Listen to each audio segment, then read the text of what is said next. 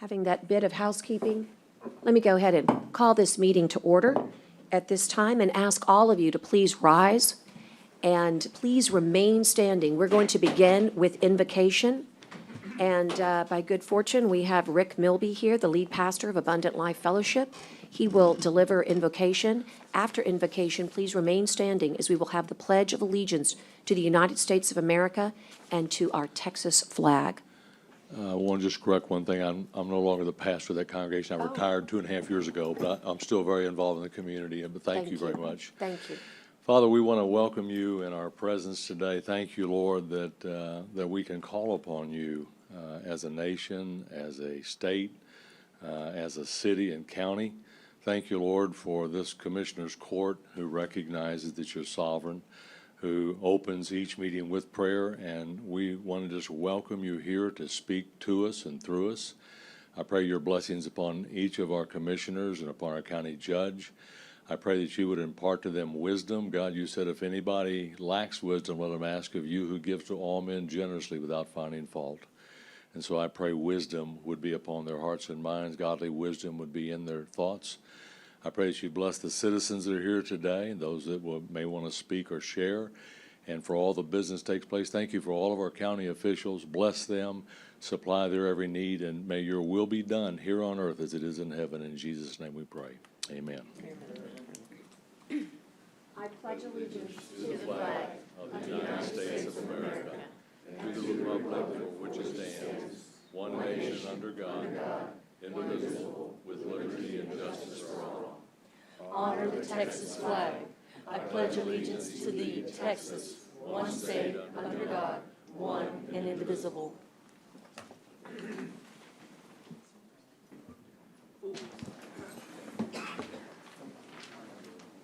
sir. Right outside on the table. Thank you.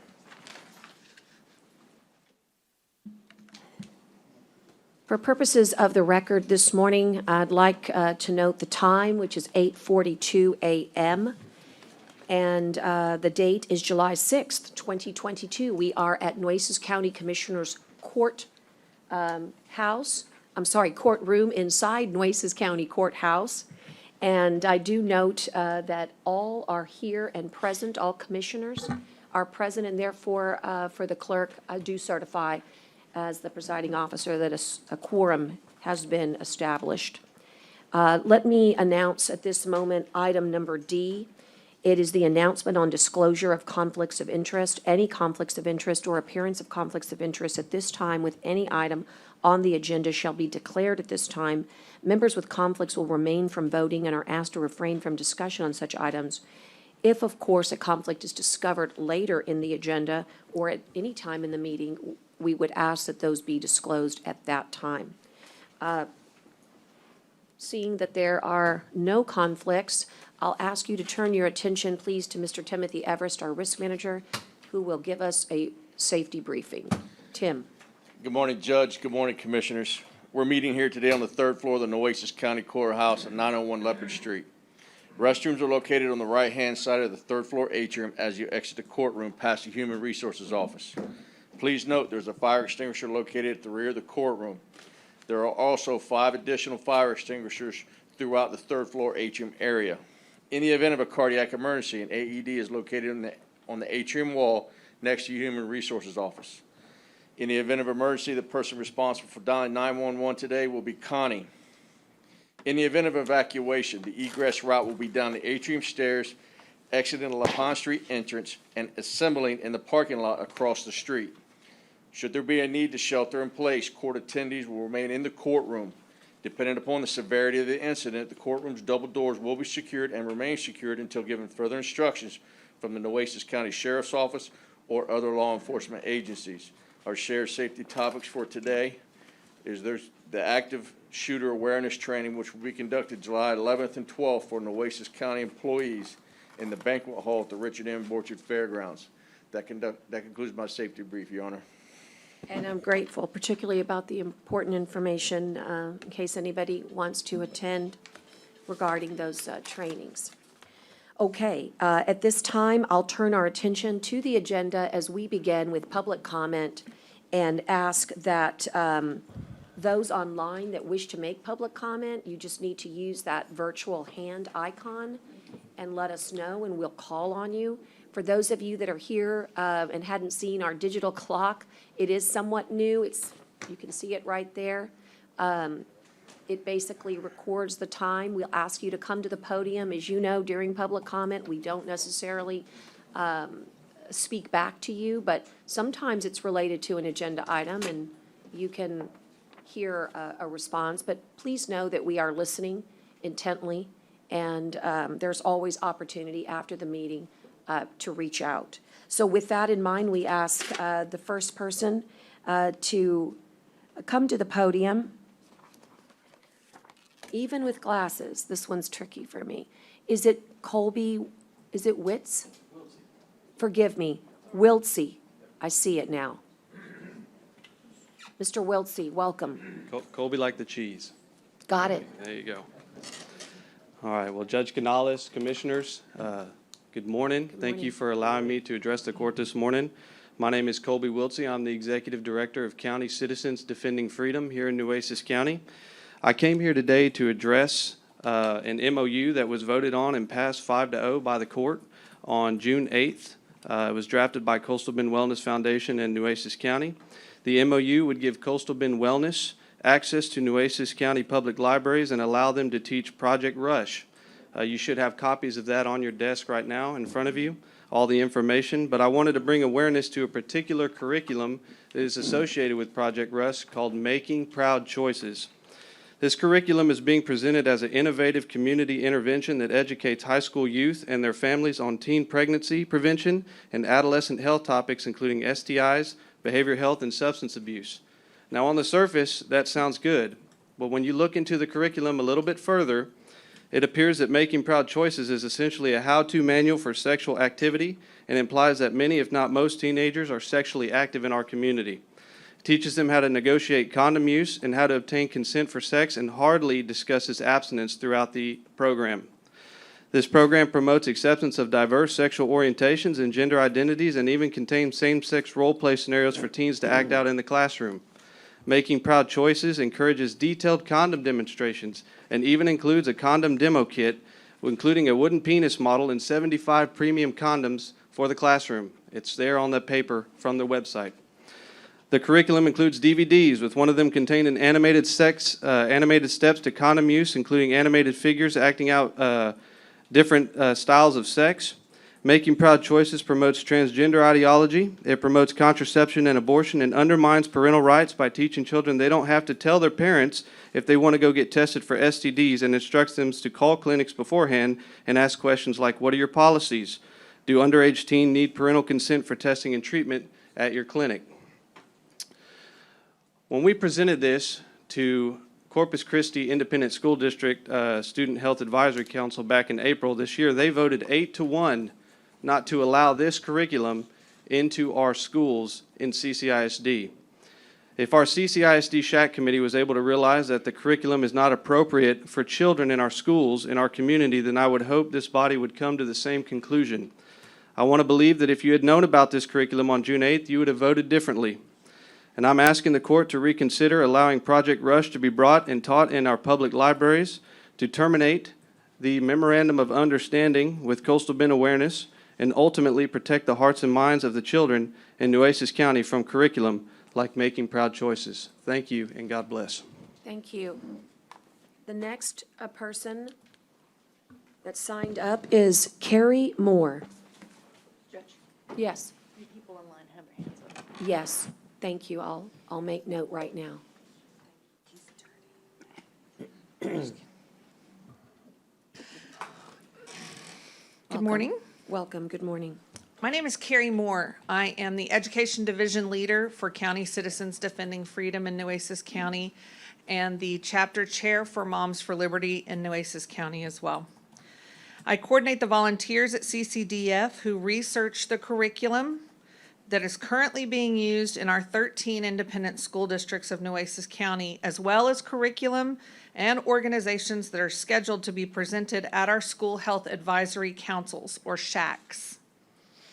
In the last 6 months at both Flower Bluff ISD and CCISD, we have shed the light on the help the Shack members stop making proud choices and the extreme over-sexualization of our minor children contained therein.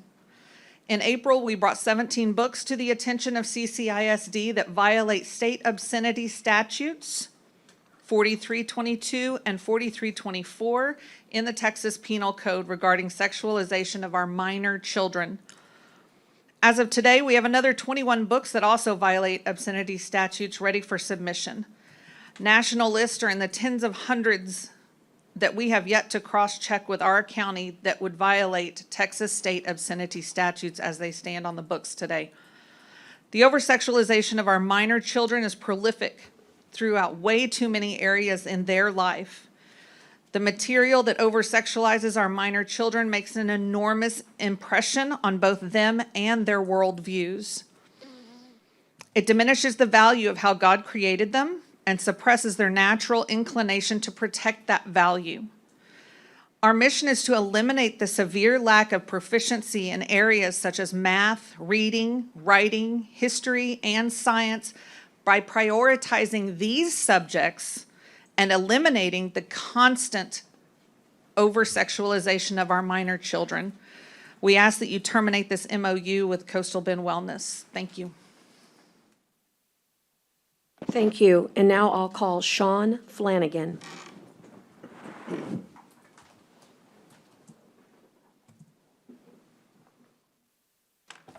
Hello, Judge and Commissioners. My name's Sean Flanagan. I am a veteran. I've lived in Corpus 22 years. I retired from coaching and teaching at A&M Corpus Christi. I'm here because y'all are busy, and I think when you passed this memorandum of agreement or understanding with the Coastal Bend Wellness Center, I don't think you were aware of what was in it. It was a wolf disguised as a sheep.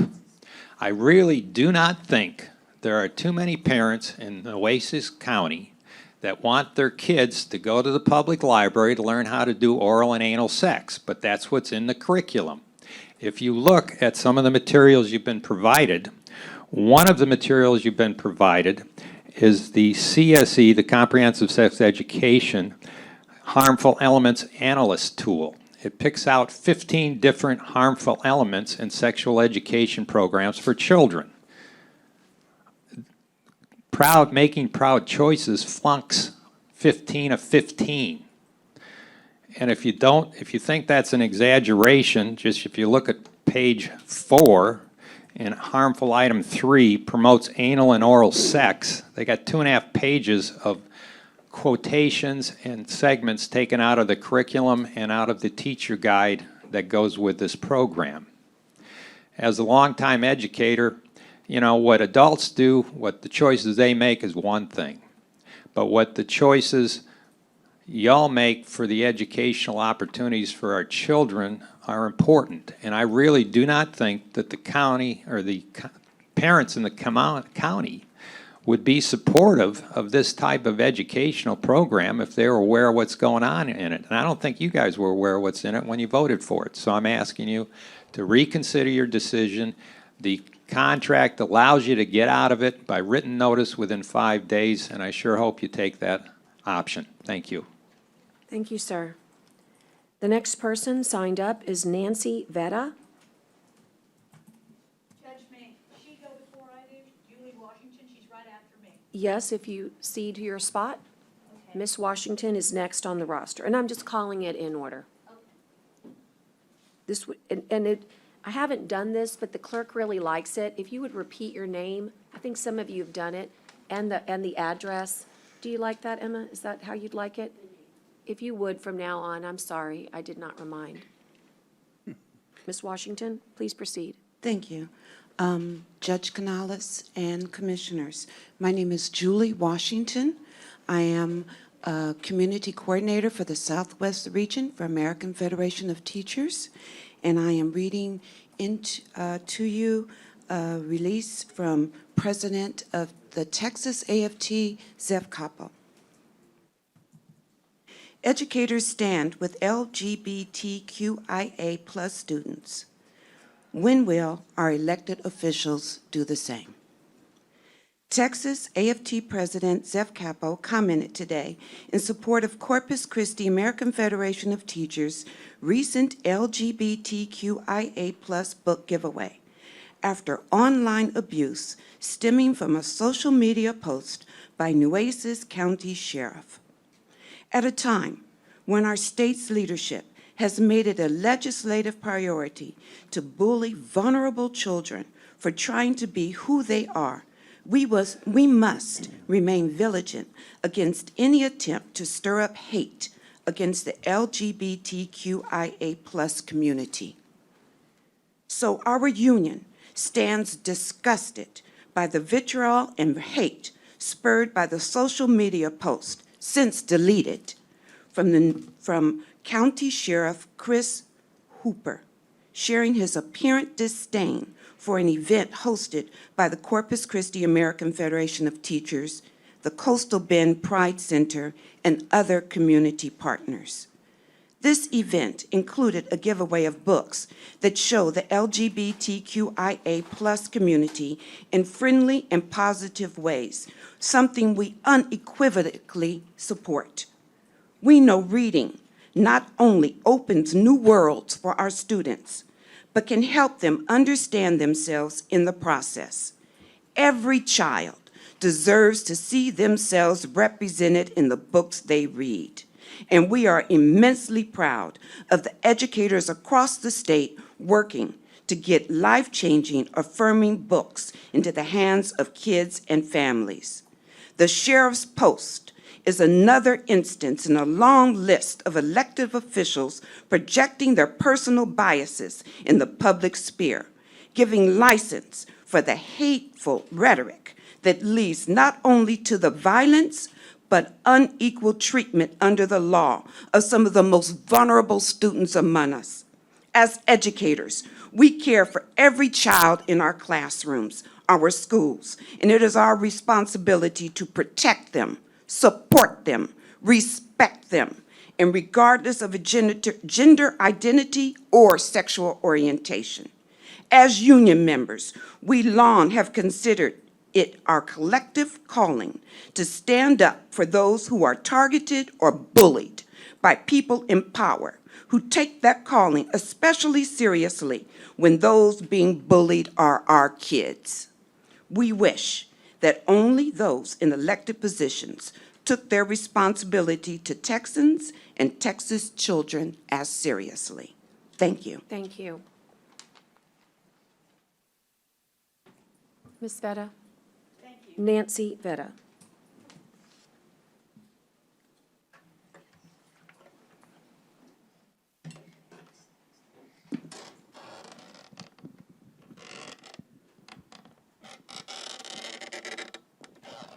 And just before you begin, for those of you online, I do want you to know I do see you, and we will call on you. I am writing your name down, and you can announce at the appropriate time. I just want you to know I see you. Go ahead. Judge Barbara Canales and Commissioners, my name is Dr. Nancy Vetta. I'm the proud president of the award-winning Corpus Christi American Federation of Teachers. I'm also president of the Coastal Bend Labor Council. I'm regional director for 11 counties for the League of United Latin American Citizens, and I'm vice president of the South Texas Human Rights Center. That means that I represent over 4 million people in this area and across the state and nation. I stand before you because as an educator for over 35 years, I have witnessed situations with regard to our students during which they commit suicide because they're not accepted, or they cut themselves, or they are homeless because they're thrown out of their homes because of who they are and what they represent. I have witnessed that firsthand, and I have counseled students as best I can as an educator. Additionally, when I'm talking about suicide, this type of suicide, Commissioner Gonzalez, is also among our adult population here in Corpus Christi. We have high domestic violence, high poverty. And we even witnessed a suicide right here in this building by someone who was identified themselves as LGBTQIA+. He was a judge. We can't have that anymore. Everything that's happening across our country, the hate, the vitriol, we must learn to communicate with each other. If there are concerns regarding anything that's going on, I don't see where anybody in this in this room who was speaking about the Coastal Bend Wellness Center curriculum, not one who has approached me as a union president to try and see how we could work this through. I think we need to communicate more. When Sheriff Hooper went ahead and posted what he posted on Facebook on a vitriol website, which is the South Texas Politics, he may have expressed his opinion, which is his opinion, and I respect that, but at the same time, he caused vitriol and hate to ensue in that page that hurts our children. What was an honest, we have, as the Corpus Christi American Federation of Teachers and AFT, have brought over 50,000 free books to our children here in this community. 50,000. And this time, we wanted to recognize the children and the parents and the families who identify themselves as LGBTQIA+. And we gave out 1,000 books to those people who wanted those books. We do not need a law enforcement officer who has people under his lead who are also identify as LGBTQIA+. In fact, I know that 2 deputy sheriffs have resigned as a result of his comments because they felt so insecure and so unsafe. And I feel unsafe as a lifetime community member. And in fact, I'm 4th generation Latina here in Corpus Christi. I feel unsafe. We believe Sheriff Hooper should apologize and should say that all people are human beings, that every human has a right to be who they are. And the Corpus Christi American Federation of Teachers will stand by our commitment to value every individual for who they are and who they represent. Thank you so much. Thank you so much. All right. Pastor Rick Milby.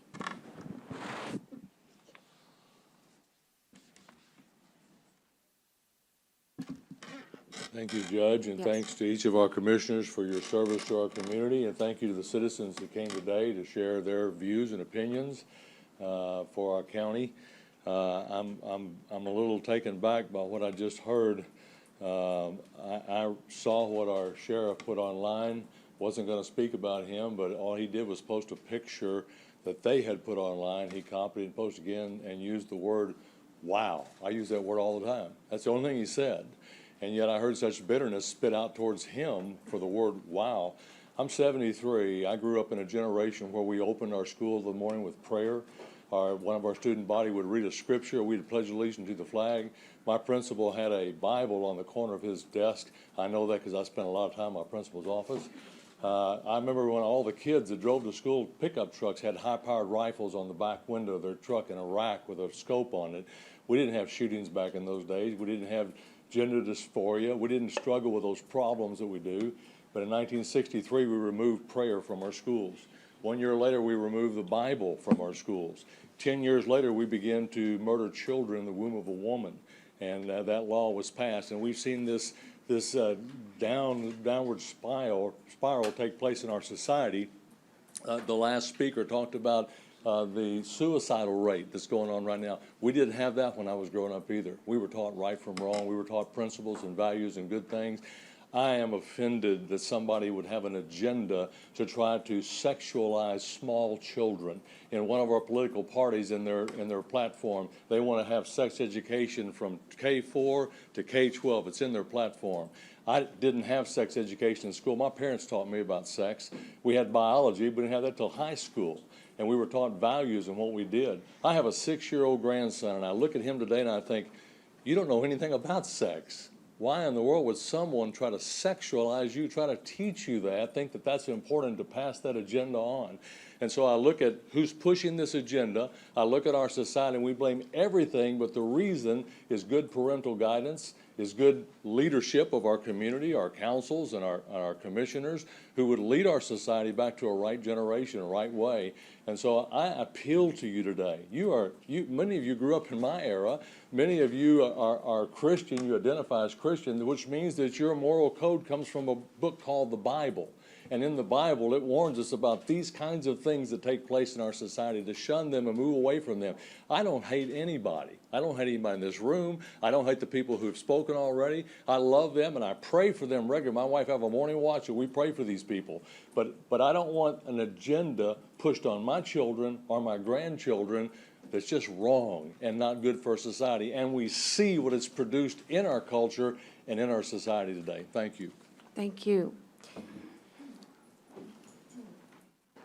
For those of you that might be in the room that would like to make public comment that didn't sign up, I'm going to give you that chance, but now I'm going to turn to our online friends who, constituents who wish to make public comment, and I'll call them in order as I see them, Connie. Mr. Ryan Turner. Good morning, County Judge and County Commissioners. My name is Ryan Turner, 440 Naples Street. Forgive me, Ryan. Would you make sure your volume is just a little louder? Connie, will you also help, whatever you can do? Can you hear me now? Commissioners? Very little. Okay, it's tough, Ryan, but do it, if you'll just speak up. Go ahead. We stopped that clock. We're going to reset the clock. I hope you can hear me. Yeah, I like that better. Good morning, County Judge, County Commissioners. My name is Ryan Turner, 440 Naples Street. I'm here today as Chair of the Bob Hall Pier Ad Hoc Committee and also Vice Chair of the Coastal Bend Foundation. We are very concerned about the current design of Bob Hall Pier, as it is a one-column pier or one pylon pier instead of the double pylon pier as it previously was before. Bob Hall Pier is a Texas treasured wave and has over 60 years history of producing a great wave here in the at Bob Hall Pier at Padre Valle Park. We as surfers are also stakeholders. We are part of the community, and we are also an economical benefit to the community. We stay in hotels, we go to restaurants and bars, we visit the museums here, we surf here, we go to the vendor, previously Michael Mays, and we're patrons there. The current design of 4-foot diameter pylons with 66-foot spacing, in our opinion, we've done a bunch of research, will not produce the same wave as it was before, and probably will not produce any wave that is rideable. And again, Bob Hall Pier is known for producing a barreling wave, a top to bottom wave that is known throughout Texas, and people come here throughout the nation to Corpus Christi to surf that wave at Bob Hall Pier. And many of us locals have missed that, missed the way that wave is, and we would love to see it reproduced. And please consider us as stakeholders in the community to redesign that pier as a double column pier or double pylon pier to produce good waves. Thank you. Thank you, Ryan. Neil McQueen. Mr. McQueen. Good morning. My name's Neil McQueen. Can you hear me okay? Yes, sir. Okay. Neil McQueen, 4213 Estate Drive in Corpus Christi. I'm the co-chair of the local chapter of the Surfrider Foundation, and I'd like to reiterate some things that Ryan said. The new Bob Hall Pier, the future Bob Hall Pier, should be a fishing and a surfing pier. You might recall in the online survey that was done, asking people what they wanted out of the next pier. Many people who just want to go sightsee or eat at the restaurant responded that they want to watch surfers. They enjoy watching surfers there. I have surfed by piers on the east, west, and Gulf coasts in other states.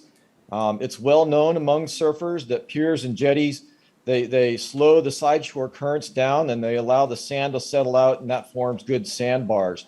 And then what happens is the waves refract around those sandbars and create a good surfable wave. As Ryan mentioned, Bob Hall Pier has a reputation for a clean, hollow wave when the conditions are right. And to show you that, this is a world surf guide here, and it's a big, thick book, and they have surf spots all over the world. And so for Texas, the wave that's featured, that black and white photo there, is Bob Hall Pier for the entire state of Texas. So it really does have that reputation. Last thing I want to mention is that I spoke with a friend who did their PhD thesis at Hart Research Institute on sediment movement in Matagorda Bay, and they confirmed that it's possible to model a single versus double pylon design and to determine how that would impact the sandbars. So it's very possible, and I encourage y'all to require such modeling. Thank you. Thank you, sir. Cliff Schlabach. Yes. My name is Cliff Slobak. I live at 122 Whiteley Drive in Corpus Christi, Texas, and I'm the other co-chair of the Texas Coastal Bend Surf Rider Foundation. I'm also the chair of the Nueces County Beach Management and Advisory Committee, but today I am here representing the surfers here in the state of Texas. I've been surfing here along the Texas coast now for 59 years this year. Next year I'll be 60 years, and I plan to throw a big celebration. It's a long time to continue surfing. All of it's been here, or nearly all of it's been here along the Texas coast. And so I've had a lot of experience with the piers here. I've surfed next to every single pier that's been built here since the 60s. And I can tell you from my experience that the more pilings that we have in the water on these piers, and that was certainly the case with the wooden ones, they had a lot more pilings than even the concrete ones have now. The quality of the surf was much better then. And those piers were destroyed by storms and replaced by concrete piers. And the concrete piers have less pilings. Because they have less pilings, as Neil pointed out to you, it changes the conditions. And with less pilings, there's less quality to our surf next to those piers. So I have some serious concerns about the single piling design that's currently being considered for the new Bob Hall Pier design. I'm hoping that the county will stay with the twin piling design. I feel like that will help maintain the quality of our surf next to those piers. And that wave is considered top-notch wave here in the state of Texas. We've held numerous surf competitions there over the years, including the Texas State Surfing Championships on numerous occasions. It would be, it would be really, really devastating to the surfing community if anything happened to that wave. And so I'm going to ask that the county give serious consideration to sticking with the twin piling design. I have checked the internet for, to try to find any example of a single piling pier like the one that's being considered in an ocean setting. I have not found anything. So there is nothing that I can see that would encourage me to believe that it would maintain the current quality of the wave that we have at Bob Hall Pier right now. Again, I'm going to ask the county to stick with the twin piling. We're not asking for anything extra to be added to the design of the pier. We're just asking for them to keep the same piling design as they currently have. So that's it. Thank you guys very much for, allowing me to speak to you about this issue today. And I'm sure that we will be speaking with you again about this in the future. Thank you. Thank you, Mr. Schlabach. Finally, online, I see Tommy Schultz. You need to unmute. Tommy, if you would unmute. Is that better? Yes, sir. Hello, Judge Canales, the commission. Thank you for the opportunity to speak today. My name is Tommy Schultz. I live at 430 Knickerbocker, and I am a lifetime surfer. I judge for the TGSA. I'm a member of the Surf Rider Foundation, and I'm the vice chair of a new program designed to test the recreational waters in Corpus and the surrounding areas in the coastal bend. I'm also certified by the National Spill School to be eyes on the beach for oil spill signs. And I surf on the daily basis and do provide beach first aid and bring a huge kit with me every day for those times when the lifeguards are not present. I am very concerned about a single piling pier design for a couple of reasons. And of course, the first reason is because Bob Hall Pier is a gem of a wave. I am also a videographer, and I have done videos on Bob Hall. It's amazing. It can be amazing. A single piling pier will not be amazing, I don't think. And I am a little concerned about how to hold up to our storms because Texas gets some storms that come farther from anywhere else to get here. We're really, we get hit pretty good when we do. The surf community in Corpus Christi is a lot bigger than most people know, and they're a very large demographic. And surf is actually a tourism thing now. So we get surfers from all over California, everywhere, coming here to surf. It can be really good. It's not always really good, but it's always can be dangerous. And I really am concerned about if the surfers aren't represented properly at Bob Hall, that with less surfers in the water or no surfers in the water, I'm afraid that Nueces County is going to see an increase in mortalities at the beach. I have been involved in countless rescues. I have brought people in both dead and alive, most of the time alive. And that's the way we like it. Surfers rescue so many people on a weekly basis that it's pretty astonishing. There's no record of the numbers, but I can tell you that a month ago, I was part of a rescue that pulled fishermen out of the channel. Their boat capsized and they got rescued. By the time the Coast Guard showed up, everything was under control. And that's the case a lot of times. Is people do get there, but it's too late when they do. So the surfers take care of it. I can also tell you that we have pulled lifeguards out of the water. So we're pretty serious about helping people out. I would really like the county to think about those items. We did meet with the engineers on the pier to talk about some things, and I think it's really important that Bob Hall Pier and the wave, I think the wave deserves preservation and the surfers deserve some representation. We're not asking for much, just what we had before. And we would like everybody to stay safe, and thank you. Thank you, thank you. And I know, I've always wanted to know this, Connie, can they see the clock online? I think Yes, they can. we can. Okay, good. And just for the audience, I try not to interrupt if someone's on that train of thought.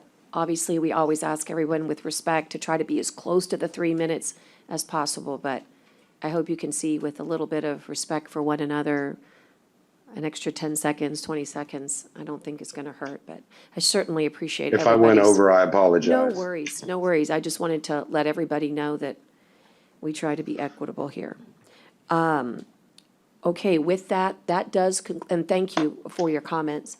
That does conclude both what I see, Connie, if you'll do a scroll. Anybody else in the courtroom? Okay, seeing none, I will proceed with the agenda at this time and ask that we move, commissioners, to the proclamations and resolutions. And Judge, if you don't mind, we do have one more public comment. I didn't see it. Yes. Okay, great. I'll hand this back. Also, I try to do my best of filling it out, but I didn't quite do that. If you would just announce your name. Sure. for Sorry, the Judge, record. I didn't raise my hand That's quick okay. enough. My name is Pat Craig. 39 years ago today, I walked into the Air Force Academy. I'm a retired Air Force pilot. I had the blessing of adopting 2 children while I was active duty as a single mom. I consider that a super honor. My day of retirement on the Lexington, I began homeschooling my 2 children. My daughter graduated a couple of months ago, so my kids are out. And so I knew nothing about the local schools, but I heard that there were some books, and I started researching. And so when I looked online on Dr. Vera's Facebook page, one of the books they're giving to the kids is this one here, All Boys Aren't Blue by George Johnson. I have 6 pages. I'll just give one excerpt, and I'll keep it as clean as I can. This book was displayed prominently at AFT on the top of a bunch of books. He reached his hand down and pulled out my insert male anatomy that begins with a D. He quietly went to giving me head. I just sat back and enjoyed it, as I could tell he was too. He was also definitely experienced in what he was doing because he went to work quite confidently. He came up and asked me if I wanted to try on him. This is not sex education. This is indoctrination. This is how to, why to, where to, who can do it to you. And this is not what we need to have our children exposed to. Now, that MOU, I understand. You have the information now. Please make the right choice. This is not hate. This is teaching our children and encouraging for them to grow up and be the humans that God intended them to be. And we need to be part of that, encouraging them, not confusing them. And let them grow up. And what adults choose to do and what they choose to read, that's fine. And if parents want to give this to their children, they can go check it out at a place where children can't check that out on their own, as it is not approved in accordance with obscenity laws in Texas. Thank you. Thank you, Ms. Craig. Once again, I'll ask.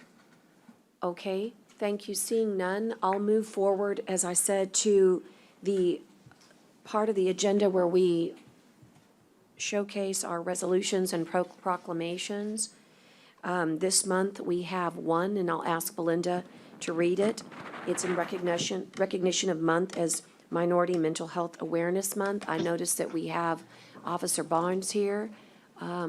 We also have MHID, Angela, yeah, right in front of me. And perhaps many others. NAMI, thank you. If I take these off and just refocus, I can see NAMI, you're here with us. If you are here representing a mental health organization, of course, we're going to recognize you here in just a moment. I'd like you to turn to Belinda and have her read that resolution.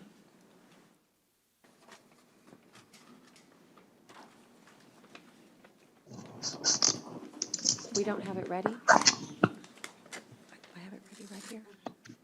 It has nothing to do with anything. It's good, yeah. For our mental health, there may be something that we might have to add, but, so I may not have a final one for you, but let us at least recognize the month. I know you all have made a big effort to be here. Go ahead. And forgive me, Aaron, I see you here too, representing Nueces County Behavioral Health. Forgive me, I'm starting to see everybody's T-shirts, and it's nice for you to stand up and let us recognize you. Thank you. Go ahead. Whereas B.B. Moore Campbell was an accomplished African-American author, journalist, advocate, longtime National Alliance of Mental Illness, NAMI member, a national spokesperson for mental health education and support, and whereas in 2008, the U.S. House of Representatives designated July as B.B. Moore Campbell National Minority Mental Health Awareness Month in her honor to enhance public awareness of mental illness and mental illness among minorities.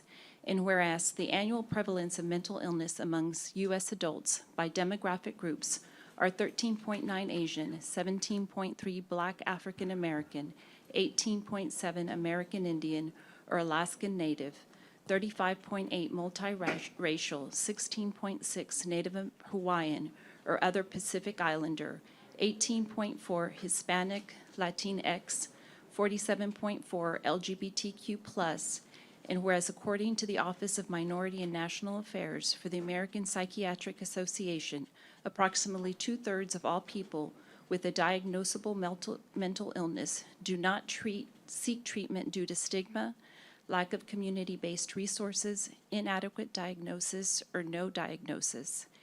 And whereas mental health conditions do not discriminate based on race, color, gender, or identity, and whereas the effect of racism and racial trauma on mental health is real and cannot be ignored, and whereas underserved communities and communities of color need culturally competent and mental health resources and appropriate training of all healthcare professionals and providers to serve multi-ethnic consumers, and whereas access to mental health treatment, services, advocacy, and quality of care to live healthy and fulfilling lives are of paramount importance, and whereas the month of July is a time to amplify the message of Together for Mental Health and to focus on the healing values prioritizing mental health as mental well-being, and acknowledge that it is okay not to be okay.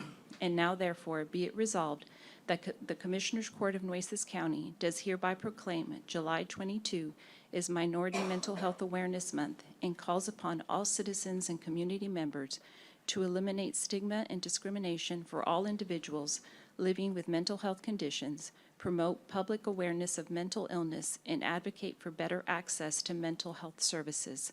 Let our communities unite together. Thank you. Is there a motion to approve the Minority Mental Health Awareness Month resolution? Second. Motion and a second. And I just want to have you all self-recognize, and boy, mental health is the crisis of our time. And I just want to thank each of you, as each of you play a role, from law enforcement to focusing on our families like NAMI does, MHID actually focusing on the patient.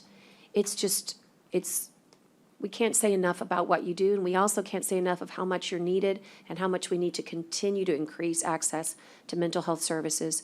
Who would like to represent this morning? I would appreciate it, and I'll go Thank ahead you. and start. thank you. Thank you, Judge Canales. My name is Angela Horner, and I am the Program Director of the National Alliance on Mental Illness, NAMI, Greater Corpus Christi affiliate. Each year, millions of Americans face the reality of living with mental health conditions. As we know, mental health conditions do not discriminate based on race, color, gender, or identity. Anyone can experience the challenges of mental illness regardless of their background. However, background and identity can make access to mental health treatment much more difficult. The B.B. Moore Campbell National Minority Mental Health Awareness Month was established in 2008 to start changing this. Minority Mental Health Awareness Month is observed each July to bring awareness to the unique struggles that racial and ethnic minority communities face regarding mental illness in the United States. The COVID-19 pandemic has made it harder for racial and ethnic minority groups to get access to mental health and substance use treatment services. Taking on the challenges of mental health conditions, health coverage, and the cultural stigma of mental illness requires all of us. This month, we will amplify the message of Together for Mental Health. We will use this time to bring our voices together to advocate for mental health and access to care. Together, we can realize our shared vision of a nation where anyone affected by mental illness, regardless of their background, culture, ethnicity, or identity, can get the appropriate support and quality of care to live healthy, fulfilling lives. Thank you all so much. We also have a few comments from, next we'll do Aaron Diaz. Yes, welcome, Aaron. Good morning. Good morning, sir. Aaron Diaz, Department of Mental Health for the county, and work with Dr. Xavier Gonzalez, and of course, all of these partners that we have here. I am a social worker of over 40 years, and of course, a minority, and I'm here to celebrate that month of July. During this past 2 weeks, we've been working at the IRT, and thanks for Dr. Gonzalez, Mr. Gonzalez, Commissioner, for that opportunity. It was during that time that, again, I was reminded of the importance of having a minority person in that location, and I'm sure the others that we had with our own culture there, our minority culture, and able to communicate in our very native language. So I thank all the partners, including MHID and all the others that were there to support us for being there, providing this valuable service to our community. Thank you. Thank you.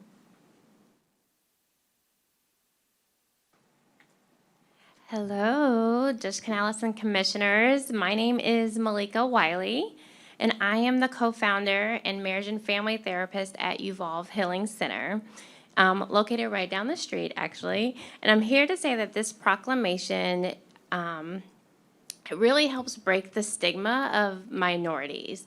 And I'm really thankful to be a part of this with NAMI and the others. It's amazing that our community is taking action and talking about mental health, minorities, and the time to take action is now. Minorities do not have access to mental health and continue to circle through the system.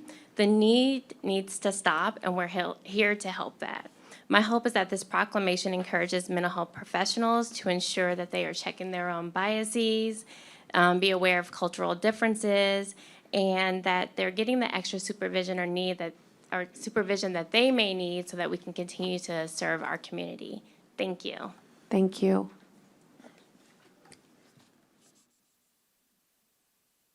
We're good, guys? I think so. Okay. All those in favor signify by saying aye.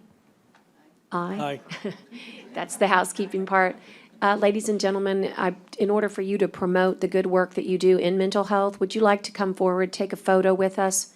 And as I said, maybe later we can get you the original resolution. Would that be good for awareness? Okay, we'll ask you to come forward, and I'll join you shortly.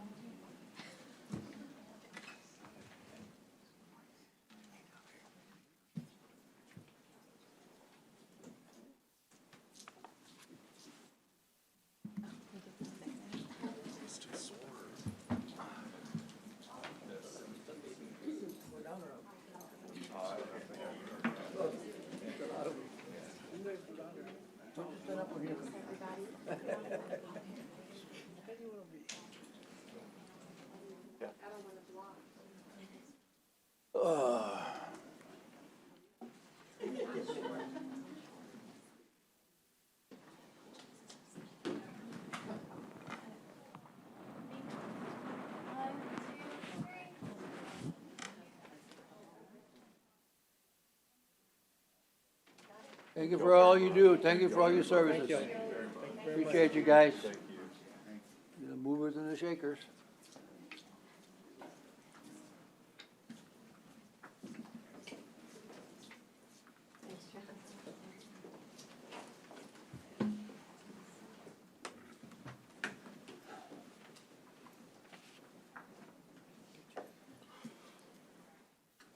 We have one certificate of recognition this morning.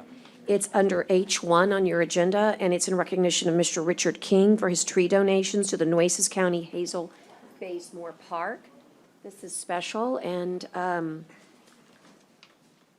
Mr. King, if you would like to rise, as they say, we have something very special to present to you. Belinda? Yes, and I believe y'all have the certificate Yes, up there. ma'am, I do. But what it reads is, we hereby express our sincere appreciation to Richard King for his kind donation of oak trees to Hazel Bazemore Park to help beautify our community. And it's signed July 6, 2022, and all of us have signed it. And Mr. King, I guess I don't know the background of how this came to be, but I certainly know what it means to plant a tree. And the seeds we plant today, of course, are the shade we have tomorrow. I am so grateful. I'm glad Edward's approaching. Edward, shine some light for those watching. What a beautiful gift this is. Good morning, Judge. Good morning, Morning. Commissioners. This man right here, he's a Parks employee. There's nothing to it. He's out there more often than we are when we were putting in the trees. So his donation consists of 6 trees with a caliper of about 6 inches. Okay? So that means that each tree is about $2,000. So we're not Wow. talking about small trees. These trees are already grown up. I'm speaking for Richard, but he envisions children playing under those trees. Those trees are bringing back what used to be there, which is that riparian area for the river area. And it's part of a program that now we can see into the future. Commissioner and I, and he met out there one day, and he said, you know what, I want to donate some trees. He went all the way to Houston, I believe. It was Houston, right? Houston. To pick and get those trees. And then he came back, and of course, he was a good supervisor. He supervised the installation, brought in, said, you know what you need? You need some dirt here. Brought in some dirt. My staff mixed it up. We dug the holes a little bit extra wide. Wonderful man, wonderful project. those trees are already being used, being seen. We're looking for the future. Again, Parks employee. Richard? Awesome. Thank you, Mr. King. Well, I already got my recognition from the Audubon Outdoor Club. Thank you much, because they're going to have birds. They're going to be migrating back this, fall. And I think that was one of the best gestures I got from them, was a little card in the mail. So I envision possibly putting in another 6 more trees next year, maybe earlier in the year. I just want to see how great they're doing here, that the county's been really wonderful about watering them and, staking them out and straightening them out. And so I think the county has put in more effort than I have. I mean, the county has really taken care of us down there, and it'll help beautify our parks. So that's just, here's to it. So that's about all I have to say. It sounds like you're a great partner and a great employee, and this is a great gift. Commissioner Hernandez? Yes, ma'am. I personally want to thank Mr. King. When I got the call from him that he wanted to donate some trees, I thought he was talking about, mediocre trees. I said, sure. Then he said, when we met out there, he said, no, you don't understand. I want some good trees that won't take long to take root. And that's what he's done. And I've been out there on weekends, and people are already enjoying them, like Edward said. And they asked me, when did y'all plant these here? They weren't here before. I said, no, we had a gentleman that donated them. He said, well, thank you to him, because he spent quite a bit of money, because we know what those trees are worth. So, Mr. King, again, I want to appreciate you, tell you thank you, sir, that I do appreciate what you've done for us, and you beautified our park. So thank you very much, sir. Okay. Thank you so much. We'd be honored to take a picture with you, and for all of us to present. I'll pass this to Commissioner Hernandez to present these beautiful certificates to you as a token of this special day that commemorates the planting of these trees. Am I supposed to go up there? You want to have him come up here to make it easier on you? Right, that's what I said. Mr. King, it might be easier if you join us. Yes, sir. Yes, sir.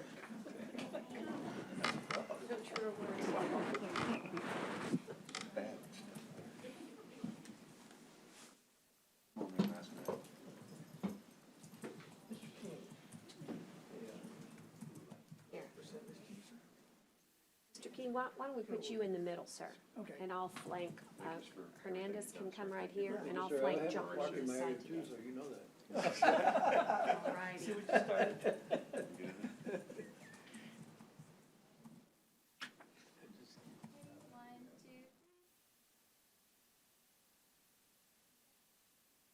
Would this be Mrs. King?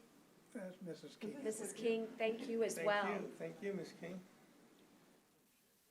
We'll have her here. Get her up here if you want a picture with her.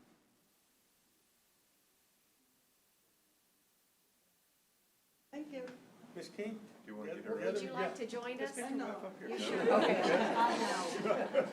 Thank you, sir. Thank you for what that hat represents. And also, really, what a beautiful gift. There's a little story called The Giving Tree, and I always read it every time I go to a school, because it's the most beautiful gift about what a tree can give to a child.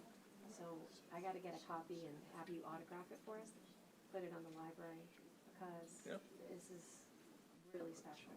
I can see, that's what I really like. Well, that's a good one, and that's a big one, and like I said, those birds are pretty. Here, let me get these glasses. Let me get these glasses.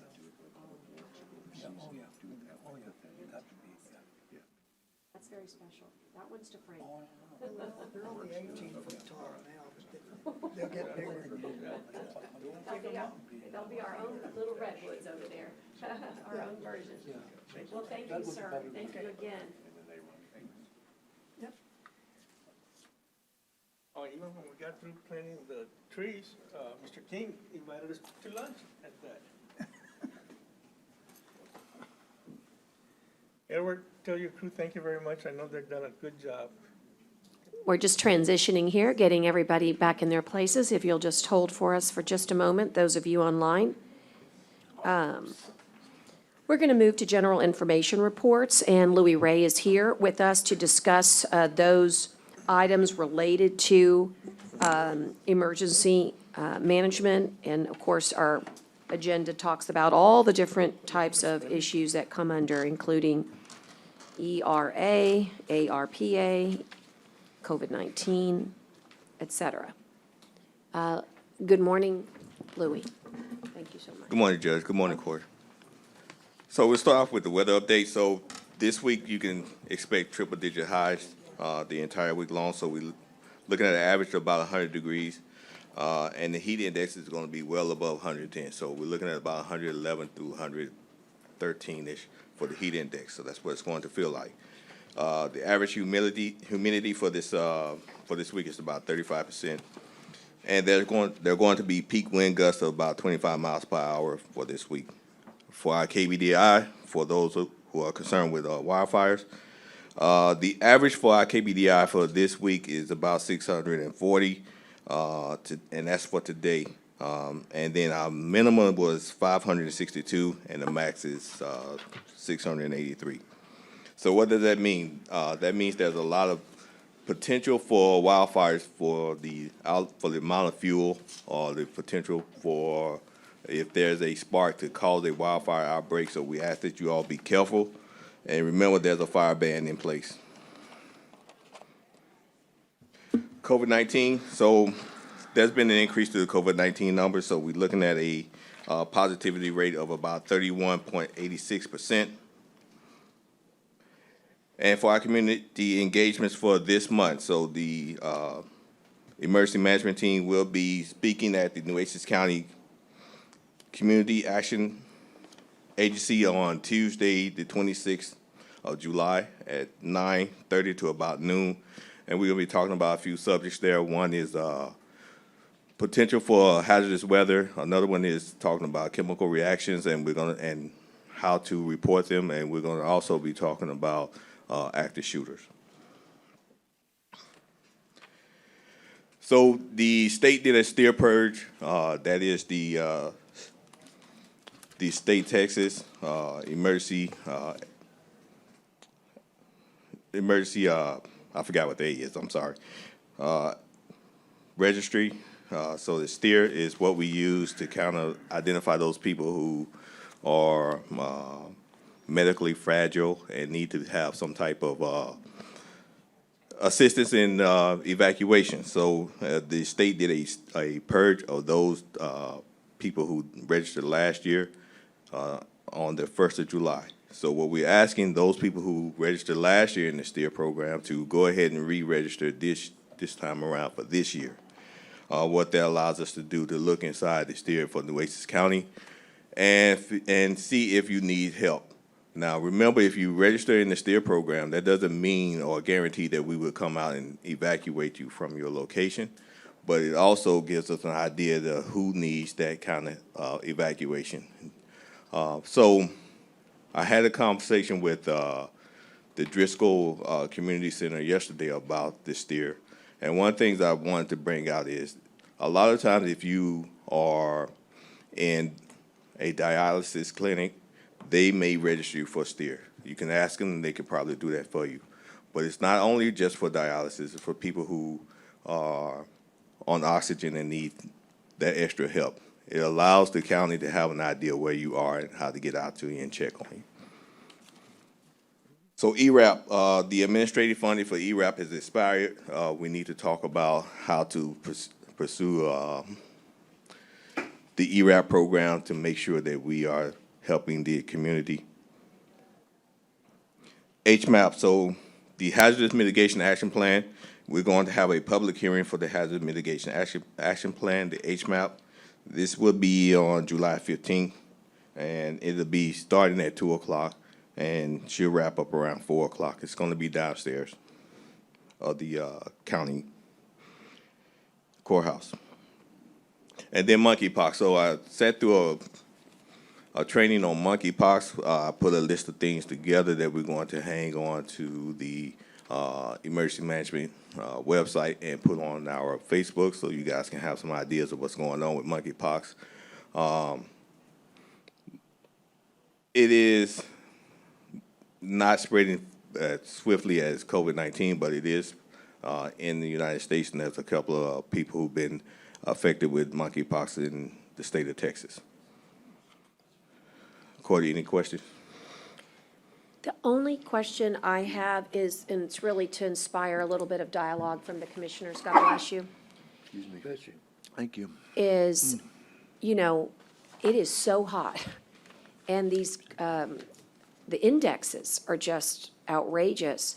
We've been doing a great job at the county, you know, making sure that we have these cooling centers available. What do you think, and maybe this is more of a question to maybe bring back next time, but it seems, commissioners, that we ought to just have our community centers as operational cooling centers every day that we're open.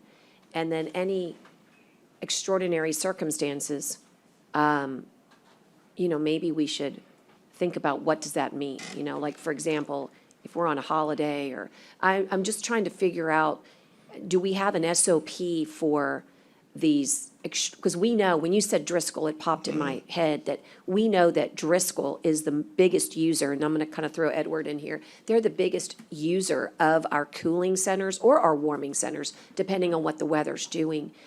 We also see a great need in Banquete often. I'm just wondering, tell us a little bit more about that so that the citizens can know if they're in trouble, would that be a good place to go to? So for right now, Corey, we have our centers open for regular time. So we have in the past, and we probably will continue to do so for those times that are kind of outside of our normal business hours for those centers, to kind of extend them for usage. But that comes with a cost, right? So you have to have people to run those centers if you're going to run it for overtime. So we need to think about that as well. And if we can get volunteers, then we can use volunteers.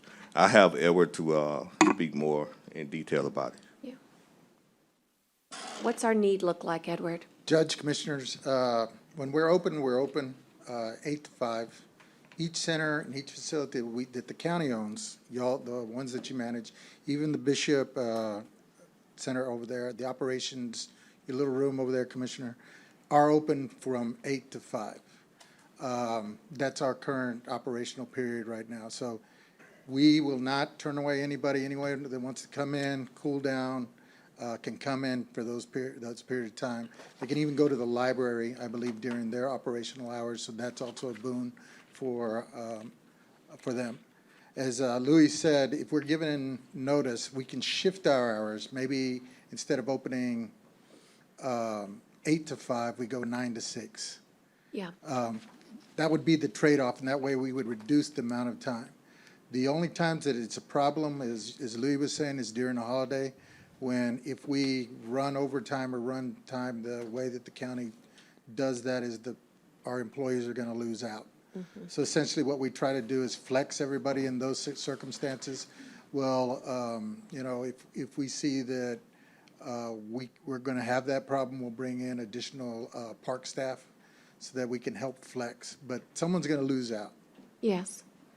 Well, I just wanted the commissioners to be aware of what we're doing during these unprecedented, you know, heat. They call them heat domes, you know, because they're just so vast. And then this is transitioning away from that, but back to steer, Louis, is I'm mindful that we just had literally not all, but some of the best organizations in court with us just moments ago for mental health. I'm wondering if you should reach out to Dr. Gonzalez and Aaron Diaz at our, you know, mental health offices for the county and try to see what list, you know, maybe they can help with on steer. Because I think that's so important for us to, as you said, it's not just our renal patients, it's more than that. Although it certainly, those are the ones that we worry about, kind of, because our population with kidney issues and disease is so high. But I was also thinking about those mental health organizations and groups. Maybe Aaron could help, and that's somebody I think you should just reach out to.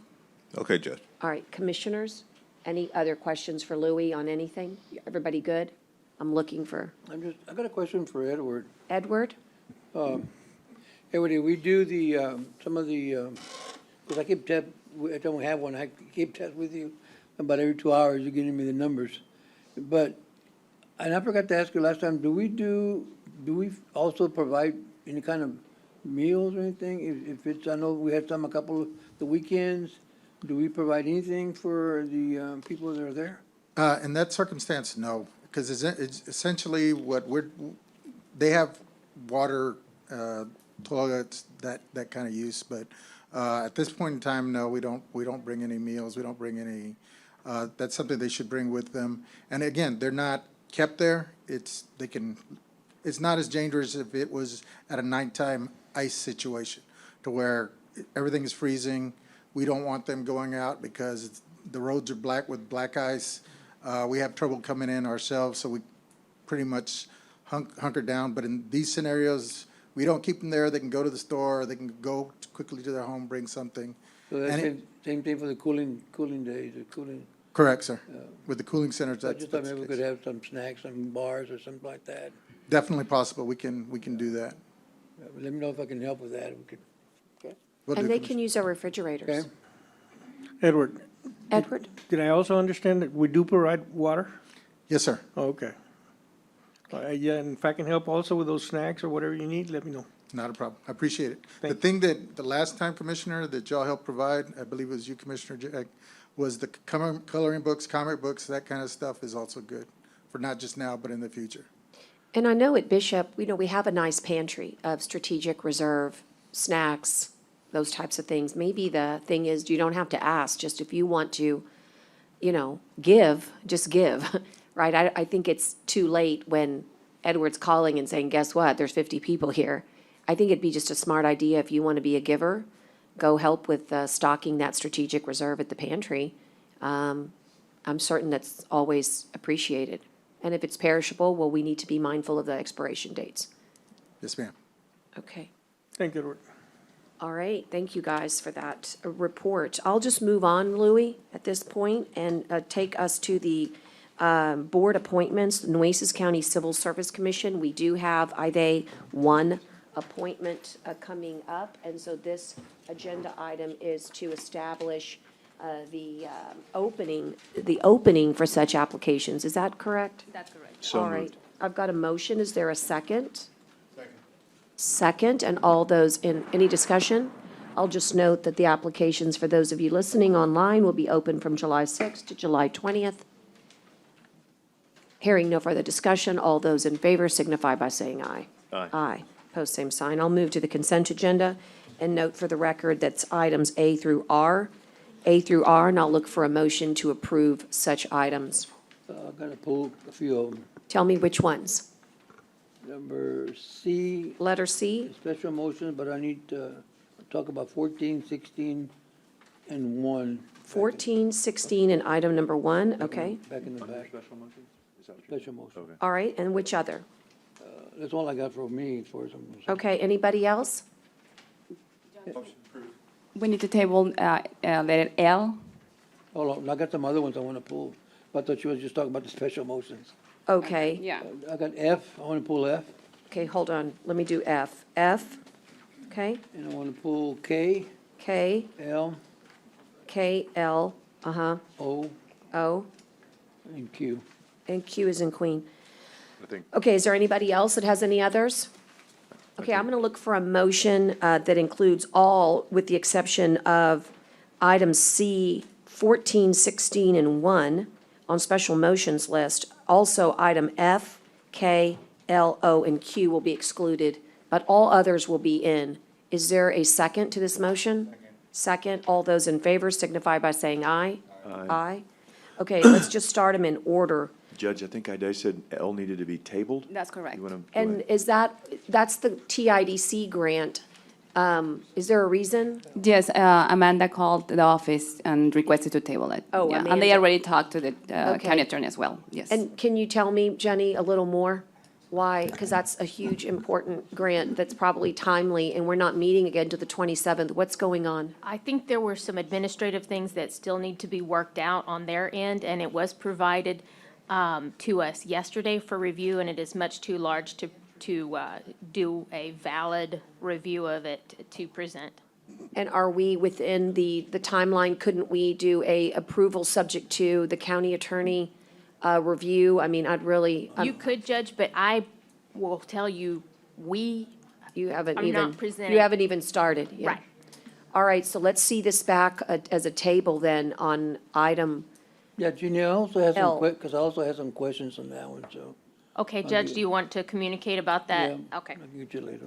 So motion to table till the Second. next meeting? Motion till table to July 27th. And let's see if we can get that going there. Okay. Yeah, I think I got one, right?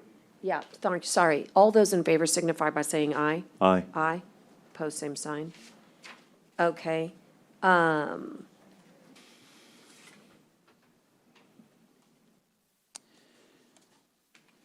Which one do you want to go to, Commissioner? Okay, see? Yes, but I mean, want to start with number one or number 14? 14, or number one, this is a different number one. I don't know, I got two number ones. Okay, how about just identify it for Dale, Number one I have with ABM, okay? it's in the back. Number 14, Well, which one are we gonna do first? I need to find it. Yeah, we're asking Where do you which wanna one. go first? uh, So I can find it.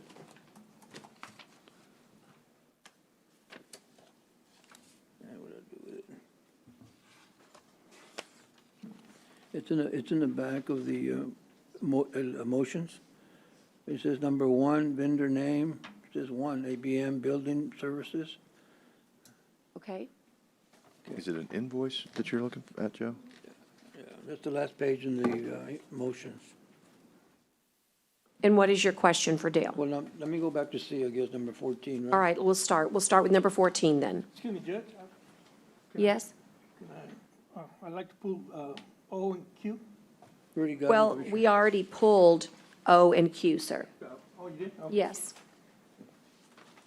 Go ahead, Okay, Commissioner number Gonzalez. 14, I just want, this is for clarification, I need to, when it says men and women's health service of the coastal bend, diabetes, is this part of the diabetes programs that we have, that we give money to from diabetes? Or is this another grant, separate from the monies we give out from diabetes? The Diabetes Association funds, and you see the total amount is diabetes. I don't see what precinct had provided the funds, but the normal contributions that are prior sent to court, and the total amount of the contribution was $5,000 as normal. Okay, I'm sorry, Gail, I didn't hear you. This is a Dale, separate- could you repeat it again?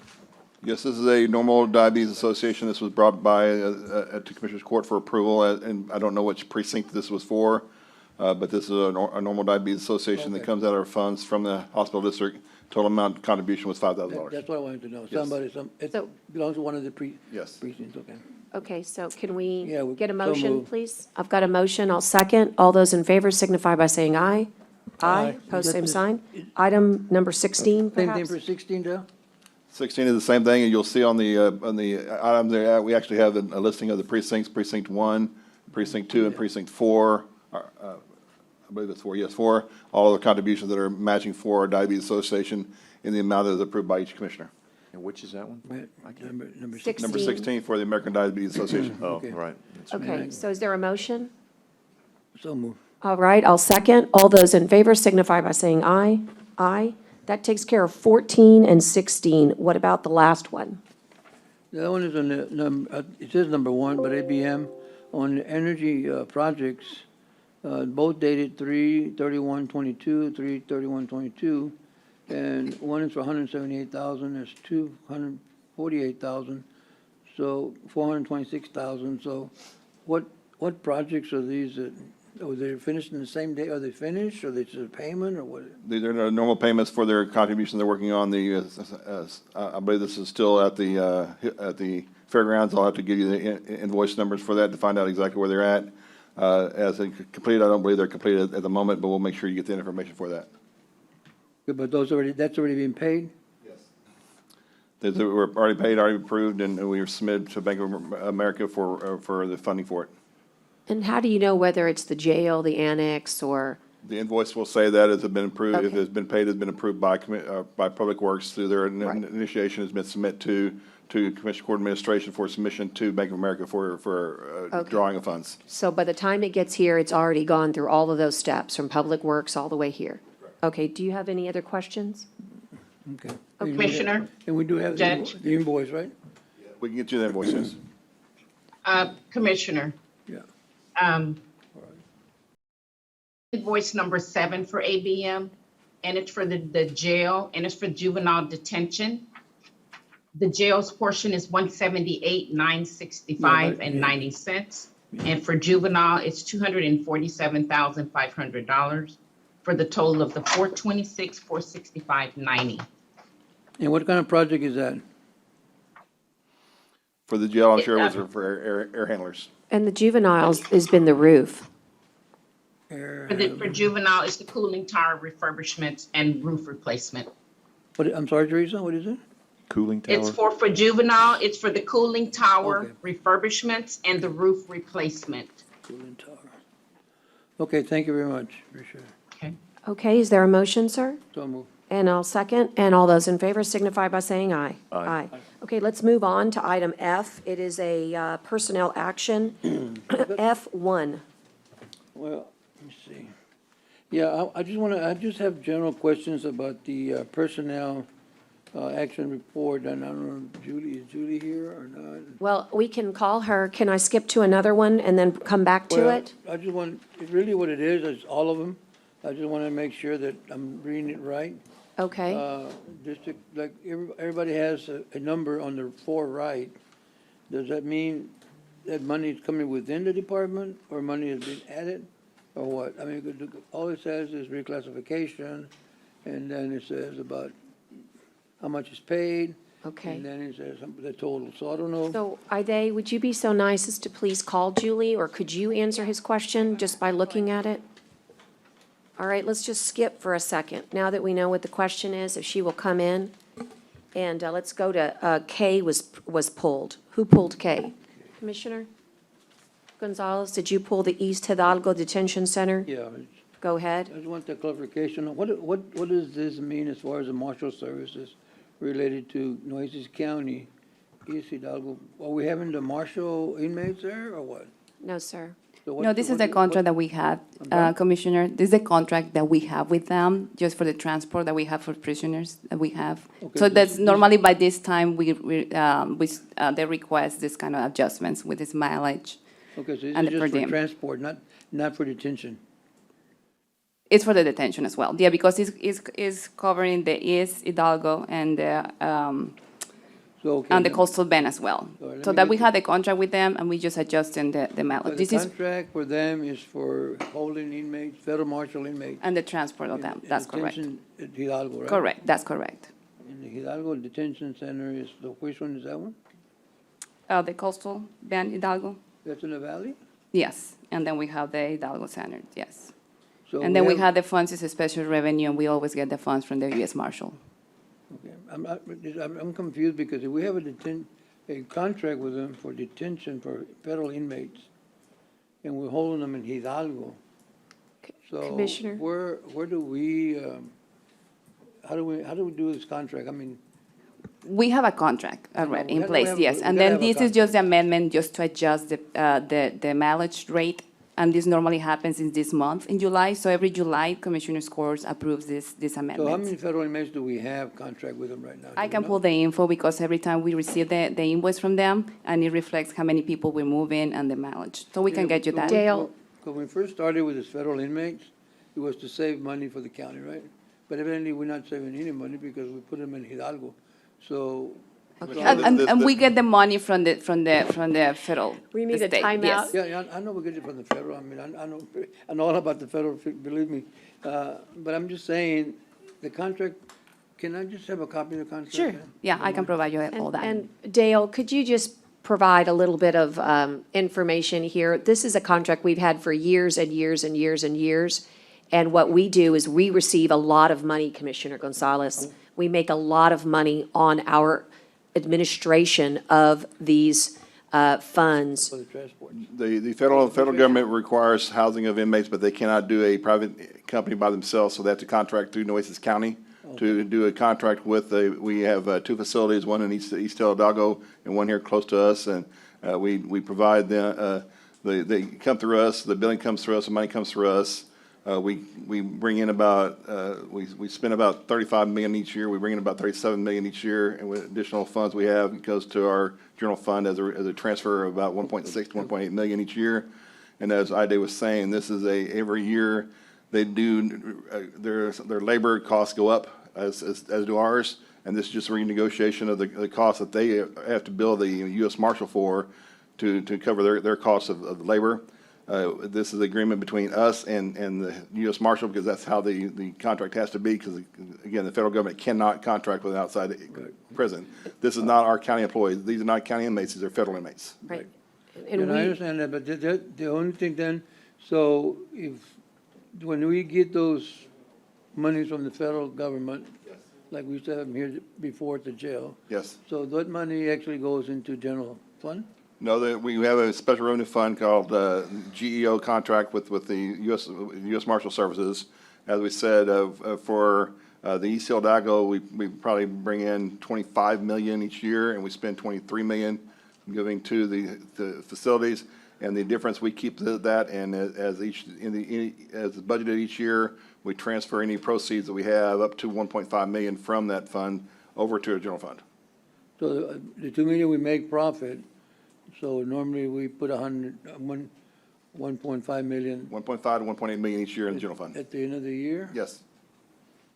Because we need to make sure we cover all costs associated with the housing of it, because we do have one of our employees housed at our local facility here for our side of it, and we do have some expenses for that association. The remaining portion of it is all expenses through GEO. Okay. So we usually leave about a balance of 500,000 then? Yeah. 300,000 to 500,000, yes, in our balance each year for that fund, yes. Can you give us a copy of the revenue that we get from the federal? We can, yeah. Yeah. You want one for both, or just for one facility? For both. Yeah, we'll do that. But when we keep the 500,000, that's already total from both, right? Yeah. Okay. And just to be clear, we negotiate with the GEO group. And the GEO group we have two facilities, Commissioners, the Coastal Bend Detention and the East Hidalgo Unit, both of whom have different contracts based on prisoner population. We recently, in the last 2 years, renegotiated the Coastal Bend to bring more dollars to Nueces County. And East Hidalgo is up for renewal, I believe, next year. So, again, this has been going on in your county for well over a decade. And Maybe now we just start asking questions because. the U.S. Marshal Service, I'll continue, the U.S. Marshal Service is the one that has to approve everything, but we're acting only as an administrator. So the dollars that And we get transport, right. are not for the actual detention, but for the administration of these funds. And Elva Fuentes is one of our primes on this from the auditor's office, so. And each year they do have, as ours with the union of the correctional officers, they have increases in salary, and then that they increase their rates each year, and these have to be brought for us for approval. Yeah. So this is what we'll be So when billing we the increase U.S. Marshal rate, Service for. We come through us? Yes. For approval? Yes. Okay, I mean, that's. Okay. Thank you, appreciate it. And you'll get him all that info. Again, and is there a motion now? Motion to approve. And I'll second, and all those in favor signify by saying aye. Aye, okay. We've already dealt with L. We'll go to letter O. Commissioner Gonzalez. This is the Byrne Memorial Justice Assistance Grant Program. Yeah, just not, what's the problem, what's the deal on the memorial? Is that like the JAG grant? JAG grants? Is that something almost? Okay, Anna's Anna's here gonna to assist. give you a little bit of background. Okay, thank you, Anna. Go ahead. Good morning, Commissioners and Judge. Good morning. Yes, the JAG grant is the one that the city applies for, the city of Corpus Christi applies for. And they get awarded, we share half with the county and the city. And then from our half, we share it with the DA's office and the sheriff's office. It's separated 50-50. So our half, we just split it? Yes, The between the sheriff sheriff's and the DA's DA. office, yes. About how much is that on, do we get? This year, it's 103,000, so each one will get 51,000. So 102,000? 103? 103? 3,000. So the And DA will usually- get half and the sheriff's office And get then the half of city will that. get Yes, half of the ma'am. half. And half usually of the whole. budget for the sheriffs is usually a lot of training and maybe ammunition. Okay. And I Okay. thought that was interesting, Anna, about the ammunition, because that was something that we, during budget workshop, that was discussed. And so I was wondering if someone would help find out if the ammunition request is no longer needed, if these funds can replace that. Or was the ammunition request in addition Right. to? If somebody would just bring that back to us on an email, that would be terrific. But also, I'm sorry, Judge. Go ahead. But also, because remember they requested radio, but also requested some training for the constables and sheriff? The training that comes with this one is like travel, going to conferences, the per diem, the meals. No, they said they could go to level 2 on firearms training, remember? Oh, the ammunition? Well, not the ammunition, so it just, there was a level they can go to level 2. They mentioned something about a level that would help the constables and the sheriff. So I just thought maybe some of this money could pay for that instead of us giving them money for that. We would send the request to the city to send it to the grantor to see if it's an allowable expense with this particular funds. Usually it is, but it has to go through a process besides what's already been approved through the budget. All right. And so what does the district attorney do with his, looks like it's, like say, 103,000 that we get, so it's 51.5 each or something, or whatever I'm doing my The past math. has been like with computers or laptops or things like that they're needing in, for the DA's office. There usually is equipment, not necessarily travel, not necessarily, I think part of it was some furniture, so, Okay. but it's usually Okay. equipment. Okay. Thank you. Thank you, appreciate the clarification, So Commissioner. moved. Second? Motion and a second. All those in favor signify by saying aye. Aye. Commissioner, item Q, Gonzalez. I just need a clarification on that. I don't, Okay, West complete who agreement with. who can provide the clarification on the Reuters contract? I believe this is our normal contract That's correct. with Reuters, who has the West law. The West Law is in all the libraries or just the? Just for the library, yes, and it's paid through the library, Just the law library? Yes, that's correct. Not the other libraries. No, it's just for the law library. Do you know how much that is? I can get you that information. It says I have $833 a month. $833 on my notes A month, per month. for 36 Not bad months. for West Law. Pardon? Not bad for West Law. And again, if you'll look at your backup, it's got a kind of a listing of what it's able to do, which is West Law, West Doc, West Paralegal, all that stuff is on like the second or third page. But this is just for the law library. It's the only place we have West Law. It's really the only place we consolidate our legal library. Okay. I know I was working with this because when last fiscal year, the cost for Westlaw for the law library was around $35,000. And because of our low amounts of business, trying to reduce costs, I know Ida renegotiated with, that's why it's a lower rate. And we appreciate her doing that.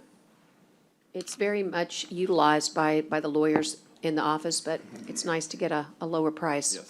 So is there a? Okay, so moved. Motion? Second. All right, motion and a second. All those in favor signify by saying aye. Aye. Aye. Okay, Let me go back to the personnel report. yes, we can. Here she is. Julie, I got a couple of questions. Yes, sir. Thank you for the reporting. I really appreciate it. You're welcome. And as I looked through the report, I don't know, maybe I'm reading it wrong, I'm not sure. So everything on the right of the report that has numbers, is that something that is an increase, or is something just, or is it something that that was transferred within the department and they have those monies? Because some are promotions and some are whatever, but, so none of those on the far right are increases, right? Well, the way the report reads is across, from left to right, for Right. that one particular person, all the way across. Right, I got it. And so if it's a resignation, I'm only giving you $1 amount, and that's their final dollar amount. So down at the very bottom of that first page, there's a promotion. So it shows what the person was, Which one, where are you, tell me which one, Julie? on the first page, under County Attorney, Okay. Alexandra Fielder. It shows that that's a promotion. So under the current biweekly column, that's what she was at, and then she was promoted, so that's her new pay and step. And so everything that you're seeing on this report has already been approved or it's been budgeted for. And these are actions that have been taken after something has been approved through court, or we know that the money was already in existence in that budget. Can we, in a way, somehow identify those that have been approved in court? They all have. They all have? I'm only putting something that has already been approved. Nothing will go on this report if it has not been approved through court already. Any of these increases, reclassifications, we've already approved all of them, is That's- what you're saying? that's correct. But you did say, or were budgeted for, but they still would have to be approved by the court. Well, if somebody's promoted within, that position's already, the position that they would be promoted to is already in existence, so it's already budgeted for. So you're just moving one person to another position that was currently already in existence. So the money is there. Okay, so my question would be, so there's no additional monies being put in there? That's correct. Without the approval of the Commissioner's Court? Correct. This is all after the fact, like Dale has told you before, it's things that are happening that have already been approved by you all. Some things don't have to come here, right? If someone, how does that work? The reclassifications usually always come through here, but like a promotion, A promotion, no. Doesn't. If the monies are already available Right. within the department, then those aren't coming to you for approval by the Commissioner's Court because that position already exists. okay. So these are just personnel actions that are taking place. It's kind of behind the scenes of things that are already approved, but HR knows that they're approved, and we're checking with, of course, the auditor's office, and those positions are already available, so we're able to put those people in them. Okay. Thank you, Judy, I appreciate that. Yes, sir. Is there a motion? So moved. And I'll second, and all those in favor signify by saying aye. Aye. Thank you. Okay, I skipped the minutes earlier, and I'd like to scoop those up. So moved. That was J1, it's June 21st, and I do have a motion to approve. Is there a second? Second, and all those in favor signify by saying aye. Aye. Aye. That takes us to the regular agenda at this time. And I was looking for Scott Cross for the BMAC, for the dune protection permit exemption, which comes from BMAC, but I don't see him. But the first item is discuss and consider approval of retroactive dune protection permit exemption for the repair of a dune walkover, Briscoe King Pavilion. And Ide and Francisco, I'm assuming everything's in order, and I've not received any information that would suggest anything else. No, that's correct. Okay, and so is there a motion to accept? So moved. Thank you, I'll second. Okay, I'll second, and then all those in favor signify by saying aye. Aye. Aye? Okay, great. And then the next item is discuss and consider the amendment to Jacobs Engineering Group. Let me read that correctly. Yes, Jacobs Engineering Group, Inc., engineering services contract for additional design scope, cost, additional time extension, and related matters. And I know that Lewis was going to be here, but I don't see him on either at this moment. But I can, what would you like to do? Would you like to just text him? Yeah, I'm Maybe? Okay. I think it would be smarter because I think he's lined it up. I will set the item up to tell you that in your packet is the information. I believe it's 337K. Looky here, perfect timing. You did, come on over here. We're going to talk about the Jacobs Engineering Group.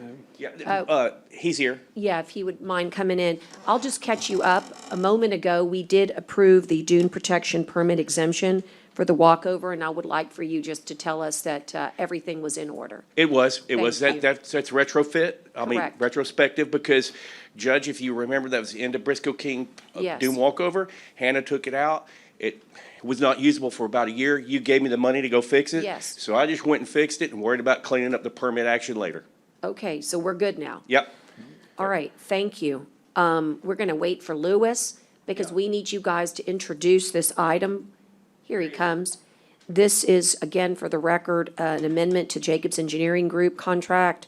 And welcome Scott and Lewis. Scott, if you want to help tee it up.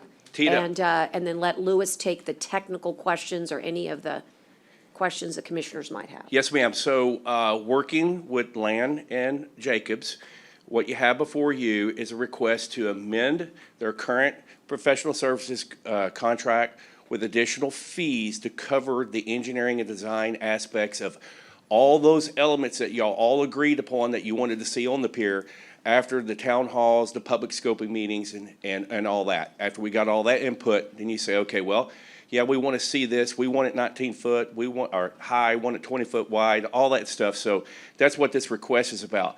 And Cisco has the contract amendment.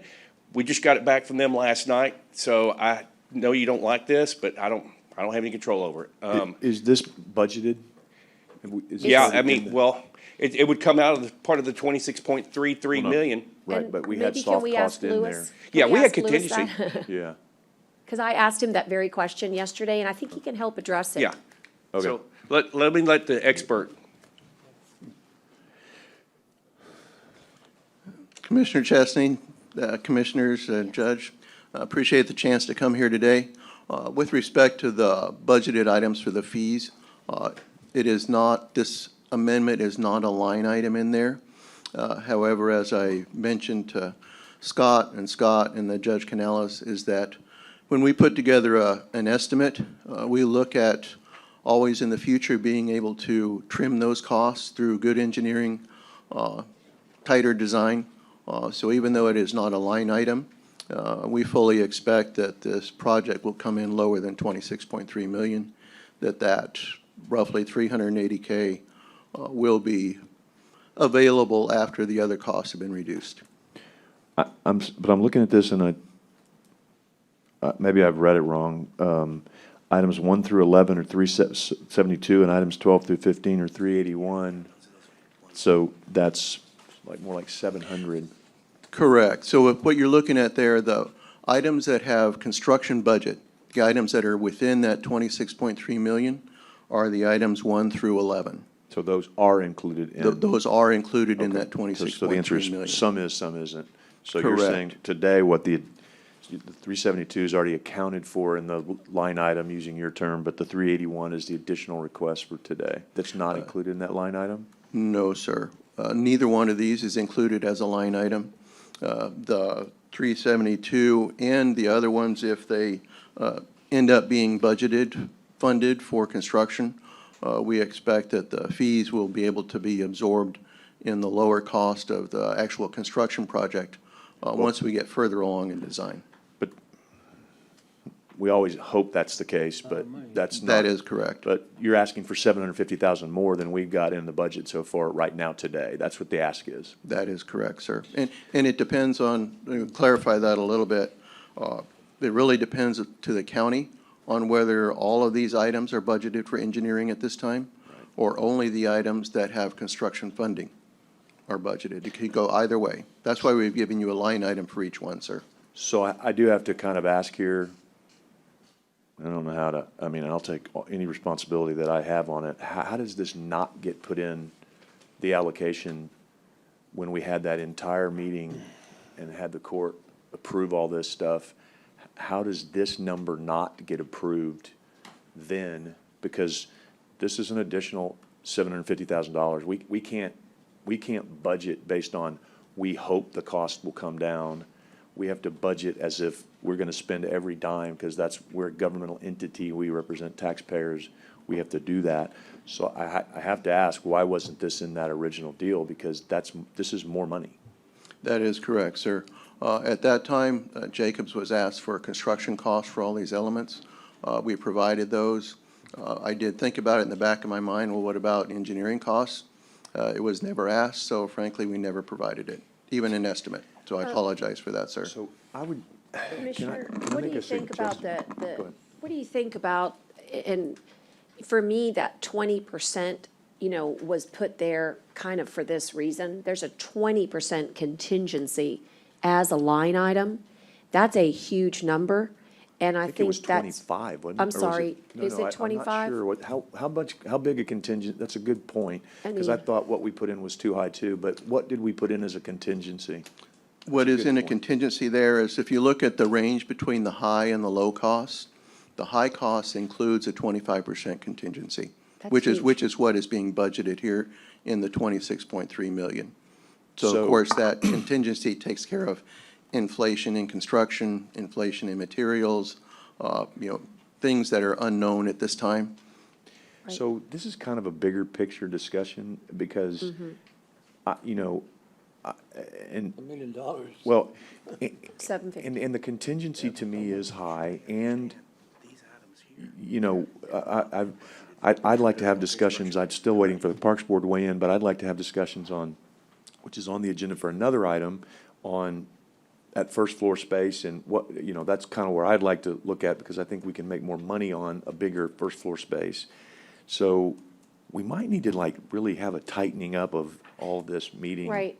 Before we just do this. I I'm mean, not- I'll just tell you this, in order for him to do his work on the basics that he needs to do it on, I feel like we have to do the amendment. But I will say that for me, the dollars are there inside that contingency. The reason that contingency was so high was to anticipate, as you know, we moved from an $18 million project to a $26 million, and those contingencies represent extra dollars that are needed. That's where you can get those dollars inside the 26.33 that we have appropriated, at least as to what we have said go so far. As Louis says, if you look at the line items, and I called him yesterday on this same exact issue, if you look at the line items, there are still some that remain to be seen, which is really what you're talking about, that extra space. Well, So and- he and there's just some- needs the amendment in order to continue the design. We don't want him to stop design, Yeah, in other words, and I think. and I think we should because shove it in contingency. Yeah, because as I was looking through this, there's items in here that he's quoting that we haven't, that we Exactly. weren't going to do. Exactly. Right, like the bump outs in the middle and. Right. We didn't vote for the public plaza and the second story, and so I guess what I agree. need to figure out is I how we see get it. this to an amendment that is only How with about what that? we've approved so far. Yeah, I think that's good, and I Right. think That that was number what our one. intention really was, Commissioner. Items 12 through 15 are exactly what you're talking That's about. exactly There's right. no Let me- construction dollars budgeted, so I told him just to do his proposal based on engineering of those construction items that are budgeted, that you have approved, which are 1 through 11. Exactly. Right, because, for example, it's yet to be determined, but Yeah. I was gonna discuss it in the item later. I don't wanna do the second story, but I wanna add more space on the first floor, and I get that that has permit issues, but I think. We can talk about it, yeah. Right, because Stick to me, around. we're building this thing for 50 years or hopefully longer, and, if the permit's delayed a little bit because we go back and make the first floor bigger, then that, to me, is not a huge deal, because we're looking at a 50 to 60-year build here, and to me, that's better. And so like 12 through 15, I wouldn't feel comfortable with today because we haven't Correct. gone there, and we might not ever do the second story. We may just do more on the first story, which should be not a lot of extra engineering. It's drawing more space. You know what I'm saying? So let me look through 1 through 11. So 1 through 11, you think we've already done, that we've committed to? Is that what you're saying? Yes, sir. The 1 through 11 are all the items that, when you publicly scoped this out, when y'all have had your meeting, you said, yes, we want to build that, and that. And Scott, does that represent the 337, the 337,000? Yes, right That's there. that's Yeah. the number that I'm Or working on. 372. 372, that's the number I'm working on, and I feel very comfortable that that is inside those contingencies of 25%. Yeah. Well, now, good point. It's still, I gotta say, I'm still bothered that we didn't address this when we did the whole 26.5 million. Okay, I've said my bother. That doesn't mean I'm gonna do anything about it other than articulate that I think we should have done that then. So I agree with what you're saying, Judge, but that I think the 25% is too high. But before we go and ask the court for additional dollars, which is what we're gonna do here, if we're not careful, or say that it has to be inside the, like, in other words, if we pass this with the 372 and said that has to be in that contingency, then we're not asking the court for any more dollars That's at correct. this point. And I'm okay with that, because I think that's fair to the court, gets Lewis on board where he can do what he needs to do, and we're not asking for any additional dollars, because I think that That's 25% is really high. I think we need a contingency, but I think there are gonna be dollars that we're not gonna spend in that 25%. I pray that those are the case. So if we pass this today saying this would be within that contingency, and that needs to go back and be altered on that line item to where it's a 23.5% contingency. Exactly, we can And do put that. this in as a line item, then we're still staying even from what this court has been asked to do. Yes, sir. The only Does that thing make is, sense? he does need the amendment. He does I'm need the saying- actual, yeah, I'm so, saying pass the amendment 1 through 11. I'm with you. But it be considered as part of the contingency, and no additional dollars are being asked for. no to additional this dollars. court. I think that's fair, sir. Right? I think I have a that's fair. question. Yeah, I have some questions too. So. Go I have a ahead, question. Commissioner. Yes, sir. You said you didn't mention anything because we didn't ask. But did you know this was coming? It was probably going to happen? That was why I apologized to Commissioner Chesney, sir. It's because, yes, I was thinking, yeah, we'll need additional dollars. I did not offer up a estimate of those additional dollars to Scott Harris or Scott Cross. For that, I apologize, Commissioner Hernandez. Well, I would like to see in the future that if you all notice that we don't ask a certain question that you all are going to be bringing back, you all would volunteer. Yes, sir. Help us out. I'd like to find out, I mean, I have 100% record in supporting the island on every project that's come on board. Never even on one motion have deviated from support of this. But this, I'm not going to accept. I'm not. I think it stinks to high heaven. This is the strangest practice I've ever seen. I think just because we have contingency does not mean anything. Contingency is built, in my opinion, in my experience over the years, some projects, it's about materials. It's not about the cost that you have really at the initial phase of the project. It is at the final phase. And with the way that our economy is going right now, it's about materials to me. And so that, I just cannot, for the life of me today, support anything to do with any kind of change that should have been caught. Apologize to the people of this county for, the mark has moved from 18 million to more and more and more, and continue to support it because I do see the bigger picture. I do believe and support that one part of the county benefits, it benefits the entire county. And we have people, plenty of people that come from Precinct 3 and all the precincts that come to use the pier. And that's been one of the main topics that I'm asked many times over when I start talking to anyone about county issues is about when can this be done and when is it projected to be done. But this just, I cannot support this. And I'm always positive, and I always look to the future and bigger scope, bigger project, bigger picture. But with this, I cannot support that today, and I will not. John, I respect that. And that's what I'm trying to, I do. I really, I'm bothered by it, but we have to have someone to design it. And so I hear you.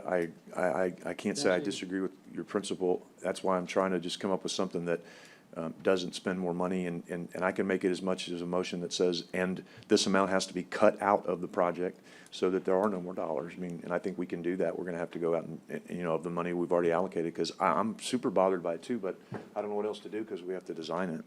Well, can I say? I'm sorry, Joe, I didn't mean to cut you off.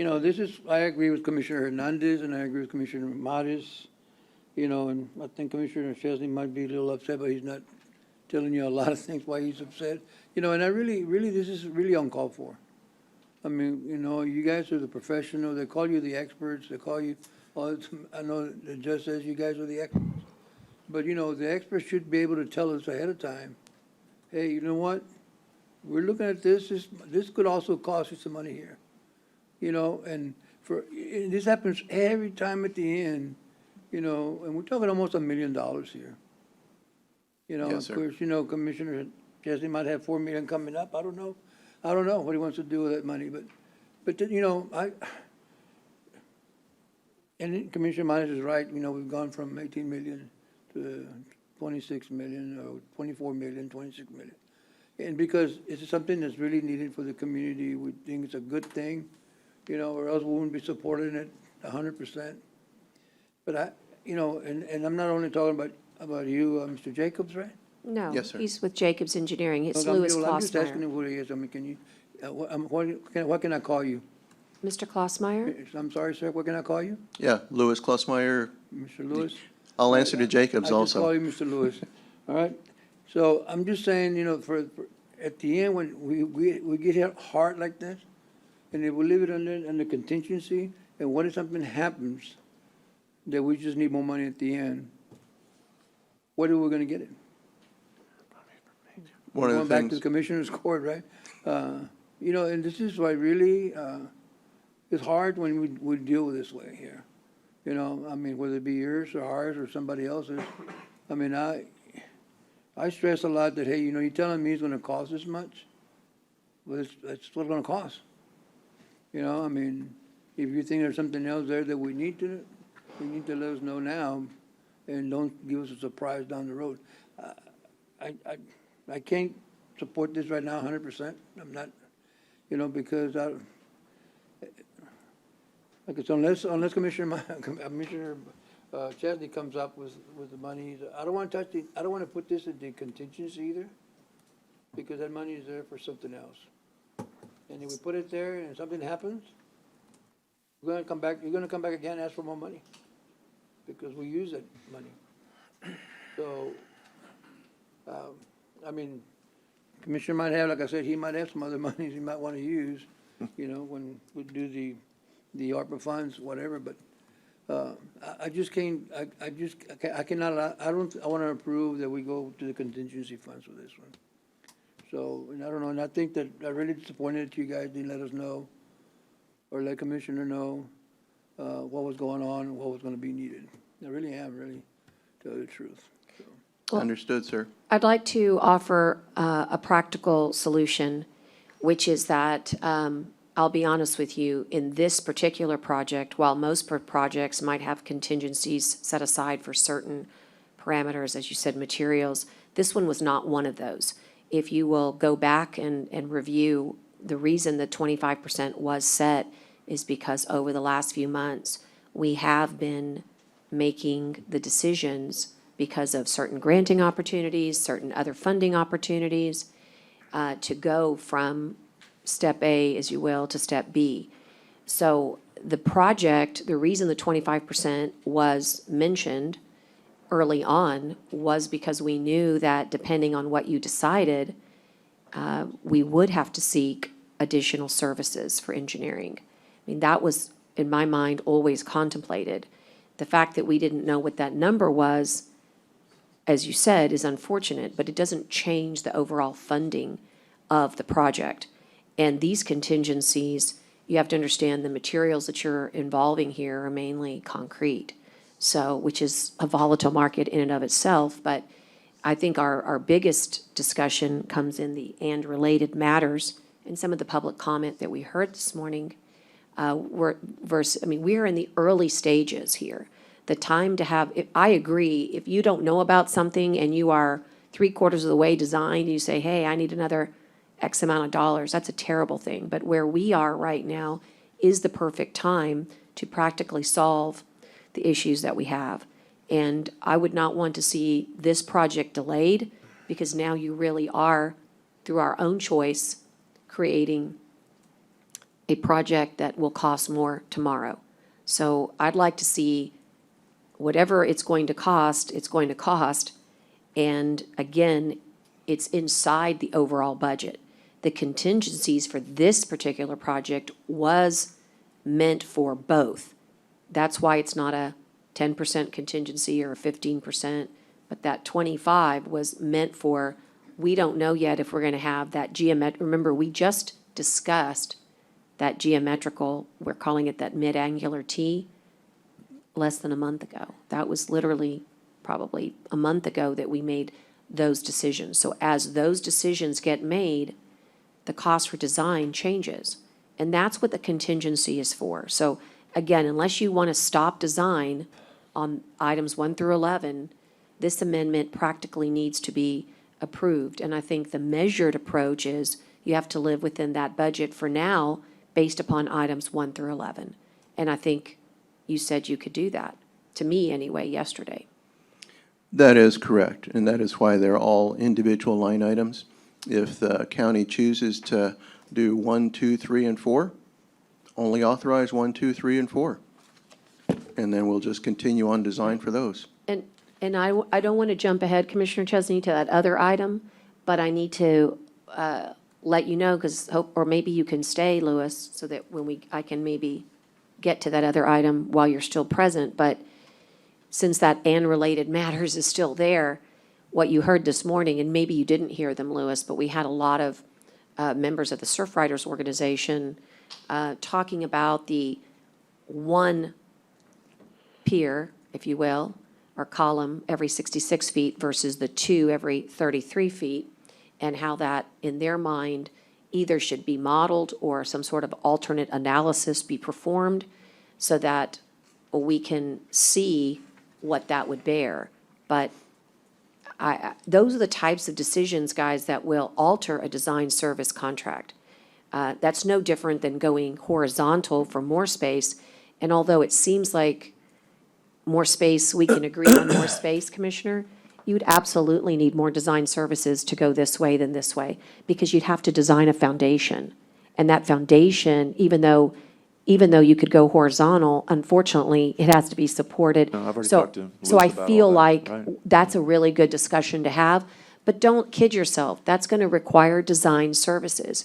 You're never going to be able to start a project in the beginning and say with certainty, this is what your design's going to be. I agree that 3 weeks ago, it would have been great to guesstimate it, but it's just 3 weeks later. I don't see it as a huge monumental issue if we can stay within the 26.33 at this point for items 1 through 11. And as we expand, you should consider that the design services would expand too. You just don't get to say, I'm going to go this way and not design for the foundation. I don't have a problem with the contingency. It's just, Yes. you know, it's going to be, okay, prices have gone even crazier than we could have imagined, and now we're having to ask even more. I mean, that's my worry. Yes. Is if we get to that point, then we have even more that we're going to have to add on the end. So there's no guarantee even the 25% contingency is going to be what we need. So if we can scale back now, we got to do that. And I get that this is a work in progress. But the fact that we've added on year after year, or not year after year, but every time we've brought this before us, it's a little bit more and a little bit more, and we want to spend that money everywhere else. I mean, And like that's I what I'm said, trying we're to- going to really enjoy this pier, but when you look at the size of the project, 26 million or so, and you're talking about hundreds of thousands of dollars, yeah, it's a fraction, it's a mere fraction. But I think that how can that money be used somewhere else? How can I use that in precinct 3 or one of the other precincts, or split it up somehow?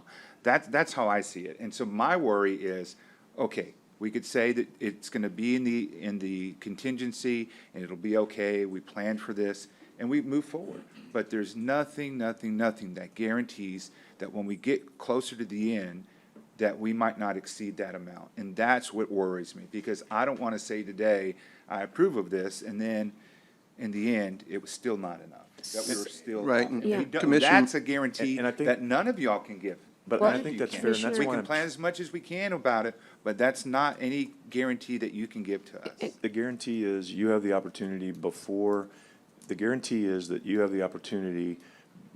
it goes forward, before it goes to bids, to say, continue to say no, because and believe me, I completely am as bothered by this as you are, other than I don't know what else to fix it, because you got to have a design element, right? So that's why I thought if we say, look, this isn't additional funds, this is only passed, and we're going to use that, and we're going to reduce that contingency, which you would acknowledge, as I said going into this, a 25% contingency is way higher than we do on any project at Nueces County.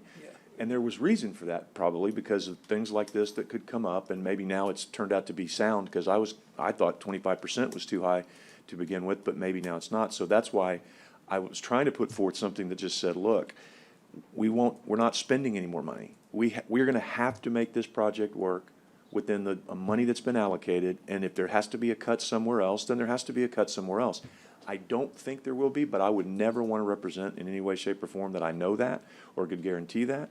But I don't also want to lose on the motion, so I want other suggestions from the three of you who have the concerns, which I respect and I agree with. I'm bothered by it. I mean, I'm saying it out loud. I started the conversation out by saying I'm really bothered that this wasn't addressed early on, but I do think we can get it done within the contingency and not spend any additional dollars. So, but if you three have any suggestions, other than that, please make them. Well- But we gotta I don't know how else to go forward on a design concept. Commissioner But what do we get to the Gonzalez? contingency, Commissioner? Say, for instance, we put in a contingency, once we get there, it says, well, you know what? Now we're short another $1.5 million in the contingency. Then we can't do the project, or the So- judge and I have to come up with more funds somewhere from our That- ARP allocation or the TERS or whatever we can go find. And that's one of the items that we're gonna talk about. I was gonna say, in we're the we're next- gonna get there. So and- could we and- just call that item two and continue to do it? Can we- Yes. Can we talk I might both take a items? bathroom break, but yes, but just hang on for a second. What I want to say is that, to answer Commissioner Modis's good question, that is why I'm such a big fan and proponent of program management and value engineering. There is not one building, project out of the $150 million that we have in the field right now, some complete, some in progress, that are not subject to commodity pricing volatility or workforce volatility. There is nobody here has a project, and it's all relative. It's the economies of scale. So if animal care turns out to be $500,000 more because of, commodities that you have to go buy that are much more expensive, then that's what's going to happen. But what you do in order to temper that is you do say, this is what I have, and like a turnkey operation, you say, I want to value engineer, this is the money I've got, right, Louis? We'll say, hey, maybe rather than doing this product, we're gonna have to do this product. And that's how you get to stay inside your budget, with some exceptions. For example, it happened to us on IB McGee. A certain roof is no longer approved by our state. That's a classic example of, I agree with you, you never can have a guarantee. But don't mistake, the reason that we appropriated 18 million and we had a certain contract with Jacobs for 18 million is because that's what we appropriated within the capital, with the COs. Then later, we had our insurance fund and we were able to do more. That's what scoped up your engineering services. So I don't see this as a hiding of the ball. I see this as a logical sequencing for a very stout project. And what we really want to do is make sure that we can keep inside the 2633, and I want to emphasize this, for the 1 through 11. And that part is very key. For example, let me just throw something out. On the, no, never mind. The parking lot's somebody else. Never mind. Forget what I just said. But at one point, you got to stop. You got to stop at one point. You can just, we're going to add now this, we're going to add now that, you got to stop. Well, that's- If you can't, like Commissioner Myers mentioned too, I said, we got other areas we need to take care of too, not just the coastal parks. We got to take care of the inland parks. We got to take care of everything on that side. That I don't think we have a project right now that we're spending $28 million right now. So, and we support this 100%. We supported it, but, and I just can't believe that we weren't told, ahead of time what some of the issues were. And this is really, it bothers me. Again, Mr. Lewis, I hope you take this back, because I'm sure it bothers all of us. I'm sure it bothers Commissioner Chesney. I don't want to speak for him, but this is things we don't want to hear, right? But I think we have to draw the line somewhere. We have to stop. Can we just maybe pause and call that other item with this item and talk about some other sources? I know you want to take a bathroom break, Judge, and I'm okay with that too, because I could use one. Yes, that's good. We can hold, but I do want to say that we'll come back to it, if that's what you're asking me. Just, yeah, Yeah. and then And bring, I and can bring that maybe- other item up with it, so we call both Yeah, items at the that's- same time? That's fine. And then, because I do have some thoughts on that too, that might Yeah, shed that's some fine. light. The only thing is I promised, because Ms. Barrera has to get back to work, I was going to advance at 11 o'clock the item that is, give me just a second. Ide, if you could help me. Yes, it's 3E, it's E1 and 2, Judge. E1 and 2. Yeah, under E1 human- and 2. under human And- resources. Right, and so I can take a small bathroom break and then do those 11, Commissioner, and then go back to the consolidation of the pier, if that's all right. Where we going? What is it? E1 and 2. E1 and 2, or we could do it now and save the time. We can do a bathroom break later, I guess. How is the staff doing on that? Are we all good? Staff? You can do it now. I mean, I'd like to make a motion, this, we don't do it now. I'd just make a motion that it's part of the budget item. You know, I think we need to hold off the budget and find out what's gonna happen.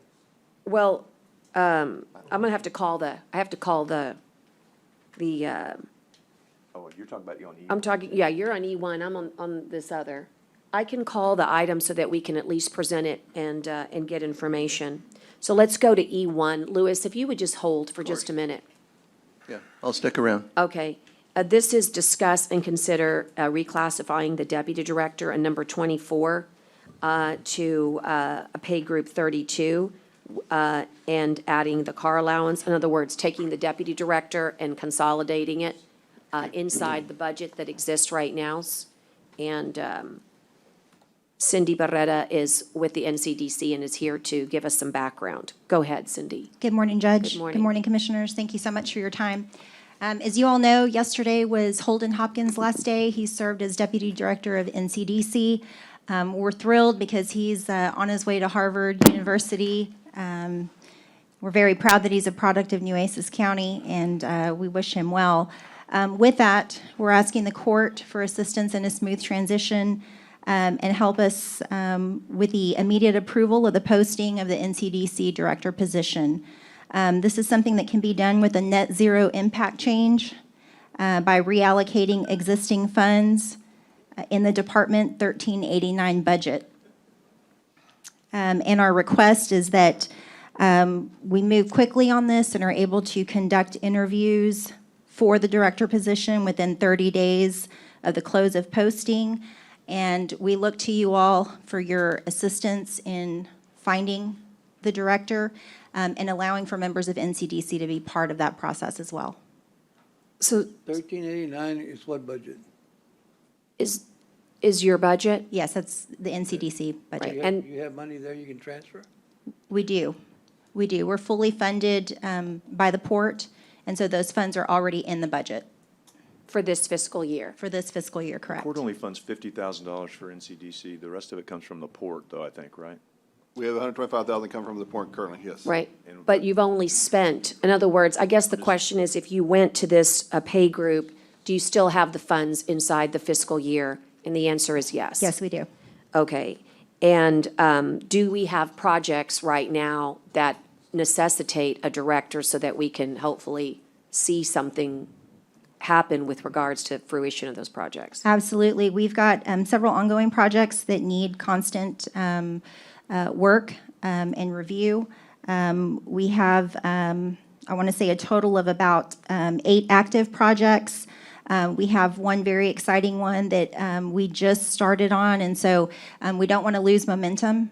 We know that economic development is critical to any community, and in Nueces County, we know that just last night there was an announcement of a big change even for the CCREDC, and they're on their search. So we want to be able to continue to collaborate with them and all other engines that support economic development in our county. We can't do that without a director. But this is not eliminating a position. This is just using unused funds, which would mean it would be an increase for next budget year. That's correct. Yeah, I'm not really ready to do this during a non-budget. I mean, I just don't understand. Those funds come directly from the Port of Corpus Christi, so we're actually not asking the county for any additional funds, Commissioner Chesney.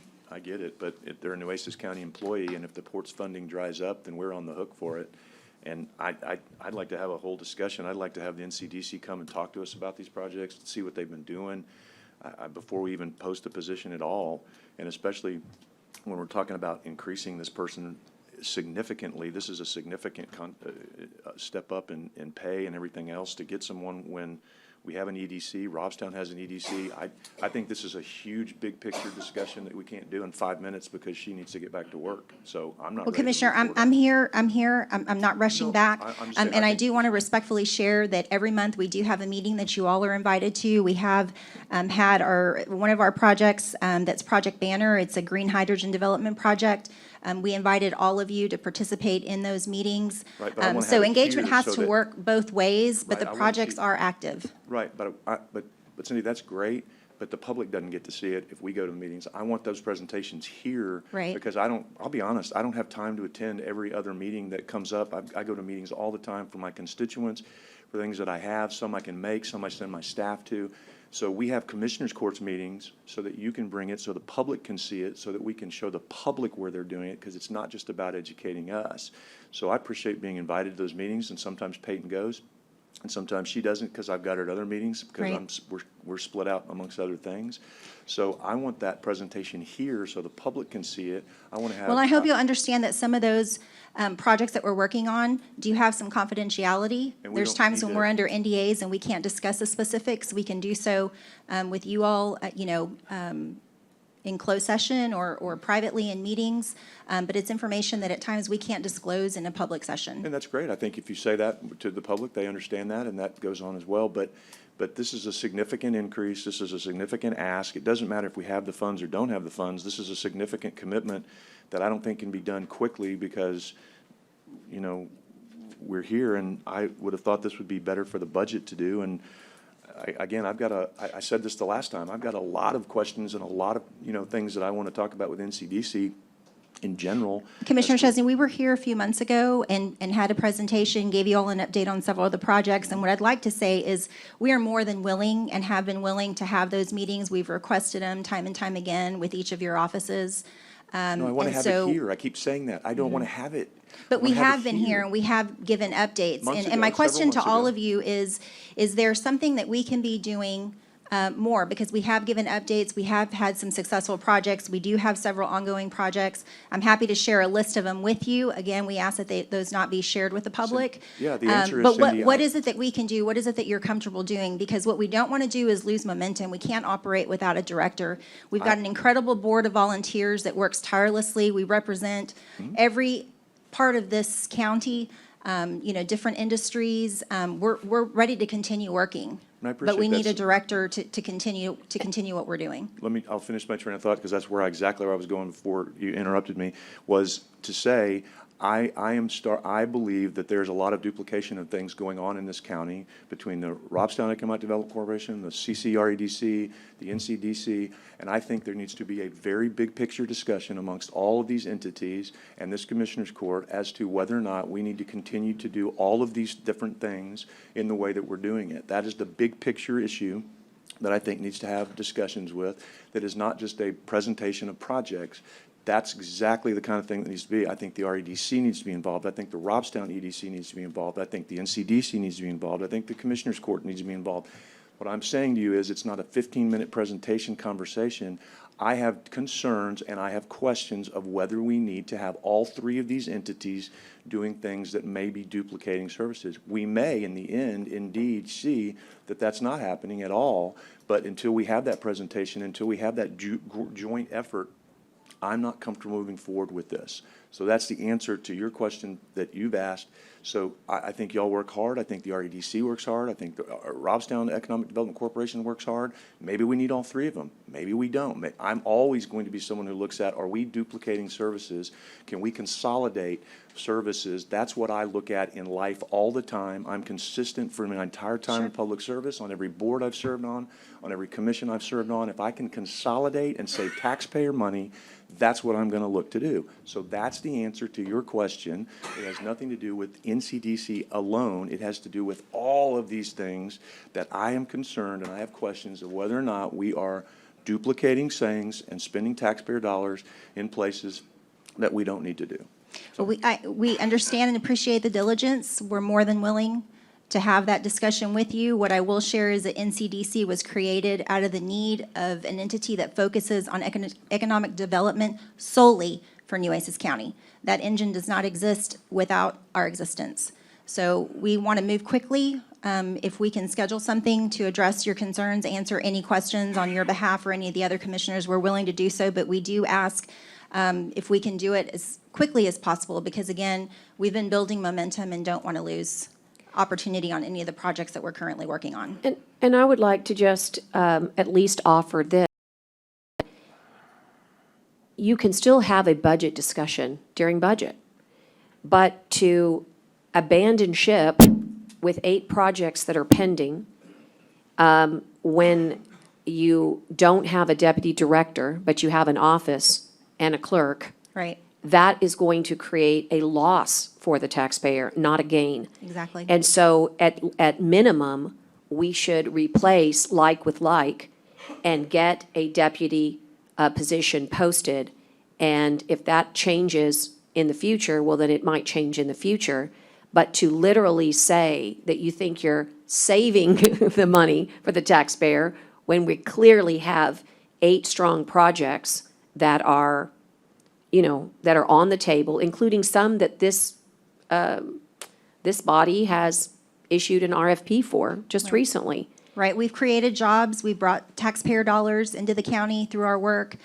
We can't continue to do that if we don't have a working staff. And so Right. I agree with you, Judge, if we could at the very least get approval for a deputy director, we really do think that it's time to elevate the position to a director. But we need to be able to continue moving forward. Again, it's about benefiting the residents of Nueces County. Economic development has got to be at the top of our list as to, efforts that we're putting forth. And we ask the court to please work with us quickly. And really, the reason I thought this was a good item, Commissioners, is because there wasn't enough direction on what to do when you lose a deputy director when there's no director, right? So that was a choice that we made early on, that we knew we wanted to have a director, but we didn't have the funds for a director, right? A director couldn't be at the pay scale and have any reality of getting somebody at that pay scale. And so we chose instead to do a deputy director. And just like San Patricio has an EDC, and just like Port Aransas has their, every municipality or county kind of does it on their own. And then, of course, there's huge collaborations that take place. Absolutely. But having said that, you don't want to have an office that has nobody home. Right. That's not good, and it's not good for the people that have already had projects. Mr. Hopkins did a great job, but we all knew for 3 months that he was leaving. He gave us plenty of notice. We tried to get this on the agenda in plenty of time, but we've run out of time. And so all I'm looking for is some guidance from the court to get the deputy position filled. It's currently budgeted. Everybody knows that you have to go through budget cycle to go to the next budget. But we've got to have somebody that's there because our volunteers are just volunteers, and they need to continue, the work that's really important work for all of your precincts to encourage both tourism dollars, technology dollars, military dollars, all the things, all the projects, energy dollars, all those housing dollars.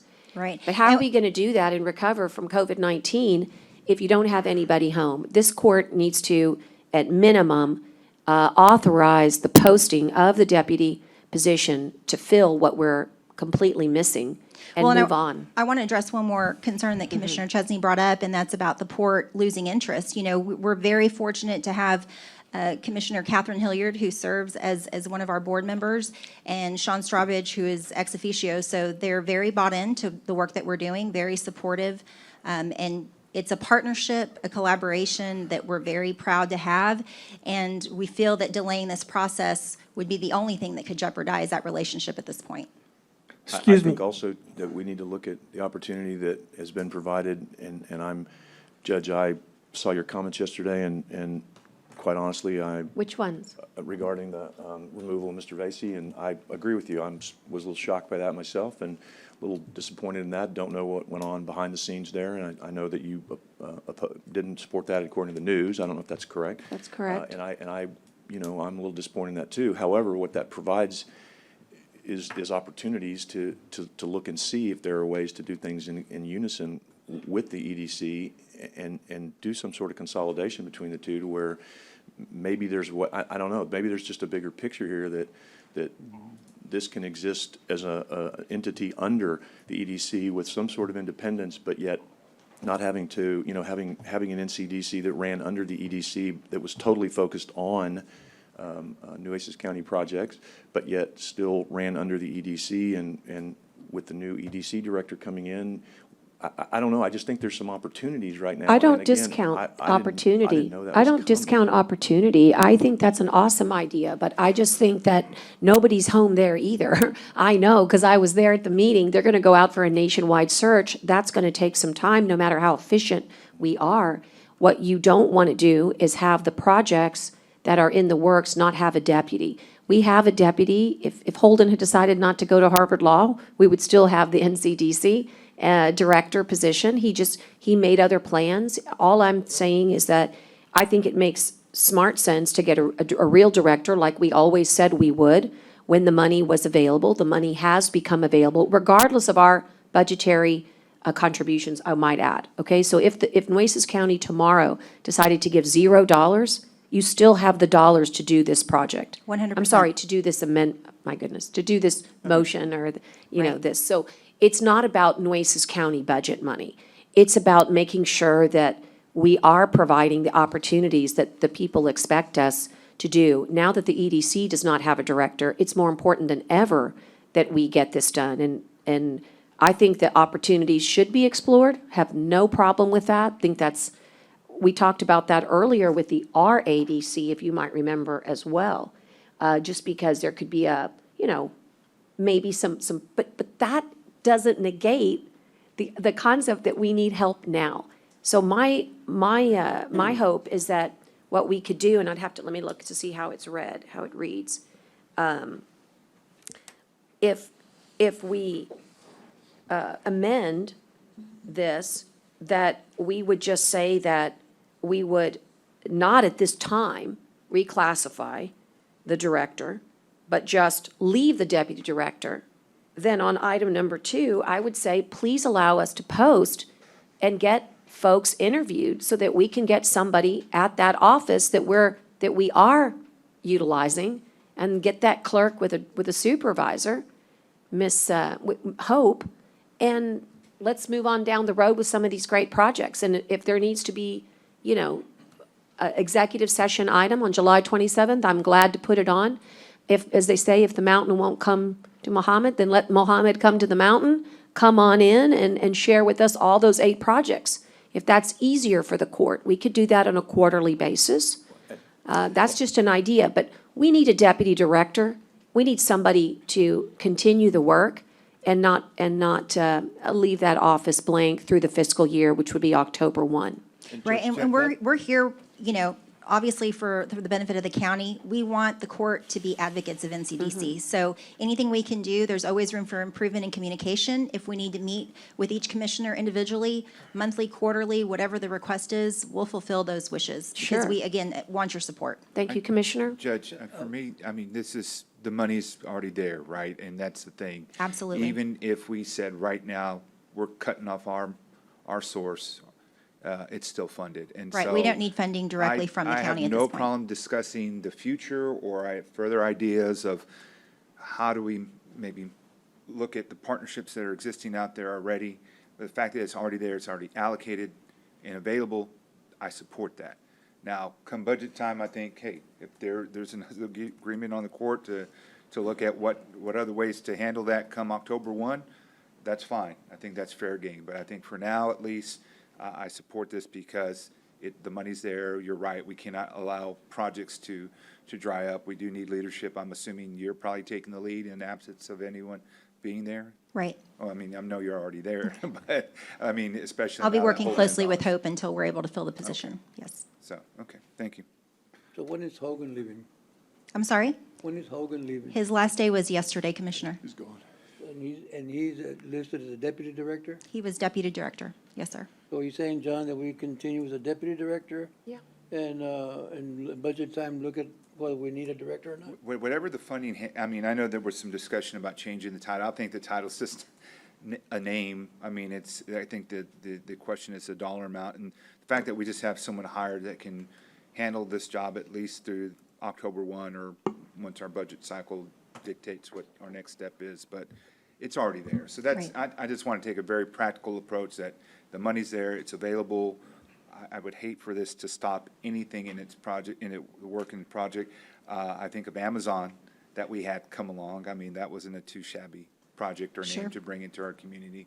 So I have faith and confidence in the work that you and your board are doing. So I would just say, if at the least, that we can at least continue that for now. Let's continue to have discussion, dialogue. I agree and support that. A little bit, more updates would probably be better for us, so we can really look back and see what's being done on behalf of the people and what we can publicize. Let's do that, and what we can, obviously, hopefully, that would come out soon as a victory for us in bringing in or attracting a business. So that's what I would like to see, is if we could just do that for now, make sure that we keep moving along, let you, start the process now, bring in someone, hire them, and let them at least finish out the budget cycle, and then we'll decide what to do after that. But if we hire someone now, then we're committing to that person has to be a county employee, and then if you want it ever to merge, then what do you do with that person if that doesn't work out? And I don't know, I just think there's, and I mean, yeah, that's the thing, and I think we need to look at restructuring the NCDC. I think if this Commissioners Court's gonna be involved, then we need to be involved with it. We need to be involved in appointing board members. We need to be involved in all aspects of it or no aspects of it. But I just think, I just think, to me, again, I agreed with you. I'm sorry Ian left. I wish he wouldn't have, but to me, that's an sorry, what? opportunity to be, pardon? I'm sorry. I what? said, I agreed with you when your comments about, not being surprised by this whole Ian thing, and I supported Ian. I didn't know what was going on. But to me, that's an opportunity that we ought to be looking at all of this in one fell swoop, and just to hire someone and say, well, we'll just do it for now and hope it works out. I don't know. I just think Well, that's, I think that, I don't know. I just to don't be think honest with you, a deputy director is not a director like, other directors are, but having given the whole pay grade and the scale, but but we there's have a no say- housing we have no say project. in who this person is that gets hired. Well, I mean, We have that's what item number 2 is it's to say, hey, let's get it posted No, and but let's we don't start have the But interview. we don't get, I mean, I guess the board hires, or, No, you No, can- actually, we that's- very much want your participation. We're asking that you allow us to be part of the process. I So I don't know the way the NCDC, I thought it was set up where we didn't have any say in anything other than posting positions, because So, not. no. Well, and That's so- not true. Well, I mean- They're open, they follow the Open Meetings Act. No, not meaning, like in every other board, we appoint, and when we set this up. And just so you know, I asked for I agree. for everybody, and just so you know, you were I the only remember. one, and Commissioner I'm not Modis, saying you did anything who wrong. did that. I'm just saying, I Yeah. would like to relook at it and say, okay, look, if we're gonna do this in CDC, then we need to be able to appoint the boards, and we need to have involvement in the hiring. But there's so much of that, to just do this today makes me uncomfortable, because it makes me uncomfortable. And I Well, mean, if I get I think- outvoted, I'm okay with that. I just don't wanna do Right, this but today. remember that That's that what I was- if you don't do it today, then nobody's home for another 60 days. And there's a housing project out there, an energy project out there, But those a projects we're hospitality all project. involved Who in. do you think's going to do that? But we've been doing those, the ones you're talking about that have come to the court. Okay, these we've are been not doing. the ones that you know of. These are not the ones you know of, because those are the ones that Cindy is telling you. And while we can get it on the executive committee, what we're saying is I bet the what EDC is, would help us for a while. I get they don't have a director, but they have staff. They don't have a But they director. have staff and infrastructure. They have an interim director. We could ask the interim director of the EDC. We could ask the Robstown director to help us with those things until we figure out what we want to do. To me, we're just moving so forward. a regional EDC, I would suggest to you, since I was there and you weren't yesterday, that would not be a good idea right now. And they've got their hands full. And number 2, that could be, again, as I said, I'm not barring that future opportunity, but once again, let's just take a vote. If you don't want to have anybody home, let's go ahead and get that on the record. I have a question, Judge. Okay, Commissioner Hernandez. This young lady seems to be very knowledgeable in what she's talking about. Yes, sir. Why don't we make her the interim? Well, I think I have because. a day job, Commissioner Hernandez. Thank you very much for your vote of confidence. I'm very Tell him what passionate you about do. it, but Tell him what you do. I'm the Business Development Officer for Wealth Advisors at Frost Bank. I see. But that's why she's so good. And you can't speak about any of the other projects that y'all are working on? I could give a general overview, but again, out of confidentiality for the companies that we're working with, we prefer to discuss those in closed session with commissioners. Judge, what I'd be willing to do is if we could find, not, I mean, Ms. Burrow would be awesome, but that's actually a decent suggestion. If we could do this as an interim until we figured out where we were going, I could support something like that. I think that's fine. If we could find someone that we could just do for, But you still have to post. pardon me? You still have to post. Right, but as long as you said it was interim, or you Okay. found someone like the That's fine. REDC found, I mean, I'm willing, Let's do it. I just don't want to hire someone and then we go a whole different direction. So I don't Well, know how we do an interim. I hear you, but hiring would be interim. I know what you But mean. it's interim meaning it's a temporary interim position. That's, Okay. listen, I'm here so that we can I'm trying to find move I'm forward. trying to I find- I think it's the sports It's a code. solution. It's working It's- for me. yes. It's working for me. Agreed. Let's, Commissioner Hernandez that credit because he. Excuse me, that isn't was there a- anybody else in your department that could be interim? So we have a clerk right now who's fairly new as well. So I think we really would need to do a posting and do an external search. I'm okay with an interim temporary situation until we figure out what okay, we I'll want to do. make, I'll make the motion. But not at this, but Well, can we an do it at the interim deputy? is somebody that you wouldn't, What'd you say? under fairness, you would want to let everybody have that opportunity. You don't, I didn't understand what he you said, can you just go select somebody? Is that what you're saying, Commissioner? that's what the- Yeah, you know, appoint Well, that's true, the somebody. board, You can appoint somebody. You're saying let the board appoint somebody? Yeah, Well, the but board- they were saying about, post or something. I don't think you would have to post it and.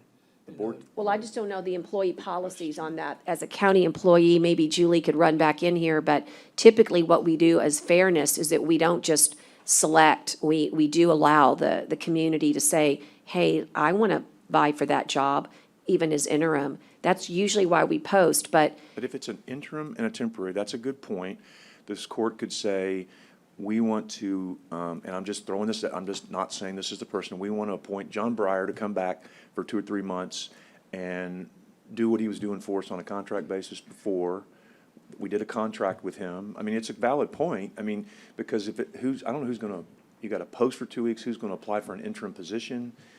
Maybe you could just do a contract thing with Mr. Breyer for a few months since everybody there was comfortable with, or I think everybody, I maybe they mean, were, I don't know. I'm just throwing it out. I'm looking at Cindy. I mean, she needs to be the one, but I mean, I'm not opposed to that. What I'm opposed to is losing out on all the great projects that we worked really hard to And I hear develop. you, and I'm We trying do to like come the up with process something. of the budget time we vetting can look and, at. and being able to meet with more than one candidate. John Breyer is fantastic. If the budget allows for us to bring him back, that's another question, but I agree with the judge. I mean, we need to have someone there who's qualified, and meets the requirements to fill the position, and How that's much where do we we pay? lean on, 7. yeah. I would make a motion that we appoint John Breyer at the same amount for the next 90 days that we paid him before.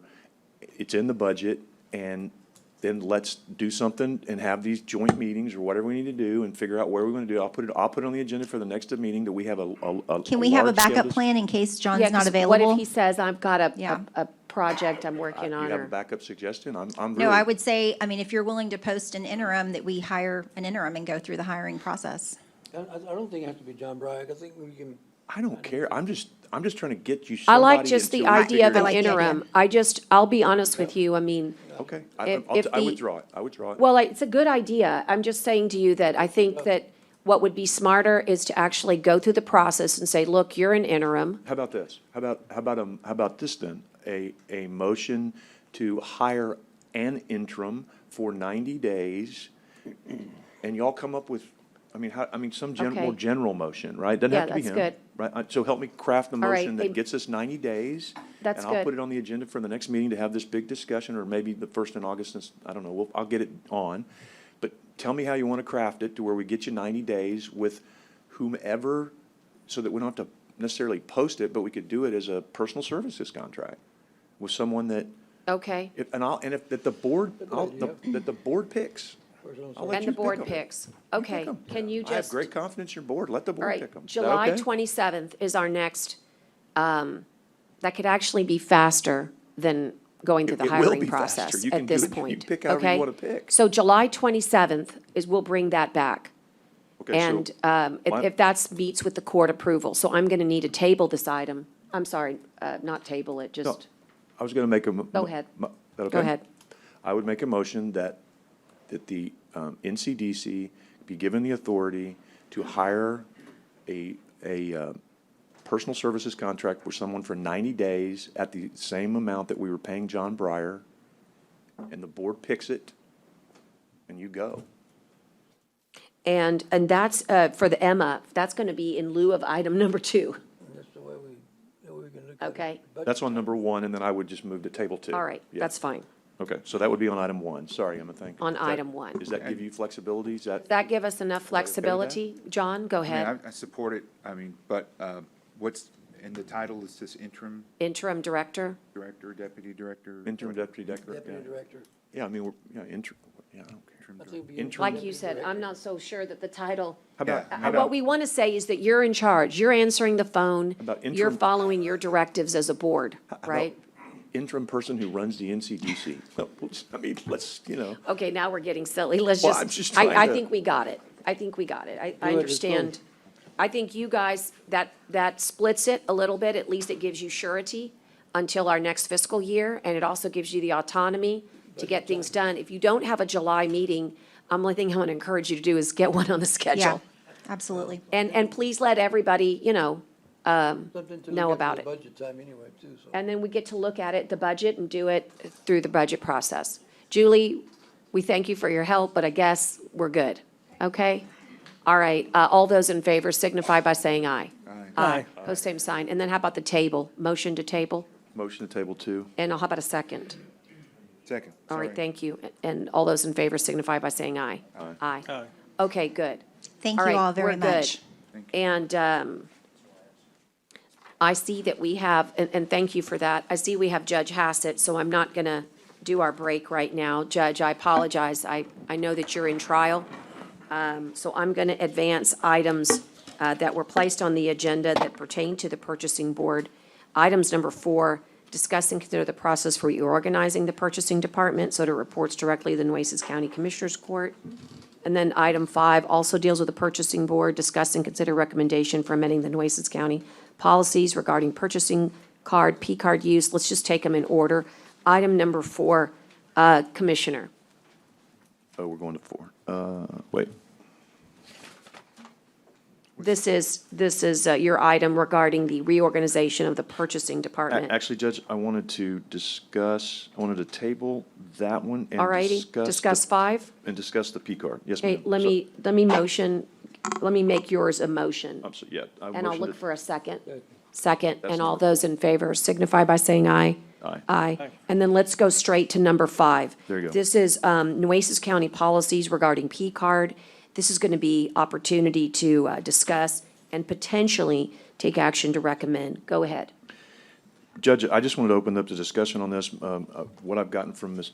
Dorsey late yesterday was that she believes that and Mr. Robinson, I think, believes too, that the Commissioners Court has the ability to make recommendations, not make recommendations, but actually make policies in regards to what we want to do with the P cards and how we want them used.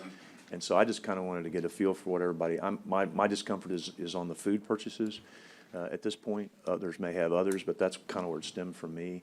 I just have a basic and discomfort on, and I'm not trying to be accusatory at all. It's just I have a discomfort with P cards being used for taxpayer dollars for food. So I just wanted to open the discussion and So I'm see what just, everybody else I would felt like to about ask it. for a clarification. Do you have a discomfort with a credit card or a check or just anything, any purchases? Because I want to make sure it's not just about a credit card, but a little bit more philosophical. Good question. By the time we get the P cards, the P card reports it's already been They're already, paid. they're already There's spent. nothing we can do about it, right? If someone submits a credit card and their department head or somebody has to approve that, and they are on a, if they go to a seminar, right, in Wherever. Dallas for their continuing education, and they have to put something on a credit card, then that has to come back and somebody has oversight over that, and those would be, you know, something that would be different. But just being able to use a P card for food, and then by the time it comes to us, there's absolutely nothing we can do about it because it's already been paid, that's my discomfort. That's the philosophical discomfort. And that's a Got it. little bit on the credit cards too, but I get that you have to have some flexibility with a travel or whatever. It's more in-town meals and things like that I'm just trying to address. So there were some issues that came up where there were, for example, the juvenile department, the district clerk. Remember, we went through all those litanies, and what we asked was for clarification. And there are certain times where those departments or department heads have eligibility, and most people don't take checks if you're buying for a group. And again, if eligibility is part and parcel of the way we normally run our business, that's where it is a convenience to use it, but it doesn't mean that it's not vetted. Dale, can you help here? Yes, as Commissioner Chesney was saying, when someone uses a credit card for any kind of purchases, the credit card user must go through and reconcile the transaction, must post the description of what it's for, attach a receipt, then it must go to the department head. We review this at that time. If we have a question, then we question the department head as well as purchasing, and then it's between purchasing and the department head to determine whether the availability of the expense is valid. Once they determine it's valid, then it gets processed and pushed into our system and paid. So the question you had is, there are some departments, like you said, juvenile department, which is mainly funded through our Fund 28, which is a grant. And the state allows purchases for supplies for grants, including some food and treats for juveniles. And some other of our grant areas do allow this. I believe the Veterans Grant we just had, it does allow some food for our pantry. And so there are some allowable expenses, but as Commissioner's saying, there are some that definitely need to be pushed through, and my office sees this information, and we challenge this each time. It's sent back to the department head as well as the purchasing agent, and they are the one that determines the value. So back on yours, if you want safeguards, we have some. Are you asking for more safeguards? Because we have safeguards in place. So that's. We see transactions every day. We So pull the transaction report every day. Are you willing to work with Commissioner Chesney to see if there's additional safeguard that you think would be needed? Because I know that we've gone through many commissioners' courts over the years, and this has never been brought up before. What safeguard would you recommend? Because I bet all of us, if it's reasonable, would be happy to recommend it to the purchasing board. Again, once we find a questionable cost, and food's been a rational issue, and every time we see a purchase that had to do with food, we make sure we turn it back to the department and say, was this a qualifying expense? What was the reasons for it? And then we turn it over to purchasing department, and they work with the department if there's a qualifying expense. So what you're saying, Dale, is at the end of the day, purchase department is the one that really approves it? Yes. That and the department, yes. And the department head. Yes. Excuse me, Dale? Yes. You also said there were grants given? Yes. Okay. Are those grants separated from the county monies, or they are? Yes. Okay, that's what I want to know. And so, my thought is, Commissioner, is if you can, it's not a bad discussion. You should always have safeguards. We definitely have them.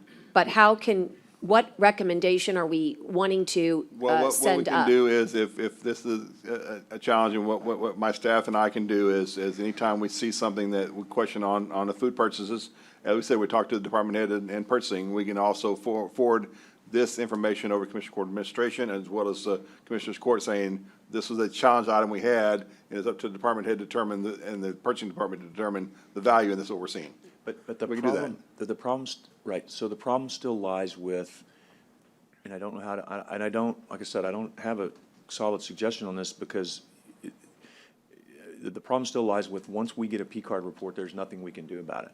That's the problem is, and to me, Is that food- true? Well, there is certain questions on that, because if both my department and purchasing department determine that this is an invalid expense, even though it's a transaction you see on the report, we have submitted a claim to the department head or the employee that charged the expense for reimbursement. So that's the remedy. Yes. Right, so I But guess you'll still maybe- see the expense. Maybe we should just start with the definition of an appropriate expense, because for me, at the root of this is trying to figure out how I justify people's food other than for when they have to go somewhere for work out of town. How I have a hard time justifying any food being paid for that's not that. So maybe the question is, the policy has to change of what's an appropriate expense, right? Because an in-town meeting where everybody has food, to me, is not an appropriate expense. An out-of-town, to me, I'm one person, but to me, you can go get lunch somewhere else. Everybody ought to buy their own lunch. There shouldn't be any free lunches on the taxpayer, unless you have to go out of town for a training. That's about the only thing that I can think of that should be an appropriate expense, but I Yeah. may be wrong. Well, so No, ironically, we're not allowed when we travel When you to travel, put you cannot- P cards. So when I travel to conferences, we don't use it for food. That's where you get your per diem. Correct. And it's your per diem that Right. gives you that right to use your own money. That means Up to a certain amount, yes. So we don't even have to do that all of the food one. expenses then are in-town expenses. Yes. And that's what I have a little problem Yes. with, that taxpayers shouldn't be paying for people's Right. lunches if they can go buy their own lunch, or unless they're forced into staying to, like, if they have to be at a meeting for 8 hours and they don't get to go to lunch, okay, fine, but that's kind of ridiculous in its sense too. Everybody ought to get a chance to go eat, not, except us. So. I was no, gonna say- I know you were. I said it before you. I don't get to go to the bathroom, I don't I'm get to trying- eat. I tried to let you go to the bathroom an hour ago because I've had to go too. But, so that's what I'm saying is I really have a problem with the food expenditures, period, being a taxpayer expense. I really do. I don't think that's necessary. And so my starting point, you're right, and you made a good point, Judge. If you go out of town, you pay it on your own credit card and you get your reimbursement for your per diem, or you get your per diem in advance. So Right. the easy thing might just be all food purchases don't go on the P card. Except for, I will tell you, and I would need to have the different departments articulate it, but if you do that blanket, first of all, here's the process, because I want to make sure, we can make that recommendation, but ultimately, by statute, the purchasing board, I know you actually said no. Well, You that's said what that Jenny said Jenny yesterday, said that differently. Jenny and And that's Michael's- where yeah. Judge Hassett is here to really provide us some clarity. But the bottom line is that the purchasing board is the board that makes these ultimate decisions per statute. We could have them talk to county attorney about what the distinctions are. But if you're going to deny, let's just take juvenile, the ability to use the dollars they get with grants, and I know you're not, but it's got to be carefully worded and crafted. And let me explain, because this is definitely came up in the last fiscal year, last 2 fiscal years. FEMA, for example, during a crisis, allows for food. Why? Well, because the concept of the public assistance is that food is an eligible expense. So it's just important for me to be able to say on the record that that which is allowed by law cannot be overrun by a policy. Law comes first. Texas law and our federal laws come first. So you can't rewrite that, and I don't think you're trying to, but sometimes it does get worrisome, I think, for our department heads who are following the law and the guidelines of whatever monies they're given, and for us to say, you can't do that, because we have a philosophical difference. What we need to be worried about is it being used properly? Is it eligible? And what was the need? And that's where your auditor and our outside auditor, mind you, confirms. And if we haven't had a problem. I don't like inventing problems where one doesn't occur. But if you want to go make a recommendation, I'd love to see it, because I might agree with it. Well, and I think that's where I'm trying to go, is maybe that's where we should start, and like, maybe the motion should be that we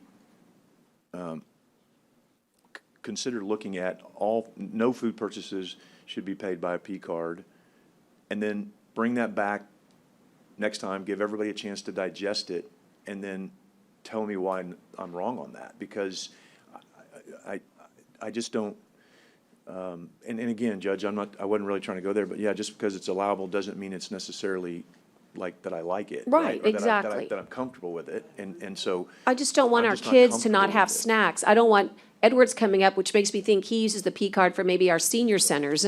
Correct. We do meal purchases. We generally try to get, we've got a 12-county cooperative buying our meals. I'm sorry, I'm talking employee food. I'm not talking meals Well, for, but Meals when- on Wheels or anything like that, man. I'm not saying that. Yeah, Right, you know, but please. but to answer the judge's question, we use the P card when we don't have X, Y, or Z. So if we only got 10 loaves of bread, but we need 20, we go out and we buy. That's different. That's different. But if you look at the, if you look at the category that we have to work with for purchasing, if you eliminate this one category, it eliminates that. No.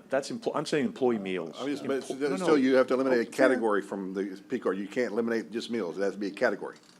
You can eliminate employee meals. That's a category. It's on Well, there. the category of the type of expense, so Michael might be able to put on this, but when you go into the P card center with Wells Fargo, you tell them what kind of a commodity that you allow. And this commodity, which is bread or whatever Edward might be purchased, may also include the meals you're talking about. So we might exclude There's everything. got to be a way to, I don't, All I- we have to work on commodities. okay, but I don't, How about this? How there's about got to be a you? way to use, all I'm talking about today, so that we're clear, if I wasn't clear before, I thought I was What we can do is we can say, for I'm example, talking if, about bread for if Meals on Edward Wheels. uses it out of, that's your senior, you're 49, right, Edward? Correct. We can say this department's allowed, this department's allowed, this department's allowed, and nobody else is. And Yeah. if you're not on this department, then you cannot do anything. Right. We eliminate my Even, department. even when emergencies have occurred, we have sought permission before we go and procure. I think that the concern I have, Commissioner Chesney, isn't that you're not right in your philosophy. It's that in the practicality of it, it seeks to punish that which is not just allowed, but is necessary to take care of either people or crisis. And as long as we're clear, and if you want to strengthen it, why don't you work on something with Dale and bring it back to court as a recommendation? just And then wanted that to- recommendation would then go to the purchasing board, I you just know? wanted input from the rest of the court too, and whoever else wanted to come and give input. So that's why I put it on here was, and if, I don't know if any other commissioners have, they may not have any other problems with the P cards, and that's okay. I just.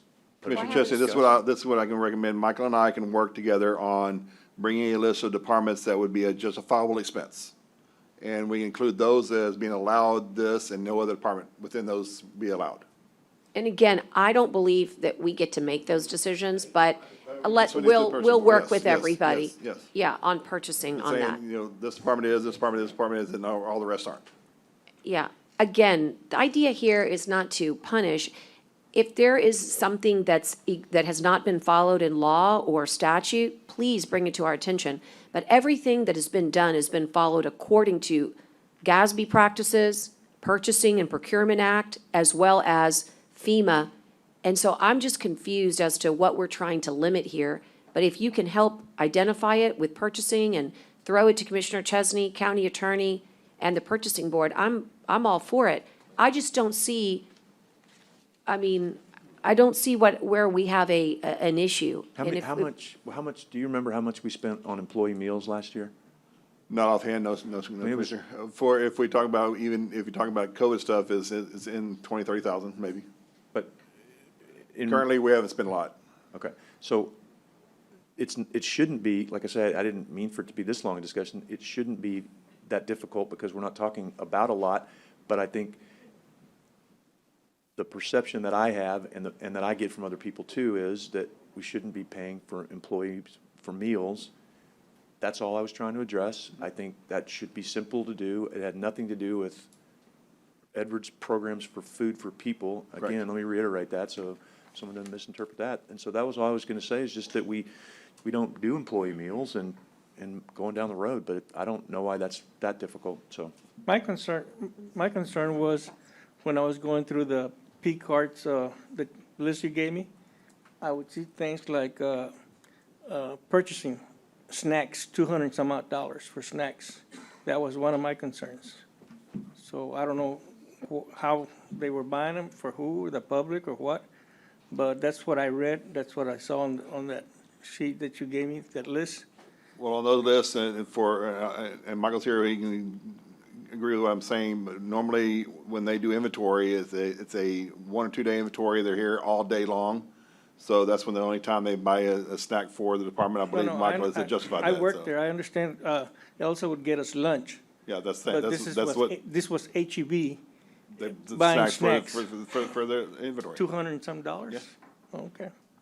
Well, and please call them and ask them. I mean, when you don't have anything in context, it doesn't ever look right. You've got to know what the backup justification is in order to understand whether or not it's something wonderful or something nefarious. But I think the idea here is that there are many instances, and there are plenty of safeguards that both require our P cards to be used. Why?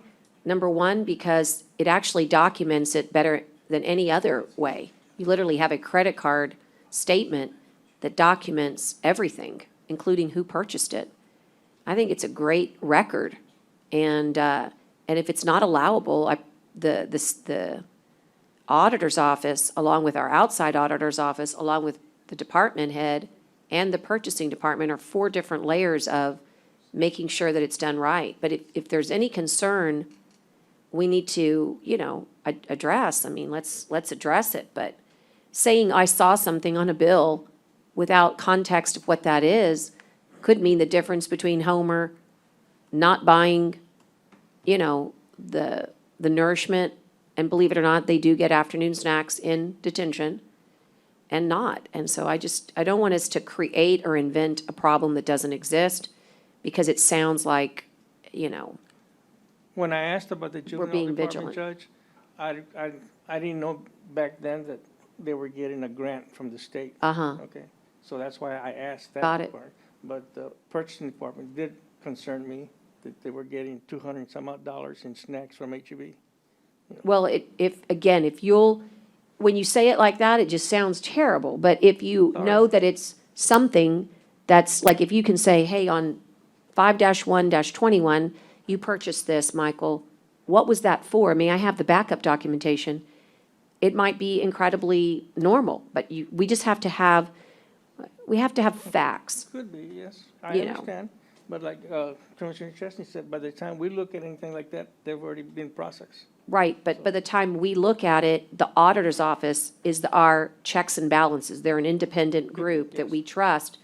I mean, if you can't trust the auditors, we're in big problems. Yes, we are. And so they're the ones that are checking for us, right? So, okay.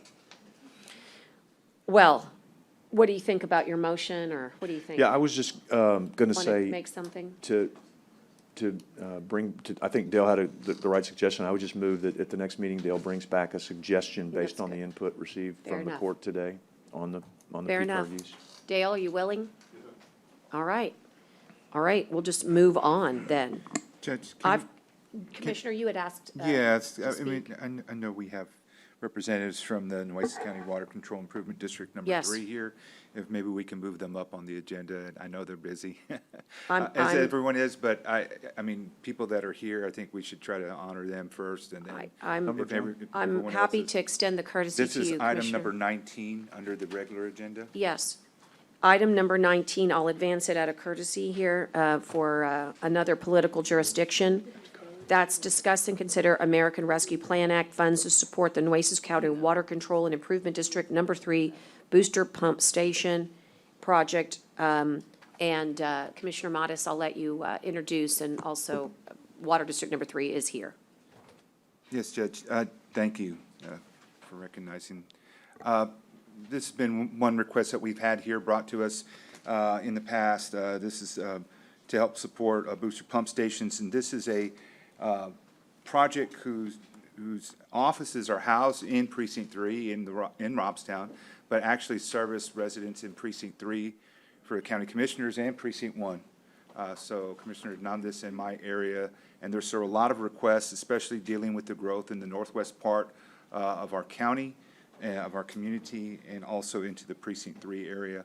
So Judge, I just, this, I think is a reasonable amount. I think their initial ask was a lot more, and have really kind of put the paper and pen together and really kind of worked down to a smaller amount. And they have, if you look at the brief, they're overlooked, as many entities are, because the way the federal funding has been released, it's gone to cities or counties, and because, as you said, they are their own political subdivision, but they don't have a category themselves, so that's why they've come before us to seek this assistance. And this is infrastructure funding that we can handle, since obviously counties don't handle water directly, but we work with our water control and improvement districts. And so I feel that this is a great project to fund. It's very reasonable in its pricing and its scope, and it's going to serve a lot of communities. And so my motion would be to accept this, this item for $1 million to be allocated. Second. So moved. Okay, I've got a motion and a second. All those in favor signify by saying aye. Aye. Aye. Opposed, same sign. Your Honor, one issue on this particular item, because this is an outside entity to the county, and this is going to be county funds transferred there. There's a lot of requirements that the Treasury requires. They to get them they have to get a SAM number, a SIM number, all stuff that they were a normal transfer. So we need to do a project code verification. Is this where a pass-through granting agent to them? We'll need to make sure we document all the expenses, how it's to be allocated and stuff. So there's a lot of requirements to do this. I agree. What I am considering as being the smart thing here to do is all of these great ARPA projects that will be handled today, please know, I'm going to look to Ida, she already knows this, softball, but we'll need to bring it back for MOUs and all of the appropriate documentation. Today is the adjustment of, we're making priorities. Tomorrow, and as quickly as you can work, with our team, we actually document how the compliance will be handled, how the agreement will be done, the eligibility, all the things that Dale was saying. And I think we're mindful of it, but I think it's important for the court and for the public to know. And if July 27th is too soon, Ida, then whatever's appropriate. So, So we're working with gonna come back Haggerty to you, just to because I know have you were- everything ready. I for know the you were next. out. Well, let's bring Chesney, Commissioner Chesney, go ahead, into the conversation. my questions on this were, the cost of the project's 4.3, right? And so we're committing a million. Is the rest of it funded? Good point. Marcos. We have currently used about 1.5, 1.7 million out of our own budget. So we do have some of the project already funded. If you look at the original 4.3, that was last year's Numbers? numbers. Before So you stuff spent has gone up, but we are lacking a few things to get this skeleton going. Now, as time goes on, we will use budgeted money just to finish off this project. But again, we had no choice. We have raised rates on Ford, so we do have some monies coming in that is gonna finish off this project along with county monies. And one That thing was I'm so sorry. I was gonna say, one thing to bring up is that they provide water, Commissioner, to the Cal Allen area. No, this is, I'm supportive of this. Yeah. I just want to make sure that, We can finish. that it can be finished, right? And that the money just doesn't sit there, because we have to use it by 2026, I think. And so I just want to make sure that we have, It first. that it can be used and it can help complete the project and not just, that's all I want to make sure. And so maybe the MOU will deal with that, or I don't know if Public Works wants to be, and some of these projects too, like if Public Works wants to be involved and help administer it to where we don't have to do I don't know. I mean, I'm supportive of this. I just want to make sure it can help get you to the Well, I finish know line. he wants more money. If that's a motion for more money, no, he wants it. Absolutely, we can always use the extra money, right, to get this moving along faster, but, we'll take whatever we can get at this point. Thank you, Marcos. But it does sound like through your budgeted revenues, you can complete the project over time. Yes. The other thing, this is, just maybe for later, but it dovetails nicely into the question of how can you finish? I hope that you guys maybe will seek Nueces County help. Water is such a precious resource, and perhaps in future funding, whether it's CDBG mitigation or, whatever your future funding might look like, that you'll let us maybe support you in that letter of support, or, there are many ways, right, to get the finished funding. We will be seeking partnership through through applications going through the GLO. Okay, As you know, when you, several entities together can do wonders versus one. So we will That's- be seeking that. yes, that's a good point. So I guess that's important to know. But your original request was 3.5 million, and this request of 1 million isn't that. But as Commissioner Chesney says, or queries, you do have a way to see. We This do is a have a big help, plan. and this is a big help to you. We do have a plan, and we do have a SAM's account set up already. We have been dealing with several grants that Great. require that, so we are there. Great. Commissioner, we did not, we voted while you were out. Would you like to tell the Oh, clerk? yeah, I'm sorry, I voted yes. I want to vote yes grateful. on this. Thank you. I'm sorry, I didn't know you were done. My bad. Okay. Thanks, Marcos. Thank you so Judge, much. Commissioners, thank you. Sure. Is this wastewater, is this one of the projects we saw at the TAC meeting? No, Or is- it was not part of Okay. our Tier 1 category. Okay. You're thinking of another one, which is also on the agenda. But they are always our rescuers, and I should say that. Thank you for rescuing us during Winter Storm Uri. Thank you for rescuing us this weekend when Banquete had a break, a leak. They're just always coming to the rescue, which is why this booster station is so critical for our future. And Water District 3 also is unique in that they have access to water that only the city of Corpus Christi does as well. And so that makes them a unique water source. Yeah. Has really protected and insulated them during water boils that are faced by maybe the rest of the county because of the regional supplier that the city of Corpus Christi is. And Water District 3 has been fine. 2017, when I first came on court, I would go to Robstown to eat and do everything else because the water was fine when we had 2 significant water boils here in Corpus Christi. And so the importance of the independence that Water District 3 also has is important to support because they have that access directly to Nueces water. So we just appreciate all they do. They're great supporters, and of course, Judge Bobby Gabon here as well, who's just a supporter always of Bobby Gonzalez. I'm sorry. We already made Bobby you a district Gonzalez. judge. Hey, just make you a judge. He's been called Bobby worse. Gonzalez, who's always a big supporter of the community in the Robstown area, and also ardent advocate of economic development. He's a resource that we need to tap in on those other items as well, Judge. Yeah. Thank you. Okay, thank you for that. Louis, I promise I have not forgotten you here. We're gonna, yes, sir? I'll ask, Commissioner, would you make that request? Yes, please. Okay, I'm gonna, forgive me, it's a second item for Commissioner Modis. Item 1.5, the birth and death certificates pursuant to Texas Health and Safety Code. These have to do with the fees and maybe, as they say, a realignment for 2022. Which item, Judge? Item 1.5. Commissioner Modis asked so that we could get the judge back to his court. 15, you're saying, oh. 15, it's birth and death certificate sorry. fees. And it's, apparently, we don't have the right fee. Judge? Yes, thank you, Judge, Commissioners. My name is Judge Bobby Gonzalez. I live in Robstown. I live at 447 South 9th.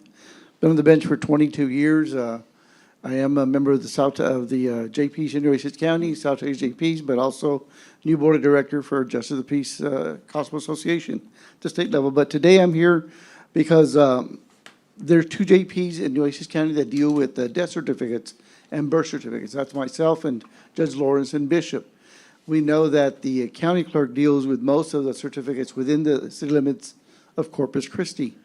But in the rural area, sometimes deaths happen out there, and we're in charge of making sure that we have that information for the family members or heirs to the family. So the state has changed the price fees of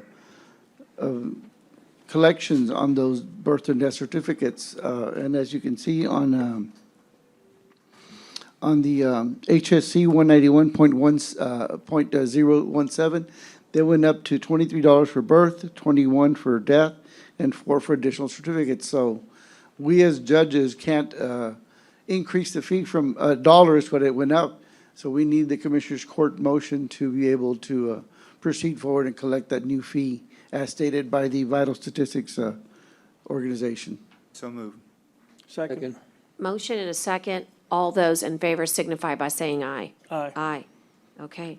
Thank you, Judge. for Thank you bringing so it much. to And court Commissioners, today. thank you much for the Appreciation, Appreciate that. hospitality. Thanks for the great work, guys. Okay, Thank you. Thank you.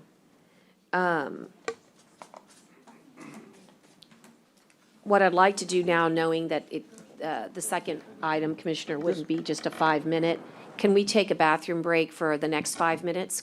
Ide, yes, you've got something else? Go ahead. We're missing the vote for the agenda 385. Let me move back. Who was the second? Who seconded Give me that? just 1 second. Oh. 385. I might have been. Let me just check. That was just the motion The on the P motion, card, Judge. Commissioner Chesney. We didn't vote on that? Oh. Okay. It was really just a directive to Dale to bring back, It was a motion and a second, yeah. yeah, motion You're right. seconded. And I thought we voted. what does she need? Just a vote? Just a vote. Okay, well, all those in favor signify by saying aye. Aye. Aye. Okay. Thank you for catching that. And so what I was going to suggest is that it's, 7 minutes till noon. Can we come back at noon? Just take a very quick water break, bathroom break for our staff and for those of us up here, and we will see you back shortly, and we'll resume with the Bob Hall Pier discussion, okay? That way we keep to our promise with Louis, so he knows the timing. The time for the clerk is 11:55, and I'm going to take us out. Well, I didn't get a motion, Commissioners. Could you give me a motion to take that 7-minute break? Motion, and I'll second. All those in favor signify by saying aye. Aye. Okay. All right, now 11:55, and we're off the record. Connie, for I have been asked, and I agree, we'd like to get him back to the city, and I'm just looking for the right number, so give me just 1 second. 9, Tell me again? 8 and 9. Okay, sections on the regular agenda, 8 and 9 are important for us from a timeliness. I do need Ide in here for these, so I'll read them out so that we can get it on the record, and hopefully she'll come back in. Discuss and consider adopting the annual payment agreement amount, including the request of the city to increase the budget based on the Consumer Price Index for the 22-23 fiscal year between Nueces County and City of Corpus Christi pursuant to Section 4 of the amended cooperative agreement. And Dr. Dante, we'll kind of slow roll it till Ide gets here, but she worked with you in getting these CPI adjustments. What does it mean for us? We have it in our backup, but remember, we're kind of talking to the general public here. What are we increasing the budget to as a result of getting the CPI? This is on, right? Yes, right. Thank you, Judge. Dr. Yes. Dante Gonzalez, Assistant Director of Public Health. So right now, we've had the initial conversation with IDE representing, and, we looked at the budget. We've only been 3 months into this new agreement. So we don't have all the data to specifically bring the numbers. So we're looking at carrying over the same budget that we had last year, but just adding the CPI. Great, and that's adding at the what? 2%? The CPI. And what is your index? Is it 2 or 3? Well, right now, we're looking at the index. Cost of The cost of everything living, inflation. has gone pretty significantly up. What's the number? Oh, I can run. I don't. Oh, we don't have it yet. We don't have it yet. Yeah, yes. we okay. don't have one. So that right now, we we've don't agreed have the upon. agreement. It's gonna be until the 27th, Judge.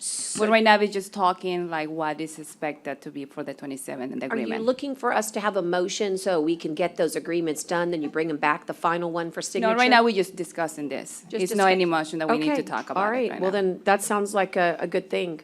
Obviously, when they went over to the city, they don't do longevity like we do longevity, so these indexes are important to help the employees, is that correct? That's correct. Yeah. Are there any questions regarding that particular? It would be the same amount plus the CPI.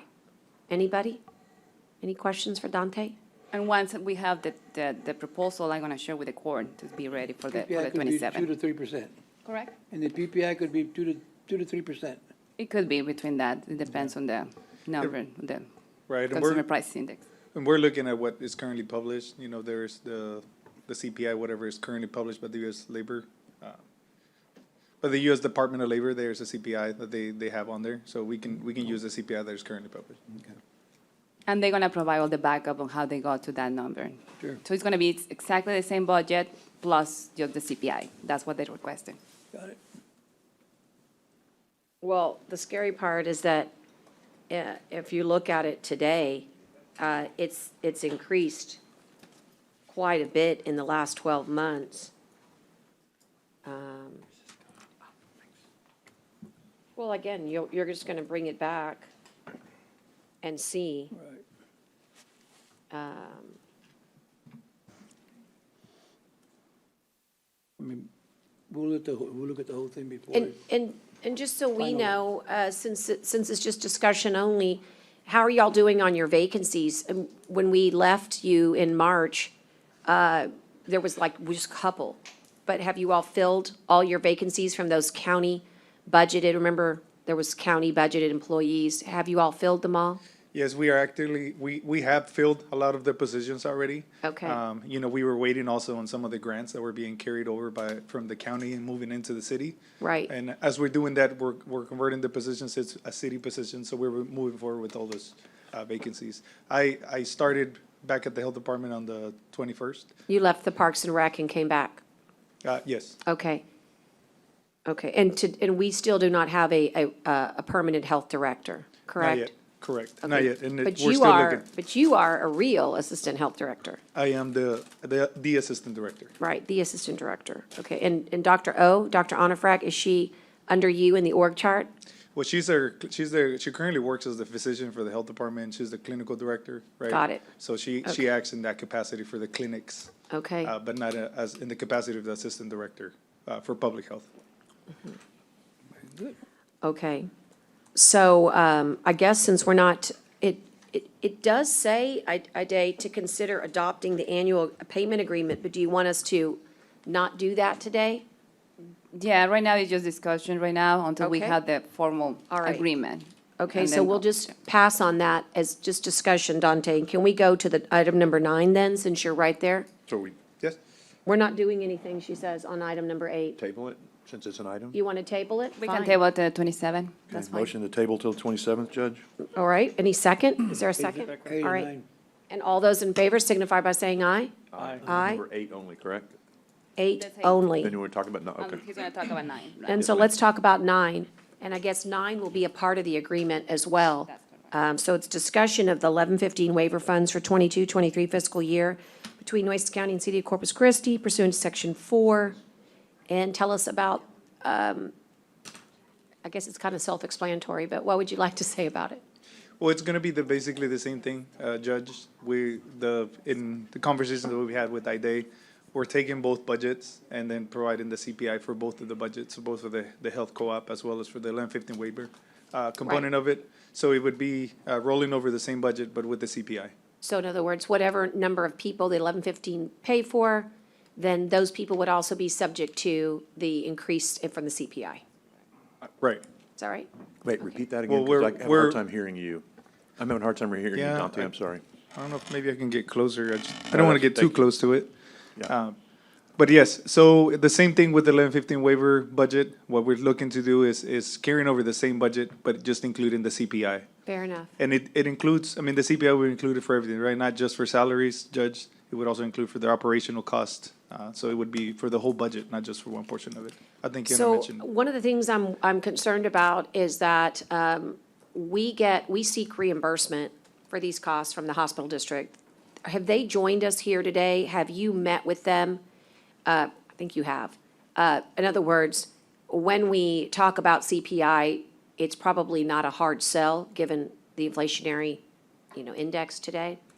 But when you're talking about the operational costs as well, if I were the hospital district, I would want to be a part of that conversation. I don't know what that means, but if you look at inflationary costs, you're talking about huge percentages. That may or may not actually translate to our operational costs. In other words, you can maybe make that observation to people's lives as they work, but not necessarily for the operations. I mean, unless you're buying new equipment or unless you're doing something, I fail to see how the CPI would really, I think the hospital district has the final say, Dante. That's the bottom line. And, that's the hospital district, and, Yeah. Obviously, we need to bring them to the table. We have had a conversation with Johnny Hip in regards to other items and other discussions.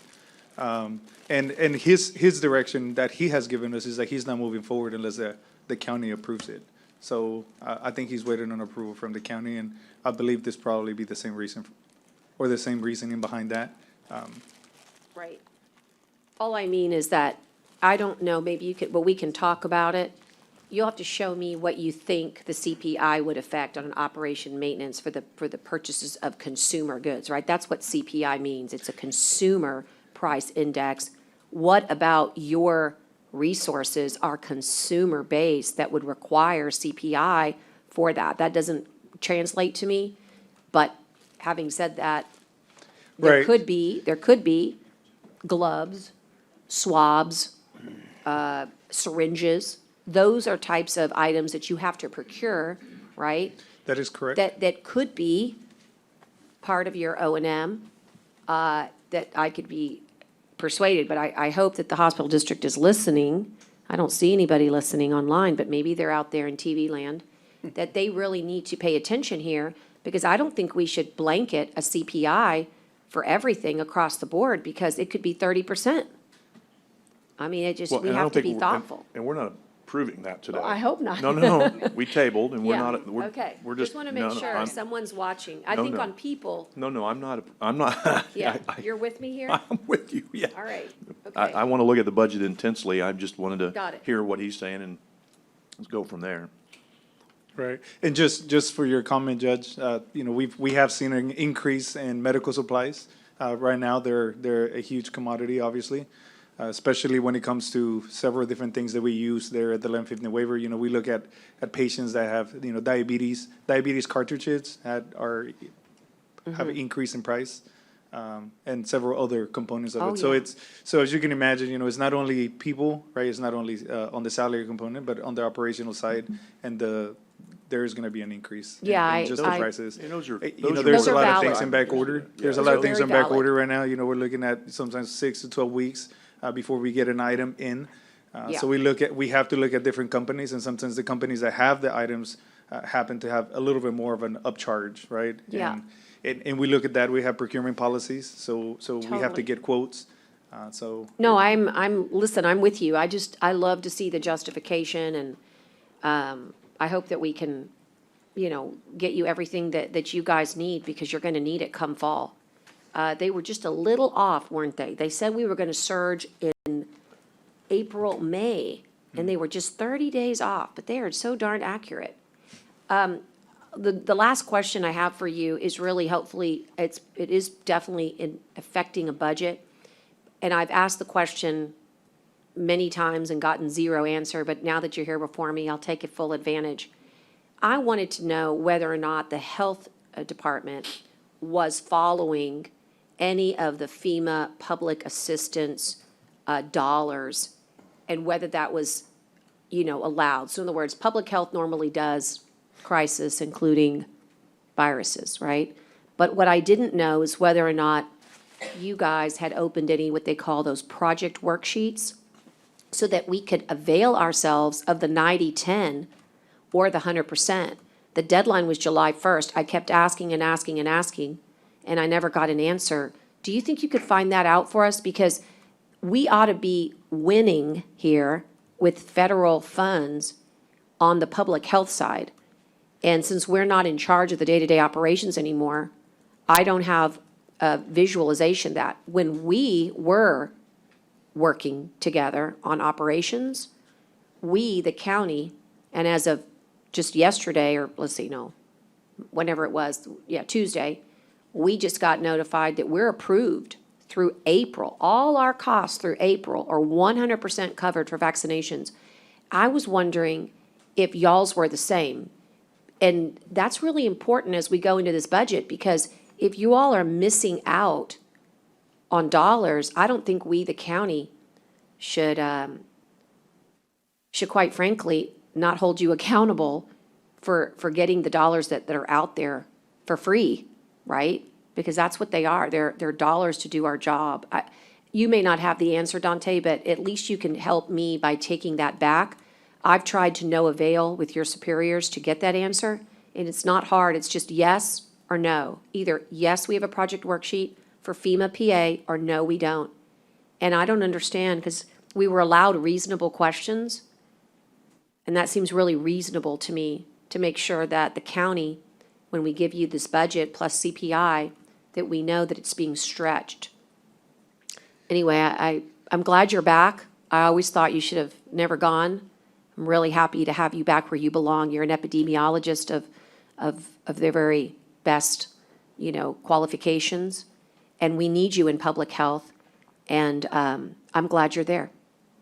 Thank you, Judge. Yeah, and we'll look at the answers, that you're seeking. I'll ask, and then see how we can bring them back. Yeah. What I would like to point out is that there was a lot of grant funding that was available outside of FEMA funds, and we did apply to them. That was one of the last things that I did as the assistant director. They applied for a huge grant there that we're still utilizing for that. Right. And that got approved. And, constantly, there was other grants that were also approved. So if it's not through FEMA, we also, the city did follow through grants, which is also money that comes from the state. But I don't know the answer to that. Yeah. I wasn't there for a year, but I will get I you know, some answers. I know. I just know that, again, I know you could help, and I know it affects our budget, so I would respectfully ask before July 27th, really before we post for our agenda, so we can have it as a backup documentation. And they may say, hey, FEMA doesn't allow it because that's your job anyway, right? It could, but I doubt it. I doubt that there's a complete blanket, but maybe. I just need to know, because that's what could really help us on that operation and maintenance. Right. Thank you. All right. Are there any questions for Dante? It's just, IDA wants us just to discuss today. Congratulations, Doc. Thank you. Appreciate it. Okay. All right. We'll just move on, IDA. Yeah, we're gonna just table Dante. this one too to the 27th. Motion to, Motion to table. Well, is the 27th going to be quick enough on that one? why don't we just do it Let's or do- quicker, Yeah, let's just say motion to table. within 30 days? Yeah. And I'll second. And all those in favor signify by saying aye. Aye. Aye. Okay, Dante, thank you. Thank you. That's 8 and 9. Okay, I'll go back to where we were, which was Bob Hall Pier. And, And Judge, can you What number was simultaneously, it? simultaneously call the other one? just yes, so but that we- what number was it? 25. Thank you. I'm going to call item 25, because this dovetails into the earlier discussion. It's discuss and consider additional funding for Bob Hall Pier project from all available Nueces County funding sources. So 2 and 25 at the same time, Yeah, right? same Okay. time, but Just- it's the 25, no one had heard before. So I was very deliberate about how we put the verbiage here, all funding sources, so that we could have that good discussion about all funding sources. And what seems to be evident is that there are other funding sources, and those are vast. There's always grant monies, and there's going to be, the court approved maybe, 2-3 weeks back, a new grant that'll be filed very soon. But there's also other funding sources for public access and infrastructure if they meet certain eligibilities. And one of those is the Tax Increment Reinvestment Zone, number 2. Another one is American Rescue Plan Act. And there could be others, Commissioner Chesney. And so that is my setting the table for you to Yes, ma'am. go ahead and start. So going back to the part about Jacobs, in just trying to figure where to go with that part of it first, because the big picture discussion on the pier, in my opinion, is with the funds that you're talking about, Judge, is that those funds would not be then a request for additional monies from this court, depending on how we do it, because the proposal that Commissioner Gonzalez had put forth about each commissioner and the county judge getting an amount of money for qualified projects, qualified ARPA projects for their precinct, My thought was at that point, if that passes, then, and maybe, you know, we can, I don't know if we can, if that's germane enough today to make that motion again, but, or if this is germane enough an agenda item to discuss that, then was to talk to the TERS about Briscoe King, to talk about with you, Judge, you know, if that goes through, using some of your ARPA funds, some of my ARPA funds, and I say mine, I don't mean to do I it know that what you way, mean. but pre-qualified, and I've already done work, and I think you have too, in talking to Haggerty, in regards to, there are things on the pier that would qualify, justifiably for ARPA funds, just like there are on Briscoe King. And so,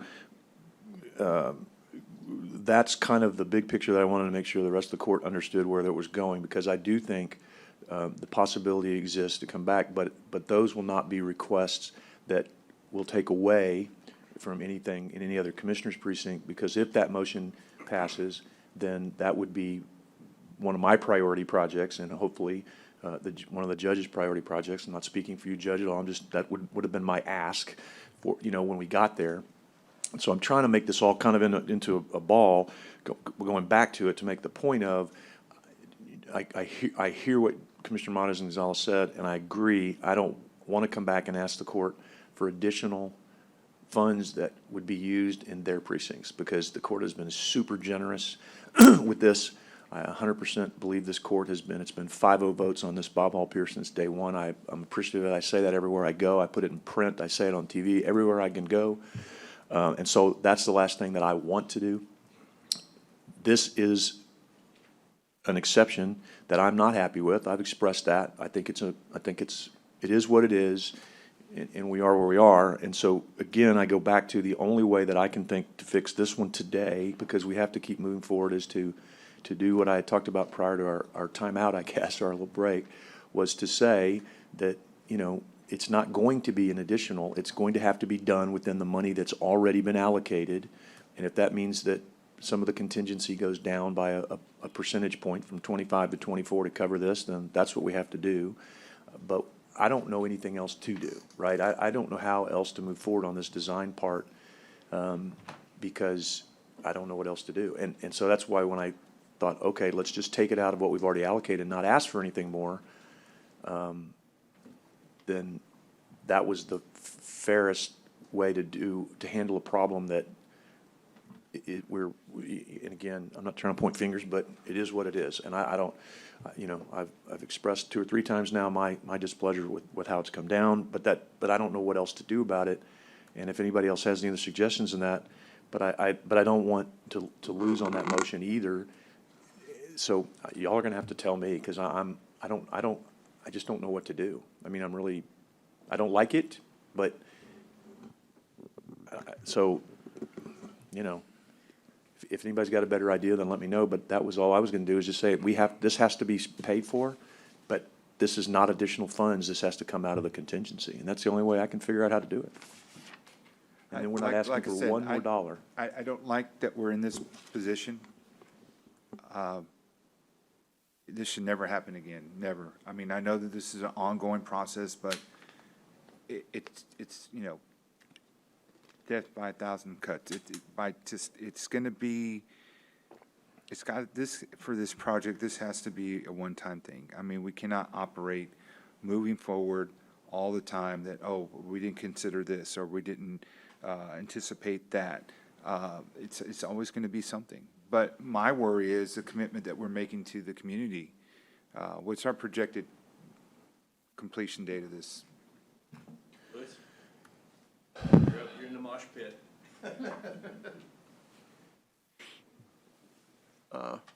We expect about another 9 months of design before we're ready to go to bid. And we submitted for the permit about a month ago. Permit completion with the Corps of Engineers is always an unknown. Generally, for an individual permit, which we have submitted for, it's about a year. So about a year means a little bit less, a little bit more. And so it's at least a year away from going to bid, sir. And it's the permit controlling the schedule rather than the design. And the option, Commissioner, is there is no other option. I mean, we could just delay it, but the inevitable is that we still have to move forward with a a design, a plan that Right, helps, and helps and I plan think it out, helps get us to the proper permitting and everything else that goes beyond that. Right, that's how I see it, John, and I think if the court supported my motion, but it would still not cost, we would not be allocating any new dollars today. And I think that's what's important today, is we wouldn't be allocating any new dollars. We would have to just take it from somewhere else in the project, and we just have to make it work. In the project, nowhere else. Right Not now. from anyone, not from any other money in the county, not from, I Well, mean, on item number Yes. two. This. For On this. item number two is the amendment for him. Right, and then. For him, for That's why I for the wanted to work. be completely transparent. If there's additional monies, then I've got to find them, or the judge has to help me find them, and I might certainly come back if this ARPA motion, that may be where I want to spend my allocated qualified ARPA funds, but that's not coming out of your precinct or anybody else's precinct. That would just be where I feel like would be to use in my precinct in a well-suited way. Does that make sense? So in other words, I'm not going to come back and ask for any more certificate of obligations, insurance proceeds, anything like that. And this money would have to come out of what we've already allocated. And again, you might not like my ARPA project that I come up with, and you can vote against that if you want to, and I'm okay with that. I mean, that's everybody's choice. So, but this money today would come out of what we've allocated and no more. Yeah, and that, Under the motion I would propose to make. Commissioner? yeah, and I think that, that was when I brought it up, on the $4 million, we all get $4 million. And I think it's only fair that we say, whatever you think you need for your $4 million, you know, that's where you spend your $4 million. But I wouldn't consider any other pot Right, other than $4 million.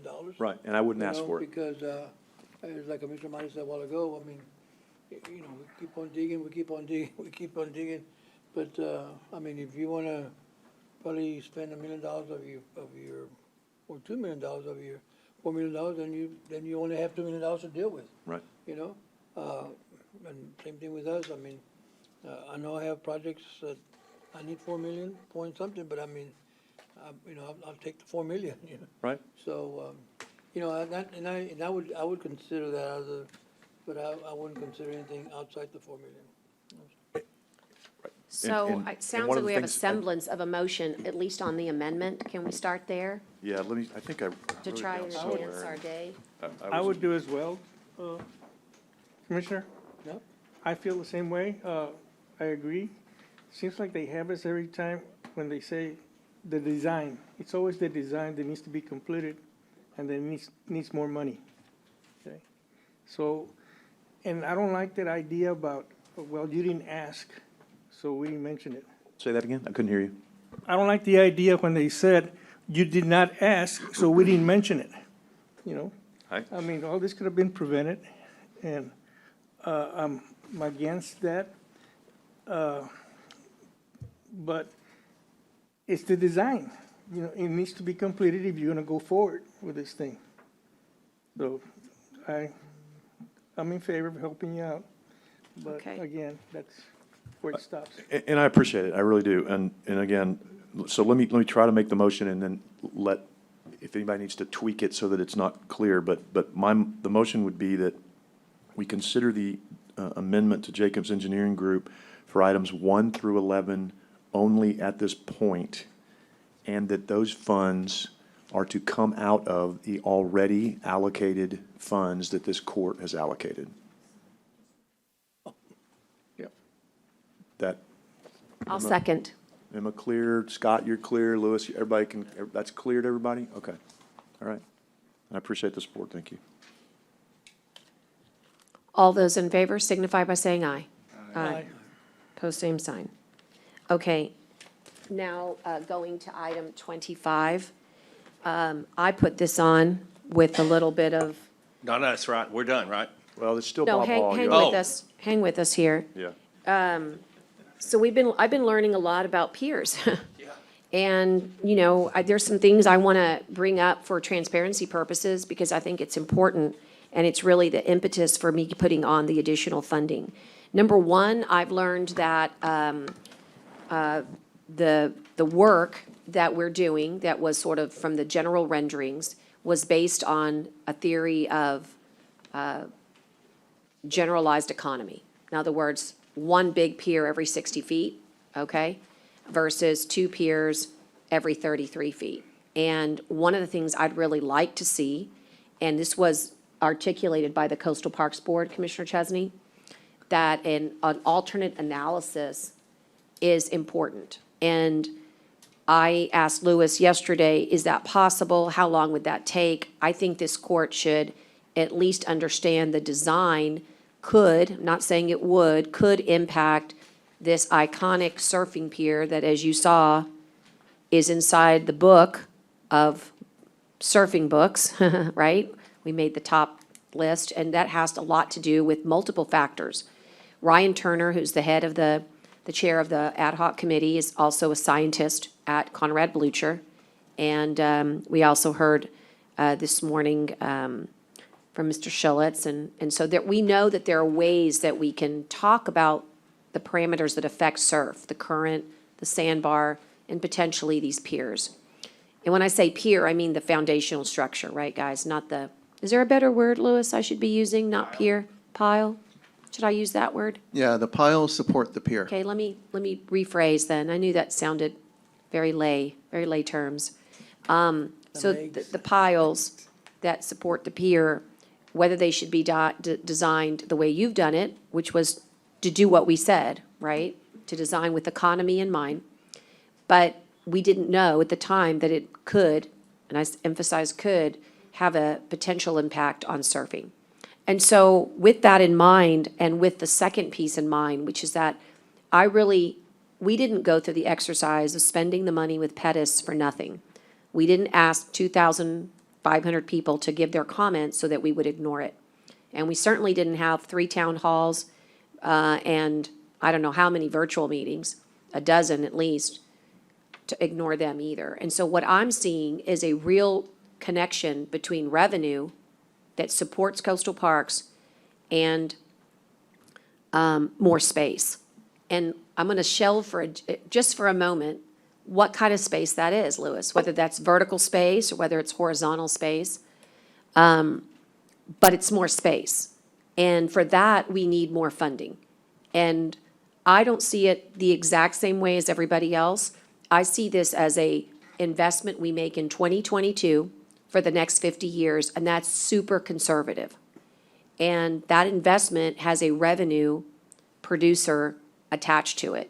And so I put it on here in the spirit of, and please remember that Haggerty would caution that while we can't designate 444 for each of us, we know what you mean in the spirit of $4 million worth of eligible projects to be divided equally amongst the residents, right? Is that a fair way to say it? It's equitable and it's fair, Yeah, but it's what I- not just like a blanket four. And in that vein, I second what you said, which is that I would be most in favor of putting $1 million of mine if that was, if you would do the same, because that would get us that space that we needed. And then we'd still have to make the decision, do we go vertical or do we go horizontal? And for me, that's a decision that's really best answered after we talk to the permitting experts and people who understand, like Louis, the design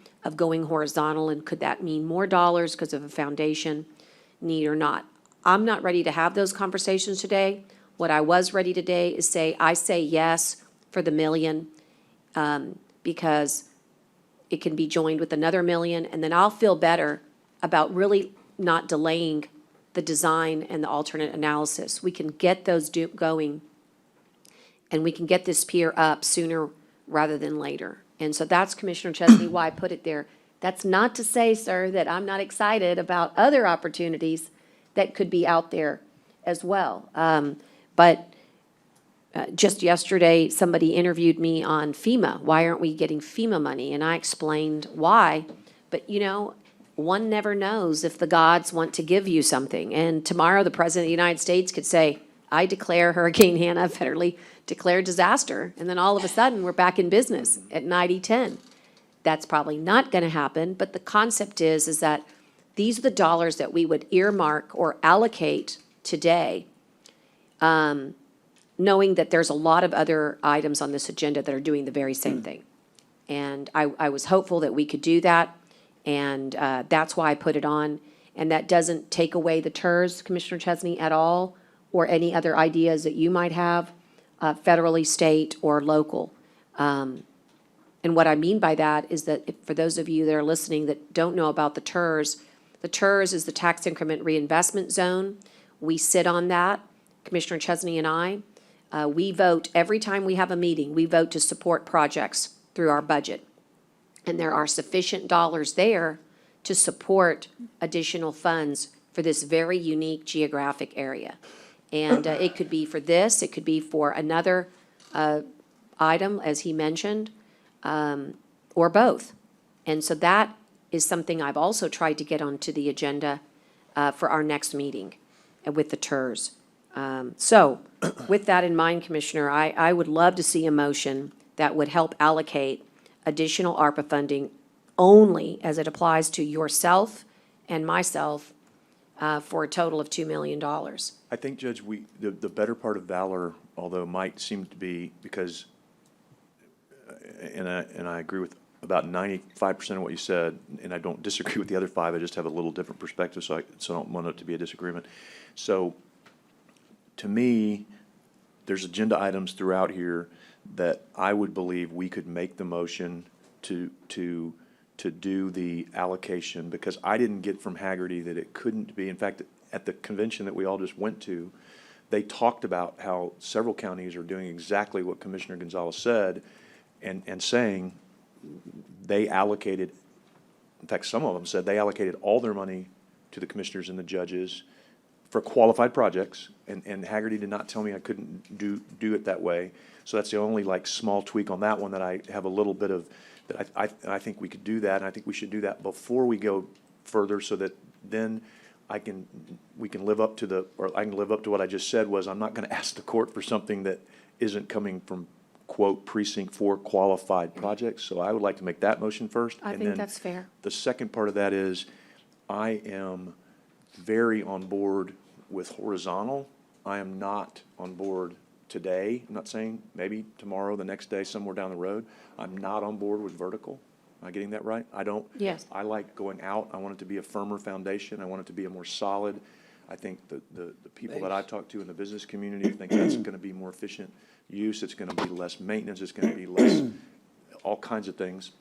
So I'm not, so my comfort level is with the horizontal today. So I'm not, you know what I mean? I don't want to do it, for me, I don't want it to be a blanket. I would like to just. I'm okay with that. I just want to say that, and I know the conference that you're referencing, my experience is that the justification, even if they say it's okay, you still have to produce a ton of paperwork that requires that justification. Or you just make it subject to. Just subject to, that's all. Yeah, subject to, if there's a Confirmation. legal I mean, just, because I think there's a lot of agenda items. So most of what you were talking about, we're on the same page, right? Right. I think, TERS is available, whether it's for Briscoe King, which then Agreed. frees up more of my ARPA for something else. Right, with it more can bureau- Right, and so I think TERS is available. I think I'm definitely willing to commit to the horizontal part of more space in the restaurant space, because that is going to bring more revenue to this county. That space is going to bring more return of investment than anything else we do. Well, I gotta be careful. That fishing pier is phenomenally important, but the return of investment on the amount of space, right? Because that pier is humongous, right? So we have the ability to make a ton of money on that space and a ton of money on that pier. So we need to get going, and I don't know where the next step is, and that's where I was gonna ask too, is like, what do we need to do now, Louis, to really kind of push this into the next realm? Because I agree, I hadn't heard any of that stuff from the surf riders. That's very concerning to me. I don't know what that means for cost. We just reduced the contingency. I don't know what that means for cost. I've heard construction costs went sky high, then they leveled a little bit. So where do we go, in your opinion, to get this back on the drawing board to move forward? Sure, I mean, 'Cause a really, year goes by fast. It really has, and frankly, originally, we should have been about halfway through design by now.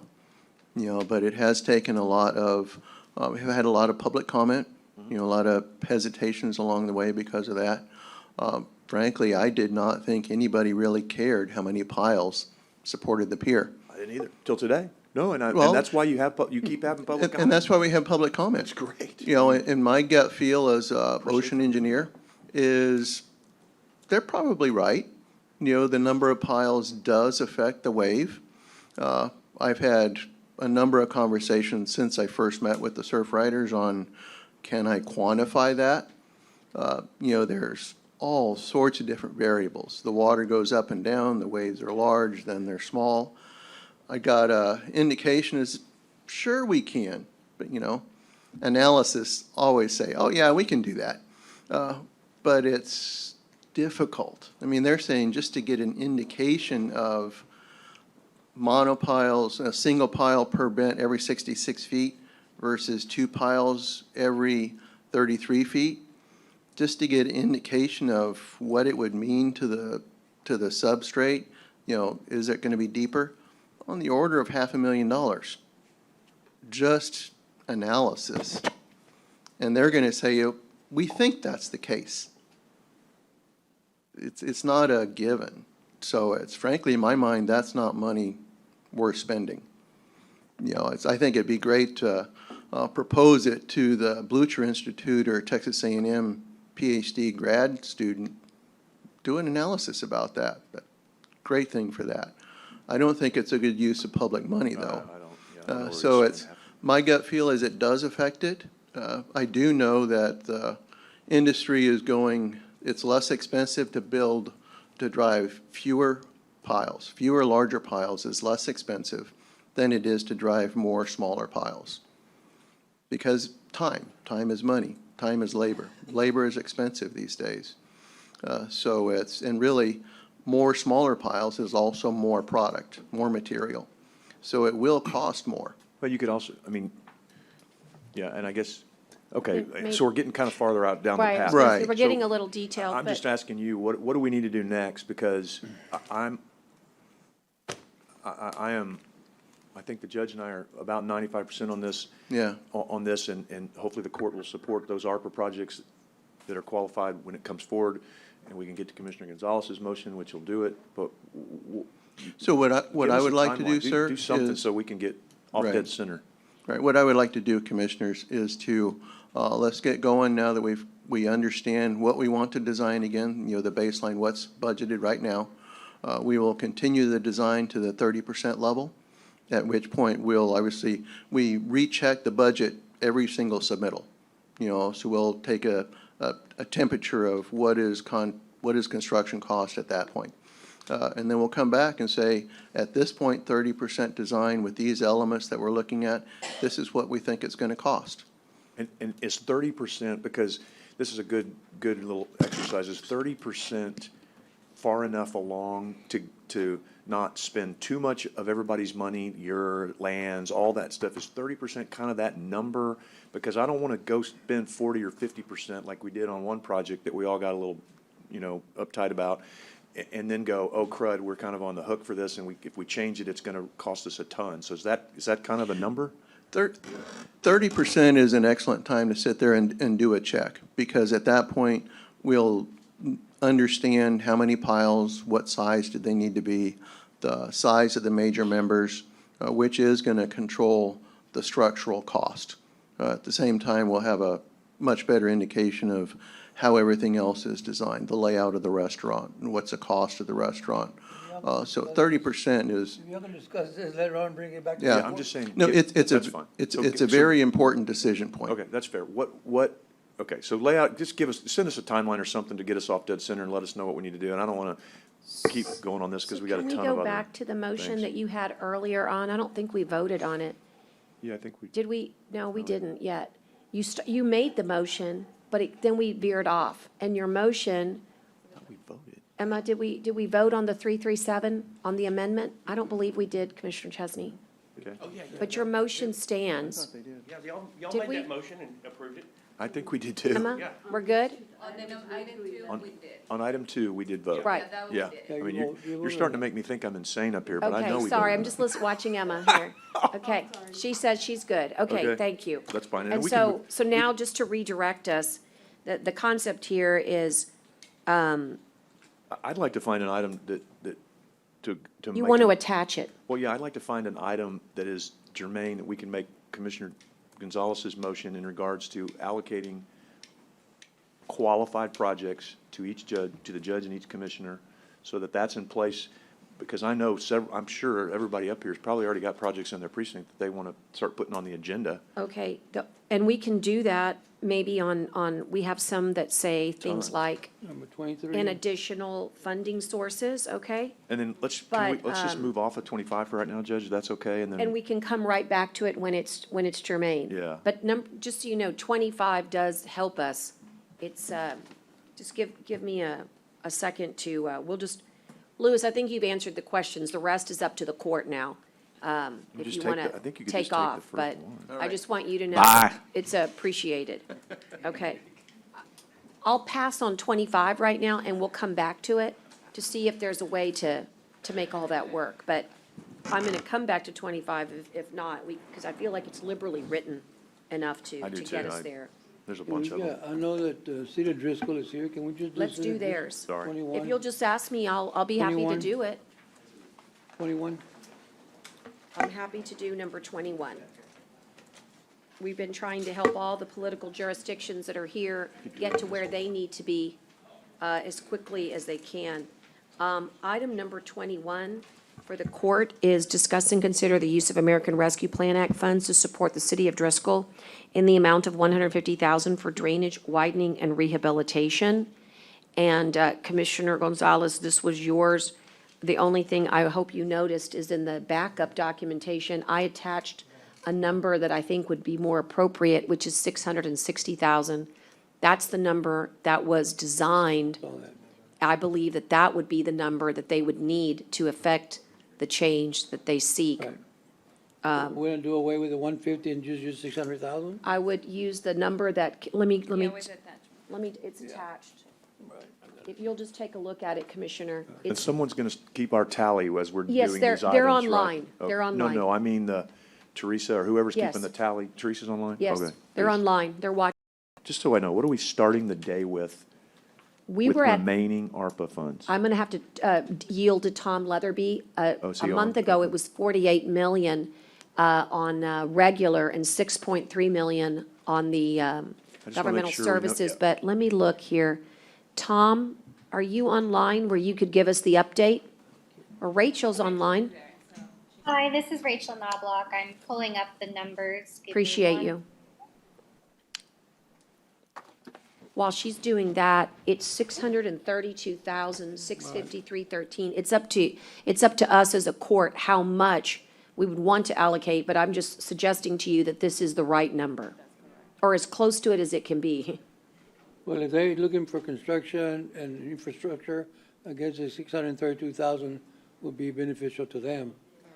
But if they're not want to do the master plan, then of course we can eliminate the 150,000 and they get the 632,000. You can go right to, Either way, I mean, doesn't, I mean, I think if they think they need the 600, I'll let you go ahead and, Did we get these figures from, from ICE ICE. Engineering? I got the information from ICE and confirmed with Public Works. I make a move, we give 632,000. Second. Okay, there's a motion and a second, and all those, well, actually, let me call for discussion, because we're right there. Forgive me, I'm sorry. Go ahead. Yes, good afternoon, Judge Good and afternoon. Commissioners. I'm Paula Wakefield with, recently joined the city of Driscoll as their interim city administrator. So I've been Congrats. reviewing, thank you, reviewing the details from all the meetings in the past. And so, but you're correct, the total of the engineer's cost estimate was $632,635. And I think the issue of the $150,000 being part of the master plan is still in place. Is that going to be a separate motion or? So, two things is, This one would be for, and I'm going to be very careful about it, because you know how ARPA's kind of quirky about how important you have to say it, what we're actually doing. It would be for drainage widening and rehabilitation. So the 600,000 would be for that.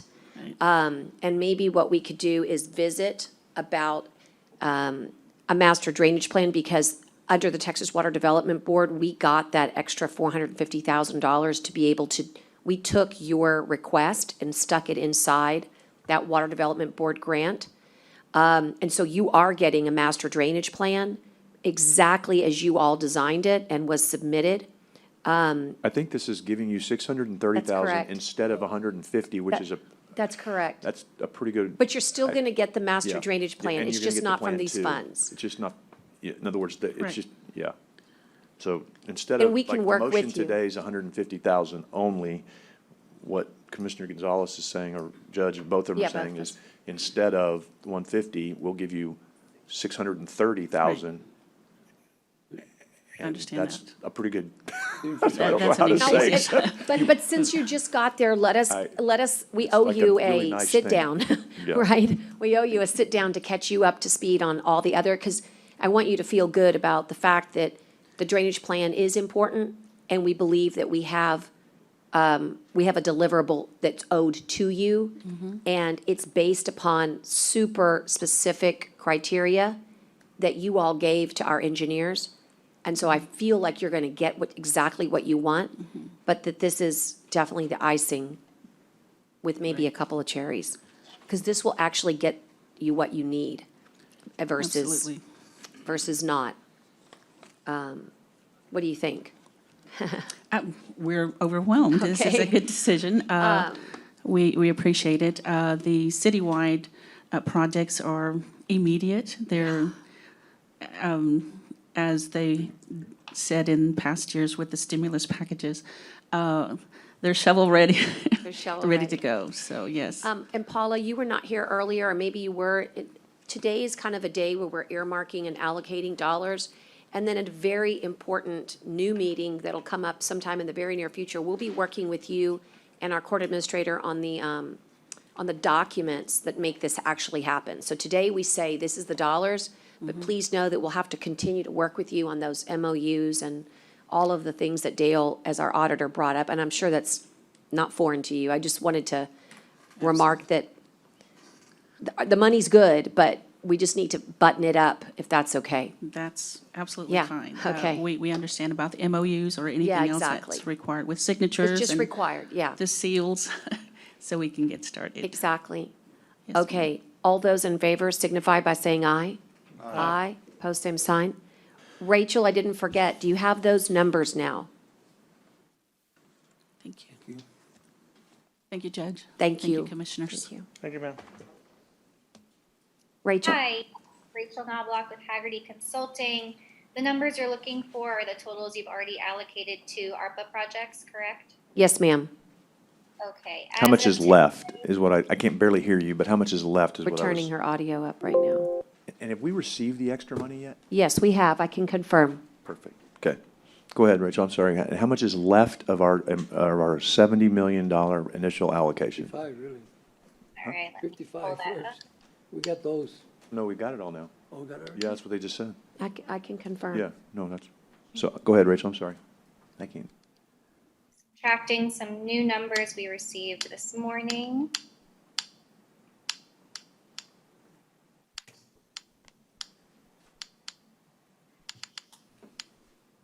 You have 52.6 million remaining. And does that include our lost revenue government services? It does. How That's much? what I Lost thought. spent 2.3 million. We're Okay. allocating I cannot, I can't hear her. I'm sorry. 55. 52, 52.6. 52.6 is what we start today with. Got it. Yes, Okay. and that's a cumulative number, Commissioner Chesney, and she can break it down for us as to what is lost revenue equals government services versus what's in the, what I call the, everything bagel bucket. And so maybe it doesn't have to be right this second, but when you get that number, you can let us know. But that 52 million is now, Rachel, while you were online, we just allocated 600 632, 635. Did you say the cents, or did we forget the 13 cents? Did they say it? 2,000, what's what I heard was the, 32,000. Okay, we That's what I heard, just yeah. didn't, we just made it No, an I even said- number? I said 32. We pull it from the 632. Yeah. Okay, 632. We made it an even 632,000. Is that right? Right. We didn't do the 635, Commish? No. All right, just 632,000. So Rachel, just to mark that down. $1 million for the water Yes, control district. and then earlier it was the $1 million for the Water District number 3. Okay. I'll move on. Is there anybody else that I should help advance here? Okay. If, I see Travis here with the, with item number 17. Let me take 16 first. I'm actually kind of getting to where I want to be, and I see Edward was in the hallway, so if, someone will let him know he's coming up next. But on this one, it's 16, Judge? 16, JJ may be online, but I'm very familiar with it because we had to check eligibility. How much is this one? This one's $10,000. The wouldn't grant move. that we received, thank you, doesn't cover it. And food insecurity is a Yeah, winner move- here. Move past it, Judge, yeah. All right, thank you. I'll take the motion by Gonzalez and the second by you, Commissioner, if that's okay. Sure. And all those in favor signify by saying aye. Aye. Aye. And I promise, so I'll just let you know that for the record, I'll print out a few emails that couldn't be here for public comment, just supporting the item. I'll print them and turn them in later. Thank you for sending them. The next item is item 17. Judge, And, yes, go ahead. I interrupted you, I'm sorry. I just had Go a ahead. thought on that one. Say it again? I just had a thought on that one. Go ahead. Which one? On number 17, I'm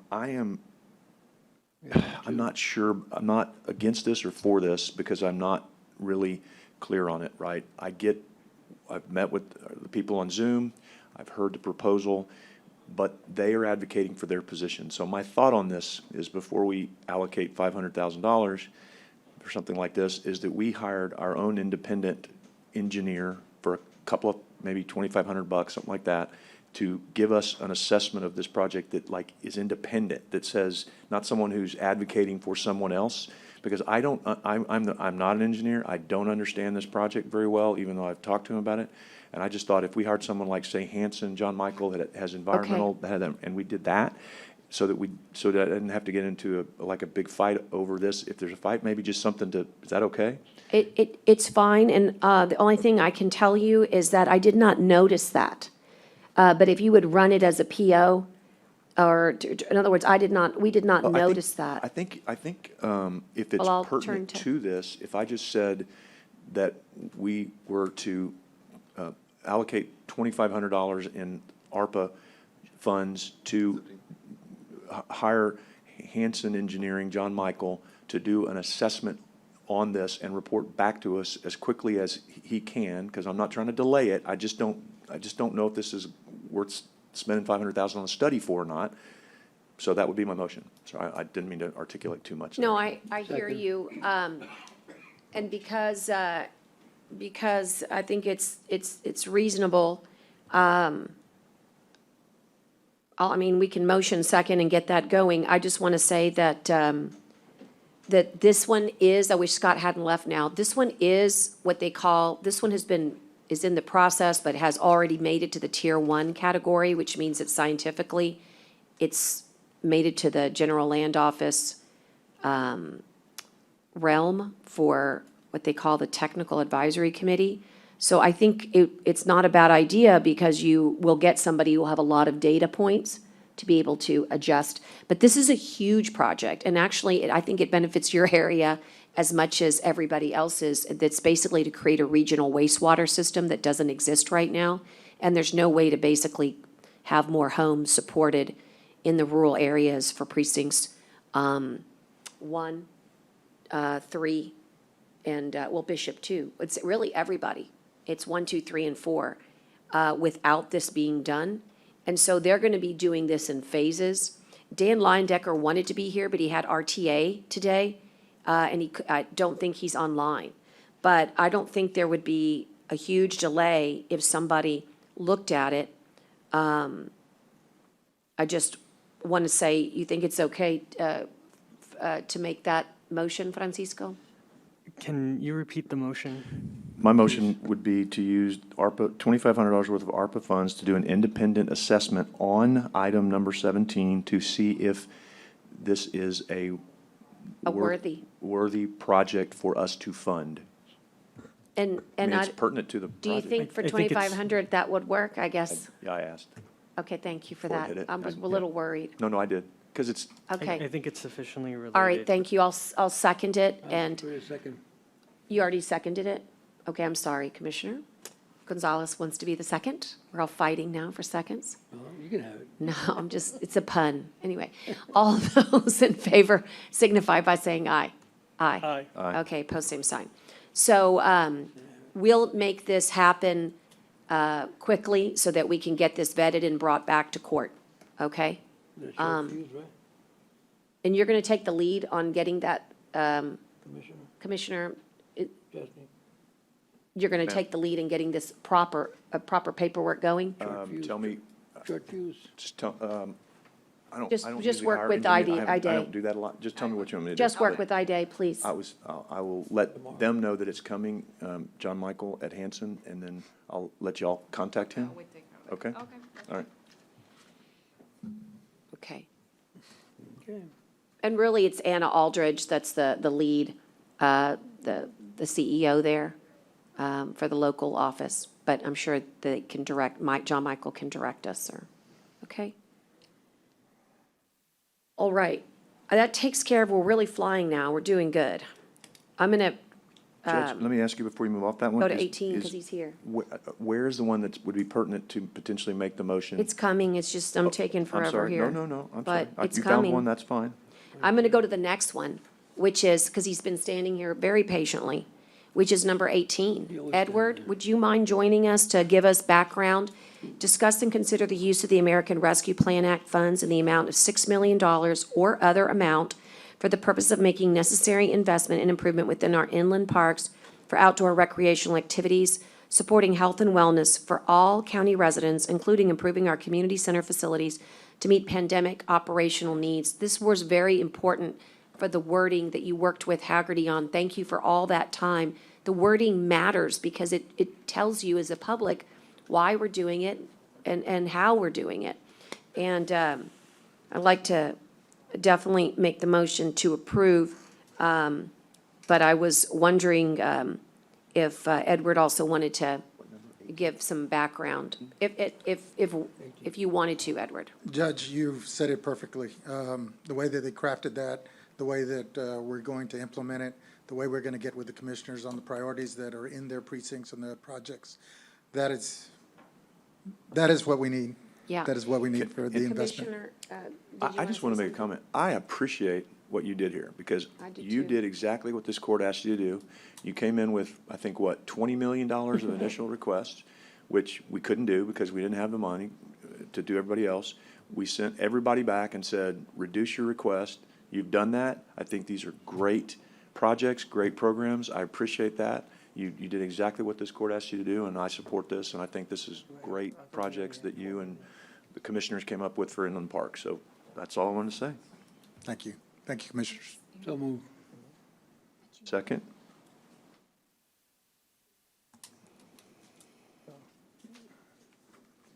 So, okay, so the bottom line here is that, as they say, well done. I'm looking forward, today's is a good day because you're allocating, but I always get excited when the projects come forward and you get to see all this transformational change. So FYI, Edward, you're really good at this. You have a team that does this amazing, like, Instagram account. And when you get your first project, when you get your first win, share that with the court. There's I guess it's a website that's logging in nationally all some of the best projects that ARPA is doing. And I don't know why, but I just feel like your guys, given their Instagram account, will be able to showcase what we're doing in video. I don't know which one your first one will be, but it's very exciting. And I literally just went over and whispered, it can be brought later, but the reason we put or other amount is because we know that there are other projects that might want to be considered. And that's where the wiggle room was for Hilltop. And that's why the 6 million does not include Hilltop. Just so you know, Commissioner, Yeah, we'll do it. if you want to put another amount, Yes, ma'am. I'm I giving would you a like little that. bit of softball. I'd like to add 4 million Hilltop. Okay, Edward, there's a motion to add 4 million for Hilltop. And again, the eligibility is always out there, Commissioner, but I believe by working with IDA and with Haggerty, if there's anything that doesn't support the $4 million, well, then you let us know and we can back off of it. But I'm certain that you've done, have you all done, I'm asking, you all have done a little bit of homework there, are they? On Yes, Hilltop? we're looking and working with Haggerty to have everything ready for next court. Can we put it subject to, so that he can have it, and then just say, subject to the confirmation next court? Sure. Okay. Thank you, Judge. And so with that, the total would be 6 for inland parks and then 4 for Hilltop, subject to the confirmation, which again is just something that we do as a matter of compliance. So we just added 4 for Hilltop? We did. I thought we already funded Hilltop. Only to the tune of 6, and it doesn't finish the project. Remember, it was. Not 26, but 6, right? Yeah. So we're doing another 4, and then this is, Do you see somebody online? No, y'all just need to speak into the Oh, we're microphone. not speaking in the We're gonna mic spend everything well today. enough here. we better get Okay. that allocation You done. better, There won't I be was any gonna say, it's left, coming, Judge. right? You It's might want to coming. get I'm to that looking for allocation. yours, but I haven't found it yet, but I'm, Not 26, it's 6. so, all those in favor signify by saying aye. Aye. So So what does that- congratulations, wait, we're actually finishing, Wait, what does that leave us now? Rachel, Rachel, sorry. what God, we we're not did gonna do was anything. another 10,000 since we last talked, and another 10 million. We should be at about 42 million. Yes, the 52.6 million minus the 6 and minus the 4 would put you at 42 million, minus the 600 or so thousand, and the 1 million puts you at about 40 million. We were at 50, let me do this, Go 52, ahead. 6 was the original number. We just spent 10 10, on that item, so Yeah. that's 42, 6. Then we did over 6 on the other one, but we'll just call it that, so 42. And then, hold on, what else have we the done so far? 10,000. How much? The 10,000? Oh, the 10, okay. For the Veterans So you Pantry. think we're at 42 or 40? 40, she said. Where did I miss? The $1 million for the Water Development Board, the one for. Right, for Robstown, so that was, or, right, a million? Yes, Right, yes. so that's, okay, that's 41, and then what else? WCID number 3 booster pump station. Was that the million? That was the million. And then the Driscoll, Commissioner, the Driscoll, Right, I got the 600 for 600,000. Driscoll. Okay, so I've got 41, but you're saying 40, that's okay, let's use your 40, that's way better. It's probably 40 and some change, right, Rachel? Let's call it 40. Okay. Damn, we're gonna be down to nothing. And Well, you know, if you want to do that, might as well just go ahead and include the commissioners, 4 million each right there. Can we do it on that one, Judge? Yeah. I mean, I'd say let's make a, You Well, did I the think, Hilltop. I think we, included I Hilltop. think we can. I just, the one that I was gonna do it on is a little further down, but I think it can be done because, 23, we're going to 23. then I would make a motion that we amend that one then to include the 4 million of qualified ARPA projects to be approved by this court for each commissioner and county judge. And that be part of that as well. It's 20 million. Excuse me, let me make sure I understand this right. My 4 million that we just added to Hilltop, that's separate, right?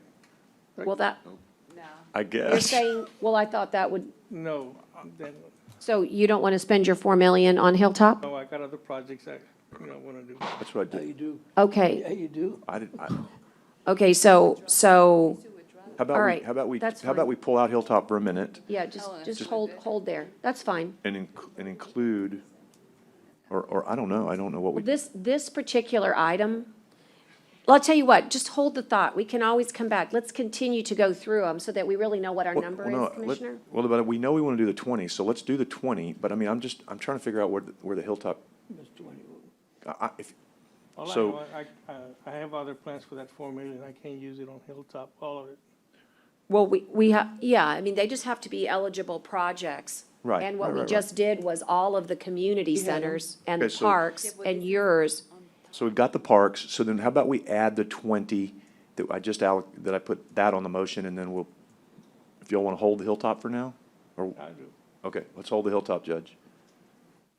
So you're not gonna do Hilltop, right? You want us to undo the motion? Well, if that's what it's gonna take. Well, I think that- I'd rather wait and see on the projects that I wanna do in Banquete, in Driscoll, and, Agua Dulce. But in Banquete and Driscoll, we just put 6 million over there. I'm just wondering, what is the category? No, 6 million? No, not 6 million. I mean, I just took over that area a few months back. I haven't had a good chance to go in there and find out what's the concerns. I know the community building is a I concern. think you to had the yours people. broken Right, down, but Commissioner.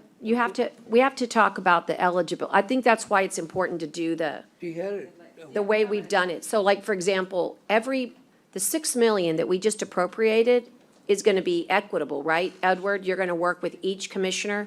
So your community centers and your parks are going to be tackled by the 6 million. Well, but- Okay? We're about to get to the drainage piece, if you'll get there with me. Yeah. We're almost there. Well, hang on, because, so the 6 million is an independent item, right? It's an independent item. So, and it's- so could we do it this way? Could we, on 18, right, because we've made a motion, we're going to have to withdraw that motion. Because I don't think he was counting that to be where he was going to spend, he was looking at that just coming out of the general and not being part of his 4 that was allocated. Well, and it may have money for it. No, right, and so I'm saying, could we just put that Hilltop on hold, and we might still be able to do that? That's fine. Just Is put that it on okay? So hold. can we then withdraw that motion on, Yeah. And just leave the 6 million? yeah, so we're going to have Okay. to start over. So I would make a motion Amend. to rescind the motion that we just made, Second. or to reconsider, whichever is more proper. I'll take whatever. Motion to reconsider or rescind that motion. There was a second. Go ahead. Second. Yeah, no, I was waiting for the judge. Okay, that's fine. I've got a motion and a second. All those in favor signify by saying aye. Aye. Aye. Now, I would make another motion that approves item 18 As is. as is with the additional motion, or with the additional language of each commissioner and county judge getting 4 million of ARPA-approved projects to be approved by the court at a later date.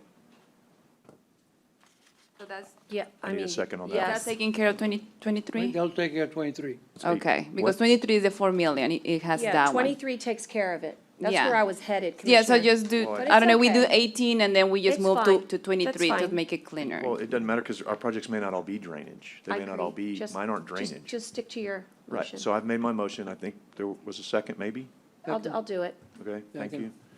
So so that we're clear, that agenda item now is a $26 million agenda item, so that everybody knows. And Commissioner, and I know we said it earlier, but just, this is all bringing forth eligible projects that qualify for ARPA. Okay, in the spirit of equity across the county. That's really the right spirit, right? Not that we're just giving each. No, it's all qualified projects, That's and they're right. gonna benefit the whole county. I mean, That's right. absolutely. All those in favor signify by saying aye. Aye. Aye. Okay, guys, I'm going to move on to item number,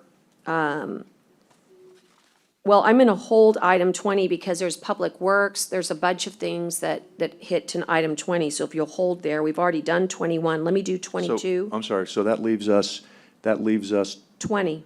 14, right? 14 million left, Judge. I'm sorry, because I got to do the 6, yeah. So 40 minus the 26 that we just did. Okay. But that doesn't mean but we got 20 to spend, we just are spending it differently. So it doesn't mean it's all gone. It's That's just, right. we got to all bring it back for different That's right. projects. 7 million for the medical examiner. Well, hang on one second. Yeah, hang on one second. I'm going to do 22, because it's your item. It's the Banquete Water District Number 5 for $1 million for the rehabilitation of manholes and sewer lines throughout Banquete. And Judge, on that one, I would really like, Make a motion to make sure, I make a motion that we go through Public Works on that one. Right. Yeah, Public Works monitor it, and make sure that it's done accordingly, the way it's supposed to be done.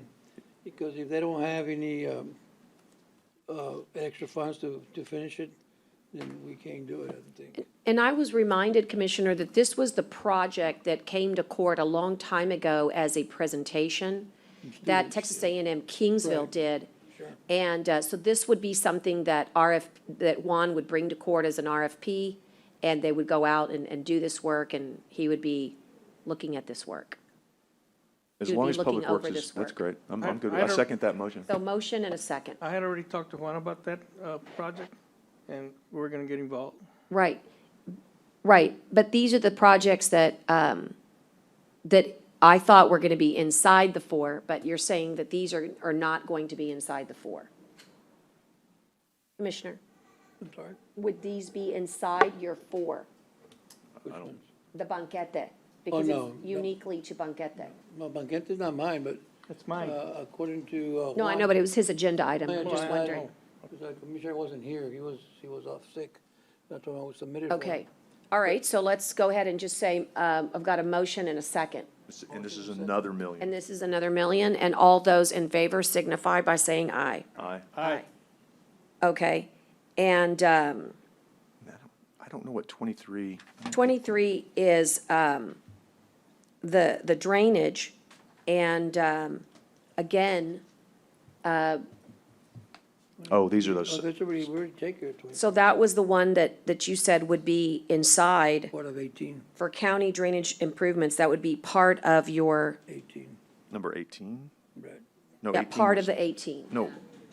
The one that you made with the 20, Oh, Commissioner. this is your 4 million? Yeah, that Oh, Okay. you've already got all yours done. Okay, I mean, Yeah. this was the same place. okay. Okay, so but this, so these. But so I then- still want to go ahead and make the allocation for the drainage piece of it. Right, so what I'm saying though is this is your, so the motion here is to approve it as your $4 million allocation that we just did. Okay, For drainage improvements. Right. no, but for his, Yes, yes, okay. for his I didn't 4 realize million. these But were I your- just want to say it's on the record, it's for No, something right, great. It's right, no, for drainage. It's And awesome. really and- improvements, Comes out to 4.4. and it's remediation, And you're gonna right? make up the rest of it. And you're going to give us a list later. No, the not list is today. here. You got it. Great, you've got the attachments. And so we're going to approve as the attachments. Yeah, it's total Belt Lane drainage, total it's not total, Okay, go Belt ahead and read Lane, it. Petronia Estates, Golden Acres, acquisition only Tierra Grande, acquisition only Petronia. Got it. Okay, Those are the projects for, got it. Tierra Grande, Petronila, and then some of them, go ahead, Aide. And also we have some of the precinct 1 that he also provide the backup as well. That are also part of the 4 Yes, million. exactly. Okay. Oh, And wait, did hold on. those, Commissioner, include the ones that came from backup for what I'm calling the FM 1889? Remember because this is more than 4 million though. the Stone Gate and Yes, the, that includes Stonegate. That yeah. equals. Remember the one that Yeah, well, we needed to. County Road 52 That's and correct. This is- these are some of 1889? his projects? Okay, all right, well then, Oh, these are, okay, so these are projects in your precinct and then you're gonna bring some later. and he's got We some, already- he's got We some have it. in there We as a have it. clue. They're all attached. Sorry. I just Okay, wanted so- to make, We're ahead of you, Commissioner. Catch up. okay, I just want to make sure that and really, Commissioner, they're in your area. It's Mr. Chestnut's area and Yeah. Mr. Firkin's area. They're Yes. included in there. Yes. Yeah, Yeah? yeah. And that's Yes? another item? Yeah, that's correct. No, it's inside No, it's that part of 4 the 4 million. Okay, wait. It's all attached. That's Let's correct. turn to So it. here's what I've got. I've got all the ones I just read out loud. Are all of those not in your precinct? These ones that I just read out Those are loud? all mine. These are all yours? Okay, so then where's the agenda item that deals with Commissioner Hernandez's? Has to be a different It item. has attachment. No, we include everything. That's what the 23 is reached for the county. So everybody. That was meant to include each precinct and the judge. okay. Wait, That's what we're wait. saying, like 18 is one and 23, it's a separate. I'm totally lost then. I'm sorry. All right. Fine. We need to organize this, reel this in. I hope the next meeting to have my items on and I really think that this is great what we're doing, but it's, we got to look at the whole picture at one time and same scope of work. I have no problem and saw that they're separate attachments under one specific item. But where? But I think it's better if we could put all the precincts in at one time instead of, only 2 out of 4, or 2 out of 3. So, that You're would be saying just for my the drainage, Commissioner? On the drainage, yeah. Yes, and we're gonna have that, That's Commissioner. my focus, that's one of the things I hope to finalize probably by tomorrow and definitely it will be ready by the 27th. So that would be my only thing. If we can organize it and deal with it today, that's fine. But I just think it's better to kind of present to the public that it's all at once. This is kind of, drainage related, and these are the precincts that are involved, and this is how much we're doing. Correct. Rather than kind of piecemeal it together. Yeah, and we're gonna bring everything back on the 27th, Commissioner. So it's gonna include, your project commissioner, each commissioner projects, including yours, and we're working with Haggerty. So we'll still have that chance then. That's correct. On the So, but 27th, we're we're gonna doing it- prepare with Haggerty, we're gonna bring back a document that includes all the projects approved by court, So since the we're very still- beginning, since we got the American Rescue Plan money. So what I'm we're trying to not a get to- step behind then today with mine bringing up on the 27th. No, It no, can no, we still just, be addressed yes, at we're the gonna, same- yeah, we have that plan. Perfect, okay, thank you. So we're gonna get with you, Commissioner, so you can provide us that, the projects that you have. Thank you. And so, And so just, so what we just passed was $4 million, or we haven't passed it yet. So the first motion would be, I guess, then to allocate all of Commissioner Gonzalez's ARPA-approved projects of his 4 million, but then how much is going to be totaled for Commissioner Hernandez's portion? 23, Agenda 23, it was meant to include the everybody's, Meant to include what? to include all the precincts and the judge. Right, but it just says And then we 4 did it million. on the 18, whatever we meant to do with 23. So that's what I was saying, like, 18 should be I'm just asking, 6 so- million, and then the 23 is 4 million for each precinct, the judge, including all the projects, not just Commissioner Gonzalez. Everybody's 4 million. You already got it, number saying that 18. you did this inside Got it, 18 19. instead of There's 23. no 23. No, I understand, but what's Commissioner Hernandez's portion? Like, in other words, no, but where are his projects here? He did, He doesn't have them yet, so we're not going to pass his yet. We're just going to do Commissioner Gonzalez's today. right, but just remember, they're inside the 4 million for, Right. My motion would be that we're going to allocate these $4 million of projects, and this 4 million is Commissioner Gonzalez's allocation that we just passed, right?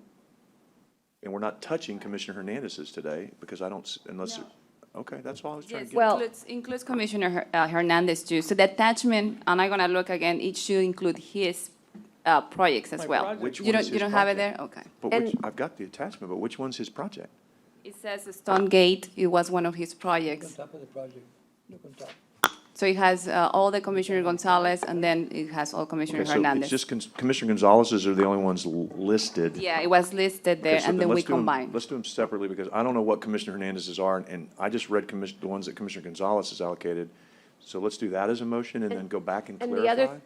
Is that okay? 'Cause- I apologize, I've been out a few days and I hadn't No, gotten no, no, together no, with no. Juan. I just don't know which ones you're doing. Yeah. That's all. well, I think we can bring them back. I think that's I not a can get the problem. backup, and then we just- But I will say to you that I did want to double check, and I'm certain that you've done this, but since we have them on the line, land acquisition does that qualify? Because that was my only concern, is that some of these dollars that we attached is for land acquisition. I don't know if that's going to be eligible as you've done it, which is why the agenda item was broad.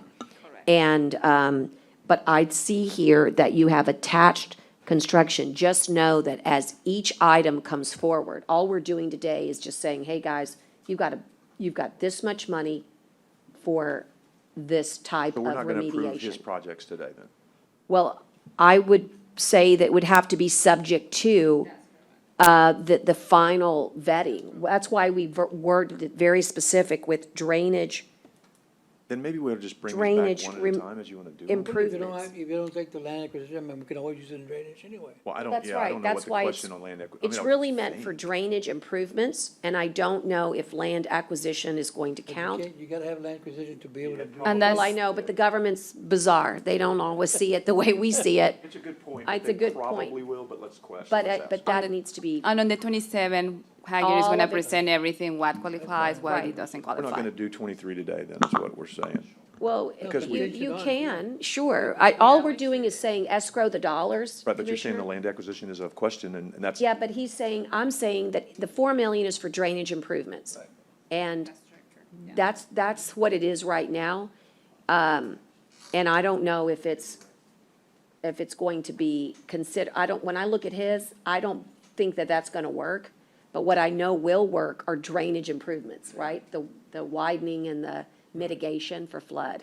They've got a hand up. Let me let Seth talk. Maybe he's got an answer. Yeah, someone needs Seth? to go in circles here. Hey, can everyone hear me okay? Yes, sir. Yep, so as a general matter, projects undertaken under expenditure category number 5, this is your infrastructure projects, can be used to purchase land in service of those projects. So the answer is we can. No, the answer is you can. It's typically allowable under infrastructure projects. You But can you purchase can land. do land acquisition? Yeah. Okay, so. Okay. So do we? So then we can approve Do we it. want to then approve this list of projects as your $4 million allocation? Is that what we want to do today?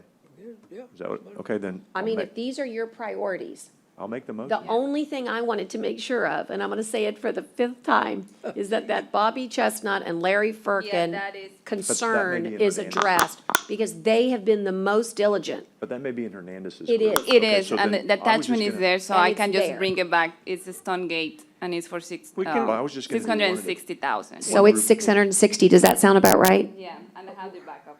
But we can only do what we can legally do there in that area, okay? I'm gonna make magic, not words. We're not Well, gonna- okay, so we're then not can I just do make a motion to? Moving culverts or Well, moving. but again, all those projects are gonna come back. It's not like we're never gonna see this again. Correct. All we're doing is escrowing the dollars. When you get the project, you're gonna bring it back to court, and you get to kind of explain it, Why are we Okay, wasting so- time with this? right? Yeah.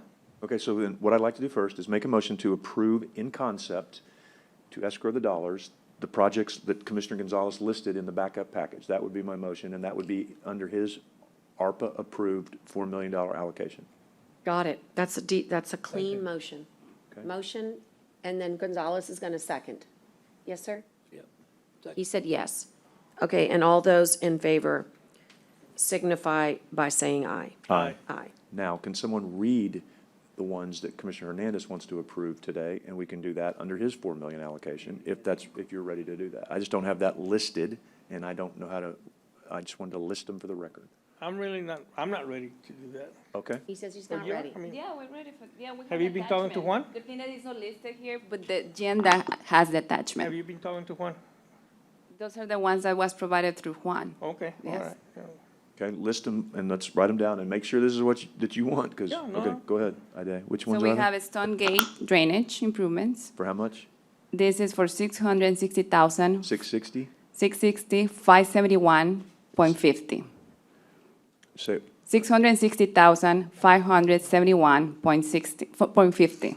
okay, Valley View drainage, what is it? the Valley View, Valley View. Okay. Valley View, 2,500,000, Okay, 176.63. okay. Here's that. is that it? That's, no, we have more. Lone Oak drainage, that's correct. And that's for 300,000 even, That it? yes. Yeah, those are the 3 projects that I have. Okay, so Okay. that's 2.5 and 6 is 3, it's about 3.4, 3.5, so you'll have about 400,000 or 500,000 left. Is that right? Does that sound about right? Yeah, that sounds about right. You want to make Okay. that motion, so? To approve those? You still got to bring them back, but if that's the Oh, one, okay, yeah, let's make it, if we're gonna bring it back, let's make the motion, yes, I'll make the motion. Well, that would be under your $4 million ARPA-approved allocated projects. all right, Same. although, got a motion, I'm gonna take his, because it's his motion, and your second. Motion and a second, all those in favor signify by saying aye.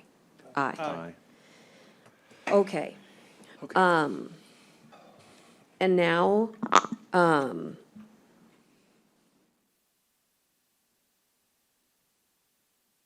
okay. I'm just scooping up stuff here.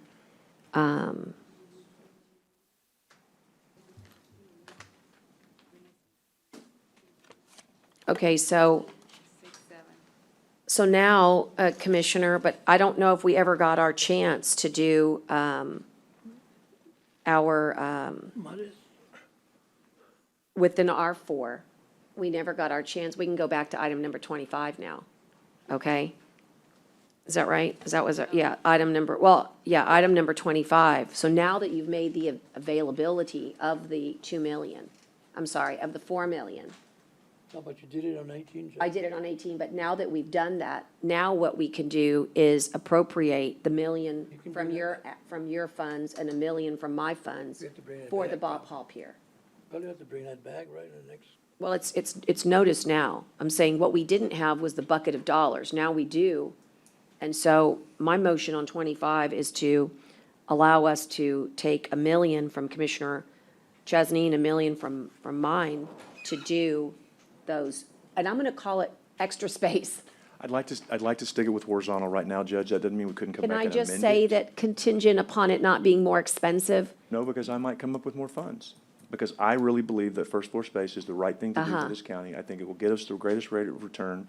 I think it will be the most solid structure we can possibly build. And if I have to come up with those additional funds out of my ARPA-approved project or out of the TERS or out of COs that are allocated to precinct 4, then I will go find that because I believe that strongly that that's what needs to happen. Yeah, So that and is- I'm not a designer or an I know you're not. architect. I know. But I what get it. I was concerned about was just making sure that we had extra space.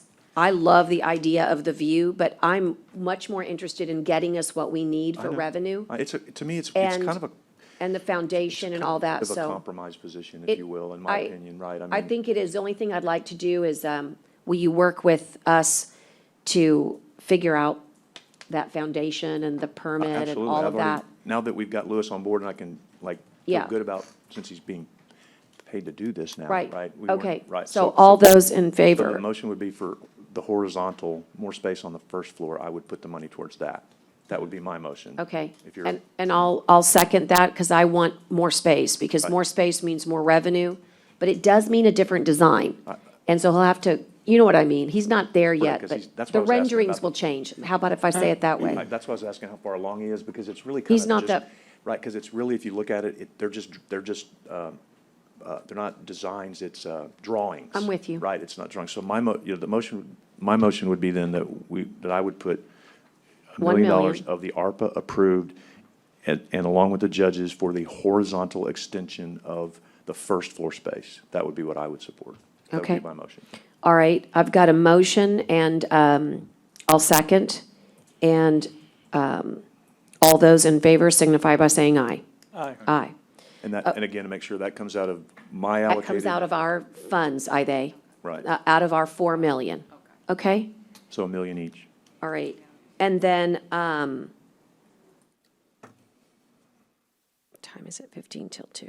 Okay. I'm going to go back and just see what else we've just been all over the darn place. So give me a second there's a couple of things I know needs, which is item number 14. It's discuss and consider removing the not-to-exceed amount relating to access forensic toxicology for forensics toxicology lab services. I understand that this was just really, Jenny, more of a, maybe a mistake in the way that it was brought forth as one item when we really use them all year long. Is that a good way to describe the forensic services? In other words, we don't want to have a not to exceed because we always need them? You always need them, and I don't, in the agreement, what I'm told is you have a sole source letter, so you don't have to worry about this $50,000 mark.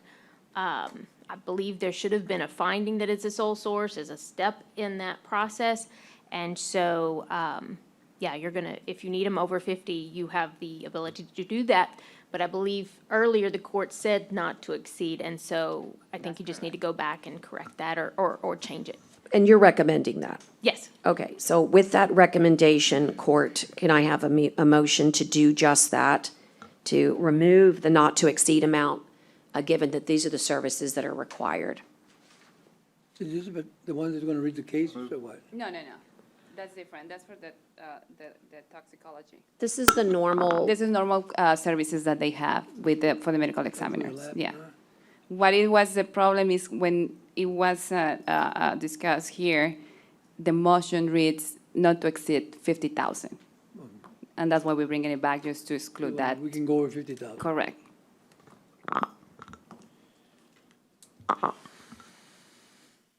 so is there a motion then to do just that? I'll make the motion to do it. I mean, this is the services that the DA needs to go prosecute these cases. It's the pathology.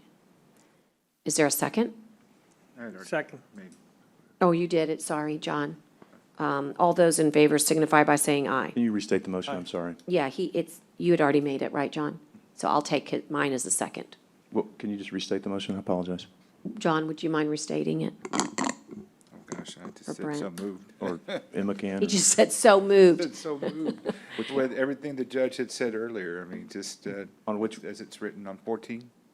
Forensic toxicology. We're going to remove the not to exceed, Brent, because it doesn't make any sense, because we have to do it with every case. Every decedent, no, that's not true, but most of the work we do requires some sort of pathology, toxicology, and this is the company that does it for the county. And so our contract was too limiting, and based on the county attorney's recommendation, she'd like it to us to remove it so that we can function. Is that a good synopsis? I believe so. I think the Everyone's- district attorney needs it in order to, but also the medical examiner needs it for cause of death on non-criminal related cases as well. that's fine, I'm good.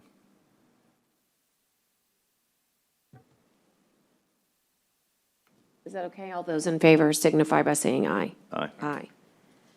Okay, so on that page, I am looking at 14 through the entire page, 7 of 11 being accomplished. So where are we going? I'm going to go back to page 6 where we left off. Okay, because some of these are also very important for the medical examiner's office as well as the hospital district. So I'm going to go back. And then also, I noticed that, I should have done this when Louis was here, but maybe you can call him on those pre-position contracts, that'll give him a chance to come back down. And I'm going to move to item number 12. It's discuss and consider amendment to agreement with forensic pathology staffing for autopsy report continuation and completion for the medical examiner's office. And they're online. If the court has any questions, Dr. does- Ayala, he's online for any questions. Okay. Are there any questions here? I think the idea here, correct me if I'm wrong, Jenny and they, is that there are some cases, what we did was, we hired this group to handle 29 cases, but there are some other ones that we didn't identify then, but we have them now that are also relating to the district attorney's office, that we need their assistance, and this would give us the opportunity to use them on those, at that limited basis.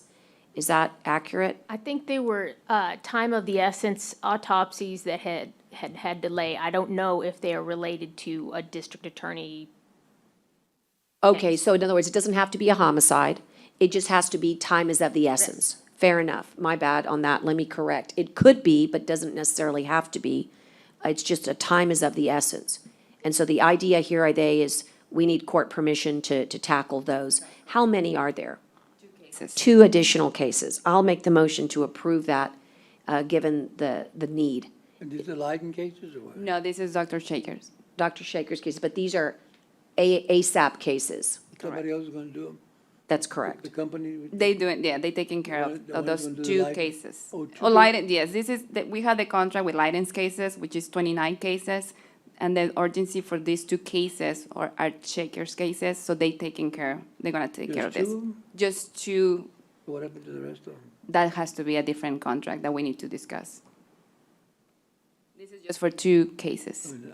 I mean, I'll go for 2, but I think we should give them all. Well, I think it's just a budgetary situation. Why don't you bring it back on the 27th for Sure. those? But these 2 cases need to be tended to We immediately. need to get rid of him, let somebody else do them.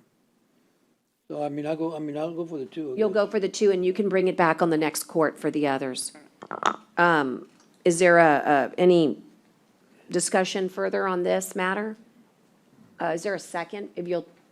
Would that be a motion, Commissioner Gonzalez? No motion. All right, it's a motion to approve those additional cases, IDA with forensic pathology staffing. Is there a second? Second. Thank you. And all those in favor signify by saying aye. Aye. Aye. Okay, item 13 is executive session, so I'll move back to item 11. Discuss and consider the appointment of the interim office administrator for the medical examiner office. And this is best. I believe that needs to be executive session. Executive session as well? No 11? worries. Do we do 11? I'll take executive session on item number 11. And That's that'll, 11. that puts us back into, item number 10 is unique. It's not, right, what we discussed with Dr. Dante. This is something different. That's correct. So this is just to allow me, if the court agrees, just to ask the hospital district to discuss if they're gonna provide assistance for any expenses with the hospital, with the health department, like we do it before. So Johnny Hip is offering, like, we can do that. The county is gonna be an agreement just between the county and the hospital district to continue, they're gonna continue supporting any expenses related to health, the health department. They charge us, we pay them, they And then the reimburse. hospital and they district is gonna us. reimburse us. So what would be the difference, I mean? We don't have an agreement yet because this is the old contract. We used to do it like that way. That's correct, yes. So, but then I had to, the court needs to go, somebody representing the county and explain that to the board. The next meeting that they have is on the July 26th. July So 26th. if the court allows me, I can go and just speak on behalf of the Yeah, court. I would. So it's just I would- really just sending you to go To get talk something about. Explain bring to back them, exactly. and I bring would- it back to us? Yes, Okay. correct. I would oh my goodness, I would move to do that. And I will have that for the 27th, so that works perfect. The timing is perfect. All right, got a Second. motion, and did I hear you say second, Commissioner Chesney? Yes, ma'am. And all those in favor signify by saying aye. Aye.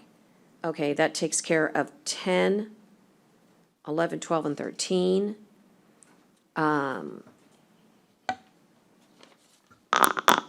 Three, right? We're doing pretty good, I guess. Awesome, Louis. Louis, earlier I skipped over to accommodate some folks in the room, and you had an item that you put forth to talk about pre-position contracts for disaster response relating to any declared emergencies. You wanted to talk to the court about getting ready for hurricane season at all, and other crises. Tell us about it. So yes, Judge, and Court. So what we wanted to do is try to put some things in place just for a preparedness look. One of the things that we're talking about is just having a contract out there that we can kind of utilize as we need in times of emergencies or in times when we need to grab large items like generators or black holes or whatever we need to put in place for emergencies. So one of the things I did was I reached out to Edward and I reached out to Michael to figure out how we can do that. And in this discussion is the kind of the first step into trying to put something in place that we can bring back to the court so you guys can have a look at it and vote on it.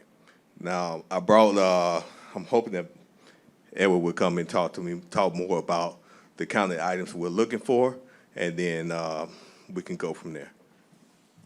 So it's really just to kind of get us ready, Edward. And just remind everybody, you are our operations chief for disasters. And wearing this hat, yes. So essentially what we do at the fairgrounds is we have all our operations centered off that location. So first we start with evacuation, or excuse me, going back, mobilization. So the mobilization phase requires that we bring in certain pieces of equipment. That is 2.5 megawatts of power, which is about 3 generators the size of 18-wheeler trucks.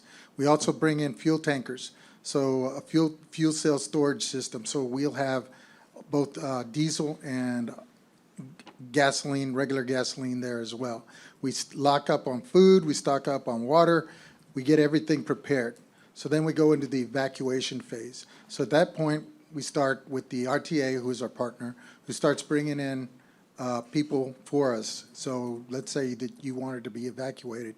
You go to any of our evacuation points, you get picked up by RTA, you get dropped off there at the fairgrounds. We have school buses that are that we have loaded we're going to be loading. So we have agreements, or we have agreements with the city of Robstown, Robstown ISD, Banquete ISD, pretty much all the ISDs to allow us to use their equipment to transport people out. Then we have these, you'll see that we have these tagging systems. It's the INT, what is it, ITN? ITN, ETN. It's a tagging system that the state follows. So every person that gets loaded on the bus gets tagged into the system. So you're going to actually wear a physical tag. This tag allows you to get on the bus and then dropped off over there. So we have to keep track of you if you end up in San Antonio. If you end up in San Antonio, you might get sent out to different locations because that's just the hub center. So that is the second phase. So that's the other equipment that we need. We're going to need scanners. We've got the computers, we've got the stuff, but we're going to need some other things in that aspect. So then we go into what I call hunker down phase, but essentially is we're going to shut everything down. The winds are at 60 miles an hour steady. Most emergency responders are stopped. We have everybody there on the physical plant at the fairgrounds. So we're going to be in Ballroom A and Ballroom B. We take showers in the exhibit, in the equestrian, not the equestrian center, the pavilion over there next door. So everybody's hunkered down during an emergency. And so we're just, then, as you're going through the storm, like we did the hurricane, power started fluctuating, goes in and out. As it goes in and out, we're making decisions whether to turn on generators or provide other things. So what Louis is trying to do is set up all that stuff. So I know that y'all purchased and bought equipment, but that may not be all the equipment that we may need in a hurricane. So I know that you got 4 gradalls and you got 1 vacuum truck, but maybe we need 3 vacuum trucks. Maybe we need, because we need to service additional areas. So what these preposition contracts do allows us to use our own stuff first, but then if we need to bring in other items, then we can bring them in at a reduced cost. So we had an incident where when Commissioner Mares was in charge of Driscoll, we were looking for 6-inch pumps, and we were also looking for vacuum trucks. But what had happened, because it was a massive rain event, is that we lost all that equipment to the wells. So the oil wells, or the oil producers, were soaked up to all that equipment before we even had a chance to go out and try to acquire it. So these contracts are very important in that aspect, in that they guarantee the equipment is ready and available for you when you put it together. City uses Garrett, a company called Garrett. Different packages. So say, for instance, you call it the hurricane package, and you put together all the equipment you need for a hurricane. You give them that list. You call it the flooding package, then you tell them, okay, this is all the equipment that I would need for a flooding. And then you may have a freezing package. This is all the stuff. So when you call that stuff up, they'll automatically deliver it to you, and you can begin usage of that equipment. And Edward, what I think is really important is the court has said, and we have listened many times, that during crisis, they want to be better informed. They want to be more involved. This gives them the chance right now to vote on well, we don't have any, but if you were to bring them forth vote on pre-positioned contracts, so they know exactly who we're using, what the rates are, what kind of equipment they have. And even though we have to pull the trigger as we see fit during the crisis, at least all of that is done in a huge transparent way. And we do this kind of normally on certain things where there's only like one, let's say, Lone Star UAS, right? Like for the drones. But this gives us a lot more visibility because there'll be, just like we do from debris monitoring and debris collection, we'll know who we're using, and we'll know that they were competitively procured, and we'll know that everyone had a say-so. I know it kind of looks not as exciting as the stuff we've just been doing, but I think this is a really important agenda item, and we did this collectively for you all, commissioners, and I hope that you will react to it, because And Judge, it's a really good thing. and Judge, also with that, it allows us to kind of establish some equipment that we want on hand, so that as people start to need that pieces of equipment as an emergency arises, we've already procured for it, right? So we already said that, hey, we want this, and we want to use it. So what we're finding out is if you wait too late in an emergency and try to get equipment, you just won't have it. Or you'll pay Right. too much. Or yes. Or the right FEMA language isn't in there, and then you're chasing everybody, all these rabbits around, trying to get the contracts, and we're spending a lot of human capital because we're on the fly and we don't have the right FEMA language, and we don't have time to get the right FEMA language because no one's working during a hurricane. Correct, Judge. So Commissioner Chesney, I have to be honest with you, this one was for you. This bud's for you. This one is, do you like this at all? I mean, this is a really good way, I think, we don't have anything to show you today. It's just this is what we think we're gonna bring to you. I'm always looking forward to, me, I want to see it. I mean, I like the concept of bringing it back. You like the and hearing about concept? it, and It's let's just see a what concept. it plays out to. Yeah, I mean, you know how I am. Until I see it in front of me, it's hard for me to like sign off 100% on something, but I like the concept. I mean, Yeah. So, I mean, it's a So- good start. I just want to see what the end result is, and I appreciate you doing it. So would you guys then please, or tell us, Louis, what's your plan again? Do you want to bring this back to court next time with an actual authority to, request authority, Michael, to procure? Or give us a little, what's going to happen next? Okay. What are they going to And how much is see it gonna next? cost? So we've done one of these in the past. I think during Judge Neal's time when Danielle was here, we had a preposition contract with the company that identified all of these equipment, and each of the operations folks were interviewed to figure out what that list was going to comprise of. And so what I would recommend is that with the vote of confidence from the court today, that would empower our emergency operations folks to start identifying a scope of work of what we would want entailed in this project. And when they have that scope of work identified, then I will come back to the court and I will ask to go out for an RFP for this service. And then that would be delineated in the backup documents. You would see exactly what that scope of work would include, and then the court would have that opportunity then to add or take away from whatever's in that list of items. And then once the court agrees on that list and gives me authorization to put out the request for proposals, then we would advertise and then come back with hopefully a vendor that could provide that service to us. And the caveat on these preposition contracts is always going to be that we typically need a declared disaster and we need a need described so that when we pull the trigger, we're confident that the funding source for that is going to be the funds that come down from FEMA to fund the county for that event. Okay, thank you, Michael. I mean, Commissioners, I guess y'all are satisfied with this and we'll move forward. Okay, thank you, Louis. Sorry to, bring you back. I know you're upstairs busy, but this really does help us. And by the way, I am going to encourage you to hurry because August is the bewitching season for hurricanes. So if you guys can work with Michael quickly, we can at least try to achieve one of those big contracts before we see the tropics get more over, Understood, Judge. Yeah, go ahead. Michael, did you want to say something? Yeah. Overexcited, so I was going to finish. I just want to manage expectations. Yeah, I know. With us starting in the middle of hurricane season on this one, this is I know. probably not going to be the answer for something that comes up in 4 weeks from now. Okay. And so we'll rely on our current methods of escalating. Okay.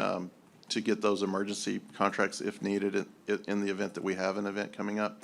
But I think what this is going to definitely be in time for is like another winter weather event and Okay, spring flooding that's and fair. things of that nature.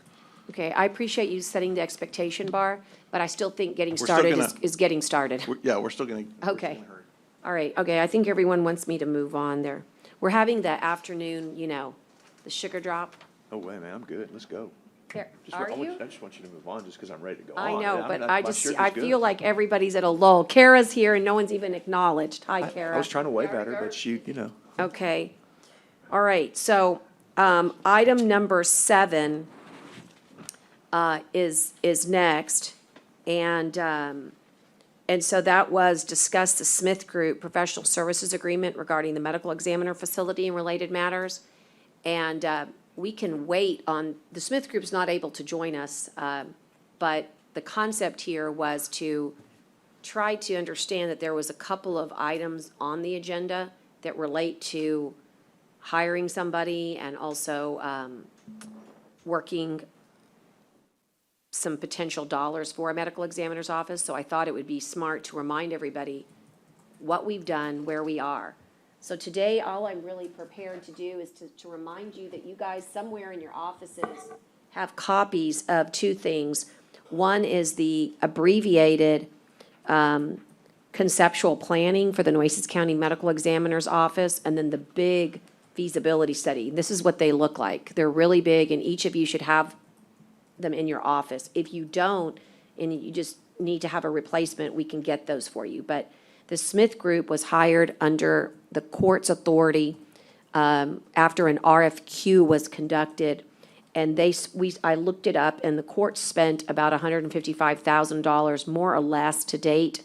I might be a little off, on this group. They were procured, they gave us deliverables, and the last we heard, we were waiting for funding to execute a contract. That contract, we spent a lot of dollars on working on that contract.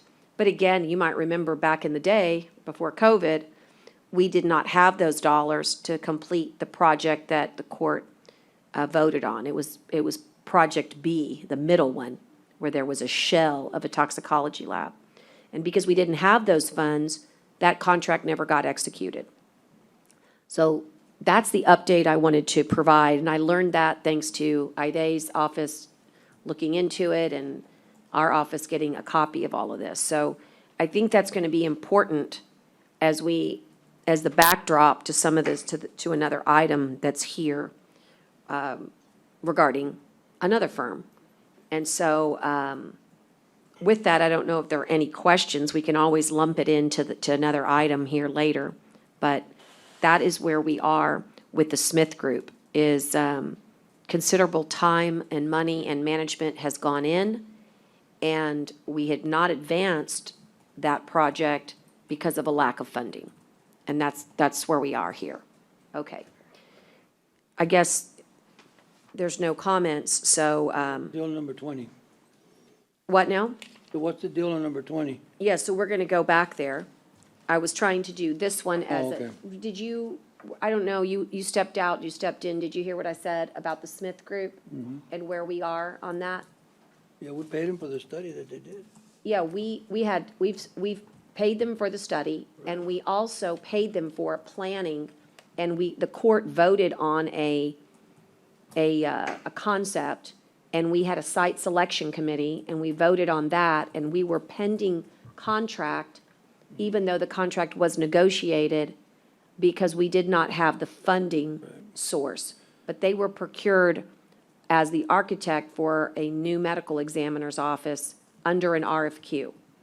And so with that as the backdrop, Oh, we hired them for that? we went out for RFQ and we did conceptual planning with them, and we got this deliverable, the one that I showed you here. And we've done all this work, and we paid a lot of money Well- for that. And so as a backdrop, I wanted to go into the agenda item that has kind of come up a few times, Commissioner, it's yours.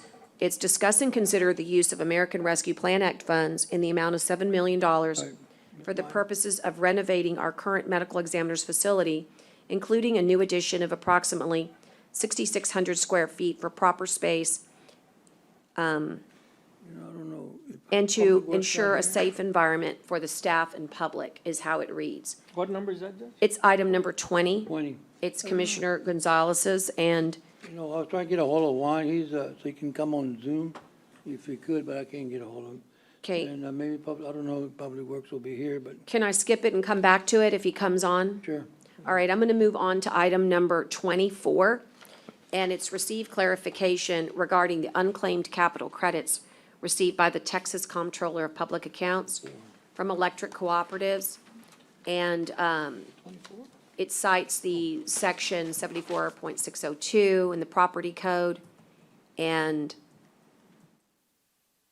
I'll let either Ide or Dale take the lead on this, because this is a fund that they probably know quite a bit about, the unclaimed capital credits. And I think we just voted last court to accept them. And the question is I have an issue with that, though. okay, go ahead. Maybe Dale can shed some light, but I mean, you know, in fact, last time I asked to get some explanation and feedback on what's going on with the tax credit, with those credits, you know, we're talking about where the funds are going to, and, you know, and I've got a kind of a breakdown from the auditor's office that some of these funds had been going to NCDC, and there was assigned to go to NCDC, but nothing in record shows that we ever approved that. No action has ever been taken by the court. And I'm sure everybody got a copy from Lisa, right? You got the Lisa's copy? The report that Lisa sent from the auditor's office? That, you know, and I don't know what, Adele, do you know who authorized this for, who actually, according to Lisa, you know, there was some handwritten note last budget to include NCDC on there. So, do you know anything about that? The only thing we saw was the receipt we printed out. The receipt was approved by Commissioners Court Administration to deposit the funds into the NCDC, so that's the only thing that was added. The funds come in September every year. Normally, they do go to the Family Protection Fund. This maybe is 1 year was first deposited in NCDC to begin the starting function of this. But from this point forward, we're going to follow the court order to deposit it as part of the Family Protection. But back when Tyner was here, he's the one that brought up the court. You know, do we give those funds to those nonprofit agencies? We still do. And we still do? Yes. So what happened to the credits? Those are the monies those agents supposed to be getting, so where do those credit money goes to? That money is still we still have the funds set up in the Family Protection Funds. However, the state has suspended and no longer collecting the funds for any fees forward. So if we want to continue that, we'll have to find that out of different funds. But this is the funds that we received from the state for capital credits, and they were in the past all deposited in the Family Protection Fund. And we've always made the payments that were required by the court to the individuals the nonprofits that y'all ask us to pay for when they are funded through this fund. We asked you to? Every year, y'all tell us who to fund to. Do we fund the NCDC? Yes, No, I'm asking Dale. The first year, when NCDC started, it was directed that the 1 year would be deposited there to start NCDC up. And this next year, when we get the funds in September, it'll be deposited again in the Family Protection. We don't receive the funds till September. Well, you know, there's a question that, again, I'm going back to what Lisa's report, right, from your office. You know, saying that at no time did they remember or have any records of anything being approved for NCDC. You know, that the funds just should have gone to a different location. And then there was back in the page number 4, you know, number 14, said there was handwritten note that was said that, you know, it says the deposit unclaimed capital credits starting on F-2021, local government code, which is the NCDC. So, I mean, I don't know what happened there.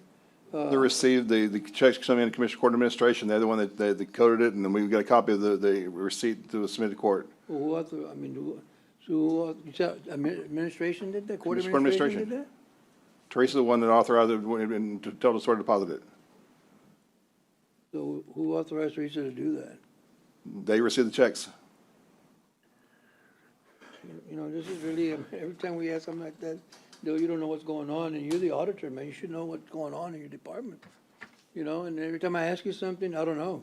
You know, and I don't know, well, you should know. I mean, you should, and I know you know, but you should know, you know, and you know, for you to give me an answer that I don't know, I mean, that's not a very good answer coming from the auditor, you know. But again, I'm gonna go back on what Harry said also, that they went back and looked at the video. At no time whatsoever was any discuss about the NCDC but it was also the China was the one that presented those agencies. It was not, there was nobody else added to that except those two agencies.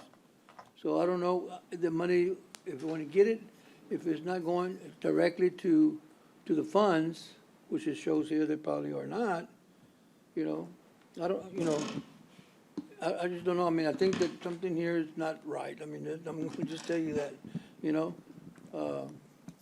And you're the auditor, so I mean, The Family Protection Fund, if you want, we can move the funds back from the NCDC. However, NCDC will be short and will need to require funding from the general fund. I'm sorry, I'm starting you to. We can remove the money back from NCDC, from the Family Protection Fund, move it back there where it belongs. However, NCDC will be short and will be required funding from the general fund. And Dale, I take exception with where it belongs. Economic development, as was pointed out last court, Yes, is a it's allowed, permissive. yes. And I totally take issue with the fact that this was not discussed. I wouldn't have been able to remember it if it had not been discussed in court. We did discuss it, and I appreciate Harry and Lisa doing reconnaissance, but I don't know exactly what they researched or when, or whether they looked at budget workshops or notes or Kara's minutes or whatnot, but you're the auditor, and Lisa and Harry work for you, and I agree that, I mean, just because one commissioner says, hey, I want to get some answers, doesn't mean that you have to backpedal 100%, when we all know that, I mean, the funding from NCDC is in plain sight and plain view. We started off with some extra dollars, as you said, when we started it, and the court voted on those extra dollars. I think it was at $50,000 originally. Original $50,000 transfer from the general fund. That's correct. Transfer from the general fund. Yes. And before we got the, what I call the third-party funding, the Port of Corpus Christi's funding, there was, I think, some lag time there. And, I mean, there was no way that that could have been accomplished unless somehow there was a recognition that the NCDC received those funds. Can you say We there made is something those- like that, Dale? Was that the question? Well, I mean, I'm just reading what came out of your office, right? And so do you have something contradictory to what your employees are saying? Because, I mean, We it's reviewed hard for me the to statement. believe There even was, that there it was no just got- direction from court. Now, there was budget talking and there was budget hearings, but these budget hearings are never part of minutes because they're workshops and they're not hearings, so they're not necessarily court ordered. But once the budget was adopted and if there was that was a portion of the budget, then that's the transaction that we did. Or how about was it done in the budget, or was it done at budget change order? I mean, that's what I'm asking. Do you have Well, anything change order that- be expense, not revenue. Okay. like, for example, could have been talked about, probably was, I don't remember. But that's not, if that's not something the court voted on, then we talk about a lot of things in budget hearings and workshops. So I could see where it could easily have gotten just codified because no one caught it, and maybe Commissioner Gonzalez just caught it, and meaning, I don't mean caught it in a negative way, just meaning somehow it got put in without court approval, which is not like what should happen. And so, and then it just happened again, then I don't know how that happened. So what I'm asking is. It's only and happened I- once, Commissioner. We haven't received the check this year yet. No, I get it, but is that, and that was my next question, is that considered part of the 50,000 that we contribute, or is it? No, that was separate. And how much is that? The amount we received from the capital credit was for $65,000. How much? $65,000. That went to the NCDC? Yes. Well, and so that's, again, I guess, to me, That's why they have money. you know, I would have, Well, the first year they received $90,000 from the port. Their total budget was $140,000, so we needed at least additional $40,000, $50,000 to be able to break even. so how much do these fees equate to for the NCDC? You're saying 60,000? This is $65,000 that was deposited into the NCDC, yes. 65,813. Yes. Right, so I mean, again, I don't see anything in here from your staff where there was any court action that ever said that. So we need to discuss that. And if someone has proof of that court action, then please bring it to us, because maybe Harry or Lisa missed it, but it sure looks like they went back and did some pretty extensive research. And like I said, it came out of your office. So are you contradicting what they're saying, or? No. Okay. So I think we need to, kind of look at that, because I don't remember doing it, but I'm not saying that we couldn't have discussed it. I just don't remember a court action, but, I mean, believe me, that doesn't mean it didn't happen, because there's only been 1,000 court actions that we've had, and so, but that's why we keep records and minutes, and we ought to be able to find it if there was, and if it wasn't, then we need to correct it. And we can correct it. How recent was this deal? That was done last September. And NCDC has been in existence for 1 year? Yes.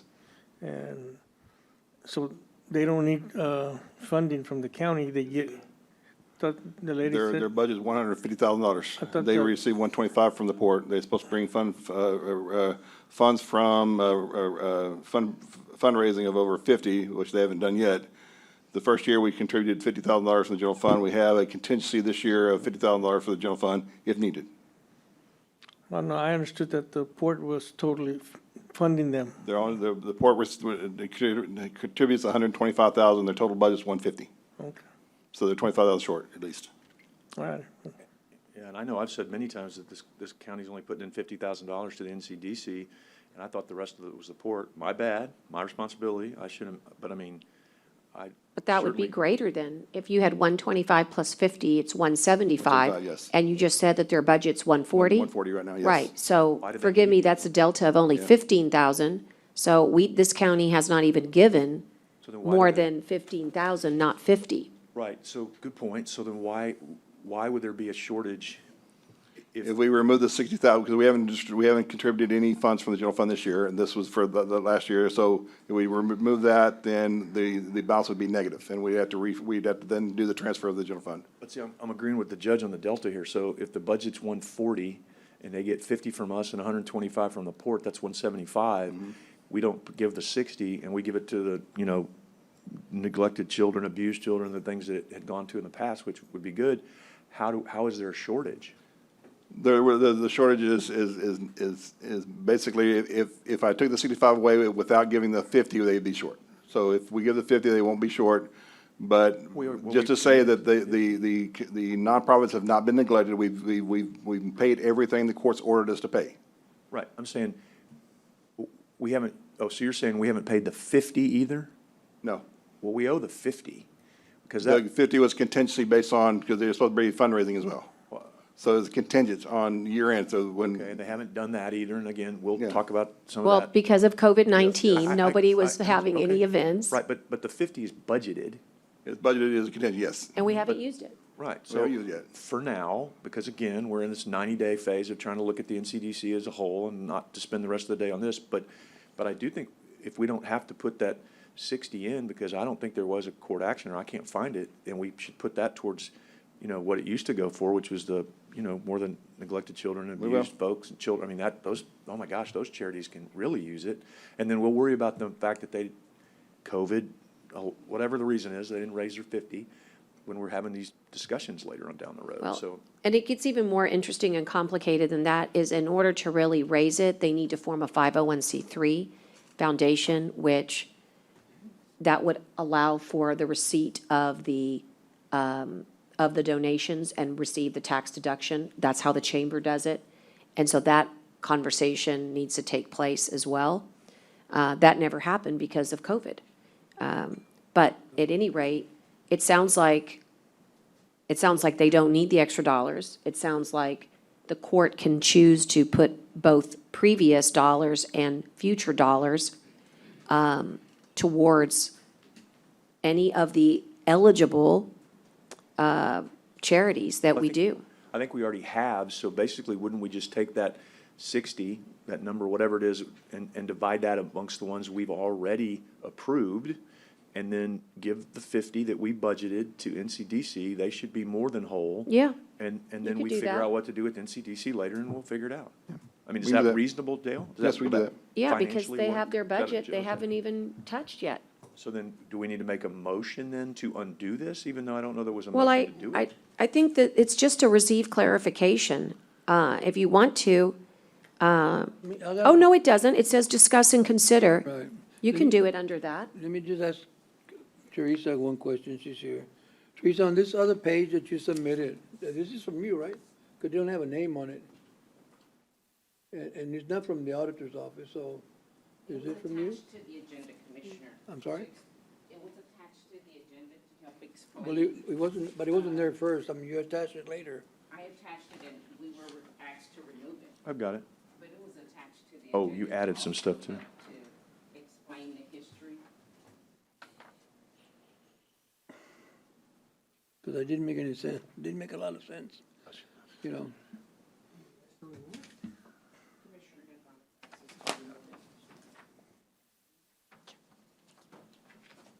So I don't know, when we, they moved the monies, I don't know, was that part of the process, Teresa? That money be put in CDC or?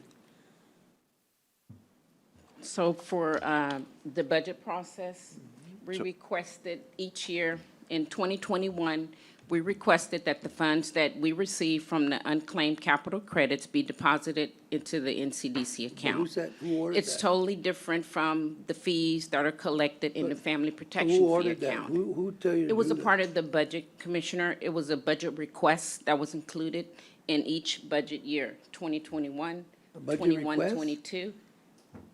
A budget request from who? From the department. We worked on the budget, and this is what we Not from us, I submitted. mean, not from the Commissioner's Court. It's from the department, the budget packets. From the NCDC, they requested it? Right, in working with NCDC, in order to make the budget whole, working on revenue and expenditures, we requested to deposit the funds from the unclaimed capital credits into this account, along with the port revenue. This was before general fund gave the $50,000 transfer. Got it. So there was no transfer from the Family Protection Fee account to NCDC. Those funds are totally separate. They're still in that account. We have over $200,000 fund balance in the Family Protection Fee account. So we haven't transferred any funds from that account. Okay, so that's pretty important information, It that no is. family, so all of this business, so you had this explanation Yes. and you removed it. We were Why? asked to remove it from the agenda. Well, this explains it, that's not right. It's in the agenda.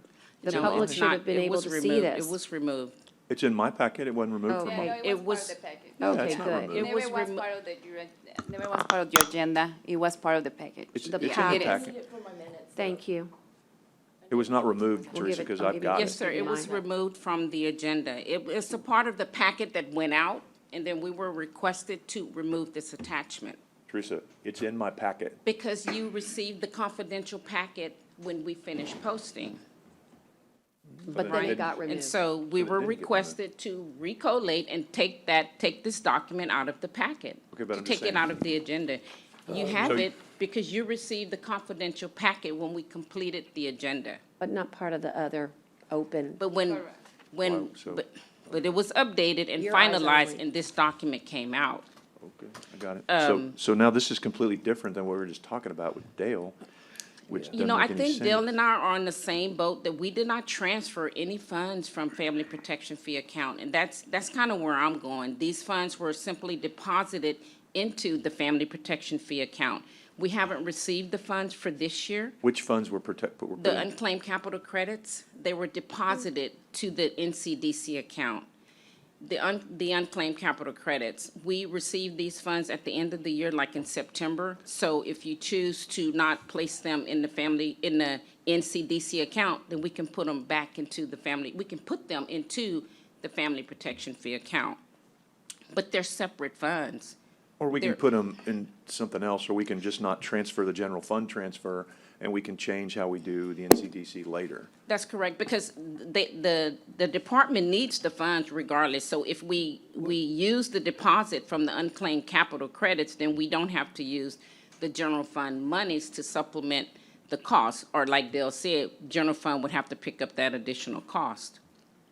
Right, Yeah, but I think we approved to go to nonprofit agencies. The nonprofits are the Family Protection Fee It's two different accounts. funds. And historically, that's where those funds are deposited, but they can be used for various things. And one is economic development, which, work in the budget process, it was a benefit, and it was It was a plus to put those funds over there and not have to use general fund monies to help that department.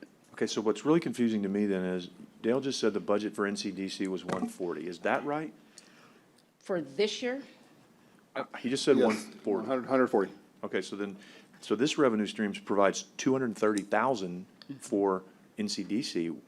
Why would we need 230,000 going into that fund if we have a $140,000 budget?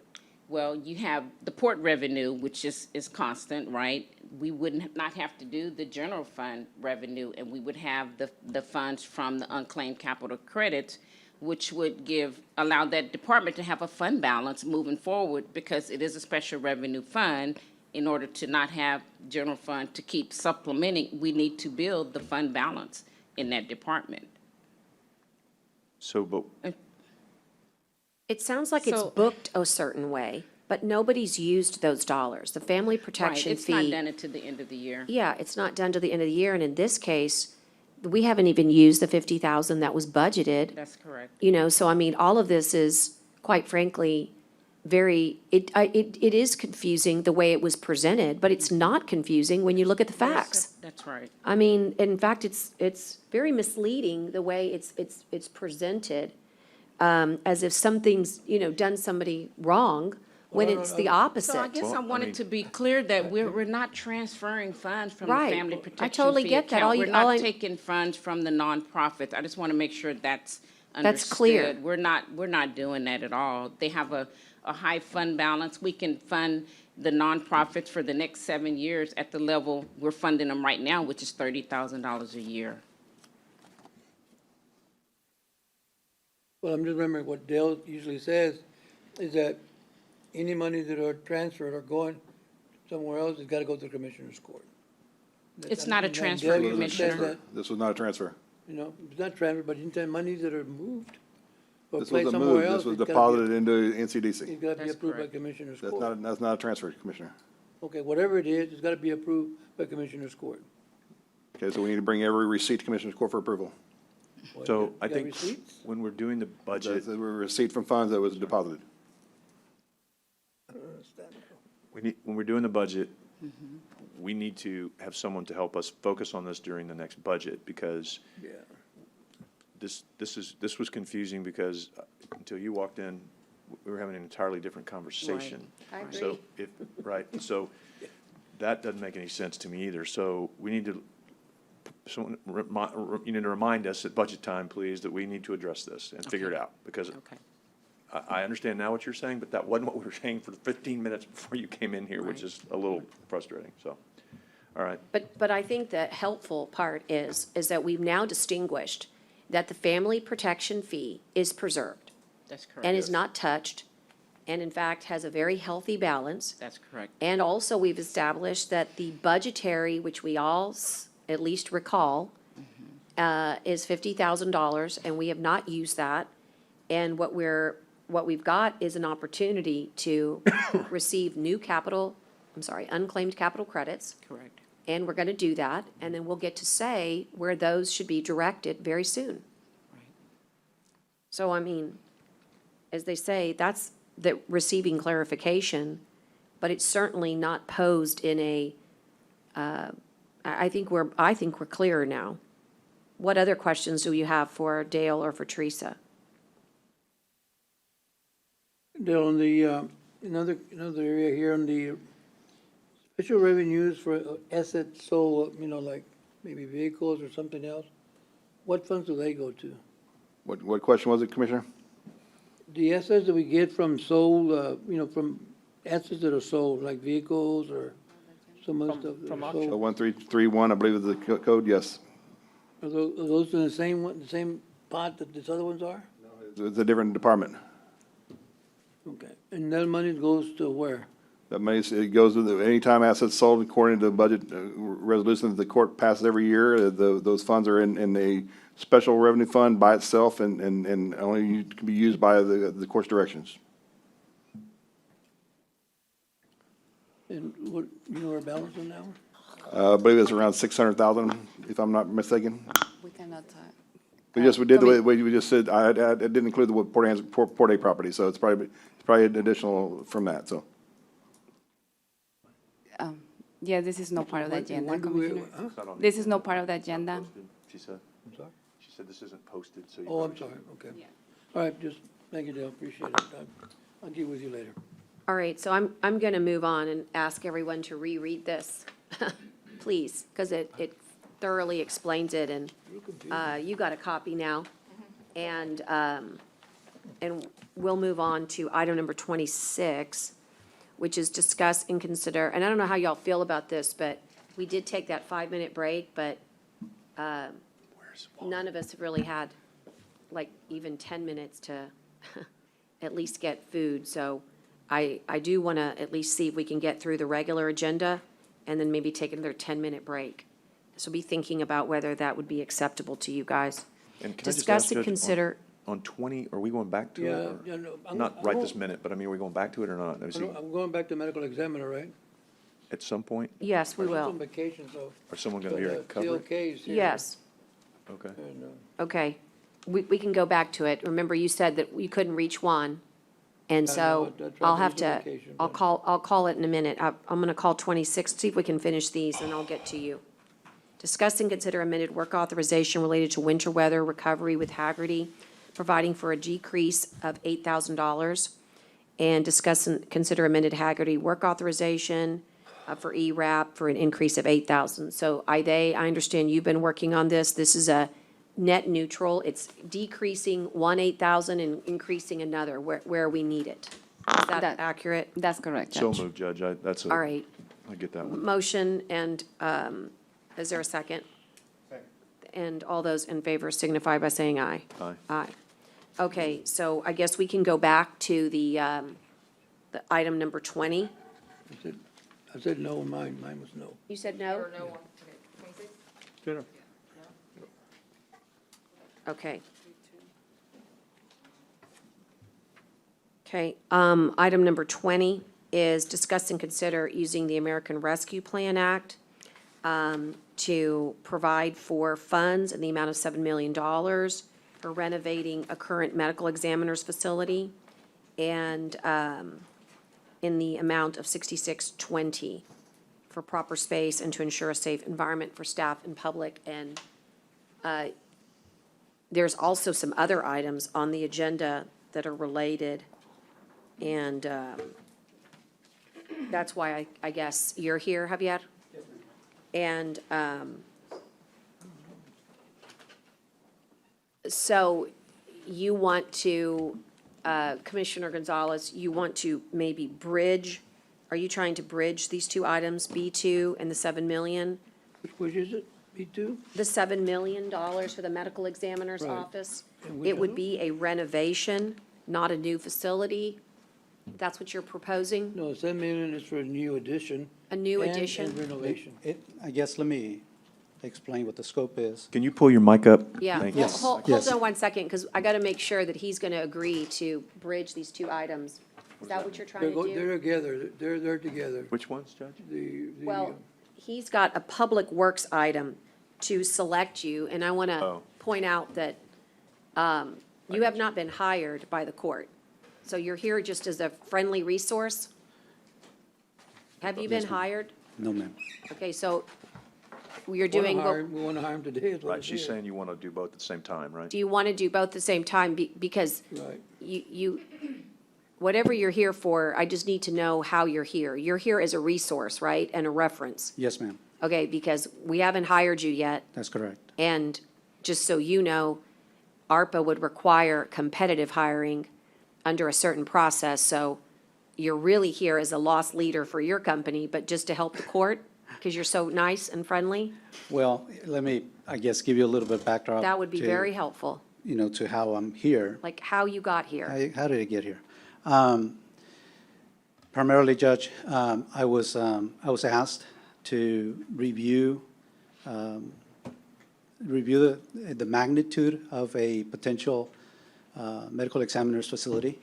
I basically was asked by Juan. Juan asked me to look at this project and see what I could come up with and make it more feasible. The current or the prior scope of work, the magnitude of the scope of work, The scope of work that it included was, or it exceeded the capacity, or at least the funding that may be available. So the first comment, or the first request, was to look at the existing facility and try to figure out how we could renovate it and get that facility to come up to par. In reviewing the existing facility and the needs of the, community based on population and the cases that the community needs to see, we reviewed the work that needs to be allocated, or at least the square footage that needs to be allocated for something like this, based on the population of our city. And we estimated that in order to meet our needs and our surrounding community, we could renovate the existing square footage, which is about 5,500 square feet, and add about 6,600 square feet. Net total is going to give us about 11,400 square feet of a facility. At the end of the day, once we're done in 2 phases, this will give us a brand-new facility. Hold on. Yes, sir. Let me get one, see if we can get one on the phone here. I think he's on standby. Let me see.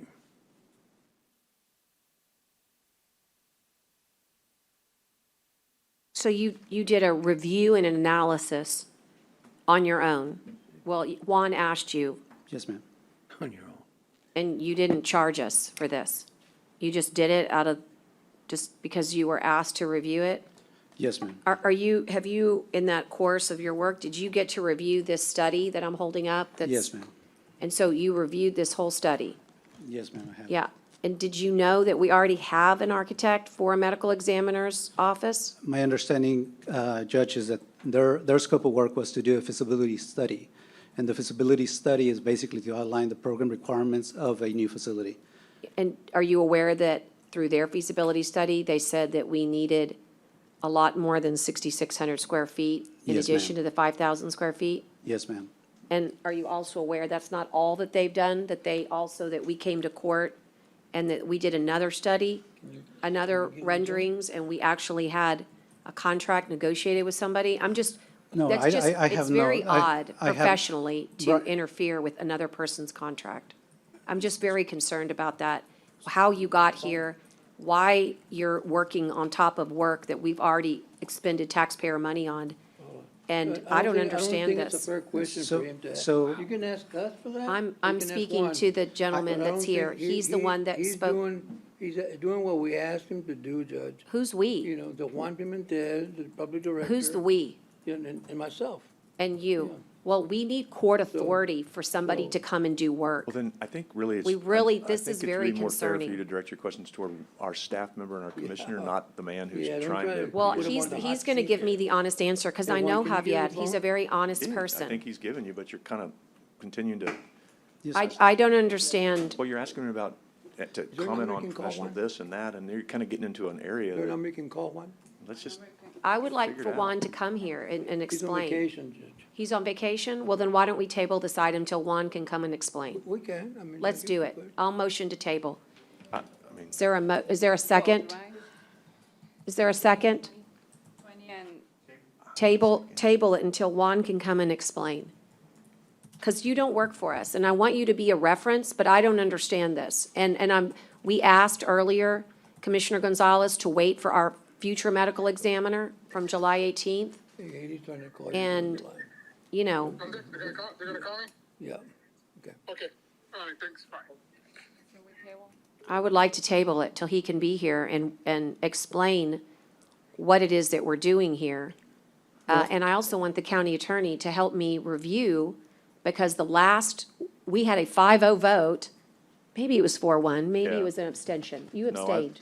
Did I- you know? Were you a I no? think I voted against, You may have been abstention. Let's look back. well, I think I voted Okay, but- against the project. I don't know Fine. about the. Well, all I Smith. remember is that we voted on a For a study. concept On a for study. funding, and we spent a considerable amount of money getting to that point. For a study. And in the spirit of working with people who we went out and said, as a county, Javier, we want to do an RFQ to select architects, which, by the way, would be required for ARPA to be utilized, okay? So we can't even get to the other item because I'd like to just wait, but just so that you know, this county went out and said, we are looking for qualified architects for medical examiner facilities. And we did that. And we spent considerable dollars on it, not the feasibility, the actual architect. And they did tons of work. And then we voted on a concept and design after we did a lot of site selection. And we did that by comparing what our needs are for the region in the future. And that took $55,000 worth of taxpayer money.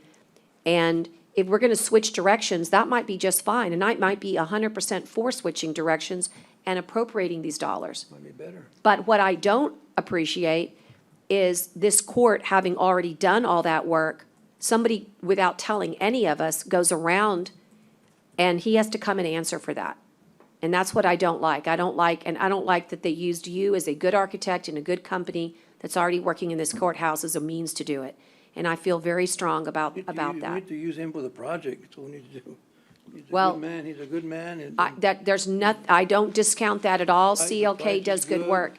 But Compared to 28 million. Yes, sir, but in order to do that, we have to be rule followers. And the rules at ARPA require an RFQ, which this county already has done. Judge, and I would. That's the big thing for me. I would simply then make a motion, subject to following the rules, that we allocate the $7 million from the ARPA funds for this project, and then subject to the rules being followed, because to me, this is more than sufficient for what we need and will satisfy our needs, and we can do it that way, and then Well, we'll have to follow the rules. how I that will is, be and happy we can- to Second. acknowledge Second. that the money is definitely needed, Commissioner. But I But let don't- me just say this, and I know you know this, because you're the one that every single time talks about taxpayer dollars. What we need is what this book says, Well, okay? I didn't agree with that, for the record. I didn't agree with the fact that we needed to, in fact, I believe I voted against that $28 million project because I Oh. didn't believe we needed that. And that was, I think, quite frankly, since you're bringing it up, I was just trying to move forward. But I think that was a self-serving study by the people who did it, then we ended up hiring, because the more they get, the more they make. So I Well- don't think that was done independently, and I think. I think that. I know you don't mean to disparage them, so let's just stop No, and let's not but do it that. wasn't, I said it wasn't done independently. And so that's in itself a problem. I believe this will more than suffice. And so like I say, I made a motion, Commissioner Gonzalez second, to just allocate the funds and then follow the rules. Whatever the rules are that Haggerty Yeah, says the to rules bring have the to be project- followed. That's why I said it. And they're I'm not, hearing they have you. not been followed. I'm hearing you. And there's So- been a huge workaround, Commissioner Chesney, and I don't think you would appreciate that on any normal I'm day. not- And I'm not. I know you don't work that way. I didn't. On the line? Okay.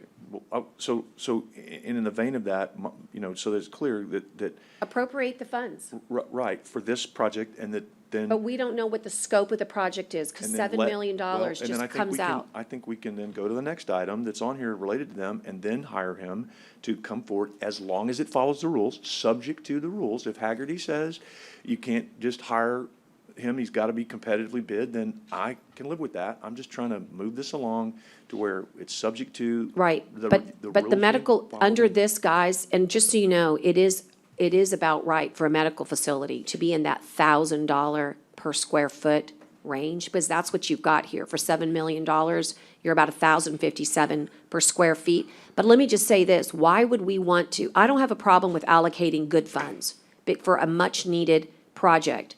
But what I have a big problem is we literally spend 3 years and $155,000 plus of taxpayer money, and in one 5-minute, But Judge, I'm somebody that saying- didn't even get hired by the court is gonna come tell us what we need? No, and I'm When we've saying- done all this? I'm saying let's stop all this. Yeah, I agree. No, and allocate the funds, and do this subject to the rules, hire him subject to the rules, and then bring it back so that Jenny and Haggerty can sign off and say, you can do it this way, or you can't do it this way, and let's move on. I mean, because I just want Javier to know that this is not appreciated by myself as a workaround.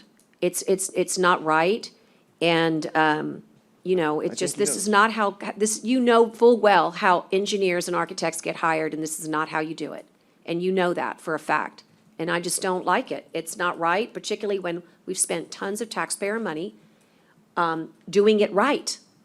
And that's what really is so bothersome. If you want, there's a motion on the floor for the 7 million. What I would appreciate is that we don't discuss what that square footage is, because that's based on some plan that has absolutely no merit in this court. Well, Judge, So 7 million for just the general, if you don't Well, no, no, mind, for medical my motion examiner. was for this project, but that doesn't mean when we bring it back, it can't change. That's But- right. But I'm making the motion to do exactly just this. allocate the dollars. But the way the motion is written, and then add the language, subject to Haggerty telling us that we're doing it the correct Right, way. but you understand, it says it's got some square footage that we have I no do. basis in fact for. I'd like the removal of the square footage, No, because but we I'm- have no knowledge with the $7 million. Judge, This can I- court, can I give you a no, little bit of wait, context? wait. Just, Wait. hold on, Javier, because you don't want to jump into this. This, Commissioner Chesney, go ahead. No, I was just gonna say, but I'm comfortable because this is what I've been comfortable with all along. And Well, so that's- I'm comfortable with this, subject to Haggerty telling us. But then when it comes back, if Haggerty says we can't do it this way, or it gets tweaked, or someone makes an argument to add more, I'm supporting this motion the way it is, subject to it being, the rules being But how followed. could you support the 6,600 square feet when you have no basis in fact for it? Allow the facts to at least be brought to court. I'll concede with you 7/8 of the way that the 7 million is a great thing, but I will not concede that the 6,620 square feet is the proper space then when we I'll- have no basis in Then- fact for Okay, that. then, well. Take out I'm the okay with this square because I've footage. looked at this and I'm okay with it, but in trying to, whatever, That's what I- it is. but or I can amend the motion to say that it's a total of 7 million to be spent and no more on this medical facility. That's what Out I'm of trying. ARPA. Pardon? Out No, of peri- ARPA. I'm saying period. But I've been consistent on this, Well, right? I mean, I've but always thought this was the Brent, right number I for hear spending you, on but this. It's you a liked- phenomenal facility. Right, but here's the thing. Don't you let data drive any of these decisions? Allow the Yeah, right if you listen process to come Commissioner forward and Gonzalez show All us. he's done, I've had a conversation with him before about all the work he's done on this and who he's talked to, and it supports what I believed 3 years ago when I voted against a $28 million Okay. project. So All of his work has not been brought forth in a public, open, and transparent because way, all I and can do you, is of all talk to- people, all I support can do- that. right, but I that's want to what we're see doing that right now. open. That's what we're doing right now. Make the motion for the 7 million and let that be an appropriation. But if you do more, all you're doing is rewarding bad behavior. No, That bad behavior is I'm going around the supporting what I court. believe is right, and I'm pausing on doing the whole thing today because I want you to have the opportunity to check with Haggerty and everybody else to check with Haggerty, and we make sure we do it right. So I'm doing what I believe is right, but I'm listening to your comments and I'm taking part of it. I don't agree with all of them, but I believe this is sufficient. Yes, I believe that this is enough money and this is enough space to do it in. And if the rest of the court And based doesn't, on what? and they didn't the On first talking time. to Joe Gonzalez on the sideline? I argued on this 3 years ago. Whenever we did this 2 years ago, Judge, I said 28 million. I voted against that. Scaring me right bid. now, dude. You're scaring me because I don't know Judge, how to this deal is the with same something that position I hasn't. had. How do you ignore this? Because How do you ignore this think- without even getting a proper vetting of it? I don't ignore it, but I I mean, don't can't believe we that just- I'm never Talk to gonna some of vote. the experts How too, we like ever you get talk to. to experts. Okay, but Talk we to some of the hired, we experts. paid money for You the know, talk to experts. the doctor. You're not the expert. And, you know, they had this building built, this state-of-the-art building, and, you know, he paid probably less than $7 million. Where is Nice this, building, Commissioner? Where is this? State-of-the-art, you know, and he said, man, he said, we got double the amount of population, we got double the amount of offices y'all have, so why would you need a? Commissioner, bigger where was building?" this? Commissioner, So, you know, where? And he's a, Where was this, Commissioner? Bend. At Fort Bend County? Well, are Dr. you Dr. aware that Fort Fernandez- Bend County Dr. right Fernandez- now is adding because they did not create well, he sufficient wants to do an space? extension for another reason, but Dr. Fernandez was the one that recommended it, so we took his advice, we went, we visit, and, the doctor there, I mean, he's gonna do an addition, but it's for something else. So, it's not for autopsies, not for. Yeah, it's for space. It's It's for space medical for- offices and space But that we they got didn't all medical design. offices that we need, Judge, there at the old building. Yeah. Are you familiar with the Crane Group, Javier? No, ma'am. Okay. Well, the Crane Group is who built the Fort Bend Medical Examiner's Office. And they were the experts on it. And also, the Fort Bend, as I said, is in the process of renovations right now because it was phased out. And again, it would be wonderful to have all this data, but I don't think that any real information is given, because the way it works is we hire people to bring us data, and that way it's independent and it's open and transparent, and it's not done behind people's, behind people's, Everything was open. no, there's nothing open about this process. You could have asked me, you know what we were doing. You CLK, know exactly what we were doing. CLK You could have asked. should not have been brought in unless they were properly hired, unless they're just in the business of freebie work. Or have you been promised the work, sir? No, ma'am. Well, you must be, because it's on the agenda. No, ma'am. It's on the agenda. I understand Do you that, know but- that it's on the agenda to select you? Yes, ma'am, but I was Well, not promised. again, I mean, you can act like we're all like we don't know what's going on, but everybody knows what's going on. It's like talking to land at 8 PM, you know. Judge, I would respectfully call the question on the. Call the question. No, Question. Okay, well, turns out I have to call the question. So again, what is your motion, sir? Are you going to leave it as is on 6620? Are you going to go on record Yes, ma'am. saying that that's the accurate square footage when this court has been given zero information that that's the accurate square footage that we need, when this chief medical examiner that we've just hired hasn't even been here to look at it? That's what you want to go on record for? At this point, yes, ma'am, I do. Boy. Subject to the Haggerty, checking out through Haggerty. I have a question, quick question, Jenny. If whoever votes no can, whoever votes, let me see, whoever votes. The winning Thank you. side can bring it back. Can bring it back. The winning side can bring it back. Any member of the winning side? Yes. Great. With the Okay, right- I will right call the votes. question. I will call the question. All those in favor signify by saying aye. Aye. Aye. Okay, I'm on the part of the winning, and I would like to make sure that's on the agenda for July Gotta have 27th. all three, but you had votes, but you gotta have the votes. Okay. It doesn't matter, You can bring it Commissioner, back, but and you that's still called have the votes. violation of It's okay. Open You can Meetings Act. Bring it back, you still gotta have the votes. Okay, the point is that I'm bringing it back. It's fair. Okay? You know, Judge, excuse me, Okay. Judge, I've been sitting here listening to you preach to us how things should be done here, and, Is this germane to the well, agenda I don't know, item? but I'm gonna. But no, I'm sorry, if well, it's not the bi- germane, we can't the- hear the it. Let him Biden finish, Judge. Contract wasn't, Commissioner, Jenny, You if it's didn't do that. germane, will you address it to Jenny? you didn't bring that It- to us? Is it germane? You didn't bring that to us, What are you Judge? we don't know what you're talking about? Yes, you do. No, I don't. I don't know what the subject matter is, but if The it's Biden not, contract, Judge, the one you signed. if it's not germane, we're not discussing your sidebar comments. It's same thing It's that you're sidebar arguing. comments. Jenny, would you instruct Commissioner Hernandez that he is now in jeopardy of individual liability here? Oh, my goodness. Commissioner, the God topic almighty. of Bayou Park was not thing is, noticed Jenny, on that- the agenda. She's We need to- comparing Gina, what you they need to be did with to the what judge she's the same done. way you are with him. You need to also tell the judge when she's out of line, Okay? right? I think We're you- advising, I think we're you need to do it advising. both ways, Ginny. Thank you, Commissioner Hernandez. We're going to stick to the agenda items. All right, so that one's done. Let you know what. That one's done. Again, if you can't stick to the agenda, Okay, next. you won't be able to be participating. We'll go to item number 27. Judge, I didn't catch everyone's votes. It's. We voted, it's chaotic. 5-0. It was 5-0? 5-0, Kara. Okay? And then that leaves us now, I think, about 7 million of unallocated that's been, right, Rachel? Let's ask Rachel. Rachel, will you help us with a tally here shortly? Yeah, could you do that tally, Rachel, and just make sure I've got it right? I think I've kept up, and I I think think that that's leaves us close, right about 7. or And then 6 Judge- maybe even, but let's see.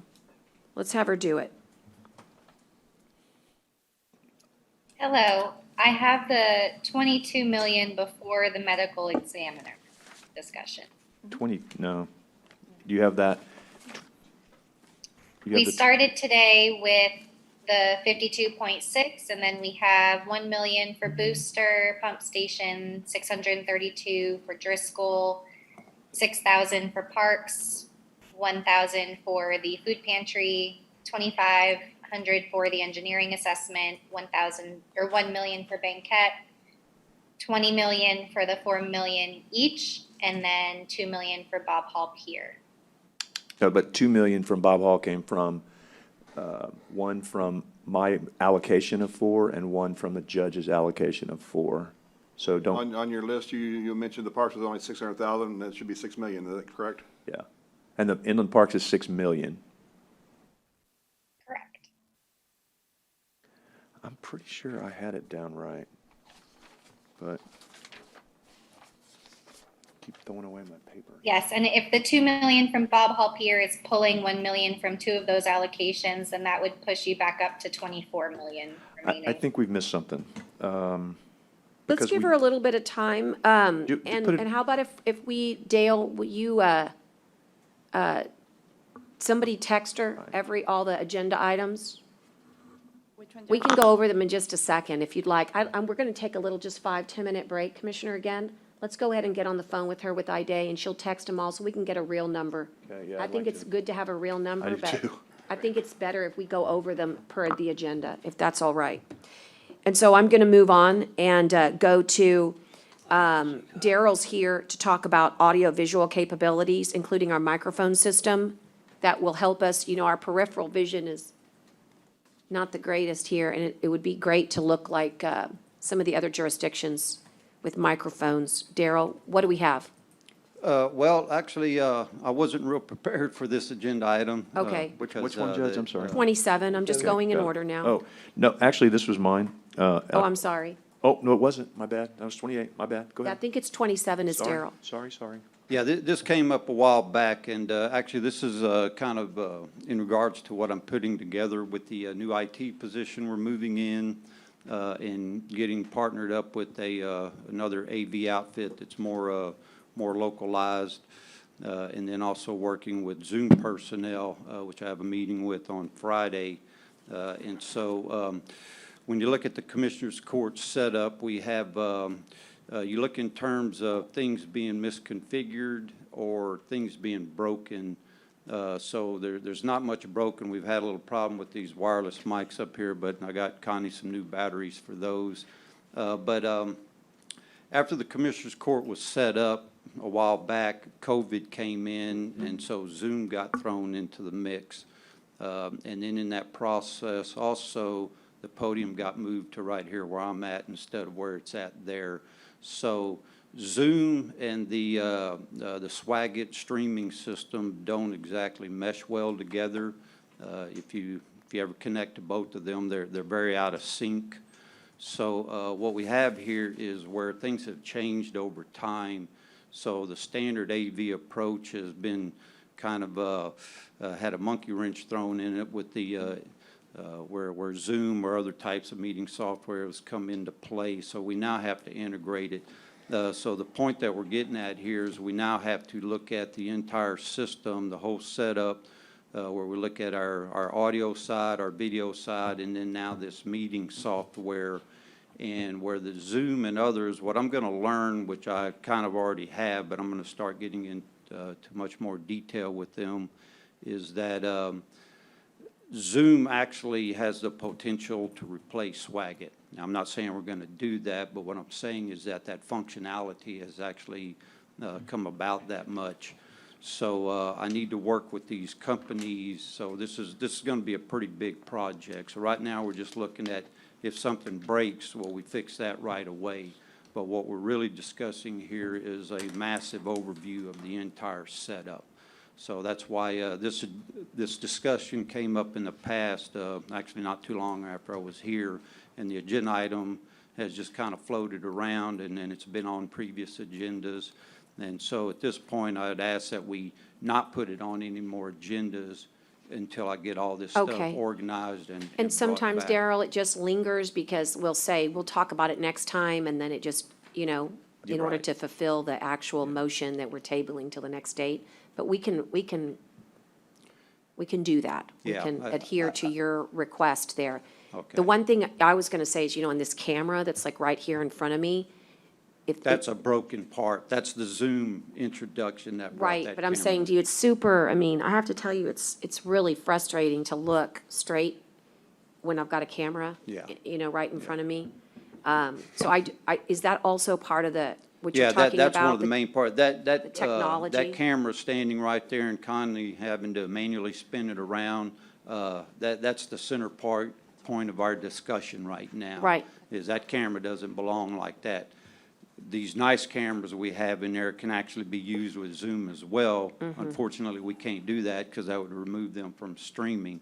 So we have to work with these companies and internally get this position that's just dedicated to this stuff. That's been a weak point in IT almost forever, but it wasn't that big a deal because it used to just be the standard AV stuff. Once you got it set up, you were good to go. But now, as we look at it, we want to look across the board. So when we talk about microphones, all the bells and whistles that come with this, some we use, some we don't. Now's the time for you, the judge, and then commissioners to voice your concerns or your desires of what you would like to see in commissioners' court. So Okay. in the future, we will have agenda items where, as I start having these meetings with the outsourcing and IT internally, and with the Zoom personnel, is we'll start putting scenarios together. So then we'll have something good to discuss and present, and y'all can kind of pick and choose what you like or don't like about it. And I'm not suggesting that I know one is more secure than another. I'm just sort of stating what I know based on when we went to the court systems early on with Zoom and what happened nationally. They may have cured this already, but there were a lot of hacks into Zoom at public meetings, you know, very inappropriate things that were being zoomed into your Zoom. And therefore Zoom, that's why a lot of professionals prefer WebEx and Teams, Microsoft Teams meetings, because apparently there's a little bit more firewall security. So before we move out of Swagit, I am going to ask you offline or, you know, outside for you to address to the court just the security pieces of Zoom. And they may have advanced terrifically in the last 12 months, but when we went, you know, a year and a half ago completely on Zoom, that was a big fear because it was happening. It didn't happen, I don't think, inside our jurisdiction, but it happened to a lot of jurisdictions that Zoom did not, allowed for a lot of easy hack access. Yeah. Yes, and I've, in discussing this with the rep, because security is a big thing, so anything we discuss with anybody, we always talk security. He actually directed me to their website to where they've got a lot of the certifications, kind of been blessed in their security more recently. But that doesn't mean they're out of the woods as far as us assessing it further. In IT, we still use a WebEx account. It has been used in the county as well. So it's another one that we are looking at. So, Okay. So yeah, security will be taken into account for whatever we choose to do. If it's not there, then that particular application can't be there. One thing with Zoom is they, you know, everybody threw the stuff out there as quickly as they could when COVID came along because you got dollar signs rolling around. But with Zoom, they actually have a free account that a lot of people have gotten by with. And then they have like three levels of paid accounts after that. And we would no longer, the county's actually just been running on mostly free. We've had like 3 of the standard pro licenses internally that Connie has been able to use. That's how she gets the Webinar 500 from the Zoom people so that it can be streamed out through YouTube. So it's another streaming means as well. But they've come a long way since then. We'll talk with them. We'll assess their security, all their functionality, make sure we don't lose anything that we like. And then we'll start putting some scenarios together and then we'll put it back on the agenda later on so that we can take a good look at it. Okay, I think that's a good update. Are there any other questions for Daryl? And that would include these microphone systems that we invested in, Daryl, up front here, where we can literally recognize by lights, and I don't have to have eyes on the back of my head to say, oh, Commissioner Chesney's trying to say something, so we can stop saying things like, you're interrupting, right? You can actually see it, and he can buzz, and the court administrator sees it, and I see it. That's investment we kind of already have somewhat made, right? Yes, that functionality, I saw where it existed, the Okay. capability to do it, but it just wasn't configured. It's So we like can- they kind of stopped short there somewhere. I'm not really sure why, but I'm not looking at those companies. I'm looking at something more closer to home and people that I've seen some of their installations already. Right. And It would so just we be can do nice to better. have this dais work the way it works at the council chambers and all our Yes. political jurisdictions. Yep. You know, have that same. Okay, so you'll bring it back within a reasonable amount of time, and you'll work with IDA to get it on when you're ready. Yes. All right. Are there any other questions for Daryl? Okay, Daryl, thank Judge, you. Go Could ahead. not to try to open a wound, but I just realized too, on number 20, if I could just go Which back there one? just for a second. You had asked earlier about if I was willing to say that this 6620 square feet was the proper, it's actually 11,400, which is the total square footage after the renovation. So I just want to make sure that that was clear. That was what I was looking at, was that 11,400. So I just Oh, wanted. you're adding the original space. Because it's a renovation Right. and an addition, so it's But- actually way less than that per square foot that we thought was to, if you take the 7 million and you end up with 11,400 square feet of usable space. I agree. So I'm just that's going to all. hold, I understand your clarification. Just I'm going to clarifying. hold till Not- next time not trying to pick a because fight. I wish it was all that easy, but I feel like the $1,000 per square foot may apply to the renovation because it's medical and we have to be accredited, and there's like a million layers here. That's I okay. mean, I it's not just- even like. just wanted to clarify I that. hear you. Don't want to You're open it just back. wanting people to know that. Right, that was the This number. particular scheme, which hasn't even been presented in drawings, in your mind, is an addition to the 5,000 square feet that exists. Yes, ma'am. In your mind, but we haven't seen it yet. Yes, ma'am. You saw it already. No, you saw it already. None of us have seen it. Okay. Because it hasn't been authorized, Well, that's no, why. No, that's different. But you That's saw- But everybody the saw it point. at one point. Everybody saw it. No, I haven't seen it. Okay, so anyway, the bottom line is that okay. your clarification is noted for That's the all I'm doing. record. That's all I'm doing. And I'm going to move on to your item, which is also kind of a leftover from last time. And 28? it's discuss and consider recording executive session meetings. And this we drew into executive session last time to be advised by the county attorney. Do you have a legal question here, Commissioner? No, this was just to go ahead and identify the funding source for the needed equipment and related matters. I'd asked Jenny what she thought that would cost. I was hoping she might have an idea on that. I've been working with Daryl on that, and I think that's kind of wrapped up in the whole thing about the recording and the combination with Zoom and the security on that, if I'm not mistaken. I mean, I'd like to make a motion to just move forward and use ARPA funds for that too, if that's allowable, but I don't know how much to say it's for because I've been asking for a number for a while. I don't mean to be rude, but I just need to kind of know what that is.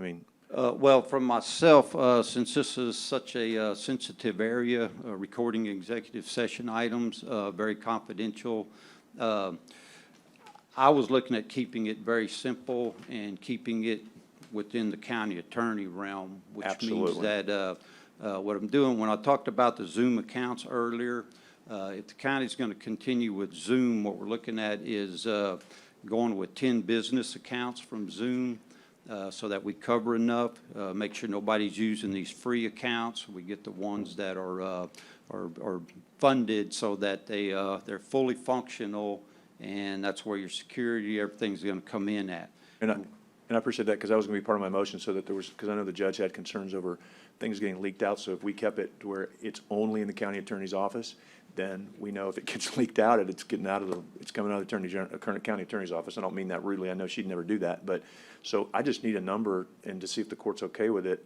to make a motion to do it. And that was going to be part of my motion was to exactly that, and then it would be held strictly in the county attorney's office and no one else would have access to it. Right, yes, and so as such, what we're going to do is just have the software on the county attorney's computer, laptop, and they record whatever executive session they feel like needs to be recorded.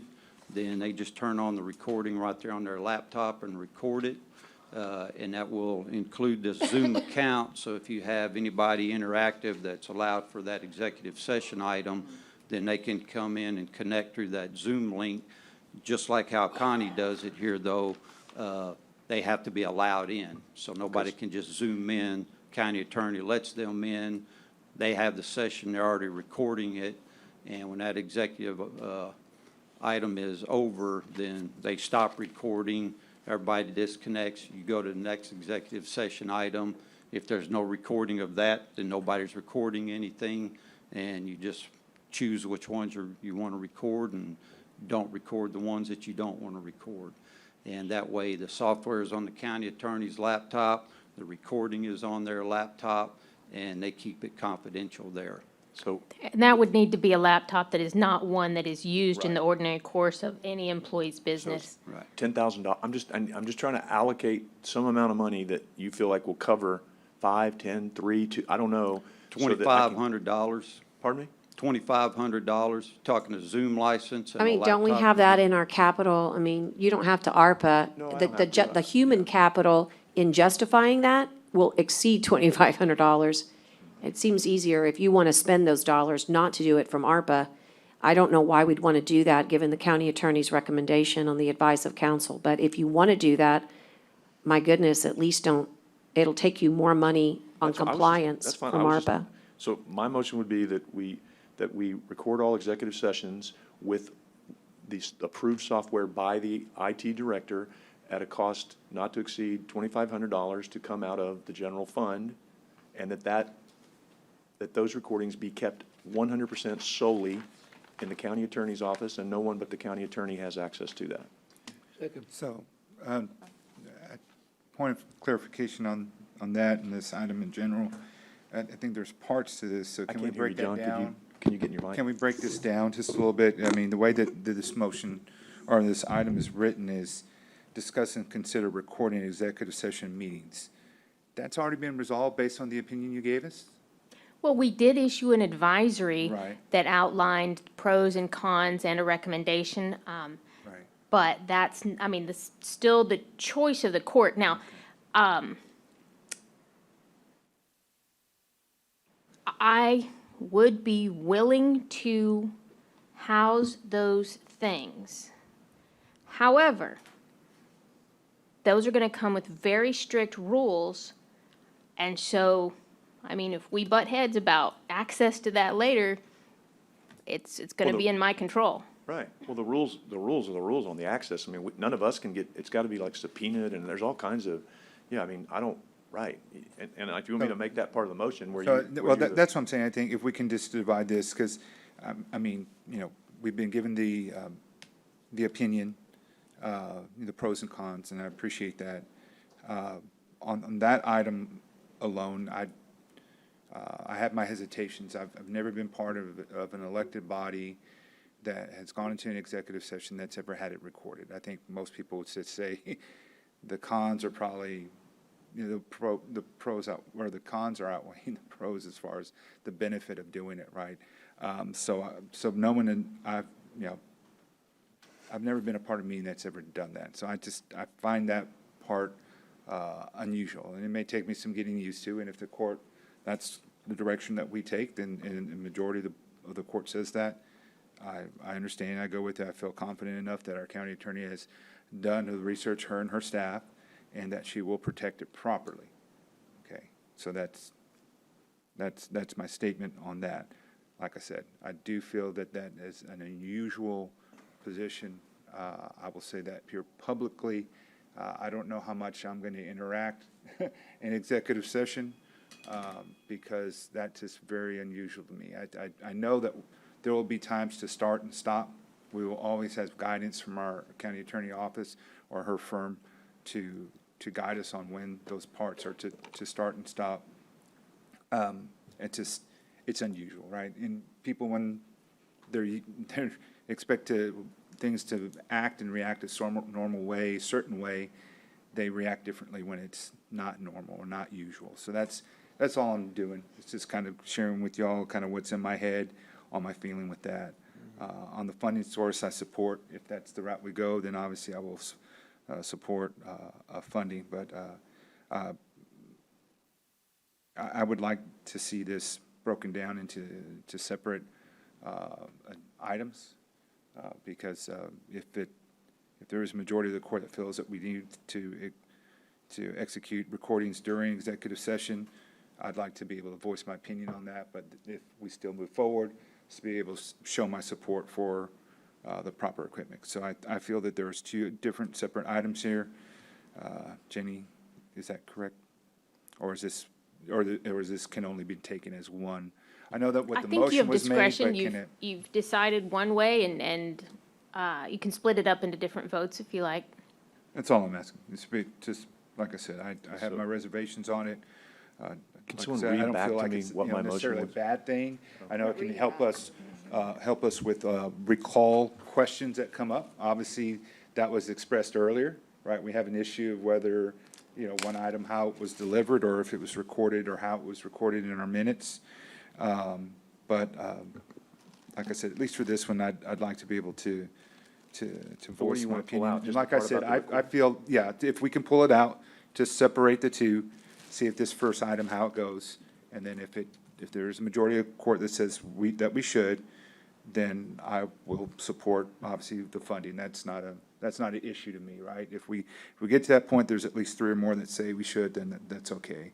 But like I said, I did want to express my reservation, my concern on that. Like I said, it's not against the county attorney, it's not against the process. I feel very confident in this request that was made of her and her firm to give us the best opinion, which I believe it did, was very, very clear to follow, and I thank you for that, Ms. Dorsey.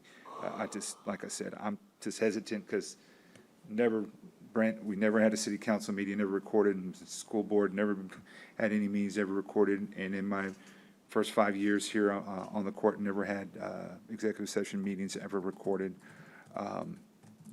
So I'm just worried, I'm worried and concerned just how does that start and stop work?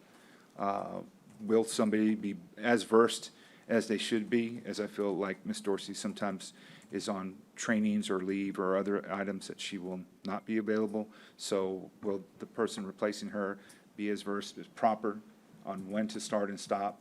Will there be a debate within us of, no, that needs to be recorded, no, it doesn't? No, it's all Like, recorded. Who holds that? No, it's all recorded. My motion is that it's all recorded. Oh, gosh, then And you're then- not gonna get me to participate or rolling. talk in any executive session if that's the case. Your I'm- motion was I'm- to I'm record serious. all I'm just letting you know now. Now, there I'm are letting the certain public know now. parts, Commissioner, That's what I as far thought. as the contract negotiations only, Okay. where you have a 5-0 vote that it's needed, Sure. and a finding from our office Sure. that it's absolutely needed, and that's just contract negotiations. I'm good with that. So that part, it would be good if you had the capacity to do that. I'm fine with that part. I That's just, like I said, this is. That's about as diplomatic as I've seen us that is an excellent way to satisfy two very different positions. It would be That good if for you the weren't. purposes I of didn't hear the, what she said. for the purposes of, there are certain situations that when a 5-0 vote is given for contract negotiations to be recorded, in those certain instances, you would need this capability no matter what. And for But- that reason, we could accept that those dollars would be appropriated. But you don't That's need what a- she was saying. But you don't need a 5-0 vote to record all the executive session. If you decide to record all of it, there are parts that are just, But just require have to have 5-0s? the contract negotiation needs that, not the other items. Right. And in my advisory, I talked about there are certain situations where it is recording parts and not recording parts and stopping and starting and you just, And John's comment was he wouldn't be commenting. So the recording then, obviously, mine would be based on whatever the rules are for recording, right? So that's all I'm making a motion as to what can be, in other words, my motion is I want to record everything that can be recorded. If the court doesn't support that, that's okay, but that's my motion, so. And then part of that motion was that you would be the keeper of that and that you would be the arbiter of, if someone wants it, who makes the final decision, right? So, I don't know what part you want to pull out. So, and if I may, I wanted to finish up my thoughts. My concern is interviews. We've had interviews that we've done them in public, right? We've done a lot in closed session. When we did the sheriff, because that was a public elected official, I recommended and the court followed that we do it publicly, and we did. Most, if not all, of our interviews that I can recall for internal in-house staff, for director positions or similar positions, we have done we've done in executive session. We have to deal with personnel matters that deal with very sensitive topics and issues. That's my concern, and I'm trying to remember because I didn't refresh. I read it when you gave it to us, but I haven't refreshed since then, so I'm trying to talk it out with you as we're discussing. So on those matters, that would still be recorded then as well. Be recorded, and of course So information that would normally be given to us about a behavior or an action taken by someone or something that said, I mean, to me, it's like, I hear it, I take it in, and then once we're done, I kind of try to remove it. I got other more important things to think about in life. So there's not a recording necessarily of me. I mean, I can maybe recall, recollect. I don't see the benefit in wanting a record that could be requested and justified. Because we all know a judge can do anything he or she wants in their court and can pretty much, if they say they want it released, they could get it released, whatever legal reasonings or actions they have to take, but that can all happen as well. So I worry that the path that we go down on this is not done by many, if any. And so that's my concern.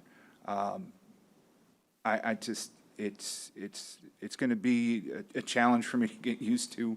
I'm not saying I'm not going to, and I can picture myself already start getting and talking in the moment, in the session that we have. But this is very much different. And I also think it requires consent by certain people that are in the room, for those purposes. And I think it creates horrible liability as you discuss legal strategy for certain cases. No, you can waive it. No, it doesn't really, Judge, because your attorney's in the room. You can waive privilege all the time, anytime you want. If someone's in the room that doesn't want to be, then that can be something certainly looked at or Why whatever. would you waive But privilege? there's no liability. I don't see there's liability because the only way is liability is if something gets leaked or released that shouldn't get leaked or Good released. lawyering will get this released. Good lawyering. If it's, Good lawyering. Any of us can be witnesses. it could be, Any we of can us be could that be now. serving in capacities. There are so many ways to have this abused. And the reason that John brings up the fact that it's not done is it's because for a reason it's not done. It will not foster the legal advice and counsel that we're supposed to receive. And the free flow of interaction to ask legal questions and to receive that and to discuss strategy. And that's the truth. And I don't understand why, on those limited situations where the court needs to do it for contract negotiations, obviously that's, separate and distinct.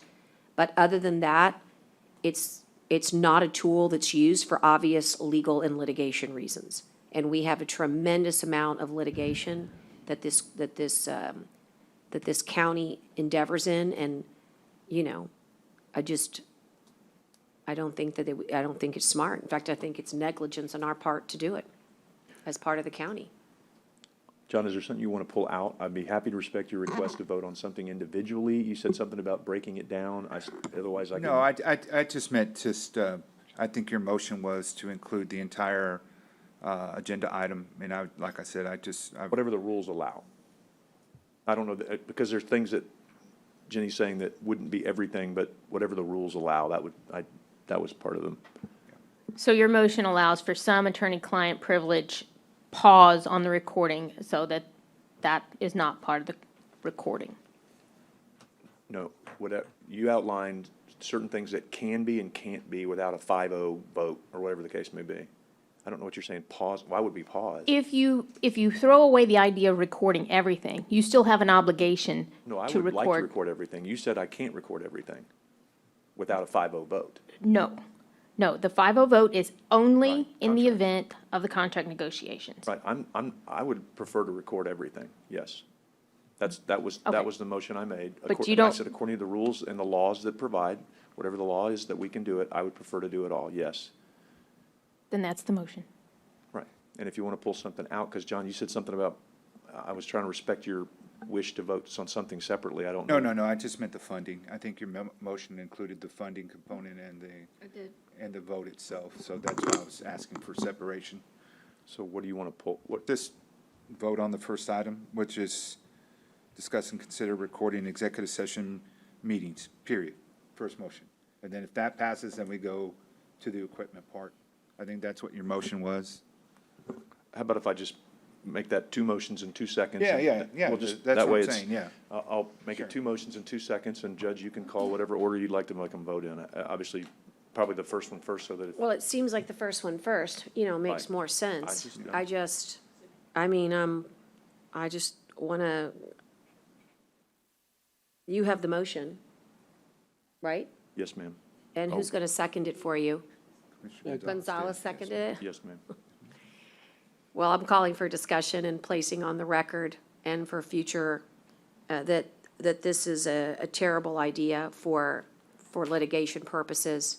It will result in potential, leaks and detriment to Nueces County taxpayers.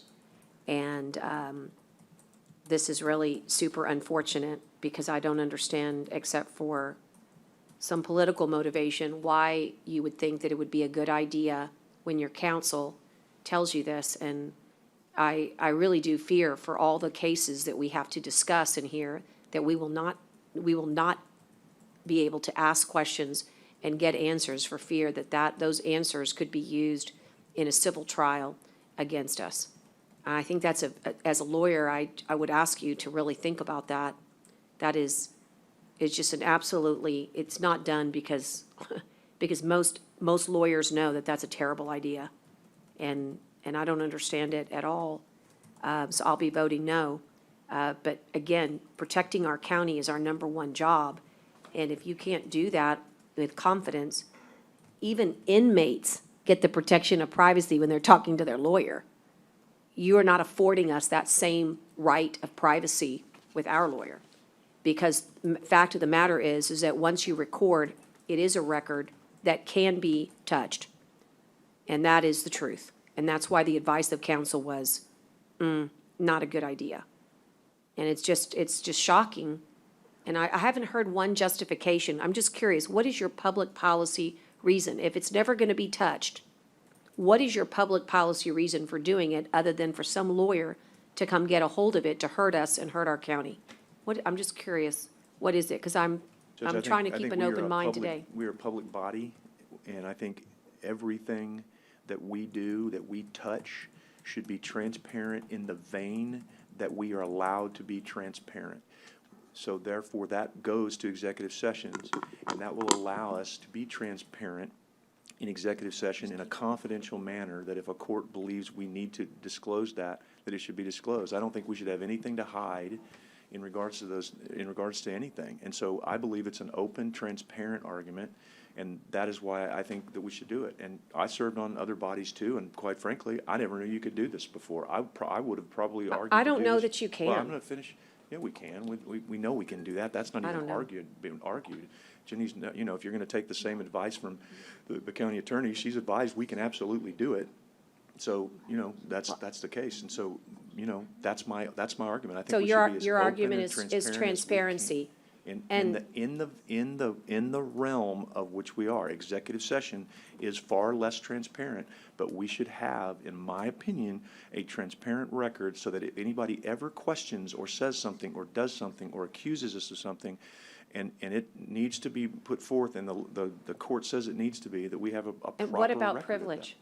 Why, if that that's the doesn't- theory, then why do we invoke privileges on freedom of information requests? This is not easy to get, Judge. I mean, you can't just go get it. You can't just go ask Jenny for it. It has to be. Well, I know it that, has to be Brent. I'm subpoenaed, familiar. and you can appeal it, and there has to be all kinds of things like that have to happen before you get it. It's not like you can walk over to the county attorney and say, send it to me. So I you just- asked me, that's my answer. I appreciate it. No, I really wanted you to say it, no, because I did. I don't understand That's it my from a legal perspective. I think it's super dangerous. And Jenny, I would just ask that, each of us, seeks sort of guidance or recommendations from you.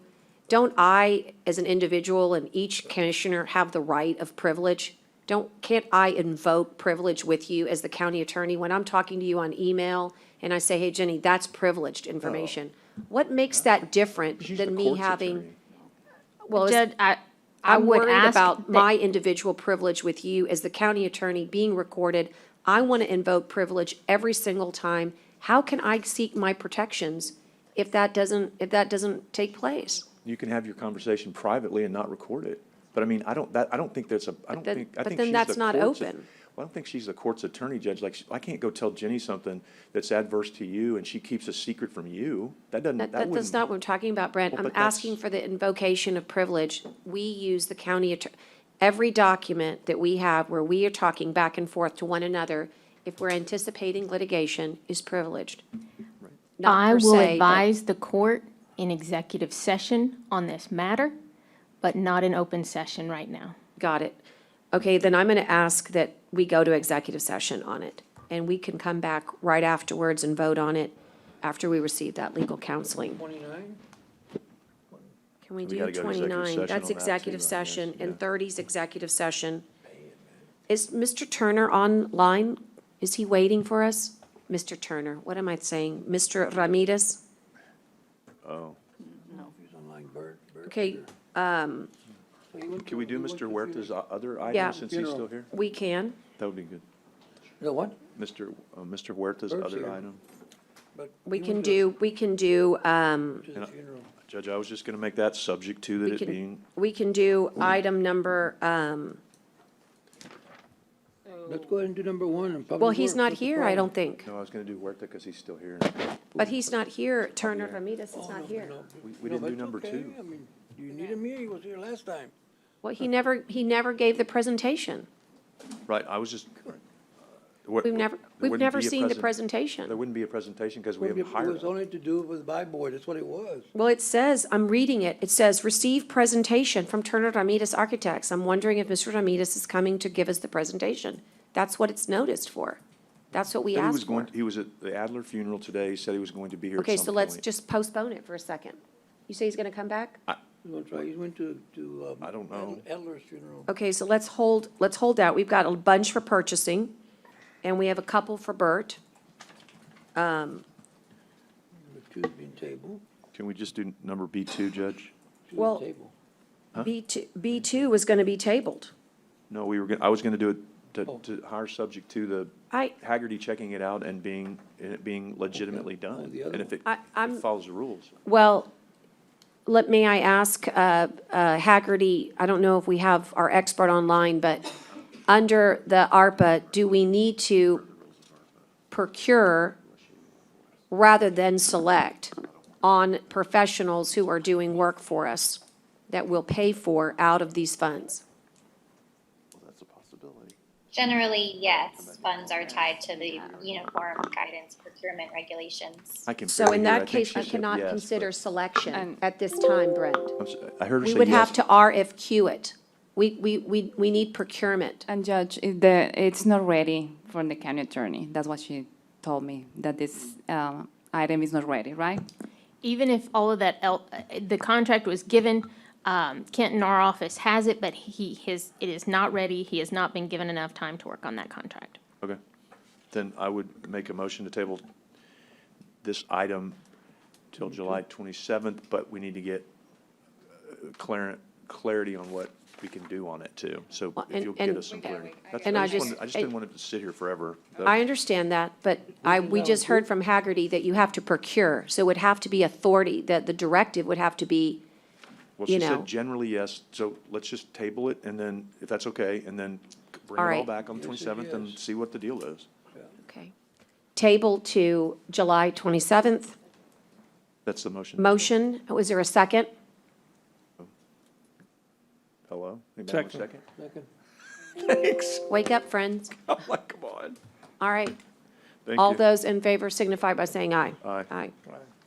Okay, and again, we're waiting on that one. And then, item number 3, JP, is online to present, NRG Engineering for the jail and McKinsey Annex Generator Project. Hey, Judge, can I ask a Only quick been question? tabled, right? On- No?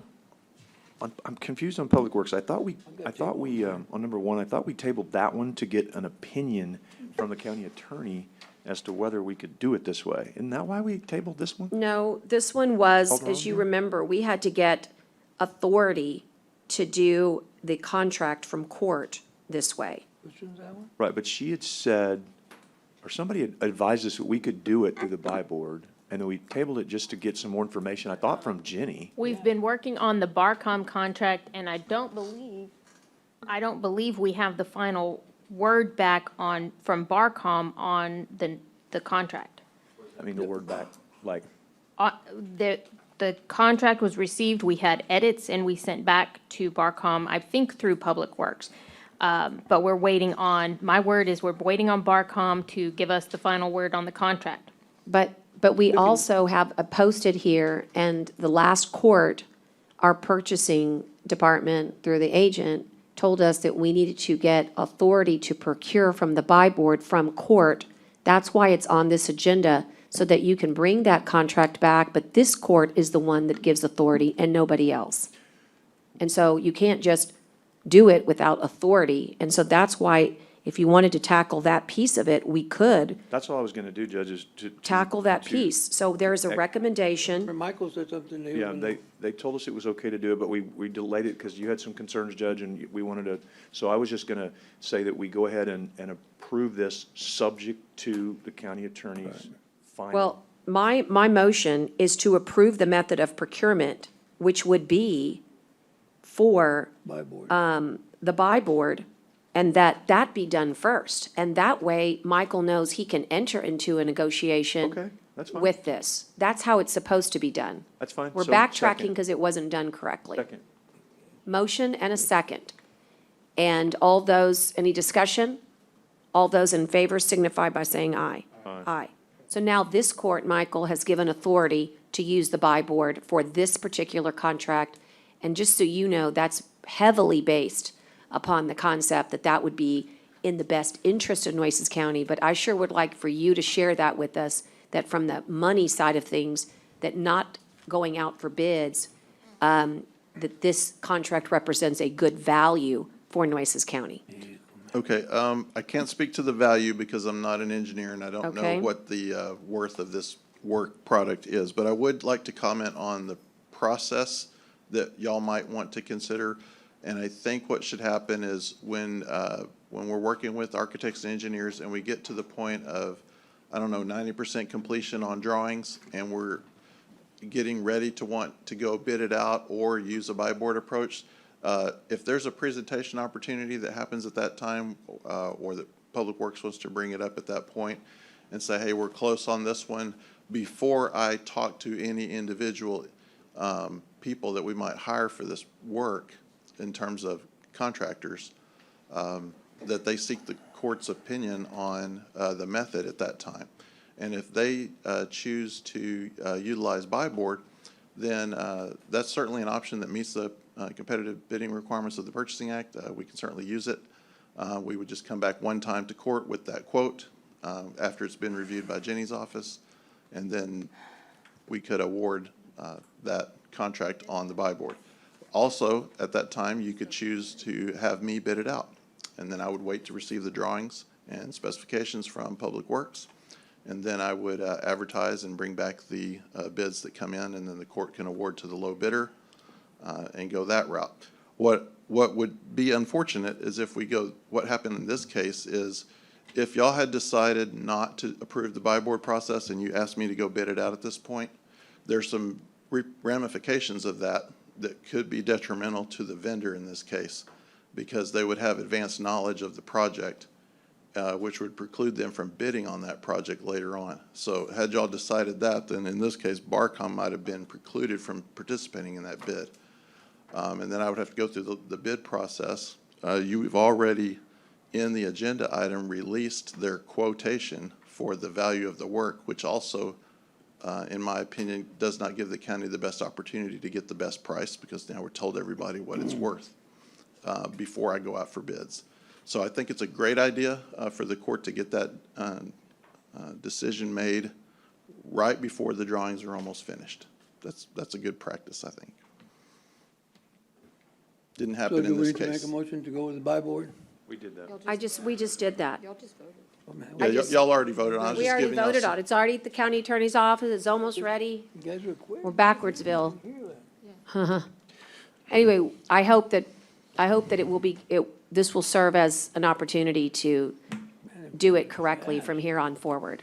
Yeah, and I would ask Public Works if they have any questions when they're getting close to a project being finished. about next steps, my door's open. I'm happy to talk to them about advice on what might be recommended. There's also going to be probably a time that Public Works can let me know if there are some timing considerations on when this project gets done. Maybe it's tied to some grant funds that need to be spent by a certain date. Those certainly factor into what procurement method I would support as well. So, Hey, and since you're standing up there, we have 5 items for you. We also have one,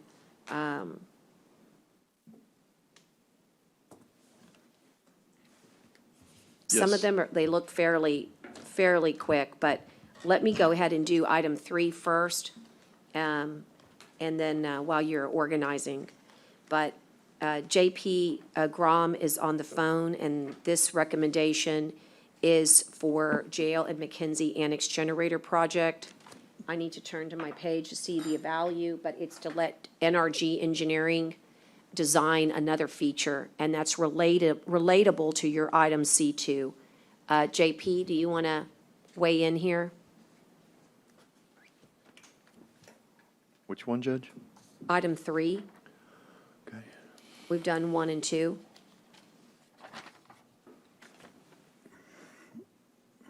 And I might be wrong. I thought maybe he was online. actually, I think it's John Rodriguez that might be. John on. I'd like Rodriguez. to move to table that one too till Juan gets back. Juan's not in charge of this project by his own discussion.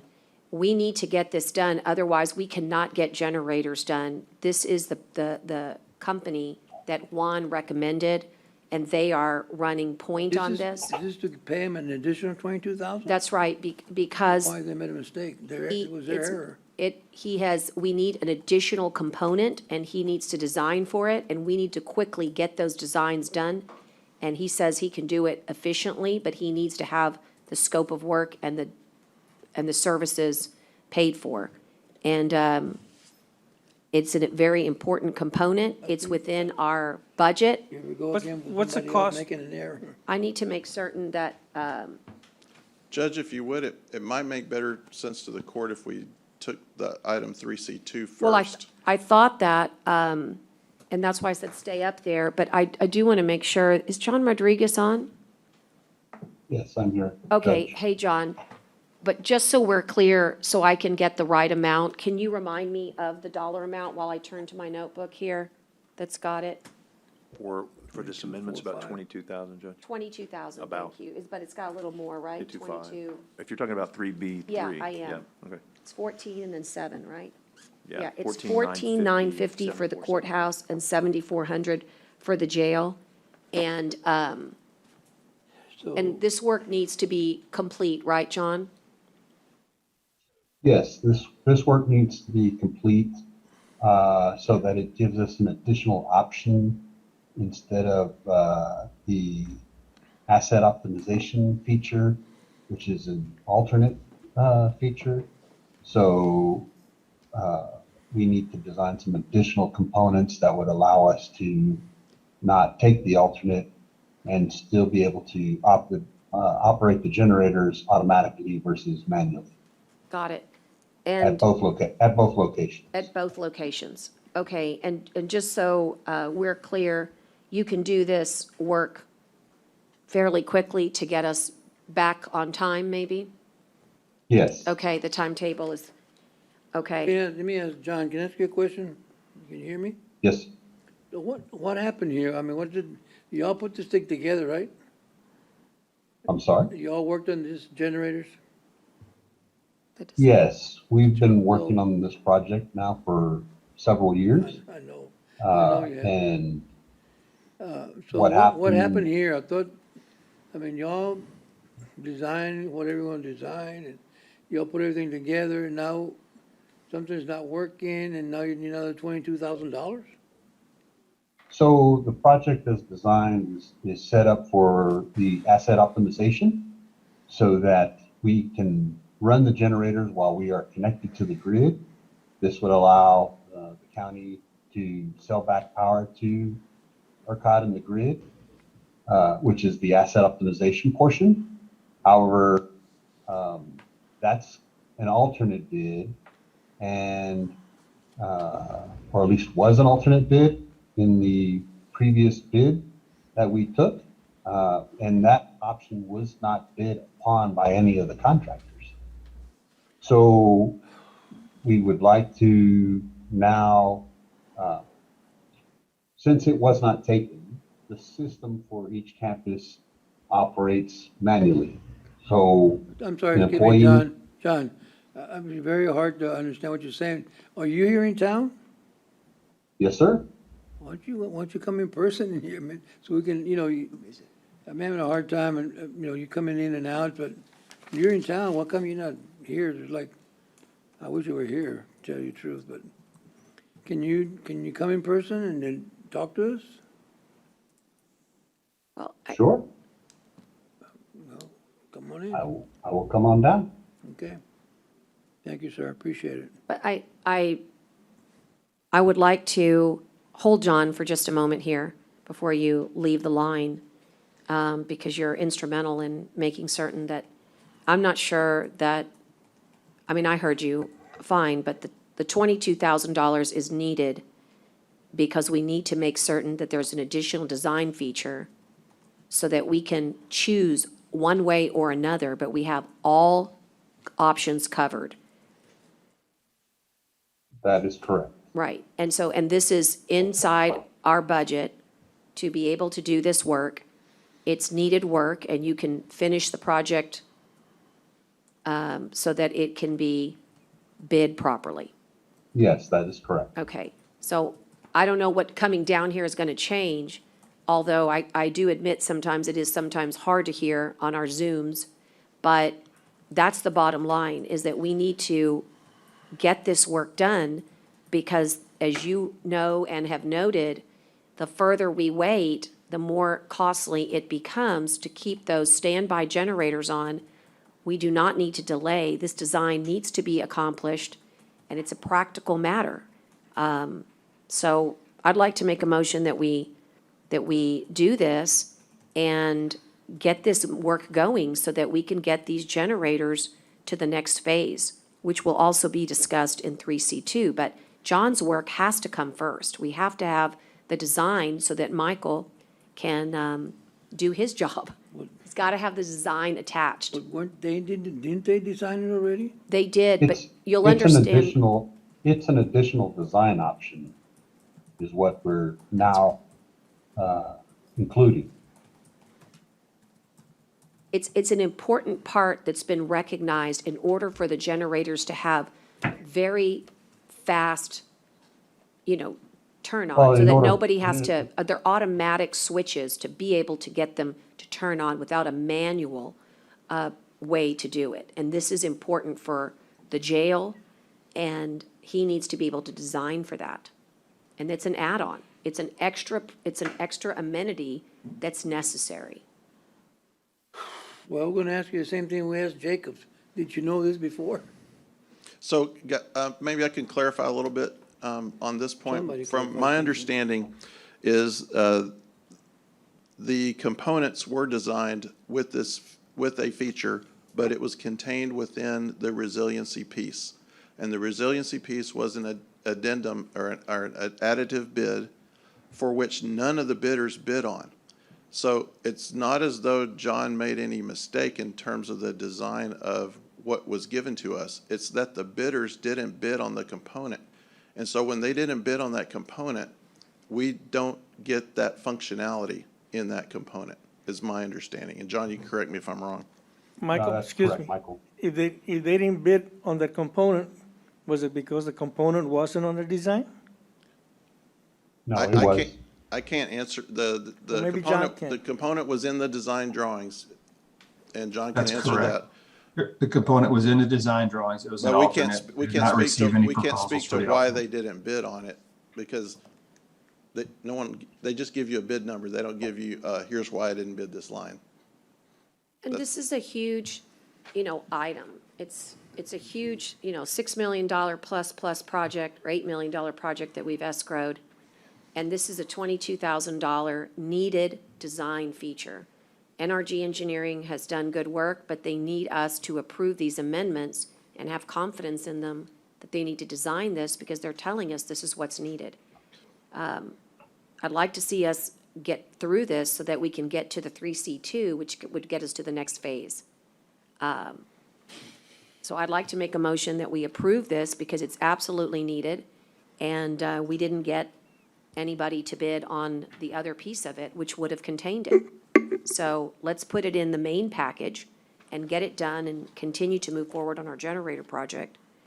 That's the motion, is to approve this supplemental for the 22,000. Remember, that's a breakdown of two different locations, the jail and the annex, 14 for one and 7 for the other. And he says he can be finished very quickly. Judge, and tell me, this isn't, so this Second on isn't, that. Thank I'm you. sorry. Go ahead, John. so this I mean, isn't, go ahead. this is additional? It's 22,000. Right, but it's 14 for leading one. to additional cost on the generators that weren't No. included in the package, you said, the first No, I'm time? sorry. It's in the it's in the budget. It's still in the budget for our generators. It comes from, if you're wondering what the funding source is, the funding source is the generator project in and of itself. This piece is it's a design feature that will allow for automatic turn-on of these generators that's needed. It was designed, Commissioner, in another part that wasn't bid on. So this Okay, one needs so- to now be on the main So this does not go package. outside the scope of what we've passed on the generators? That's correct. And this is, unfortunately, it seems like, not exactly, but another kind of Jacob situation where we're kind of like, He said no, because This is- he designed for it. This is not that situation. This is a situation where the vendors that provided bids on the project, they did not bid this Right. piece. This piece contains But they got the that job? auto turn-on capability. Did they get the And job? so when we, We're not there yet. when we put out the project, our expectation was that we were gonna get bids on everything, and we would be able to choose the low bidder that gave us all that functionality. None of the bidders bid on this piece, so but now we that still have that piece functionality. budgeted? Yes, And we still have the funds for that piece Yes. set aside, but because no one bid on that piece, then we didn't allocate funds for program management. And now that we're bidding on that piece, we're allocating those No, it's funds for not design? program management. Design, No. sorry. It's just NRG engineer. It's just the Oh. engineer's yeah, design. it's just a redesign, I believe, to move that feature into the main bid, so that it doesn't get. So it doesn't happen again. In the case that we get a non-bid on the Right, but resiliency these, but piece. there's no additional funds being allocated today that have not already been allocated. This is just using some of those funds. Is that correct? That's correct. I think that's my understanding. Okay. Any of those bidders, Mike, did they get the job? Is any one of them gonna do the job? Well, that's gonna be So, next. it's coming up on 3C2. Well, I was gonna say, because if they didn't see that had, that was required in that design, maybe we ought to look for other companies. So we're about to get to 3C2, if, just give us a moment, but Well, I'm just at this saying. point, So the ones that didn't have bid, So every that single bidder, design- yeah, got the work. every single bidder did not bid on this feature. There's Right, not but they one got that the- but did. Did they get the work? Nope. Did they get the contract? I have that for discussion here in just a minute, once we get past this item. okay, so I've got a motion and a second. And if there's no other questions for John, all those in favor signify by saying aye. Aye. No. No, Okay. The motion passes. All right, let's do the heavy equipment, just real quick, like, unless you think it's time-consuming, and then we'll get right into the other item. Discuss and consider selection for the heavy equipment Public Works Phase 2. Okay, so on this one, we had a little issue, and the reason you'll see on the attached page that it says I received no responsive bids, and that's different from saying no bids. No responsive bids in this case means that Bid it right. they didn't bid it correctly. And I had talked to Jenny about this and how best to bring it up to you guys. But basically, without revealing the name of the bidder that had this case, we received 2 bids for the same exact item from the same bidder with 2 different prices and 2 different delivery dates. According to my rules and the general requirements that was approved by legal years ago, that's the general requirements we always use to determine when something is non-responsive. When we receive 2 bids for the same item from the same vendor, that is considered a non-responsive bid. And I, as the purchasing agent, don't have the authority to waive that irregularity or formality in the bidding process, but the court does. So if the court is willing to waive that irregularity, then I can view the bids and provide those to Public Works so they can look at them and determine if they want to move forward on that purchase. That's a little dicey, right? You got a recommendation there, County Attorney? You can choose to waive the irregularity. You can also choose to reject all bids. You can reject all bids. And your recommendation would be legally? Legally, you can do either. It would probably be cleaner to reject all bids. Yeah, I kind of would think so too. I mean, we can rebid it and let it come back the right way, right? Maybe we get another bid, maybe it's lower, maybe it's not. I mean, we haven't revealed the numbers, we don't know who the bidder is, right? Nothing? Correct, and you do have the knowledge that, well, I guess I can't tell you yet until you decide on this. And how long would it take, Mike, to get this equipment if you went that route? Y'all need to waive the irregularities before I can tell you what was in the bid, and it would answer your question. But you have to waive it first. Really? I mean, how long it would take to get those if we did that? No, he's saying how long it would take to get the bids back, right? Or no? No, What how did you- long- He's asking for how long it takes to get the equipment. If we do rebid, how long would it take to get the equipment? I mean, one wanted it, Well, that's part of for his, hurricane season. it's probably part of the bid. This is How long would- let me ask you the this way. this is the second time I've bid this out. The first time I received no bids for 3 of the 4 items. We received bids only for 1 item, which was the grade alls, and we awarded that previously. This time I bid the remaining 3 items, and I have this condition that is precluding me from giving you information about the one bidder that submitted 2 bids. I received no other bids from anybody else on any of the other items. And why do we have to, we don't have, and this is not eligible for buy board? This is ARPA. Oh. I can't use buy board. Oh. Now, I want to visit with, And I how want fast to could you visit do with, it if I want we to visit. rejected all bids, Michael? Oh, if we you re- reject all bids and give me a chance to rebid, I could rebid next week. I mean, Okay, it's- well it's- then, I we'll mean, just it's make a already motion built. to reject all bids and rebid next week. Okay. Is there a second? Okay, all those in favor signify by saying aye. Aye. Keep us posted that out next week, right? You said- next week, Michael? Yes, Okay. will do. All right.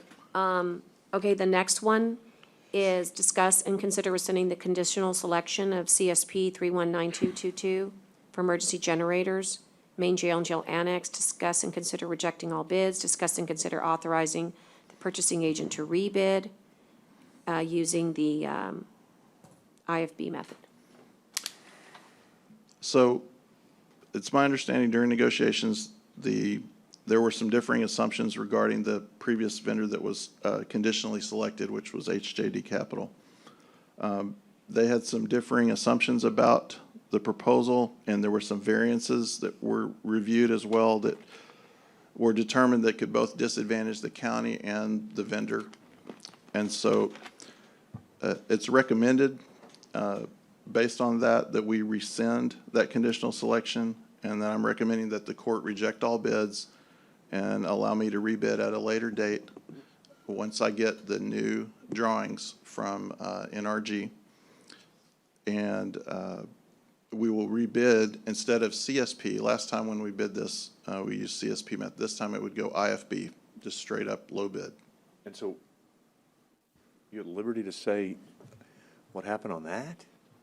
Well, there's multiple factors. One, most importantly, is that they did not bid on the resiliency piece, which contains the auto turn-on feature that we need for the generators to work in the manner that we expect. And we didn't realize that when we went through all this before? We didn't make it mandatory, right, Michael? Yeah, we didn't make it mandatory on that item. It was an additive item because of budget. Usually, Public Works could speak to this, but usually they break out a bid, an engineer would, into different segments based on budgetary concerns. And so you try to get your base bid, and then your additives might be things that are nice to haves versus have to haves. And so resiliency I think was considered a piece that was Bless you. something that was desired, but it wasn't required for us to do the project. And now Public Works thinks it should be required? Well, we think that the auto turn-on capability needs to be required, and since nobody bid on the auto turn-on capability, which was buried within the resiliency piece, I'm gonna have to rebid it in order to get that component into Okay, the Bert, main you're gonna have to bid. come tell me about this. I'm, So while he's walking up, let me ask, is that, I mean, that can't be just incorporated into the low bid that we have now? Is that price too expensive, or why is it that we can't go with the low bid and then just include that in there? Say that again? So we had a low Can it be bid. added? Why, I mean, is it too costly?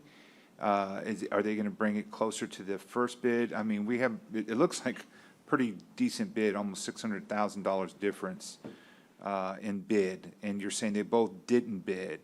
So even if we asked them to include that, why would we go back out into the public, into the market, and put this out there again? More time that we're spending, more money that's costing as we wait. I mean, every time we turn around, it's a generator for something and everything. And then I think, it's kind of alluded to earlier, it's like, it's the same projects we're dealing with. I mean, I'd like some resolution here and be able to say, this is our bid. And by the way, you have to add this part. We would have told either company that, but, So I that gets understand. included into, an added price. Is that not allowed, or why wouldn't we be able to go that route?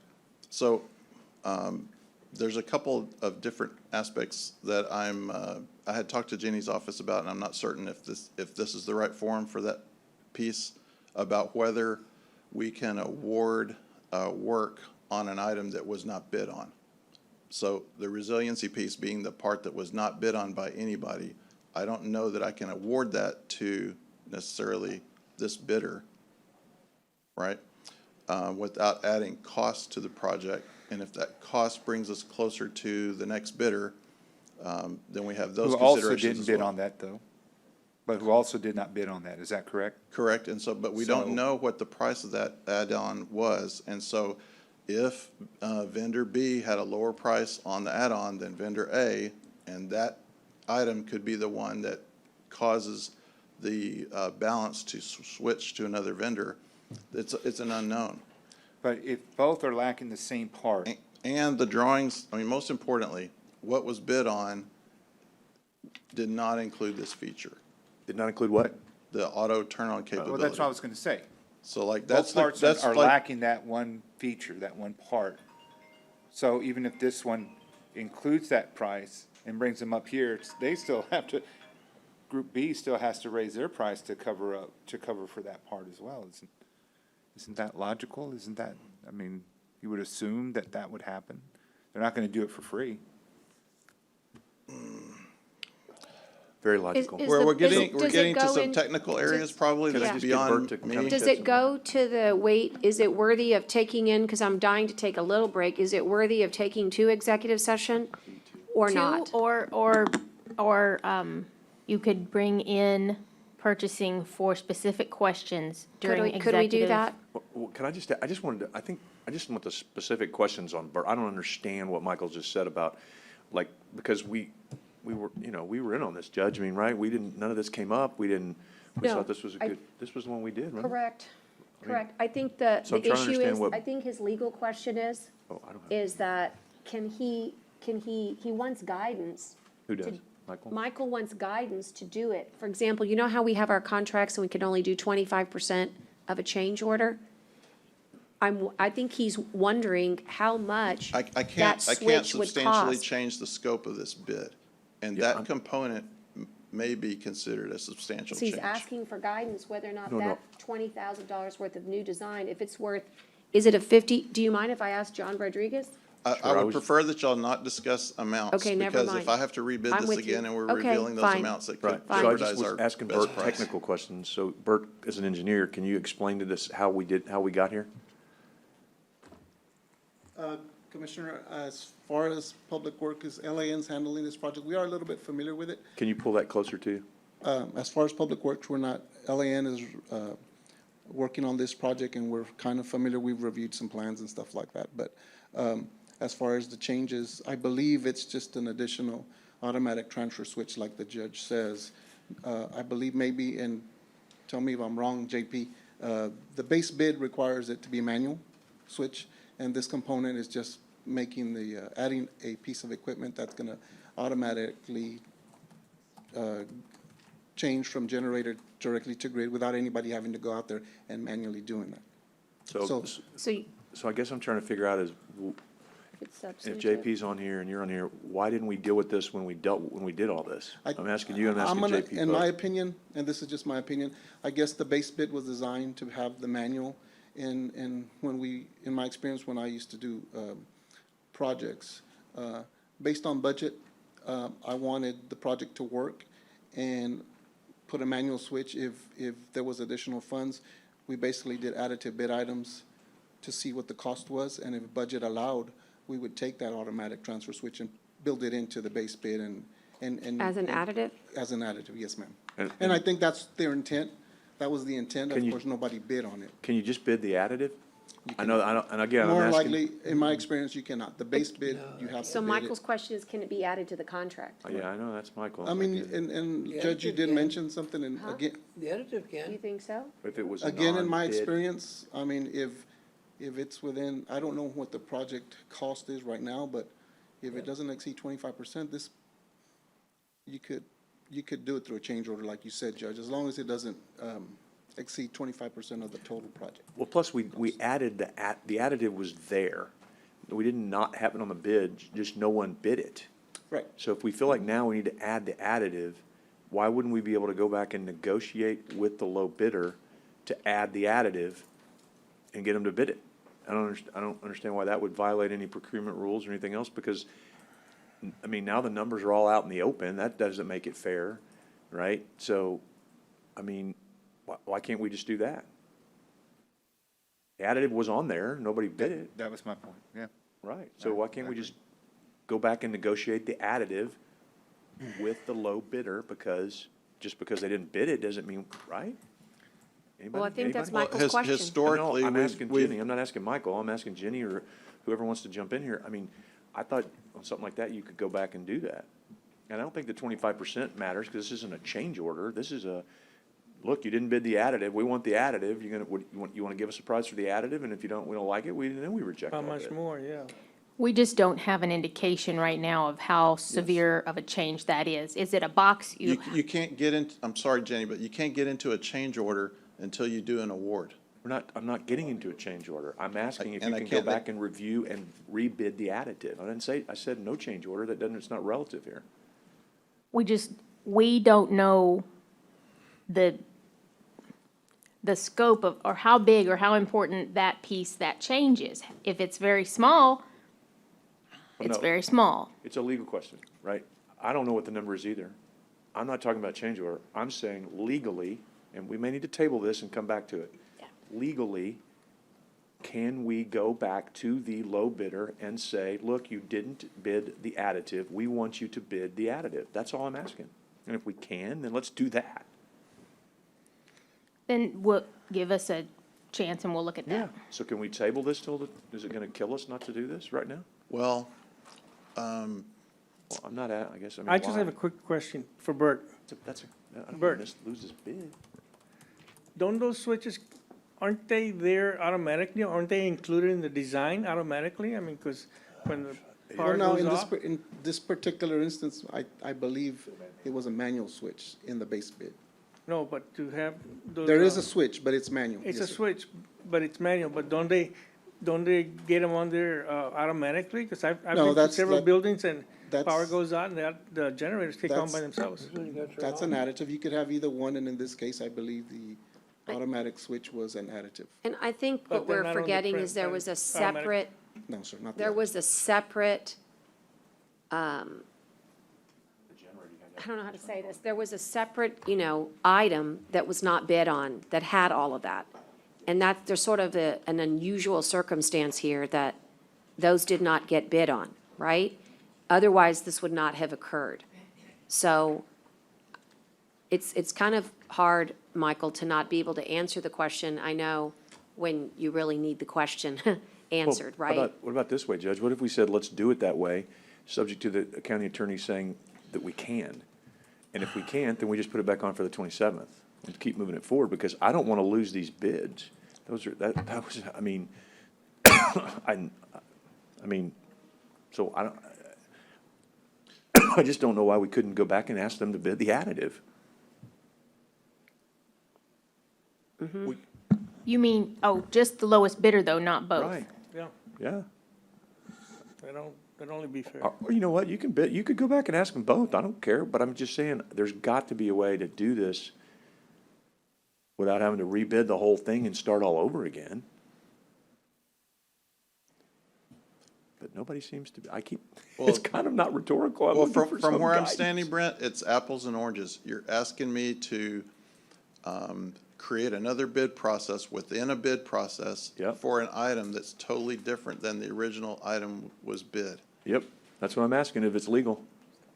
And, I haven't got an answer that's not legal yet. yeah, you can wait for your legal answer, but the problem with that is that there's another factor on top of this that There's always. I wanted to discuss in closed with y'all that might weigh into your decision. Well, let's bring that into close too, Judge. We got 100 other things to do. Okay, let's just do that, if you don't mind. Let's see how fast we can do purchasing on the other items. We're gonna hold for the clerk on that item, okay? On item 3, the RFP 3201-22 for janitorial services. Okay. Is that one that looks good? Yeah, well. Uh-oh, I got bidders. okay. And we rated them, and we have one that received the most points because they had the lowest bid. Okay, Please don't reveal the prices that are on the sheet that you're getting or the scores. We received 3 bids for this. We're recommending conditional selection of AHI Facility Services. They were the low bidder on this. thank you, ma'am. If you'll look at my red text, and actually in the gray bar there, you'll see what our previous provider was charging us, which is our current provider, on an hourly rate. That hourly rate is calculated on their monthly cost proposal divided by the proposed total number of hours.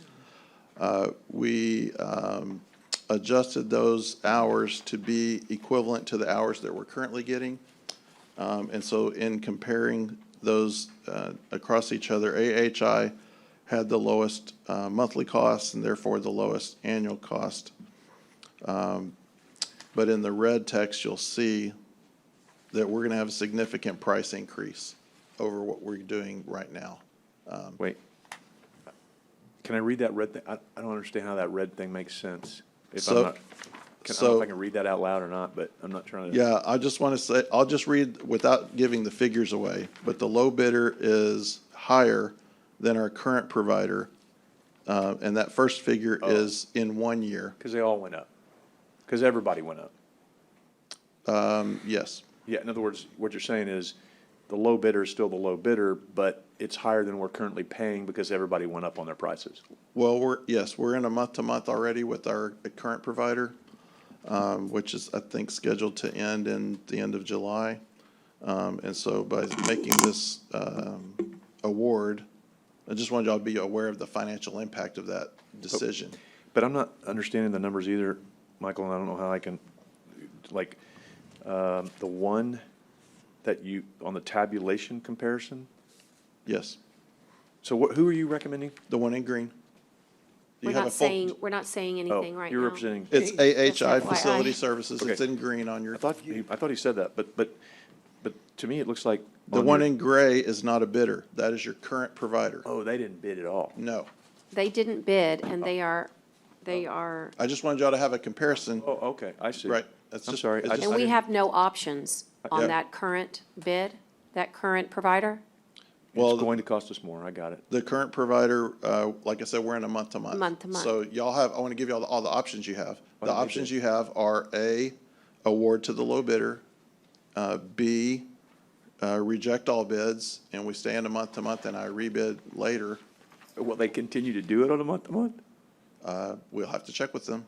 Well, then, we kind of have to know that before we, before we reject, we have, you know, I mean, Is that something you could do while we're in executive session? Because that's a lot of money that saves.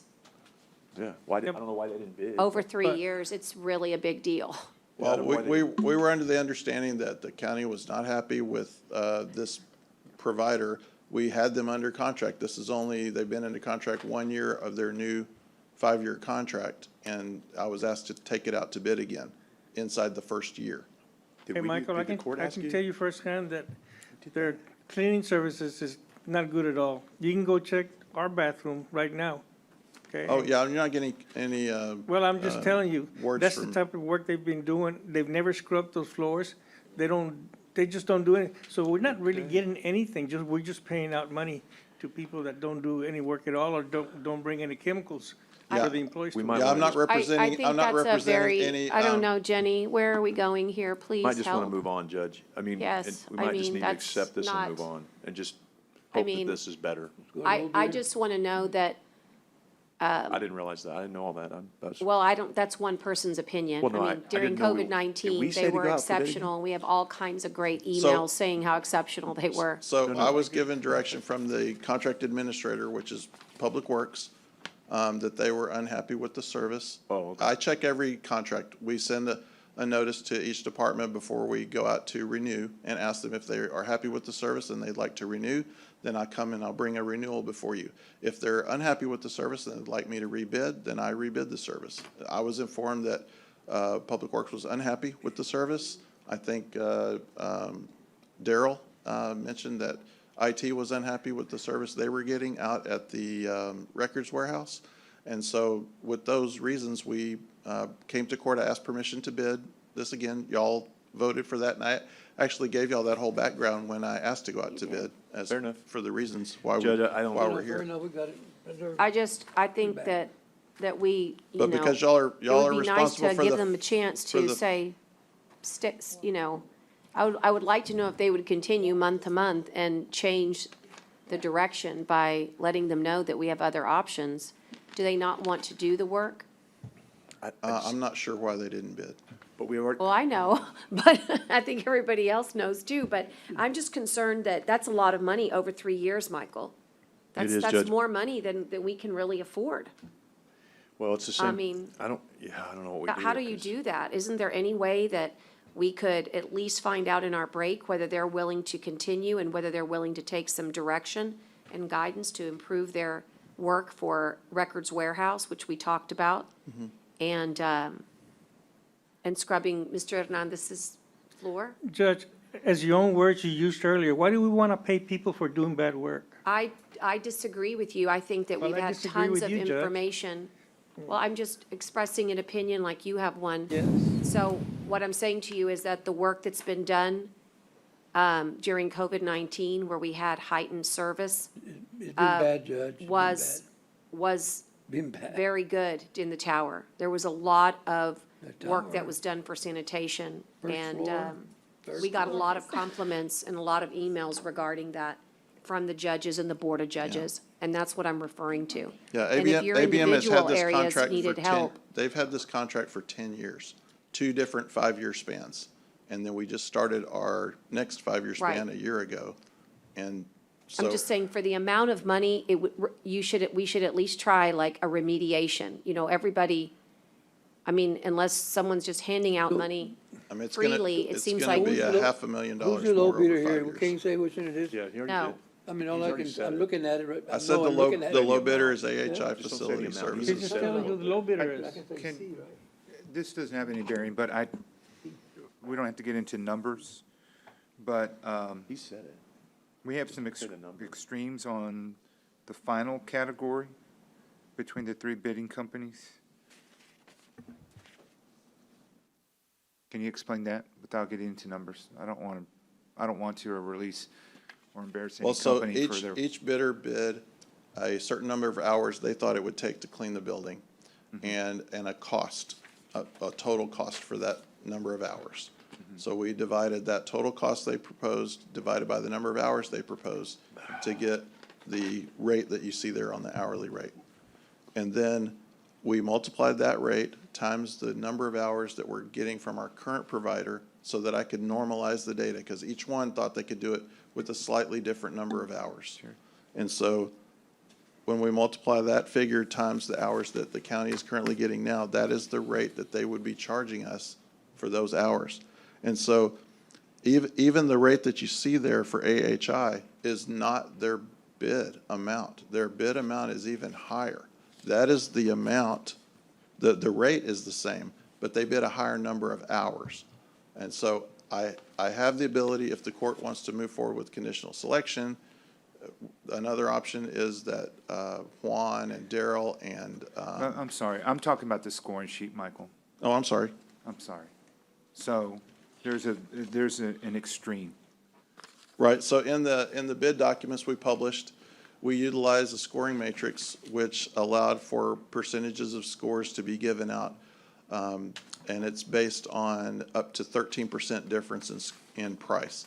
So if you have a price that's 13% higher than the next bidder, you will receive 0 points according to that matrix. It's designed if you have prices that are close to each other, that they would get a score that was close. And is that different than before? This is the first time that the county has utilized an RFP method for janitorial services. We have historically always gone with just low bid.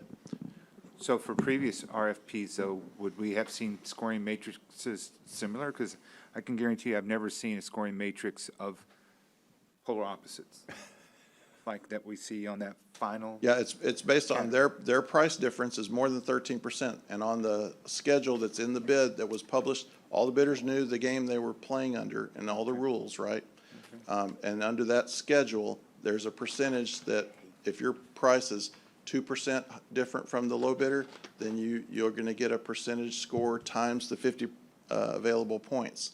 But if your price is beyond 13%, then 0. We're not looking to pay 13% more for anything.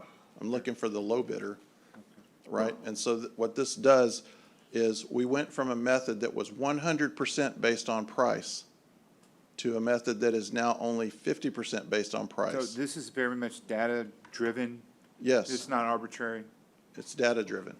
It's not individual scores. I think that's what I'm catching my attention, and I appreciate that because, before, there yes, interpretations of what the services look like, what that category looks like, and you could get ever so slightly in points. And here it makes a very clear distinction. So as long as it's measurable, it's a formula, it's data-driven, that, like you said, you have it listed there, then I'm good with that because yeah, that's it grabs your attention like, wow, that's, It does. you don't ever see one extreme to the other and when companies have been rated side by side in a particular category. Right, So right. I'm good with that. Just trying to understand. Thank Yes, you. sir. Michael, one more question. How many employees are they required to have every night to come to work? I don't manage the service. I'm not certain what the required employee counts are, but in the bid book, we indicated on their proposal response form a certain number of supervisors and employees for each site, and that was the same that was provided to us by the department heads that were using the service, which is for this building, Public Works, the IT gave us the records warehouse. Public Works also gave us for the yards, how many people. Coastal Parks gave us numbers of people for their area, and we also got input from Juvenile Department on their head count. And it was basically the same head count that we've always had, and so that's what they all bid upon, was having those same number of folks working. Well, I remember when this courthouse first got built, the requirement, and they went to a janitorial service, requirements were they had to require to have at least 12 people in the building to do the cleaning, but that's when they were doing vacuuming and cleaning. Now we don't do that anymore, right? So, I mean, how many, APM, I've seen them here with 2 people, 3 people. And even the ladies that work for them I asked them, is that solution sanitizer you guys? Well, I can No. save you some breath because ABM is not bid on this project. Well, that's fine, but they want to continue the service on a monthly deal. Well, that's who we have currently providing the service. Well, that's what I'm saying. I mean, And so that we're price talking- is significantly less So can we make a than motion to our go ahead lowest and bidder. make a motion and go with the low bidder? That's y'all's decision, not mine. Okay. Make a motion and go with the low bidder. Second. Any further discussion on this? Other than just, I want it on the record that the low bidder is significantly higher than our current service and will they didn't bid, create Judge, a so put on the record- contingency on the liability. record also that I'm they trying to didn't bid. speak, it's so rude. I'm trying to speak. But It creates also a. on the record that they One did more not bid. time, Commissioner, I will recognize you. If you want to add on, I'm delighted to call on you. Please hold. Again, I'll back up now from the beginning so we can restart. That by going with the low bidder, you acknowledge that it is significantly higher than what we have, and it will create a contingency liability for us in our next fiscal year to a large extent when we are trying to do our very best to find additional dollars to, quite frankly, change salaries, do all kinds of things. And it seems to me that without having a real honest discussion, these dollars merit at very least a discussion. And I would hope maybe you would amend your motion to say you'll go with the low bidder, subject to the current bidder maybe not agreeing to stick month to month through the fiscal year until we can figure out, I mean, it's gonna impact the fiscal, it's a contingency liability. Wait, Judge, you're saying through this fiscal year? I mean, at least so that we can figure out in budget how we're gonna tackle, am I allowed to say how significant or no? Could we just, could we look at just starting it? In other words, not, just I mean, we make it starting October, October, right? October 1? I mean, we could put extra people on the payroll at a huge amount with the savings that we're getting. I don't know how we're ignoring that, because I just, that to me is, if I understand if you don't like, if Public Works doesn't like their service based upon some important people saying that, hey, we need to do better. But what have we done to try to remediate the situation? Because at these dollars, those are the salaries that people want we want to give to others, and you're gonna do it. I don't understand. I mean, this is scary to me that we're not acknowledging that that's a big amount of money. It's gonna create a contingency liability. That's all. I will go ahead and call the vote. Everyone's tired. But it's a real shame that, we argue about, All right, let me just say something, stuff in the Judge. morning. For the record, let it show too that the people that we have now did not bid for the job. So Did they what? if they didn't bid for the job, that means they don't want the job. So, and besides that, a lot of people are not happy with the job that they did. So for the record, let it be known.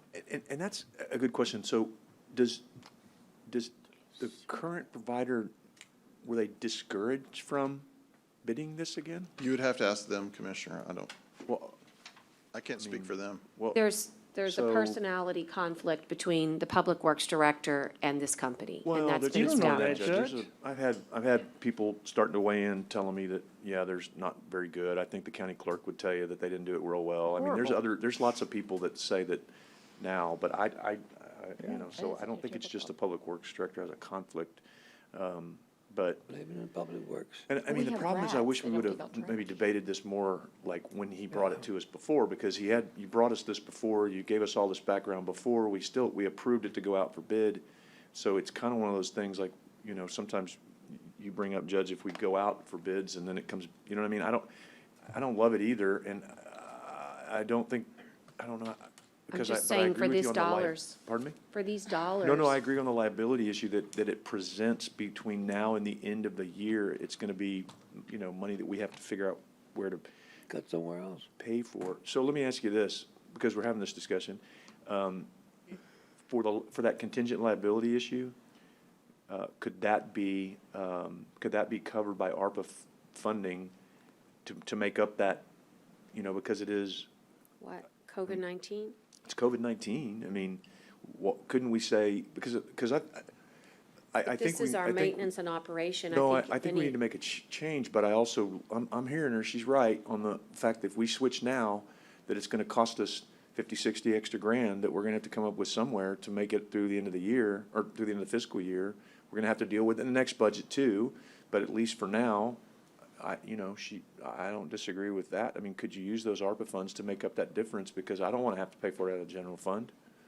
And it is it is definitely COVID related, I mean, this was, Well, all the part extra of the cleaning we're service- doing, all the extra Part cleaning we're of, doing. part of the service Part of the is service definitely. is Well, COVID like all the related. extra cleaning is huge Yes, COVID. I mean, that's yes. why it's costing us so much.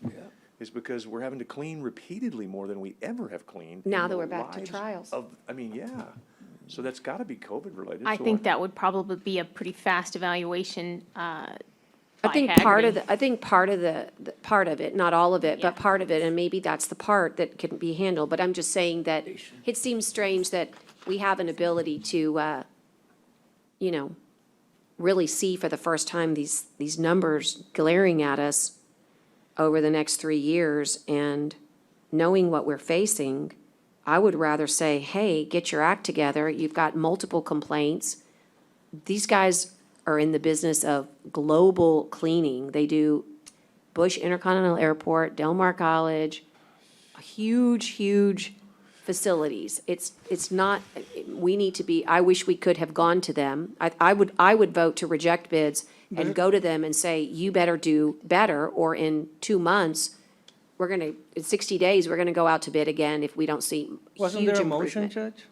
Yeah, but they know? rebid, Judge. I like, so I'm okay making a change, but I do agree with your position on the money, and I would like, if that's gonna be a motion to recommend that we make it part of a motion or a subsequent motion, that extra is covered by the ARPA funds based on the incredible amount of extra cleaning that has to go on this. And then we may need to look at that going forward for next year too, Judge, because we're still gonna end up with a huge amount of extra cleaning because of COVID. Well, let me just say this, and I need to ask Could maybe the put some funds Haggerty towards I it need to for add, next year. I need to add Could be something FEMA right in this as well. point. What's that? I needed to add something. If you're talking about ARPA, ARPA was not part of this bid process. Oh. Doesn't have to So- be part of the bid process. We If you're can, gonna use ARPA funds, it wasn't part of the medical examiner process either, and we used ARPA funds to cover all the extra medical. It's gotta be ARPA related. It's not, in other words, we're making up a shortfall. This is gonna provide a shortfall in the general fund because it's more than we have budgeted, is what has been said. And so I'm just saying to use the shortfall, ARPA funds for the shortfall that this will create for the county because it's COVID related, just like we did for the medical examiner. And that wasn't part of the ARPA bidding that wasn't part of it either. But we used it because it was allocated, it was told we could. So I don't know why this couldn't be either. I would want to get Haggerty's opinion on that. Maybe if we cut Haggerty as a consultant, maybe we Dude, that could was, afford. shouldn't have gone there. Okay, all right, Boy, hold on. I So, mean- hold on. There ought to be an agenda item just for, Okay, wait. Let's don't do, God, we're doing so good today. Well, we were. I know, but hold on. So let's just stick to this one. And I think we should make this, if we're gonna take the low bidder, which I'm hearing that a lot of people don't like, okay, that's fine. And I'm gonna come back one more time. Y'all, if y'all approve conditional selection, I would have to come back one more time to do the contract. Fine, then whatever, so whatever the shortfall is, I would make as part of the motion that be covered by ARPA funding.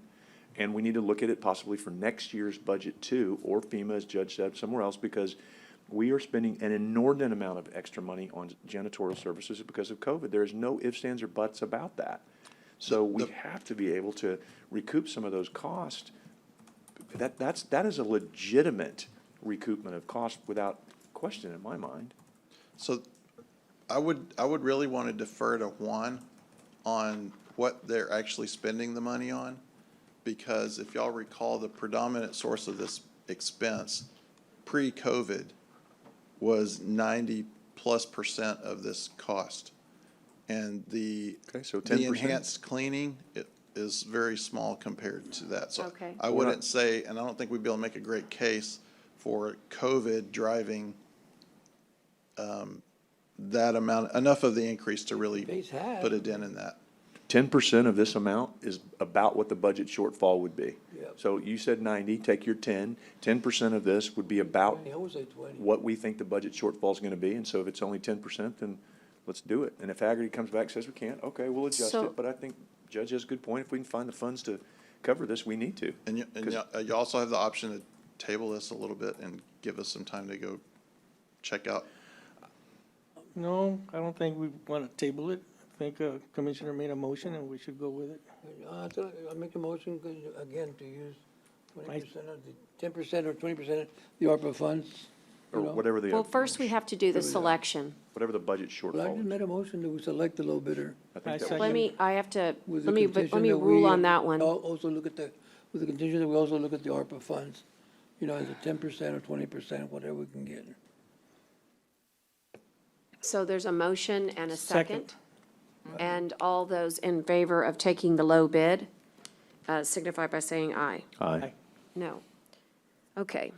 All righty, let's move on, Michael. We've got a maintenance hangar, IFB 3198-22 for lease, and this is a selection as well. Yes, we received one bid from Albert James Prebula III. We recommend award. He bid $1,120 per month. Wait. Don't I need to make a subsequent motion on the other one, Judge, for the funding to be covered? I don't think we did that. We do it at I one? included. Oh, you think did he include it in your included it. motion? Okay, my bad, I didn't hear that part. Guys? I'm sorry. Is that right? He included it. included Yeah, it. we're I didn't hear good, it. Commissioner. I'm sorry. Okay, fair enough. Go on to the hangar. The recommendation is to approve the hangar lease for $1,120. Yes, for Mr. Albert James Prebula Is there III. a second? Wait, yes.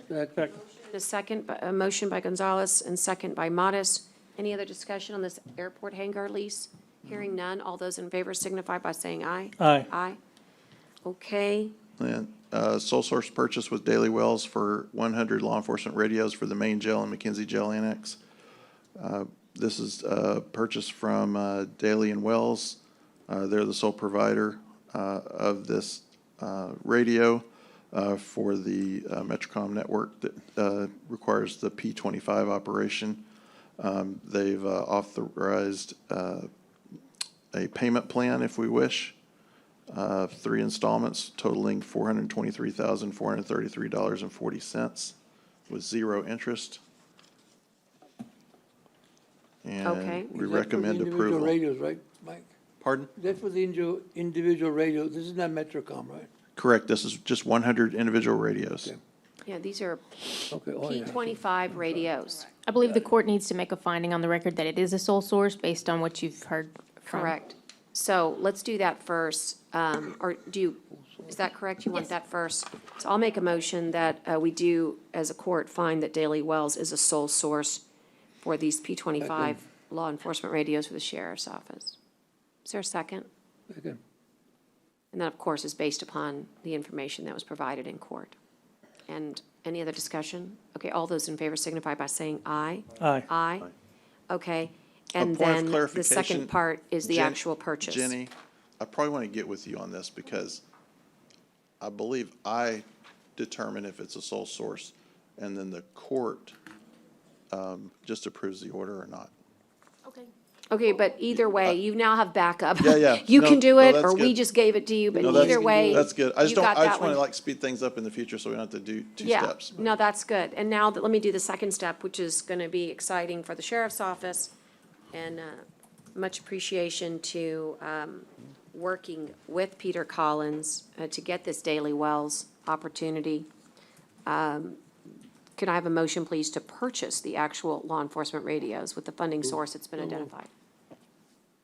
Motion? Second. A second. And did you need more? What? The first one? The Yeah, second so one? the first one, because all it is one, it's just discussing, consider purchasing the sole source. So that's what we did the Right, so first it's one. already in there, Yeah. but you had them decide? She declare? asked for that. She asked for that. Okay. But it's already in there, Jenny, together. She's right, it is in there, but I think we just took it as a separate and separate prior determination as a finding, just to Okay. back it up. They pulled But them you're right, the way the agenda item is, it reveals itself, but we went ahead and gave it a backstop. That way, Okay. there doesn't prevent these radios from being procured quickly. Okay. And all those in favor signify, did I do that already? All those in favor signify by saying aye. Aye. Thank you. Okay, thank you, Michael. We need to go to the auditors. He's got two change orders. One's a budget change order and another one's capital project. Let's do the budget change order number 15. I think, Your Honor, the budget change order 15 is a very lengthy change order. The majority of this is moving some overtime expenses to cover it because most of our jail and our juvenile facilities have significant vacancies and requiring this. The other larger expenses is because of the full house at the juvenile center and as well as what we're needing to do in health and human services. The food cost is getting sky high, so we need to do some costs. My staff and I have gone through each of the purchase order, each of the budget change orders that's presented here. We see that the funds are available for these changes, and we submit budget change order 15 for your acceptance and approval. All right, and there's a motion. Is there a second? Thank you, John. Second by Commissioner Modis. And any other questions for Dale? Okay, hearing none. All those in favor signify by saying aye. Aye. Aye. Okay, and then project change order number 110. This is on the capital side. The majority of these, as you showed, is based on our funding sources, whether it's a CO or our general fund. And most of those charges are adding the balances for our Nueces County animal health facilities and also moving some other money around for our 19, which is 2015 COs. We're moving some money to cover the costs that we approved for the tax assessor for the cash drawer. And we have the CO that we've had some additional funds that are moving to cover additional costs for our courthouse for AD improvements as well as our envelope. My staff and I has gone through this as well as you see on page 2. We've got a few more county roads that we're bringing on, so this is probably the engineering portion of this.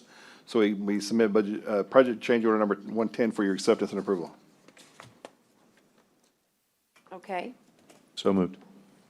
Got a Second. motion and a second. And all those in favor signify by saying aye. Aye. Okay, and you'll remember earlier, we did E1 and 2.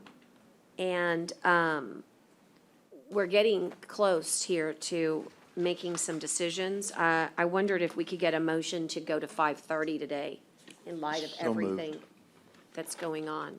So moved. Okay, motion and a second.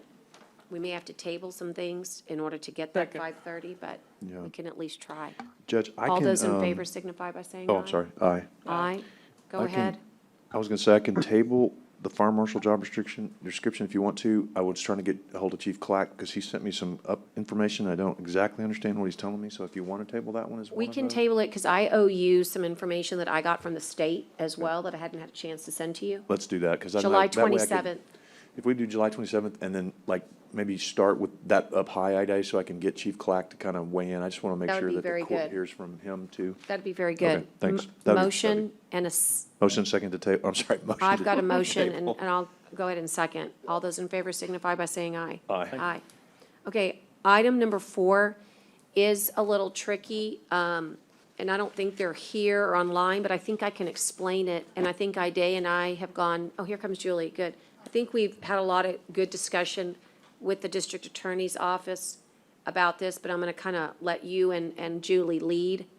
But this is to discuss and consider allowing the district attorney's office to hire or transfer attorneys or staff during any time in a pay period because of an urgency. And so there's some background here. And Ida, I'll let you Yeah. start. And Julie, obviously, you're going to be our reference on this pay period piece of it. Go Yeah, ahead. Julie, can I start? And Angelica is on her way to just. Okay, Angelica's on her way. Julie, go ahead and start, but let me just give the background. There's a huge amount of vacancies in this office, and we've got to be able to try cases. And so this gives a little flexibility, but in a way that we can handle it, because it would come almost one at a time rather than What number, Judge? changing a whole status quo. This is number 4. So E4. Julie, the whole thing is, normally we start on a pay period because that's what makes sense, right? Correct. However, there is a policy that Okay. the Commissioners Court has in their manual for employees Yeah. that we switch over employees either for a transfer or a promotion at the beginning of a new pay period. And the reason that this policy was written is because it's for the benefit of the employee that's actually moving. The current system that we have right now for payroll allows for the employee to just get paid through the end of the day that they work. So if we cut off the pay period halfway through, they wouldn't get that rest of the paycheck until another 2 weeks. So that's why this policy was written, for the benefit of the employee. And Dale can speak to this as well, because his payroll department was the one that had recommended it when we put it into the policies and procedures last time. I think we just ought to change it in general, not just for the district attorney's office, because there's other people that have emergency needs and people that need to get on board. It just needs to be explained clearly to these people when they come in, exactly what you said, that if they may not get a check. Well, that's not really the issue, Commissioners. The way our payroll system right now is, and that's one of the reasons why we're trying to go for an ERP system revised and renewal, is when we transfer an employee, we have to end their employment. And we have to start their employment over as a new portion. We have to pay everything that we owe them back. So it's so time consuming because we got to end everything, pay everything, and create the new one and create this one. And if we do this multiple times, I almost guarantee you we won't be able to pay one pay period. Okay, I gotta ask that. Why in the world would we have to do that if we're transferring? Our payroll system requires it. Because they can't, because the way the labor law says, for example, if you're working in one of your current job, and let's say you're non-exempt, because I'm going to go exempt to non-exempt, and you have overtime that you've earned, we have to pay out 100% overtime at your old rate because we can't pay you at the new rate. Well, I don't think your overtime would get paid. It gets paid every check. No, we can comp it as what we call comp time. Now, if you leave or you transfer, we have to pay your overtime at your old rate because we can't pay you the new rate because it's a higher rate. Okay, but I'm assuming for like the DA's office, it's got to be more like new hires, right? I mean, I don't know how much the transfer is going to, because there's not a lot of attorneys that are going to transfer around. There will be a lot of transferring around. So we go from a 3 to a 4, you're at a pay group 3, at a pay group 32, we have to pay you at that level, and then basically end your employment at that level and start you at a new level. If you reclassify someone? Yes. Our payroll system, our current payroll system requires it. That's why we're in the process of trying to change it. So. New hires can start on any day of the week. It doesn't matter. New hires So, is not a problem. I think for Angelica's purposes, we're just trying to get her the flexibility to hire. The answer is she can do it in the pay period. She's just gonna have to let that individual know. Well, what my recommendation can be is this, is if we have a lot, in urgency, I understand these urgencies, what we can do is work with the DA or whoever it might be the case. If they want to transfer, they transfer, keep at the old position, and then determine what would be a supplemental pay. And when they get the next pay period start, then we make one small supplemental pay to cover the difference. That sounds like a very good, I mean, I don't think the should be it district for attorney everybody, though. cares how we do it, just that we do it. Is that, can you mind just Yeah, and saying that? I think we got to do this for everybody, though. I mean, because. Agree, everybody, yes. Yeah, I mean, we just need to do this to work. You're 100% right, Judge. I don't care how you do it. Just do it. Just please do it. I mean, it matters when we can't move a misdemeanor up to a felony, and we've got trials coming up. And we understand. So All right, So we're gonna go ahead and make a motion to allow this under these urgencies. Everybody, right, Judge? For everybody. Make sure that the employee that's being transferred has to know that when they do transfer up, that one check might be still at the lower rate, and then the next pay period will correct. make the adjustments. So that means HR, you need to communicate with these department heads on this change, what effect this is going to have for what we do. So you've got to send something to all department heads and said, look, we've changed the policy, and the policy is this, but here's the consequence of, so you're going to need to get to Dale and send something out to these department heads, and they're not going to see it the first time. You may have to send it 3 times because everybody's busy, and they may not hire someone for 6 months and forget about it. So I'm good with. And if there comes a day, Julie, where we are fully staffed and the world is in order again, we can revisit this to make it easy, but I think right now the urgency takes precedent. Got a motion and a second. So, yes, I know, I had the motion. Motion and a second by Commissioner Chesney. All those in favor signify by saying aye. Aye. Aye. Okay, thank you very much. All right, I believe that we need to go to executive session. Yes, you may. Thank you for asking. Thank you, Julie. And I'm going to remind everybody that we're going to try to do this efficiently, but I need to give notice that Commissioners Court is going into executive session to discuss with our attorney under the Open Meetings Act, Chapter 551 of the Texas Government Code, and in accordance with Vernon's, all the sections that apply, 071, 72, 73, 74, 745, 76, 86, and 87, and we're doing so to include consultation with our attorney on, with matters relating to litigation, real property, personnel, termination, county advisory bodies, security devices, economic development negotiations, and any other matters that may be discussed in executive session. Upon completion, Commissioners Court may, in open session, take such action as appropriate. So, just want to say that the time is 4:55, and we are going to be off the record, gavelled out. And for the clerk, what we did was we said we're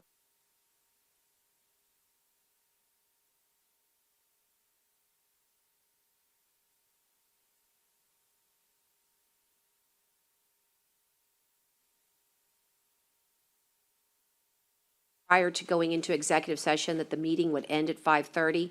I need a motion for at least, 10 more minutes so that we can conduct the business that's necessary from executive session, as well as the adjournments in memory. Is there such a motion? Okay, I'll second. All those in favor signify by saying aye. Aye.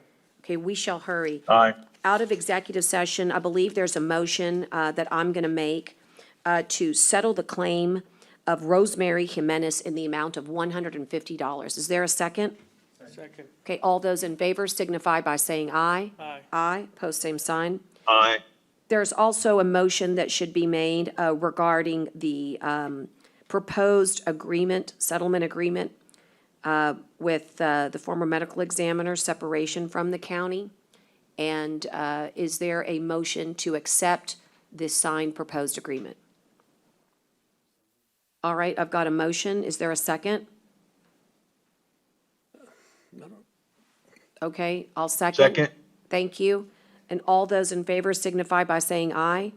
Aye. No. Nay. Aye. Nay. Okay, you're not. okay, so Kara, the one that we did first, I'm sorry. I know we normally do the numbers. Give me just a moment. I do have them recorded here. The first one that I did, Kara, was item 30, Right. the Rosemary Jimenez. Okay? And then the other one that we just did was the Number 13, number 13, with letter, yeah. okay?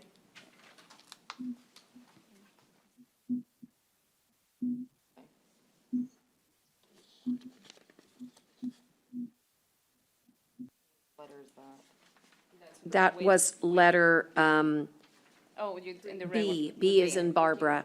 13. The rest of the letters were consultations, and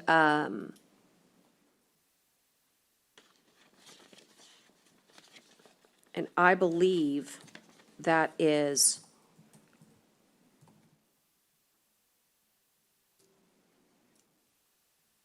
there was also item number 11 that we passed on, Kara, that we need to make a motion on item number 11. Yes, and 3. And so let me work on 11 first. Is there a motion for the appointment of this interim office administrator from May to July 17th? That's how the backup agenda reads, May through examiner? July 17th. For the medical And it's examiner? subject to the medical examiner's approval. Yeah, I think we voted for them. Okay, so will you make that motion, sir? So moved. Yes, sir? And is there a second? Okay, I'll. Second. Oh, thank you. And all those in favor signify by saying aye. Aye. Pose same Aye. sign. Okay, and so that's 11. And then on item, we did not reach the item that you're speaking of, Kara. We'll have to table that item for next time. That was item number, 13. Oh, on the executive is D. Is that it? I'm sorry, E. give me just one second, Kara, I'm flipping back. on item, but on the, what were you asking about item 3 though first, right? Right, and we did not get a chance, just time ran out. We're just gonna have to, is that correct? Is that the consensus of the court, that time ran out and Judge, that we would just have that can you just, tabled? can you state which one that is? I apologize. It's What the you're saying numbers, I purchasing- don't know which item that is. We were gonna get some more information on the purchasing department and the process, remember? Item A3, Commissioner. Are we tabling that? The only thing I can do at this late hour, I gave the motion was 10 minutes. So move. Unless you want to stay longer, I'm happy to do that. Table to July 27th then? Yes, sir? It was your item. Is that a Would you be mine? willing I to can't hear, table? I'm sorry. Would you be willing to table to July 27th? It was your item. We did not get consultation with the county attorney on it. Would you? Are you asking me, Judge? I can barely Yes, I hear, I'm am. sorry. I'm asking you, since it's your item, I'm giving you the courtesy of acknowledging that we would like to table it to the next court. That's fine. Okay, motion then to table by Gonzalez. I'll second. All those in favor signify by saying aye. Aye. Aye. Kara, Aye. you're also keeping tabs. Was that all that? No, We handled 11 and 13. yes, I have, let me see, okay, so, yeah, on 29. We did not handle 28. We have 29, and then it's also on Executive E, but there is consider taking appropriate action. That's For correct. So- I'll go ahead and ask that, but is there anything on 28 that you needed? We were going to get some information and we Y'all- didn't, just y'all so you had- know. Yeah, so what, on, Approve the software. Right, but we never no, remembered. what you did is, he Yeah, we made a did. motion, and then y'all cut it in half. He did. Commissioner Chesney made the second. It was to record all executive sessions. And.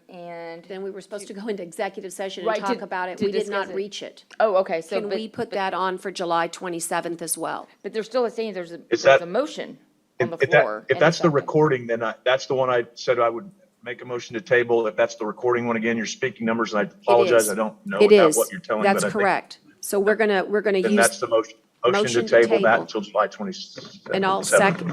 Okay, Gonzalez will second. Second. Is that But fine? It's a right. motion to table item Did he- number so- 28. So I don't know if he has to do, because he already had a motion on the floor in a second. Okay, And so, And so, I- I mean, I'm withdrawing my Okay. motion. thank you, good, thank you. And then would make the motion actually to table until the first meeting in August, because we're already loading up the July calendar, and I don't consider that an urgent matter either. all So I right, would like the to make August that motion to 6th. table till, Okay. August yes, 6th. thank you. All right, and there's a motion and a second, so to withdraw, it's compound, and renew, so the motion, a second, all those in favor signify by saying aye. Aye. The table Aye. to August 6th. Got it. There's a motion and a second. All those in favor signify by saying aye. Aye. Aye. Motion carries. Okay. And so, Kara, the only one that was left was item 29. Right. Which was also a companion to item E. Yes. And,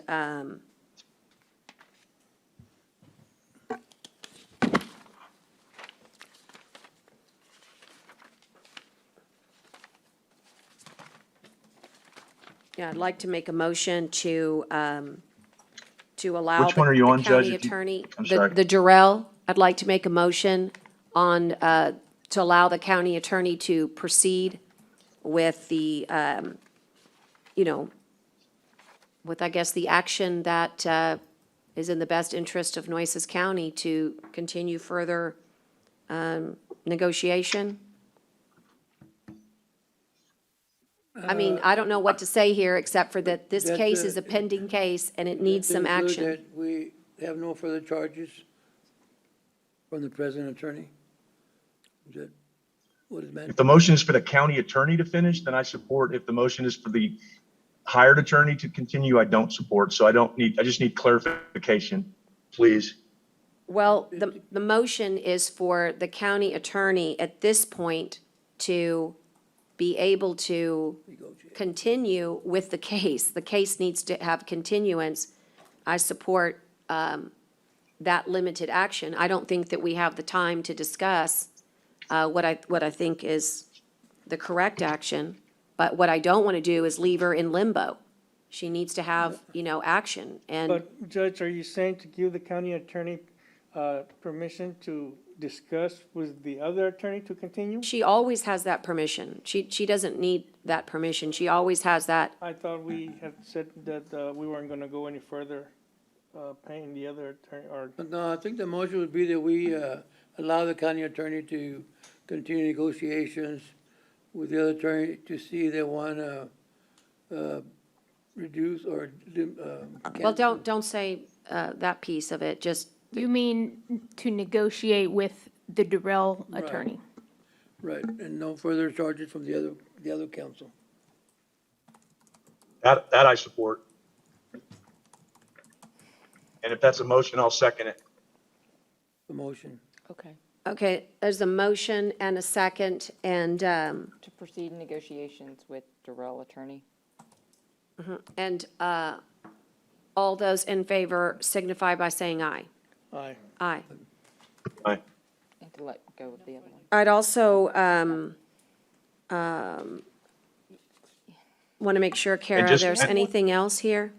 You had one more. Just real quick, I want to make sure I'm clarifying that Jenny understands that means she needs to finish this out, correct? Without further, That's not the, without that's, further that's not, involvement. the motion is for her to continue to negotiate, Commissioner, and that was passed.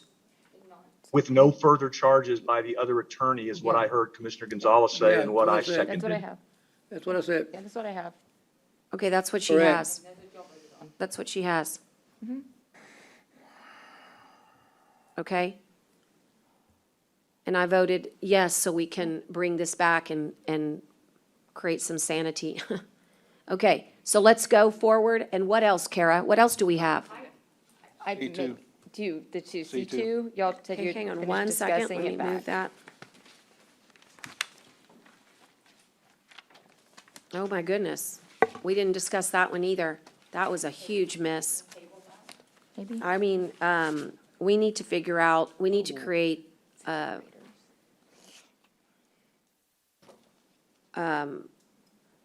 Commissioner Chesney, this is the generator. Are you still there? Yes, Commissioner? ma'am. There's one Yes, I'm lacking here. and only one lacking, but it's a big one, and it's the discuss and consider the opportunity to either reject bids or to accept the low bid contract and work with the county attorney on the additional, the additional Judge- feature. And well, we didn't get to that one in executive session either, because Jenny said she had something she wanted to tell us about. So my continued desire would be to move to go back and negotiate the additive with both bidders if we need to, or the low bidder, whatever is legal and correct. So Can I can make either that be a a motion motion or- in the interest of time? that would be it. Okay, and is there a second? What was his motion? Second, I'll repeat it here for you, Kara, or I'll have him repeat Thank it. you. Brent, one more time for the clerk, please. Yes, the motion would be to go back to both bidders or the low bidder, whichever is legal and correct, and negotiate a bid for the additive that everyone has indicated we need, subject to that being, again, legal and correct. Okay, there's a motion and a second. And all those in favor signify by saying aye. Aye. Aye. No, Okay. All right, one no. All right, Kara, you've done a very good job of keeping up here with us. The minutes. The minutes, we did approve them. We did. It was a late one, but I remember, we did Thank you. do it. It's Appreciate it. J1, I just have that memory. Thank you. Can you look at it just before we go to the Yep. adjournments? There is an important, I don't see anything. I don't see anything else. either. Was it a 3-2 vote or a 4-1 vote? On the last one? Yeah, I didn't hear. Did you yes, no? For- Were you yes, no? Did you vote yes on the low bid for the last one? Oh, no, no, Is that no? no, That's a no? no. It's a no. It is a no, or no, it's not a no. Oh, You're voting nay. no. Okay, there you go. Thank you. All right, I think that's good. All right. The one thing is, and I'm going to get it to you by email, they're already offline because of the late hour, and we've already passed our 10 minutes. But remember how we said we were going to get Haggerty to give us the final number? I'll get IDay to email it to all of you this evening, so you know after court action today where we stand. Okay? And so in that case, we'll move to adjournments in memory. And Commissioner Gonzalez, you had one. Commissioner Modis, you had one. He's going to do for all of us. Go ahead and do Ms. Herrera. Commissioner Gonzalez. On Tuesday. Oh, it's mother-in-law. It is I'm sorry. Edward Herrera's mother-in-law passed away. And it's Tuesday, June 28th. Rose Mary Zuniga passed away at the age of 75 at her home in Corpus Christi. Rose was born on January 25th, 1947 in Harlingen, Texas, to Leopoldo and Rosa Doalina Fraga. She was a graduate of Mary Carroll High School and studied at Texas A&M University, Corpus Christi. Rose earned her Bachelor's of Arts in Sociology in 2006. Her Master's of Science in Curriculum and Instruction in 2008. And in addition, she was the process of defending her dissertation of a doctorate in educational leadership from TEMUCC, a degree that will be awarded to her posthumously, whatever that word is.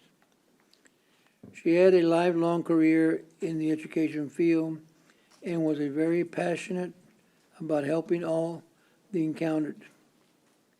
Rose spent 22 years working for Texas A&M University, Corpus Christi in the College of Education and Human Development as a certification coordinator.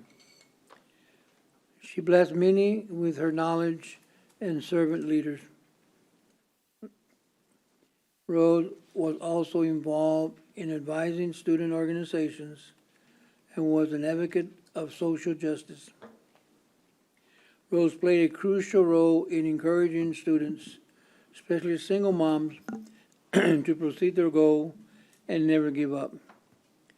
Prior to her career at the university, she instilled the love of reading for students as a library media specialist, certified storyteller for Corpus Christi ISD and Banquete ISD.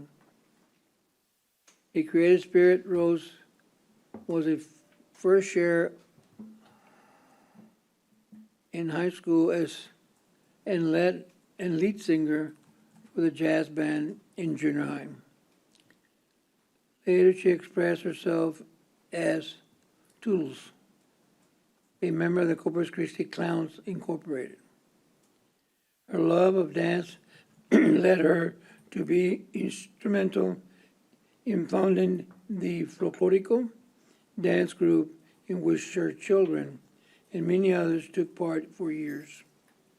Later in life, Rose gracefully sashayed across the stage as a member of the Ballet Nacional and was talented seamstress who could create a costume from scratch.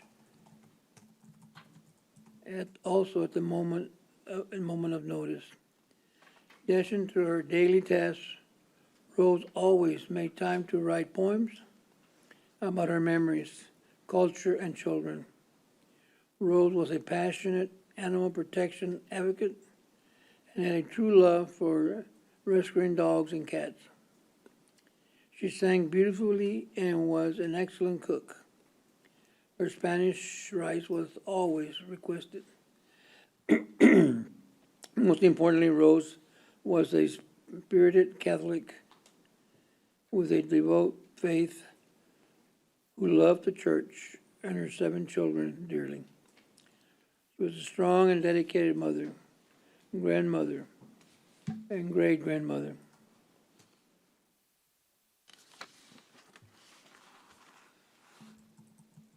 She was truly an inspiration and considered a second mom to many. Her generous energy and spirit will live on in us, and we will be forever grateful for her presence in our lives. Rose was preceded in death by her father, Leopoldo Faga, her mother, Rose Dovalina Faga, and her former spouse, Miguel Zuniga. She is survived by her siblings, Leopoldo Ruby Faga, Luis Ricardo Charlene Faga, and Elizabeth Gary and Gary Crosgrove. Her children, Kathleen, Edward Herrera, Lina and Homero Trevino, and Miguel Amanda Zuniga, Valdemar Melissa Zuniga, Dolores Carlos Malamungia, Gabriel Zuniga, Grace Fernando Zuniga, 19 grandchildren and 19 great-grandchildren. Wow. A visitation will be held at the Seaside Home Chapel on Thursday, July 7th, from 5 to 9 p.m., followed by a rosary at 7 p.m. Funeral Mass will be held on Friday, July the 8th, 11:30 a.m. in Most Precious Blood. They're on Saratoga Boulevard. Increments will follow to Seaside Memorial Park. The family, in condolences and prayers to the family, the Herrera family, also the Rose family Zuniga, and prayers go out to the family as well. Thank you. Are there any others? I'm not, were you gonna say something about, Well, I have the, say, I think I've got the, here you go. You want this one? yeah, I was gonna say it's better, if you don't mind, better print. I'll just say after you do. Every once in a while, you wish you could change the clock so that you could be at 2 places at once. I know all 5 of us probably wished we could have been at the services for our dearest friend, Robert Adler. Robert was known as the mayor of Agnes Street in his signature white straw hat and 2 dogs hanging out the window, cruising the West Side neighborhoods, looking for stray dogs and cats to feed. Robert was a man of many talents, an admired and respected businessman and mentor to many young people. He had a knack for putting people at ease. He never met a stranger, and he quickly became a friend to everyone from Agnes to Ocean Drive. He would look people in the eye when he spoke to them and made them feel like there was nothing more important in the world than their visit. He was born in San Antonio in 1939. He moved to Corpus Christi at 6 months old and spent his entire life contributing to the business community, civic community, and individuals. He loved supporting the various groups like the Boy Scouts, Girl Scouts, Little League, and the Veterans Band. He attended W.B. Ray High School and went on to attend the University of Texas at Austin. After 3 fun, memorable years, the university president sent him a letter saying, "Your college days are over. It's time for you to pursue another option." Therefore, Robert began his own business, Atlas Iron and Metal, which he operated for 50-plus years. He loved to work and was truly a dedicated businessman. Although Robert is somewhat retired, he reported that he now only worked 10 hours a day, 7 days a week. Robert also assumed many leadership roles in the community. Like his other great love was the Mustangs of Corpus Christi, where he served as president for 8 years. The Mustangs have raised over $8 million for Coastal Bend nonprofits. Equally as important, Robert was on the founding board of the USS Lexington. The board membership on Charter Bank was also very important to Robert. Other board services included West Corpus Christi Rotary, Women's Shelter, Appraisal District, Jewish Community Center, the USO, B'nai Israel Synagogue, and the West Side Business Association, just to name a few. He was King Alonso for Buccaneer Days, Las Doñas de la Corte coronation pageant. For the past 10 years, a citywide 4th of July block party and parade with guests numbering over 400 was held at the Adler's home on Rainbow Lane.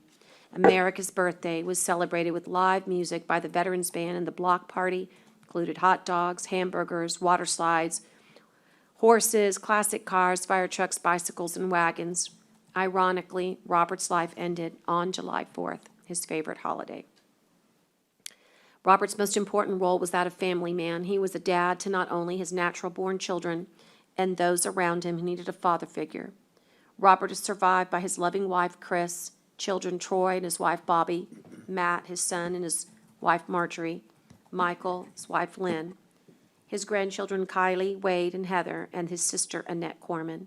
If we want to honor him, we will be more like him. Feed stray animals, box up your leftovers, take them to the Good Samaritan Rescue Mission, give away your coat in winter, give tirelessly to charities, be kind and generous to every single person you meet, and welcome someone with a bear hug. All these things and more were Robert Adler. The only thing bigger than his hat was his heart, and I can attest to that.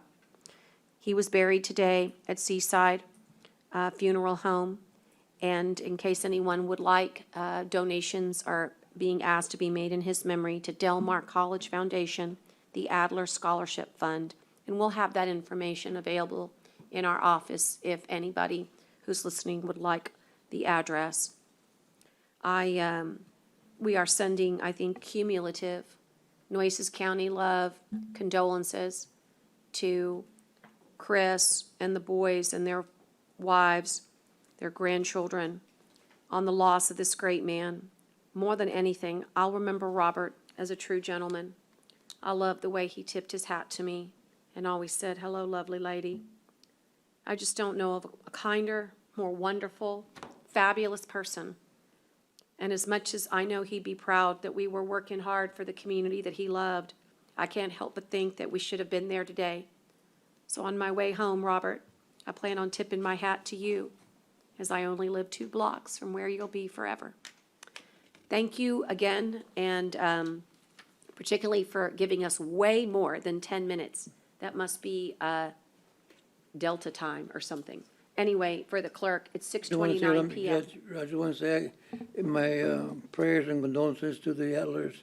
Mr. Adler and I had been friends for over 30 years, and always supported me, and he had always time for me when I called him. Very good friend, very good mentor.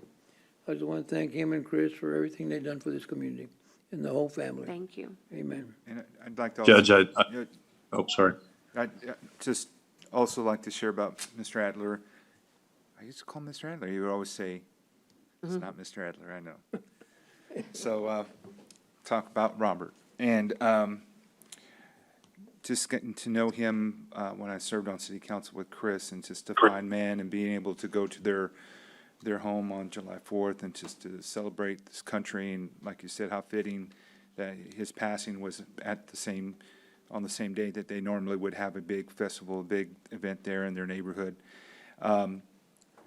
He was, I always enjoyed him, and over the last few years, the only place I'd ever seen was at HEB. That's when I would run into him. It was always and I was talking to my dad about it. My dad, that's where I would see him too, is at HEB. I wouldn't see him anywhere else. So it was close to the house, so I guess that's why we would always run into him. But I dearly always enjoyed Robert. I mean, and I don't think there was ever a stranger to that gentleman, and he was truly a gentleman, a South Texas gentleman, and gentleman in every sense of the word. Always respectful, always purposeful, and his service and support to our community, and his service and support to Chris. It was a 2-for-1 deal with them, as she served the public, and he did that in his role as support as well. I will miss him. A strong bond with him, with his activity and service to Boy Scouts, as myself and my family do as well. And he will truly be missed. I mean, it's one of those times where it's just when someone passes, it really hits you hard, and just realize how sad it is that this world is without someone like Robert. But a great man, we will not forget him, and I'm sure that the memory of him will continue to live. And I think, how appropriate, and I'm going to encourage our colleagues at CCISD that there is a new school opening, a new elementary. And I would say today that my call would be for them to name the new elementary after Robert and Chris Adler. There was a push when I was on school board to name the new high school that, but we went with just a slightly better name of Veterans Memorial High School. But they were in the running, and I think now is more than the appropriate time to name the newest elementary school for the city and in CCISD after Robert and Chris. Thank you, Commissioner. Commissioner Chesney? Thank you very much, Judge. I think I will certainly not repeat what each of you has so eloquently and so well have said, but I would be remiss if I did not add to my condolences to the Adler family. I literally grew up with the Adlers. Troy and I went to school together and graduated together, and believe me, there was no more involvement by Robert and Chris Adler in Troy's life and our lives, and so he has always been a very special person to me since I was a very young man. And the loss is insurmountable, to say the least. I agree, Judge. We should have been there, and I don't know how we could have been there, but we should have been there. I can assure you, when that was going on, I stopped for a moment of silence of my own to remember him. And but again, y'all have all said everything great, but I just wanted to add my condolences to the family and echo exactly what every one of you has said. Robert Adler was a legend in this community, and